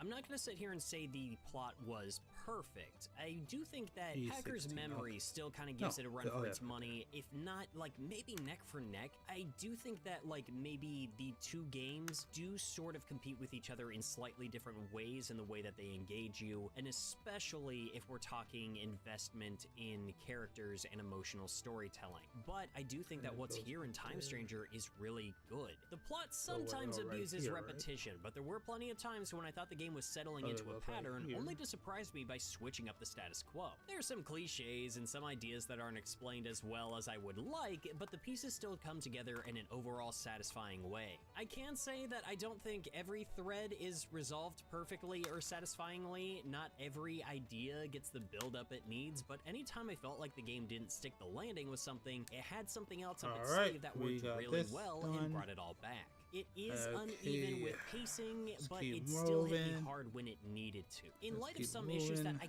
can't share too much information on now, I do still think that the overall package of the story that this game was portraying still really hit. It's still one of the most successful plots that I think have actually been in one of these Digimon games. I think that it handles itself well. I think it has a lot of ambition. It's trying to do a lot, maybe too much in some places. Again, there are some pieces that felt like they were supposed to be building up to a much more important part of the story, but they are handled kind of offhand or end up getting way too rushed later on, or sometimes even resolved off screen. But these particular failings were not enough to dismantle it for me, because I think the most important parts of what this game was trying to do and say did actually hit as hard as they were supposed to. I think that's actually kind of how I would describe the presentation of the game overall. I mean, on its face, this is a gorgeous game. The locations are beautiful and teeming with life and activity. You go into these locations, you walk around Tokyo, you just see it crowded with people. I do think that the sort of minimalistic approach, you know, the random NPC characters walking around not having faces, was probably a smart choice. It looks stylized, but also makes the production just a little bit easier, I would imagine. So I think that this was a smart choice. But then you go into places like the central town of the digital world, and it is just like everywhere you look, every single shot is just full of different Digimon inhabiting this world. It feels so alive and vibrant. The character models are immaculate and lovingly animated. I loved seeing all of these different Digimon, the way that they move around, this wonderful sort of cel-shaded approach, especially with these thick black outlines. I think it's such a good look. I think they nailed the visual identity of this game. It looks phenomenal. Now, as for the voice acting, I played this with the English dub, and I actually do think it was pretty good, but the translation to English can be pretty direct, and there's obviously some lines and phrases that sound odd spoken in English, and there are times when the writing relies too heavily on repeated phrases. It didn't take long for me to get a bit tired of hearing Inori go on about how we were a really good person, or cracking some kind of quip about how strange our outfit is, a few times within the same breath. But that's not reflective of performance. You can tell that the people that came into these booths were professionals, they came in to do the work, and they did a great job. There were some scenes in here where I got really sold on the emotional beats, partially just because of the performances of the actors that were just behind these characters. It's also really cool just hearing Digimon all speak and call out their special moves. It might be a reason some people stick with the Japanese dub, in all honesty. We've got over 450 Digimon here, and not all of them really sound like how I would expect them to, but it was still fun feeling that extra bit of connection to these creatures, feeling like they were real, self-aware beings, and the smaller Digimon are especially cute, yelling out their attacks. It's also great seeing which of them can take advantage of the new Digi-Ride mechanic too, letting you ride on your loyal digital monsters as they cart you around the environments. There's honestly not even a lot of emphasis put on this either, it's just a cool and cute detail they added, and I dare not show you too many of these animations either, because half the fun of the mechanic was just experimenting with the Digimon I raised, seeing which ones support Digi-Ride, and how each one was handled for it. As for the Digimon that are available in the game, I think there's something to be said about the DLC and how certain Digimon, outfits, and small-scale side quests are locked behind a season's pass and a paywall. I will be frank, I don't want to get my excitement over this opportunity to get the better of me.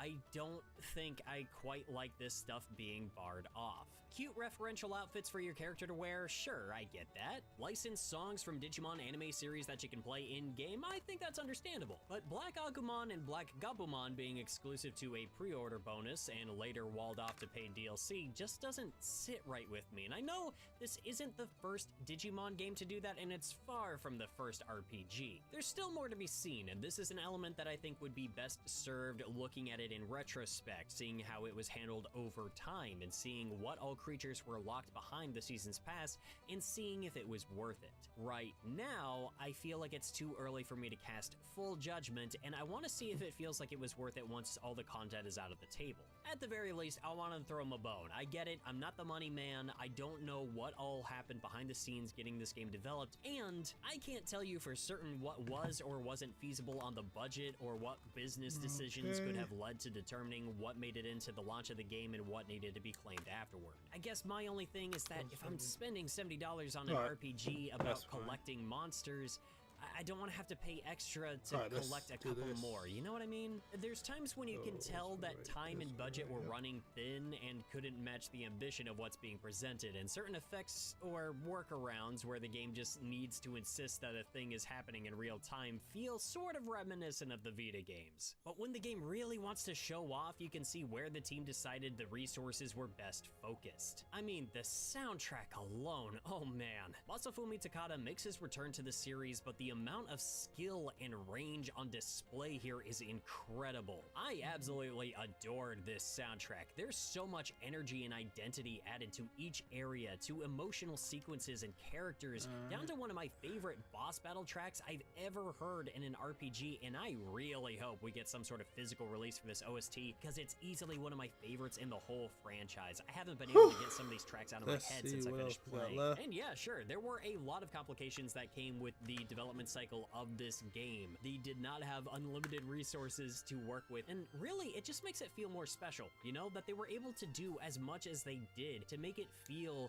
look, and sound this good. You can tell that the team was really proud of what they were creating, and they wanted to make a sprawling, large-scale adventure, and by the time it was over, I was left with a sadness that it had come to an end. It made me want to hop back in and just visit this world and story all over again.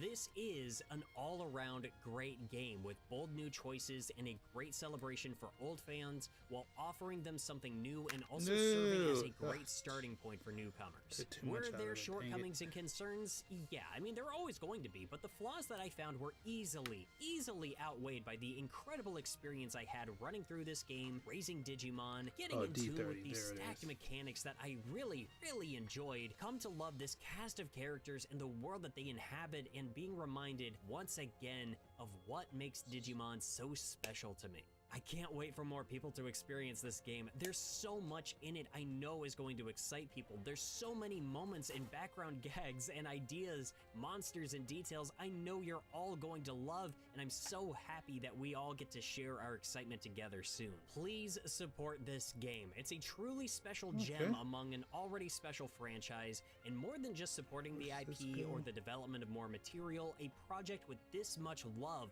work, and ambition deserves recognition. I can't wait to see the rest of you in Iliad. Let's chat again once we've all gotten a chance to play Digimon's Story Time Stranger. Organic and dairy-free?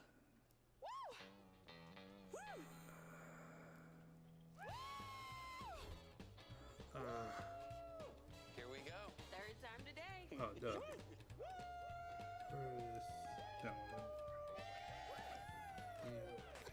At Sprouts, our shelves are filled with new, exciting, and delicious discoveries. This is that Sprouts feeling.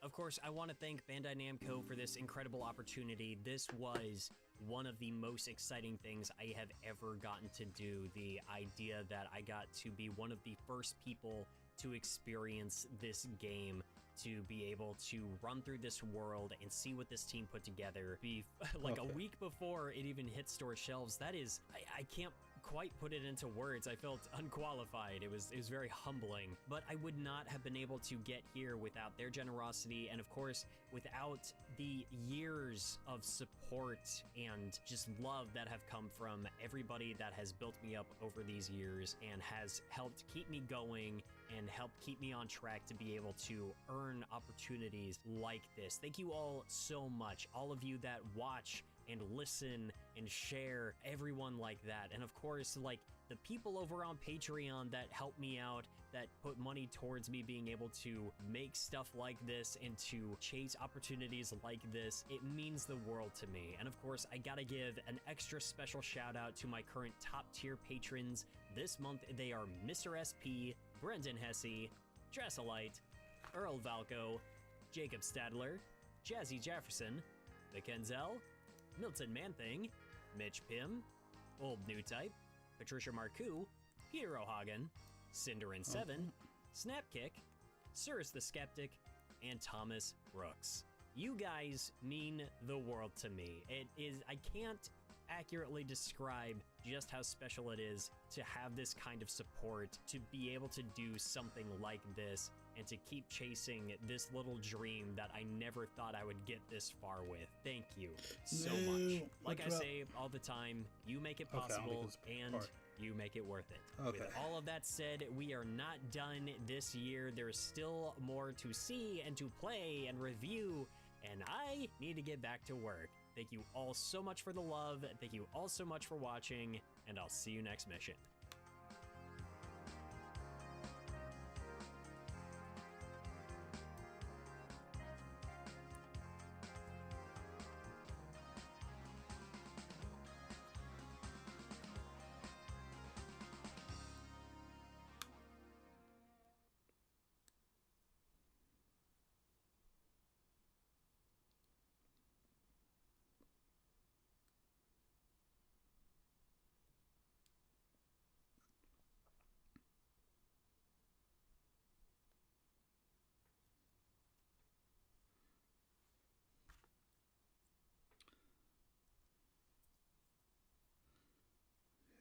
Can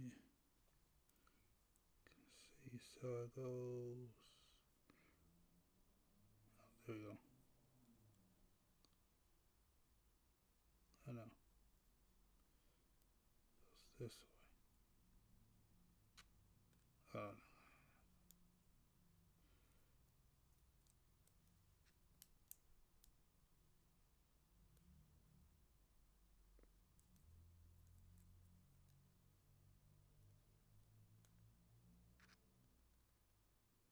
No, I think it's this way.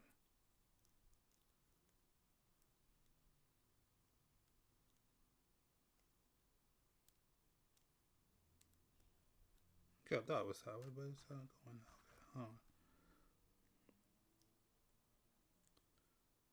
Let me check it.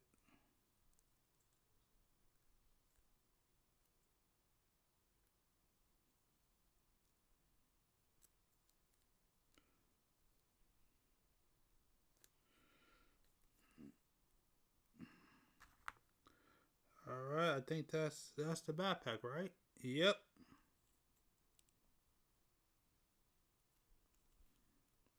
All right.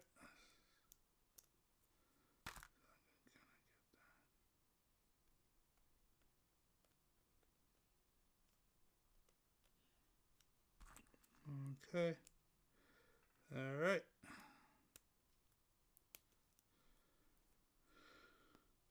All right, yep. And that's the backpack. I should say the core fighter. I forgot what this is called. But either way. So that's done. Oh, no, it's not. I forgot one more part. Piece. Tripping.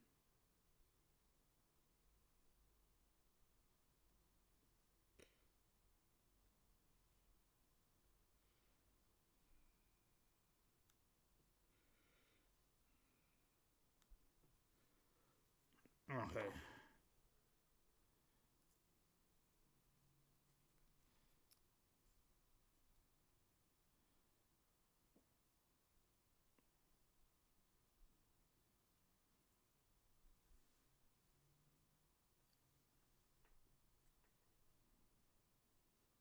Oh, that's smart. Never mind. I thought it would work as stand, but it doesn't. Okay.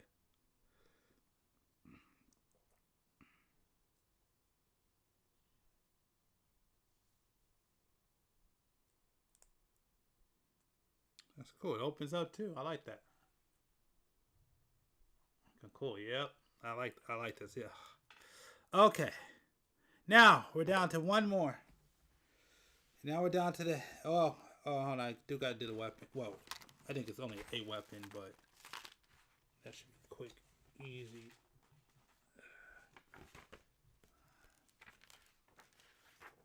How does the weapons go?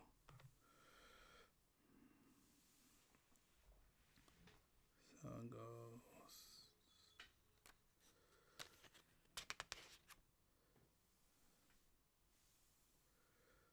So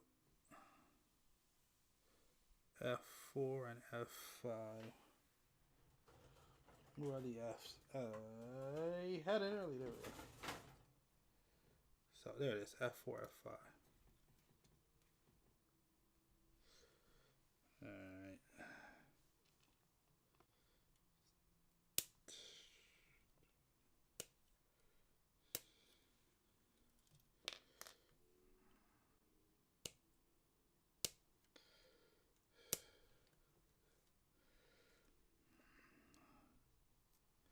Oh, that's cool.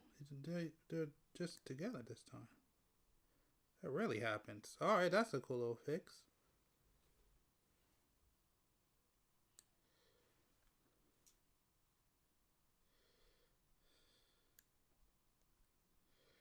It's a cool little addition.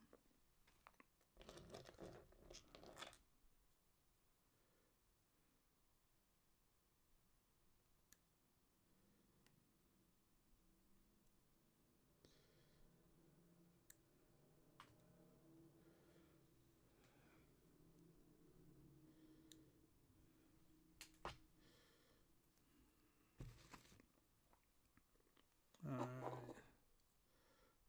Short one. So long one goes right here.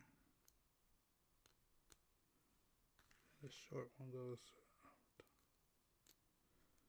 Alright, there we go. Alright, incredible. Now we're on to the last section, which is the head. All we have left is the head. That is it. So let me go to, what is this? F. Alright, I'm gonna call this out.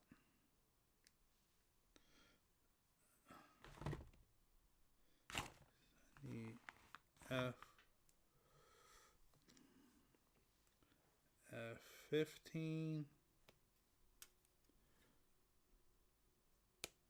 Yeah, okay. Yeah, I'm not gonna put nothing else on. I'm just gonna go ahead and finish this up because I'm so close. There's no point. Where's 14? 14. So close to being done. 14.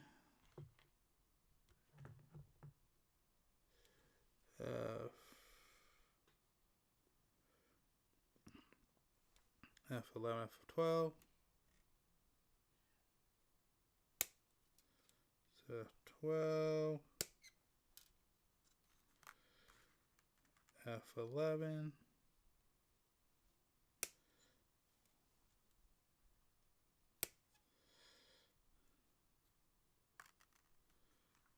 F11. Is that it? Oh, yeah. F17. F17. F16. Okay, I want to be careful with these ones.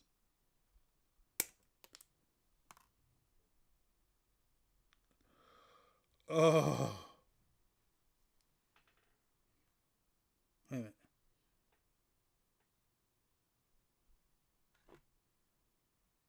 I had this shot back around here, right? I know I heard it.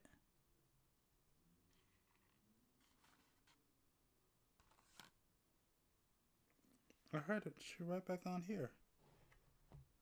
Am I wrong? Oh no.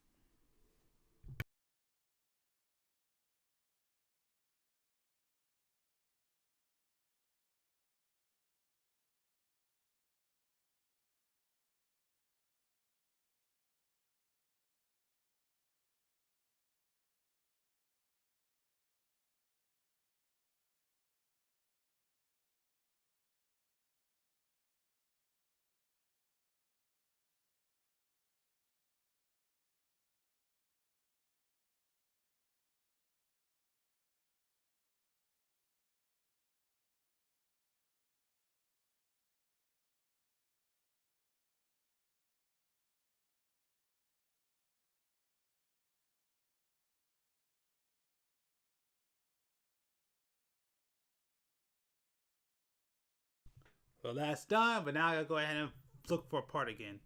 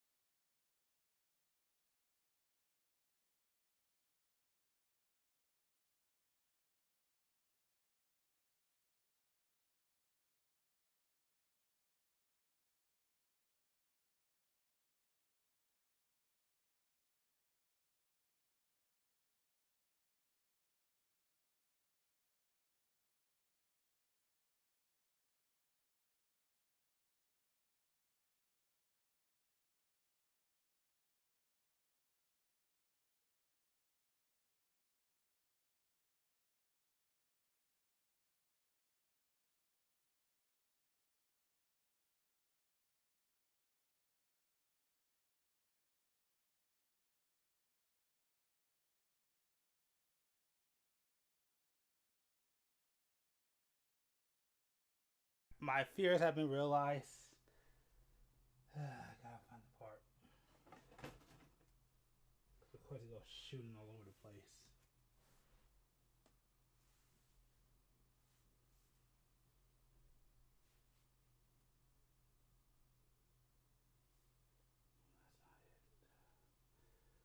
I was so close. I was doing so well.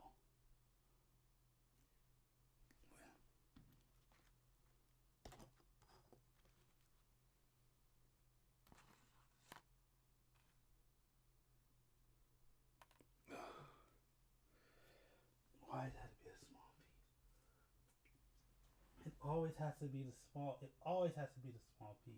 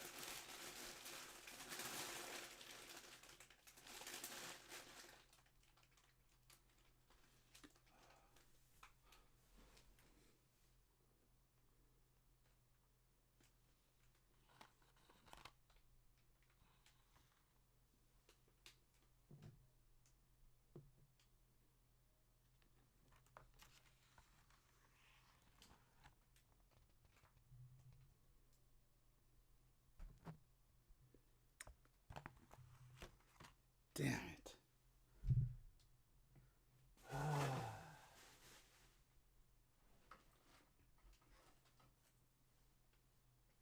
It always has to be the small pieces.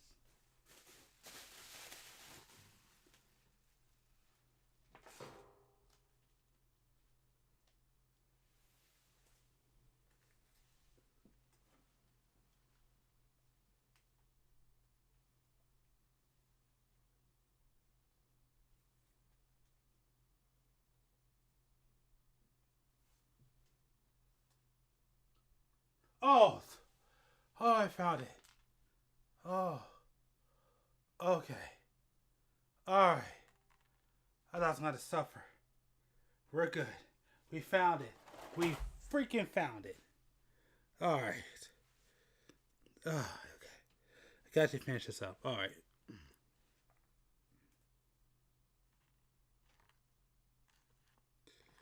Oh, I'll be worried.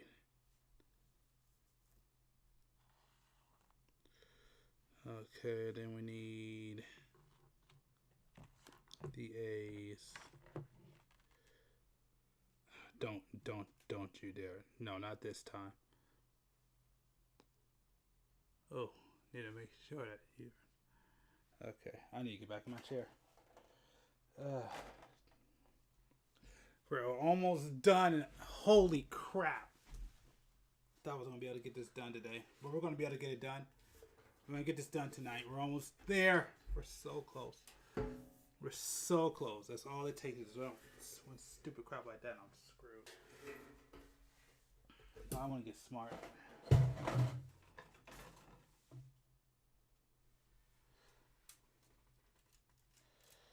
Okay. Here's what we're going to do. No, it ain't going to work. Okay. It's got to be careful.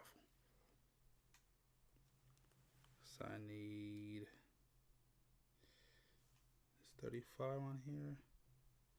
So there's E2 37.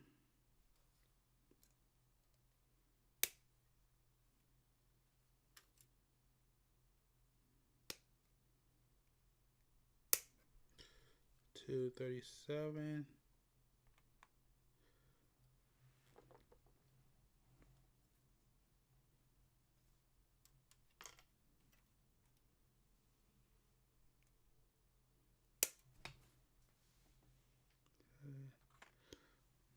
Go right there. Where is it? Where's G22? Oh, G20 is right there. Ah, jeez. G22, G20.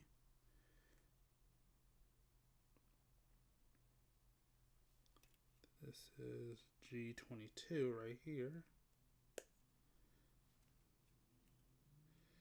2, 3. Okay, G22 is right here. And we clean off another one. This one's done. That's done. Cool. Alright, let's keep going. Where's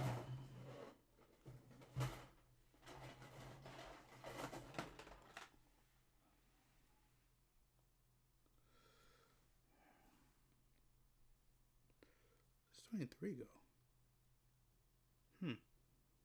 Let's look that up.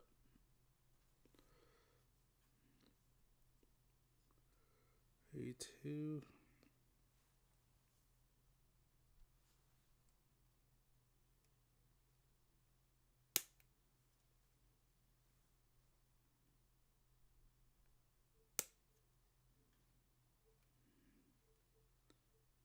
$39.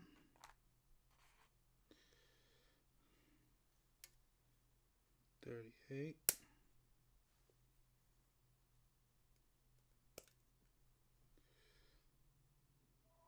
38.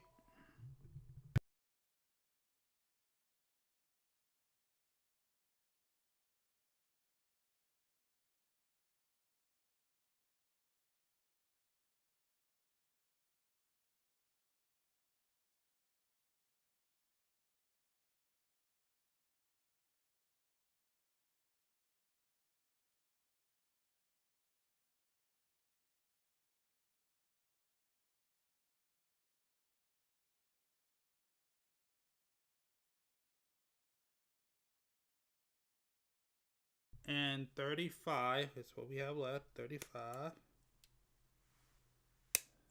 This one, I don't know where 23 goes though. Ah, crap. Oh well. Okay.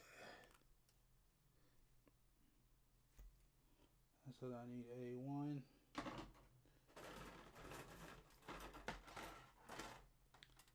A1, 20, and 21.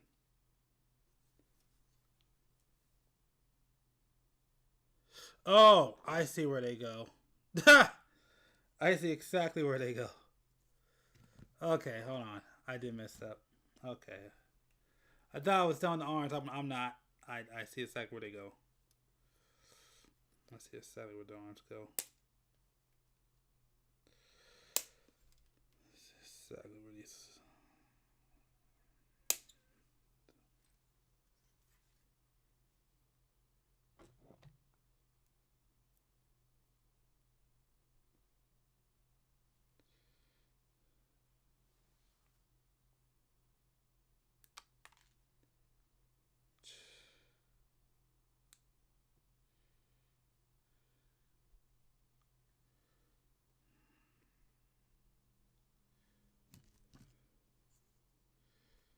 Yep.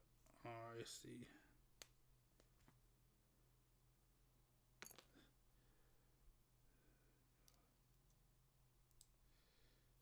There does. Yep. Yep. Right.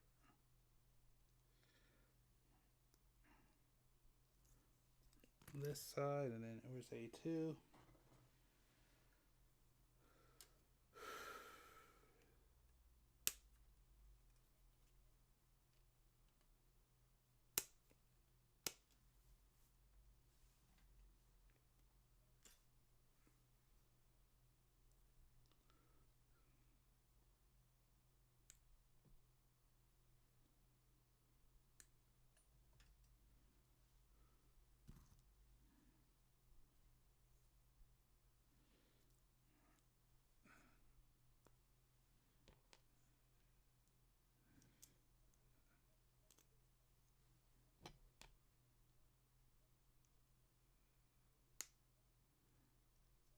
we go. All right. Now the hands are done. There you go. Now the arms are completed. Oh, is this cleared out? Yep. And this is cleared out. That's done. And oh yeah.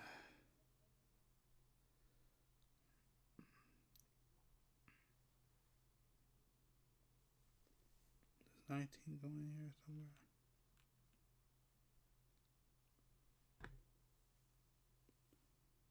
A 120. Oh, so I could choose between.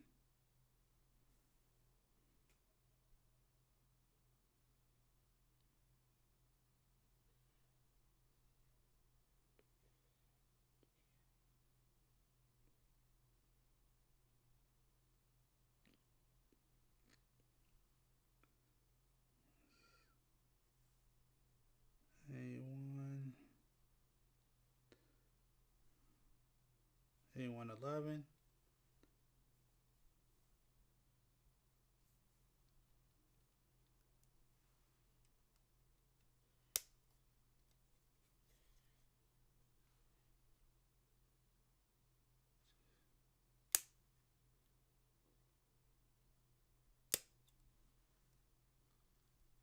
A111, and then it goes A120, which is not a 20 on here. There's 19. Oh, this is 20. Okay. This is 20. So I was like, what the heck?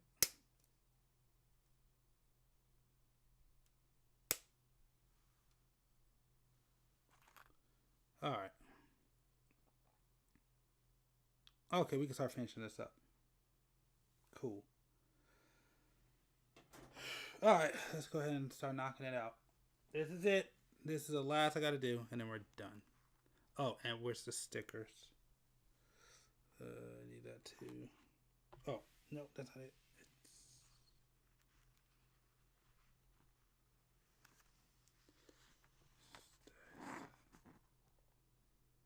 No, there they are.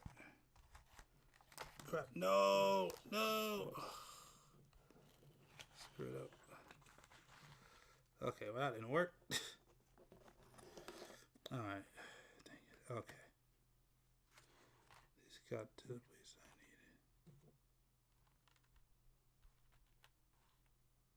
needed. Okay, that's fine. Crap, that got screwed me. Okay, that's fine. Okay. Let's go 20.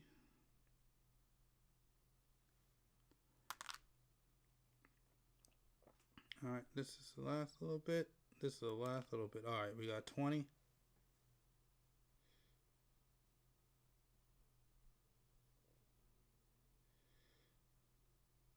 Oh, okay. That's gonna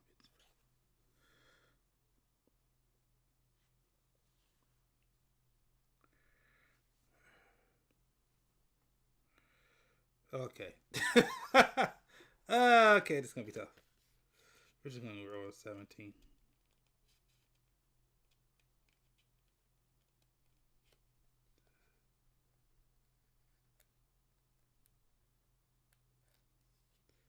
Oh no, it is. Okay.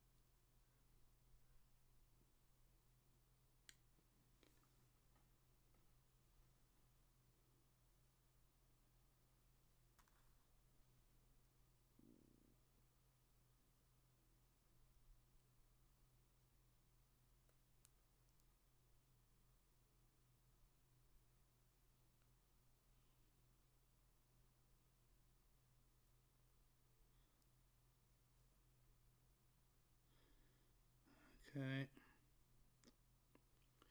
Again, I turned off the video because we're literally at the end. So there's no need for it at this point. Alright.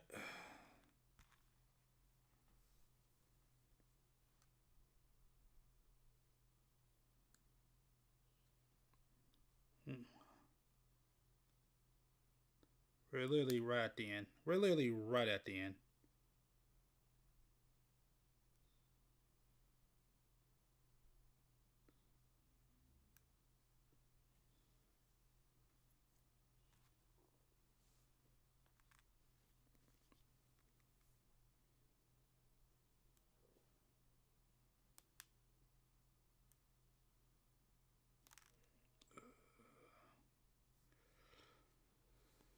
Almost done. Okay.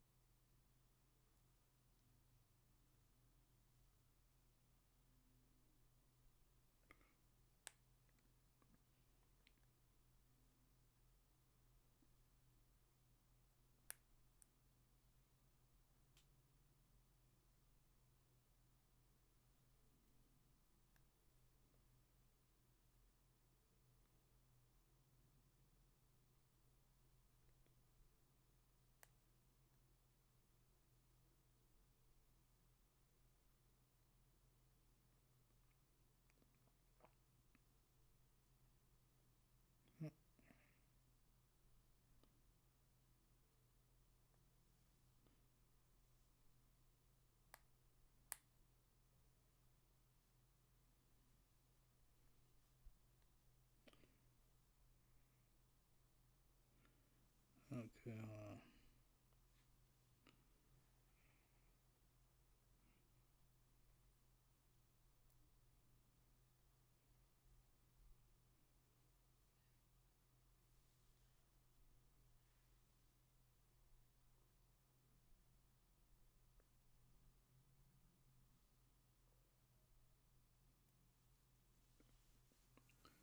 Yeah, worst I can do is drop this part.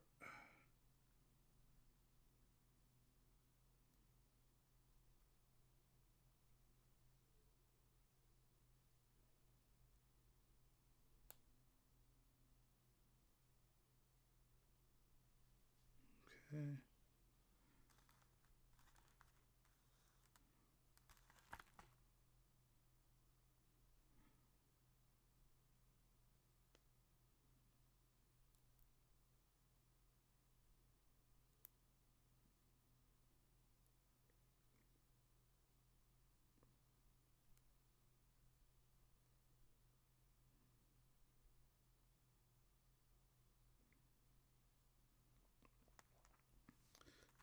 All right.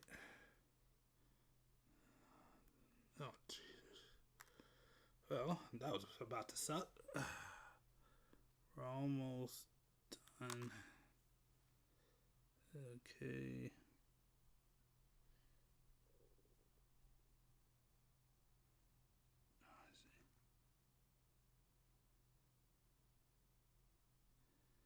Oh, yep, I see it. See how exactly I'm supposed to go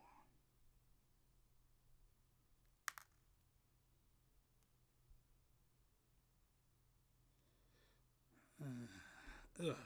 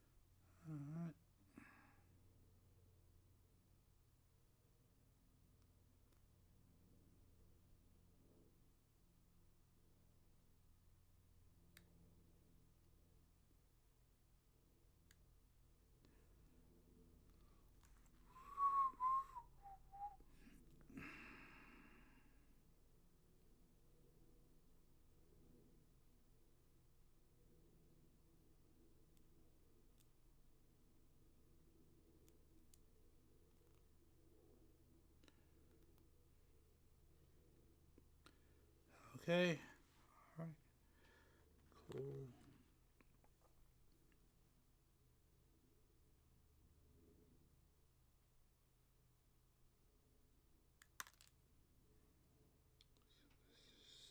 $17.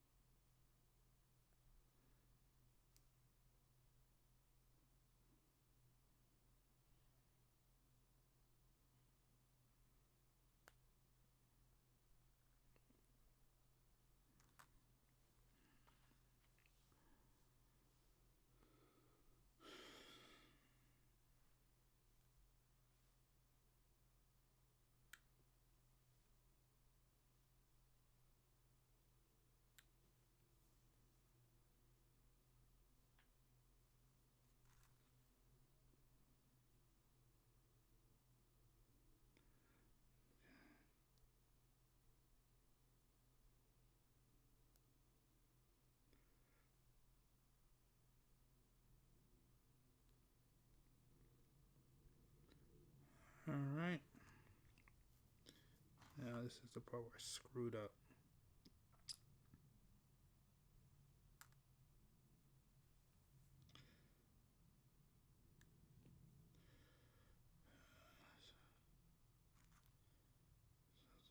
$41.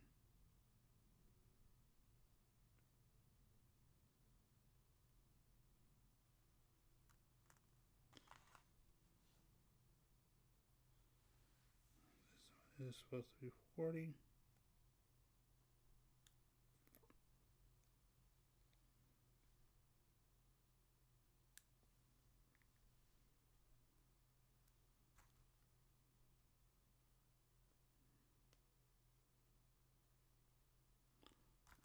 All right.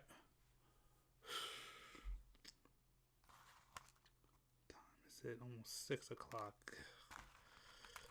This is terrible. I'm making horrible time.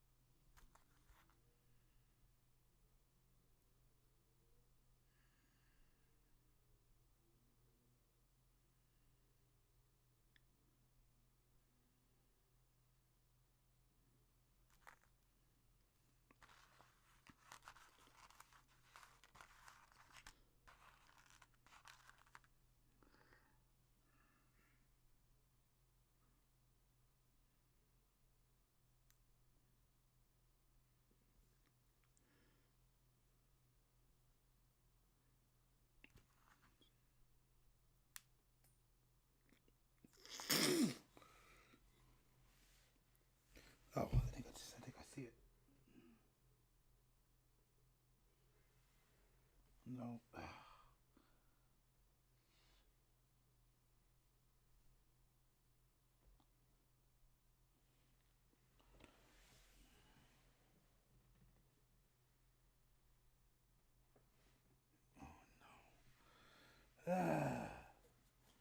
All right.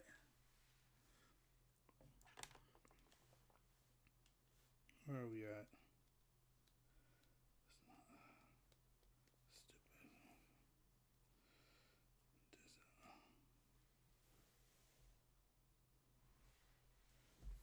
Shouldn't be that hard to find because it's yellow.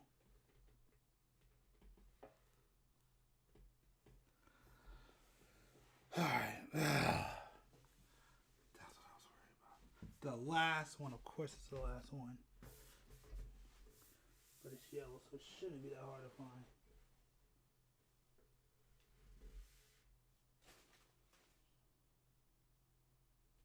Yep, there it is.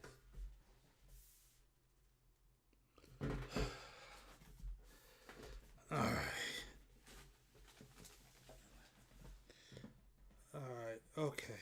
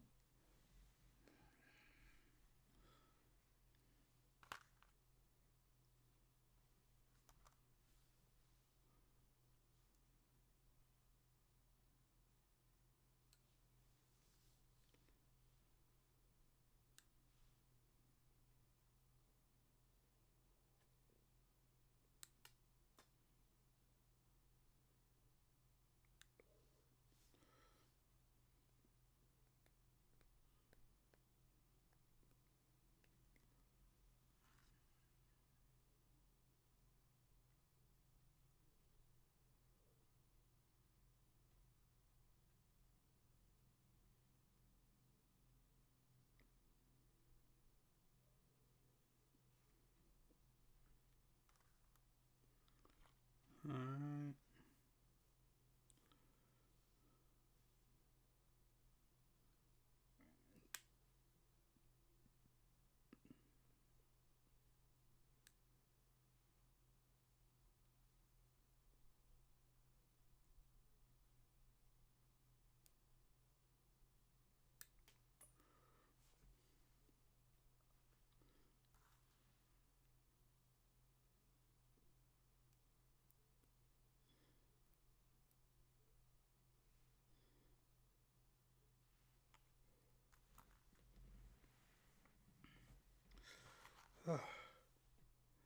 Are we almost done? I think we are.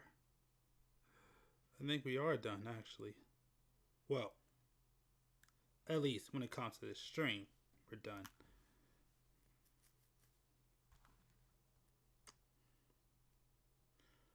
All right. One. Crap, two. And three.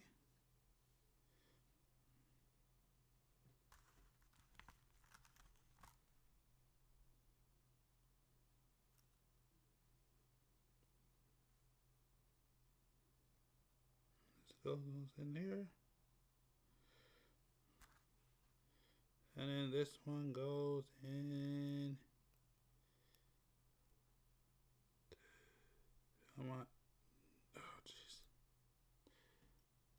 Well, it was supposed to go in there. That didn't work. All right. Ah!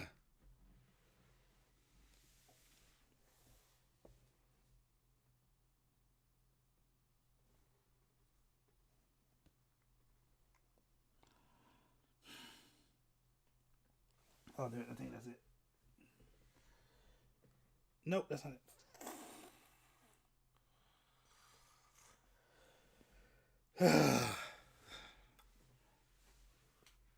Oh, jeez. Come on. Are you kidding me?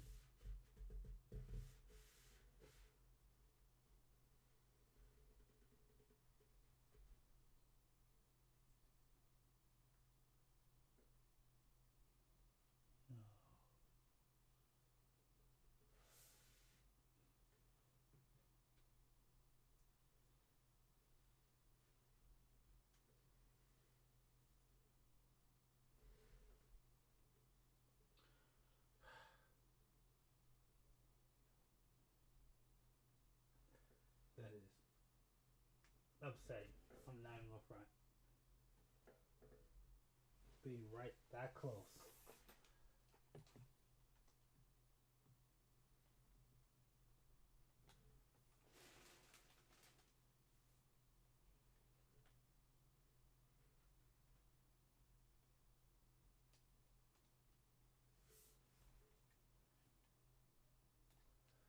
I can't believe that just happened.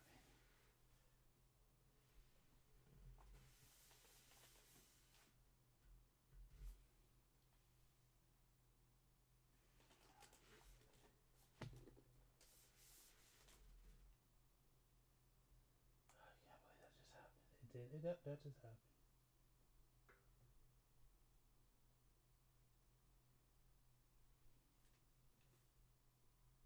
Of course, it's one of the worst pieces to drop. One of the worst pieces to drop.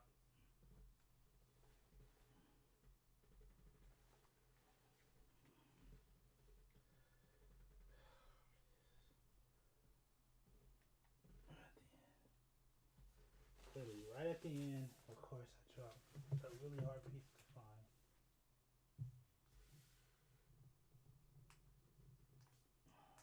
No.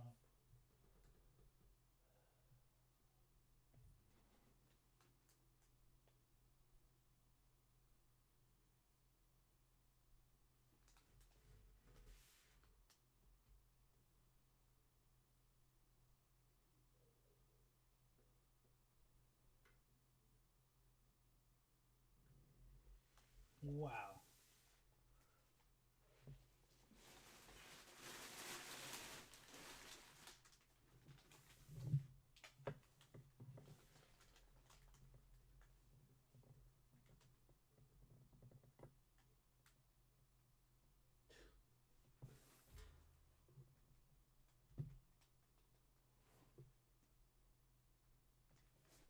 Oh.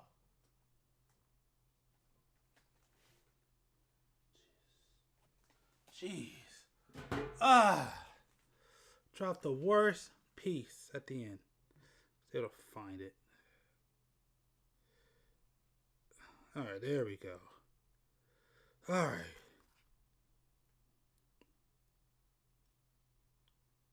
Now all I gotta do is this.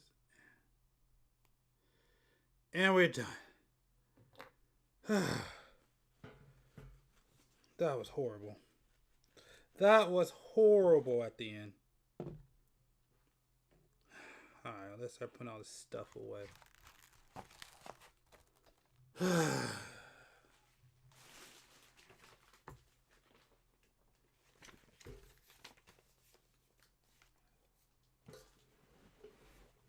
Literally, right at the end. Right at the end. Alright. We're finally... Alright. I'm going to go ahead and clean all this stuff up, and then I'm going to go ahead and finish it up.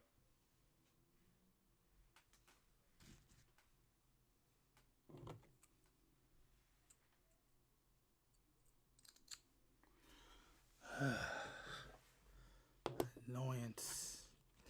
Such an annoyance. Such an annoyance. Alright. I'll be honest, this is probably the most messiest build I have ever done. This is my most messiest build. I absolutely got a vacuum after this. This is literally my messiest build. The messiest one I've ever done.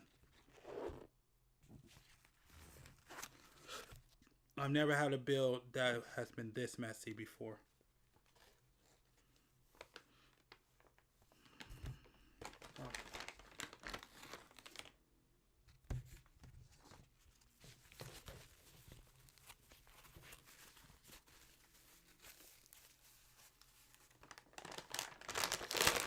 Alright. Cool.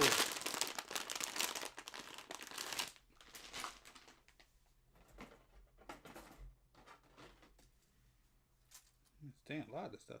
Oh! Oh, cool. Oh, I got a couple of extra pieces for the burning Gundam. That's good. That's good to know. I'm happy about that.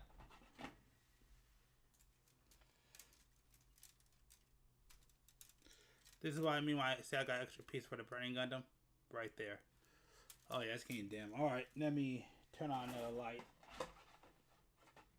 And then we'll go ahead and finish this up.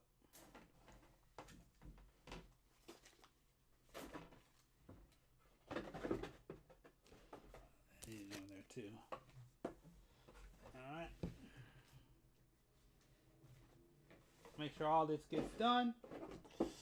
And like I said, next week I will be doing a... I may do it this week. I don't know. Let's see. Well, no, probably next week. Because I got some stuff to finish up. Alright. Let's turn this on. See what's up. Even though it's not done yet. Need a little more. Need just a little bit more light. Realize.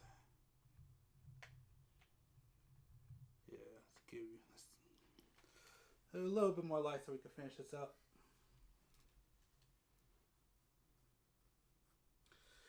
Oh yeah.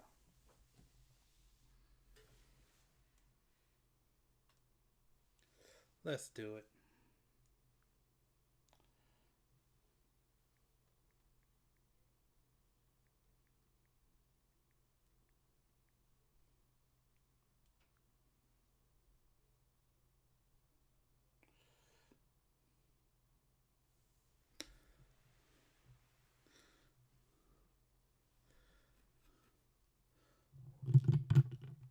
Alright. We're finally done. And now we can finish it up.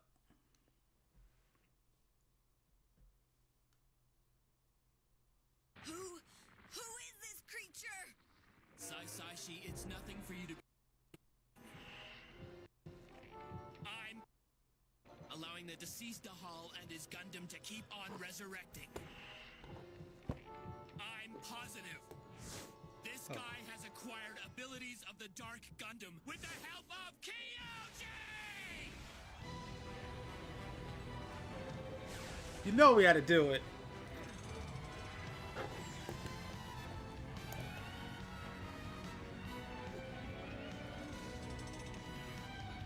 First we do the legs. Finish it up. His hand of mine glows with an awesome power! Its burning grip tells me to defeat you! Take this! My love, my anger, and all of my sorrow! Exactly.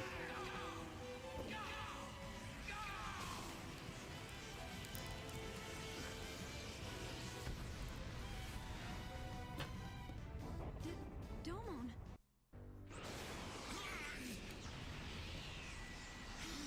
Go with the arms.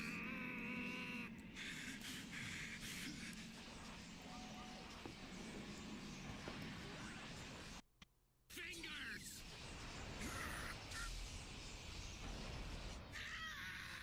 Here I go! Article 1 of the Gundam Fight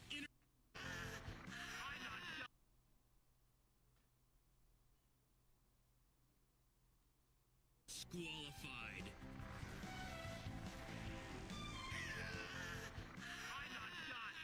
I got something I've been meaning to ask you. What's going on? Do you know this man? Never seen him. I don't know.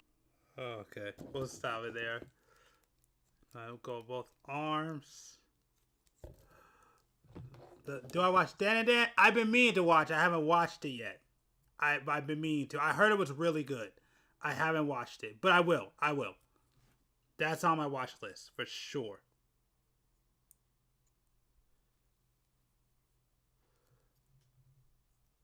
We're going to do the backpack.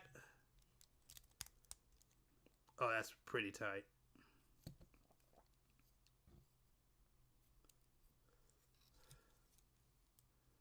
And then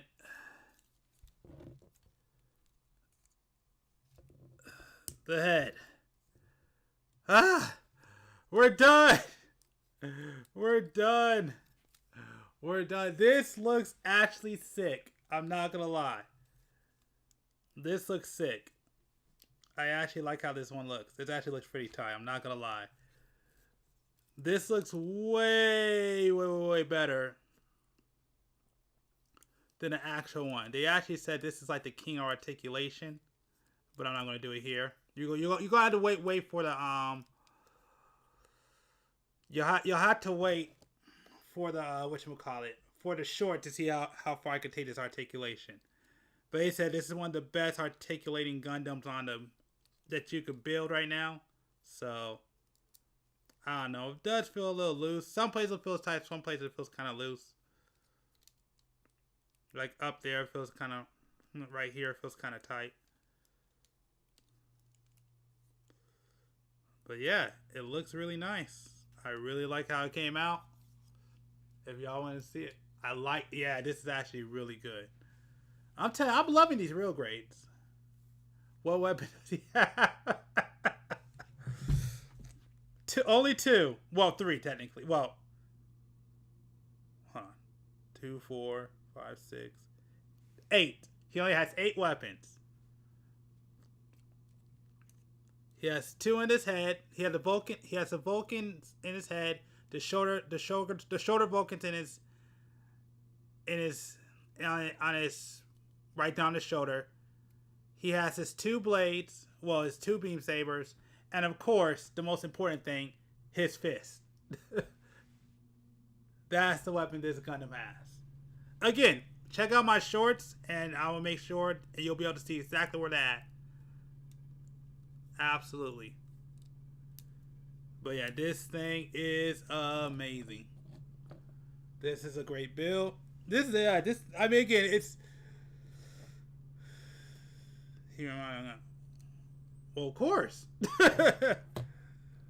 Of course. Of course. He should. This one actually should remind you of God Gundam. It absolutely should. My recommendation, if you ever get a chance, watch G Gundam. You'll understand right away.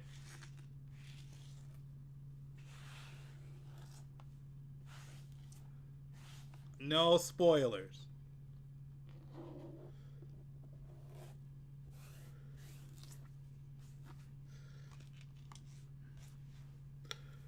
Man. I really gotta give it to Bondi these days. They've been killing it with the real grades.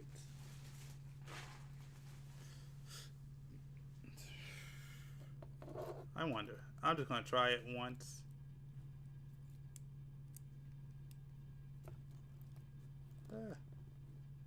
Okay. I'm not gonna do it. I mean, I can, but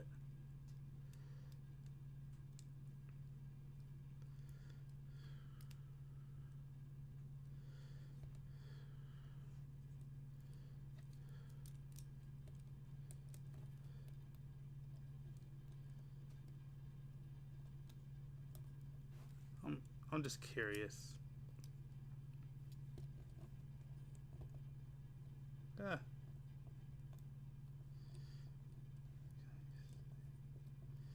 Can you see everyone on his tippy toes? I guess not. I was gonna try it just to see if it works, but it doesn't.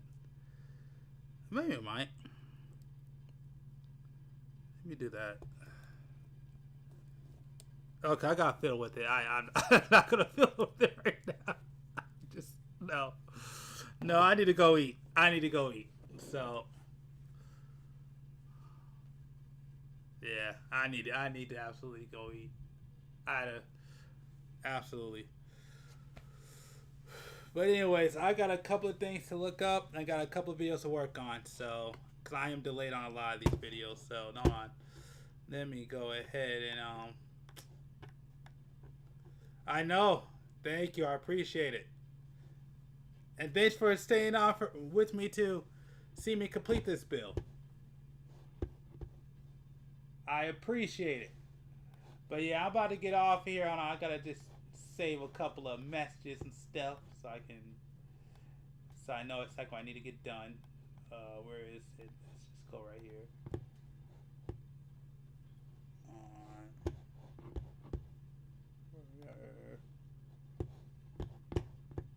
It's not gonna come up. There we go. That's what I was wondering.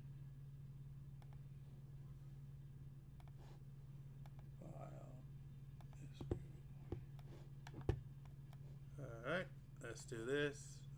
Let's do this. Boom.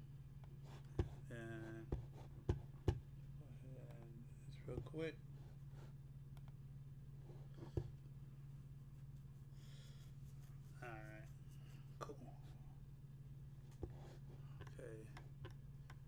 sure I get everything.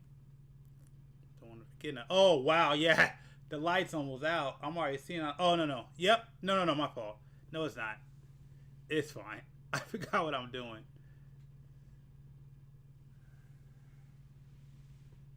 So, yeah. So, shout out to Rolly B. Cappin. Definitely appreciate you coming on. Definitely check out his Blue Sky. Definitely I definitely like the art that I saw, so make sure to check that out. Absolutely. Shout out to Damien for coming on. Definitely appreciate it. Thanks for coming on. Always good to see you in this chat. Definitely.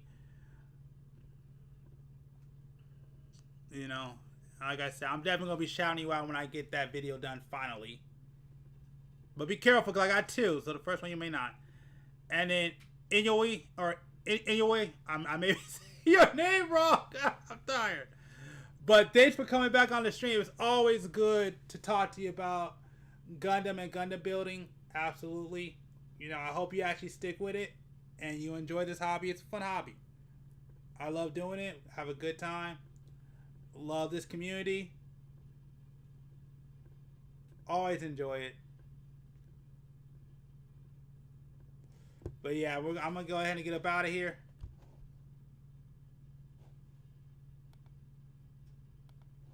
Yep. So thank you. I appreciate it. Yeah, you have a good one. Because I need to go eat. I haven't really ate, so I need to go eat. Alright. Let's go ahead and stop this real quick. And there it goes. File. Let me say something real quick.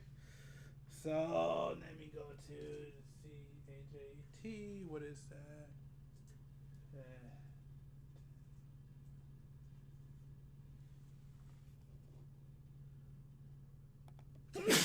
Woo! Man, my fault. But anyways, thanks for coming on. Definitely appreciate it.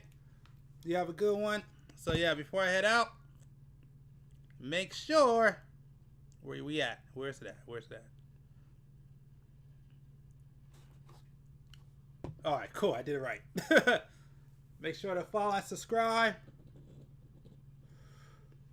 So thank you for coming on. I want to shout out to everybody who came on this live stream.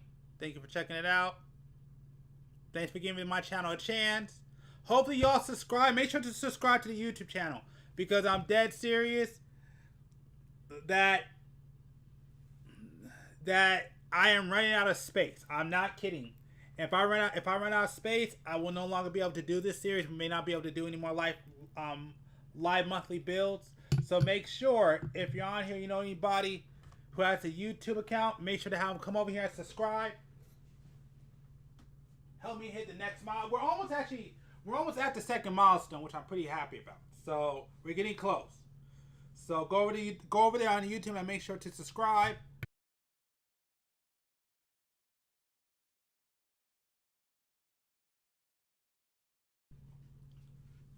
With that being said, there's not much else I gotta say. I want to thank y'all for checking this stream out. Make sure to check out the Gundam shorts. Next one should be out not this weekend, but next weekend for sure. Absolutely.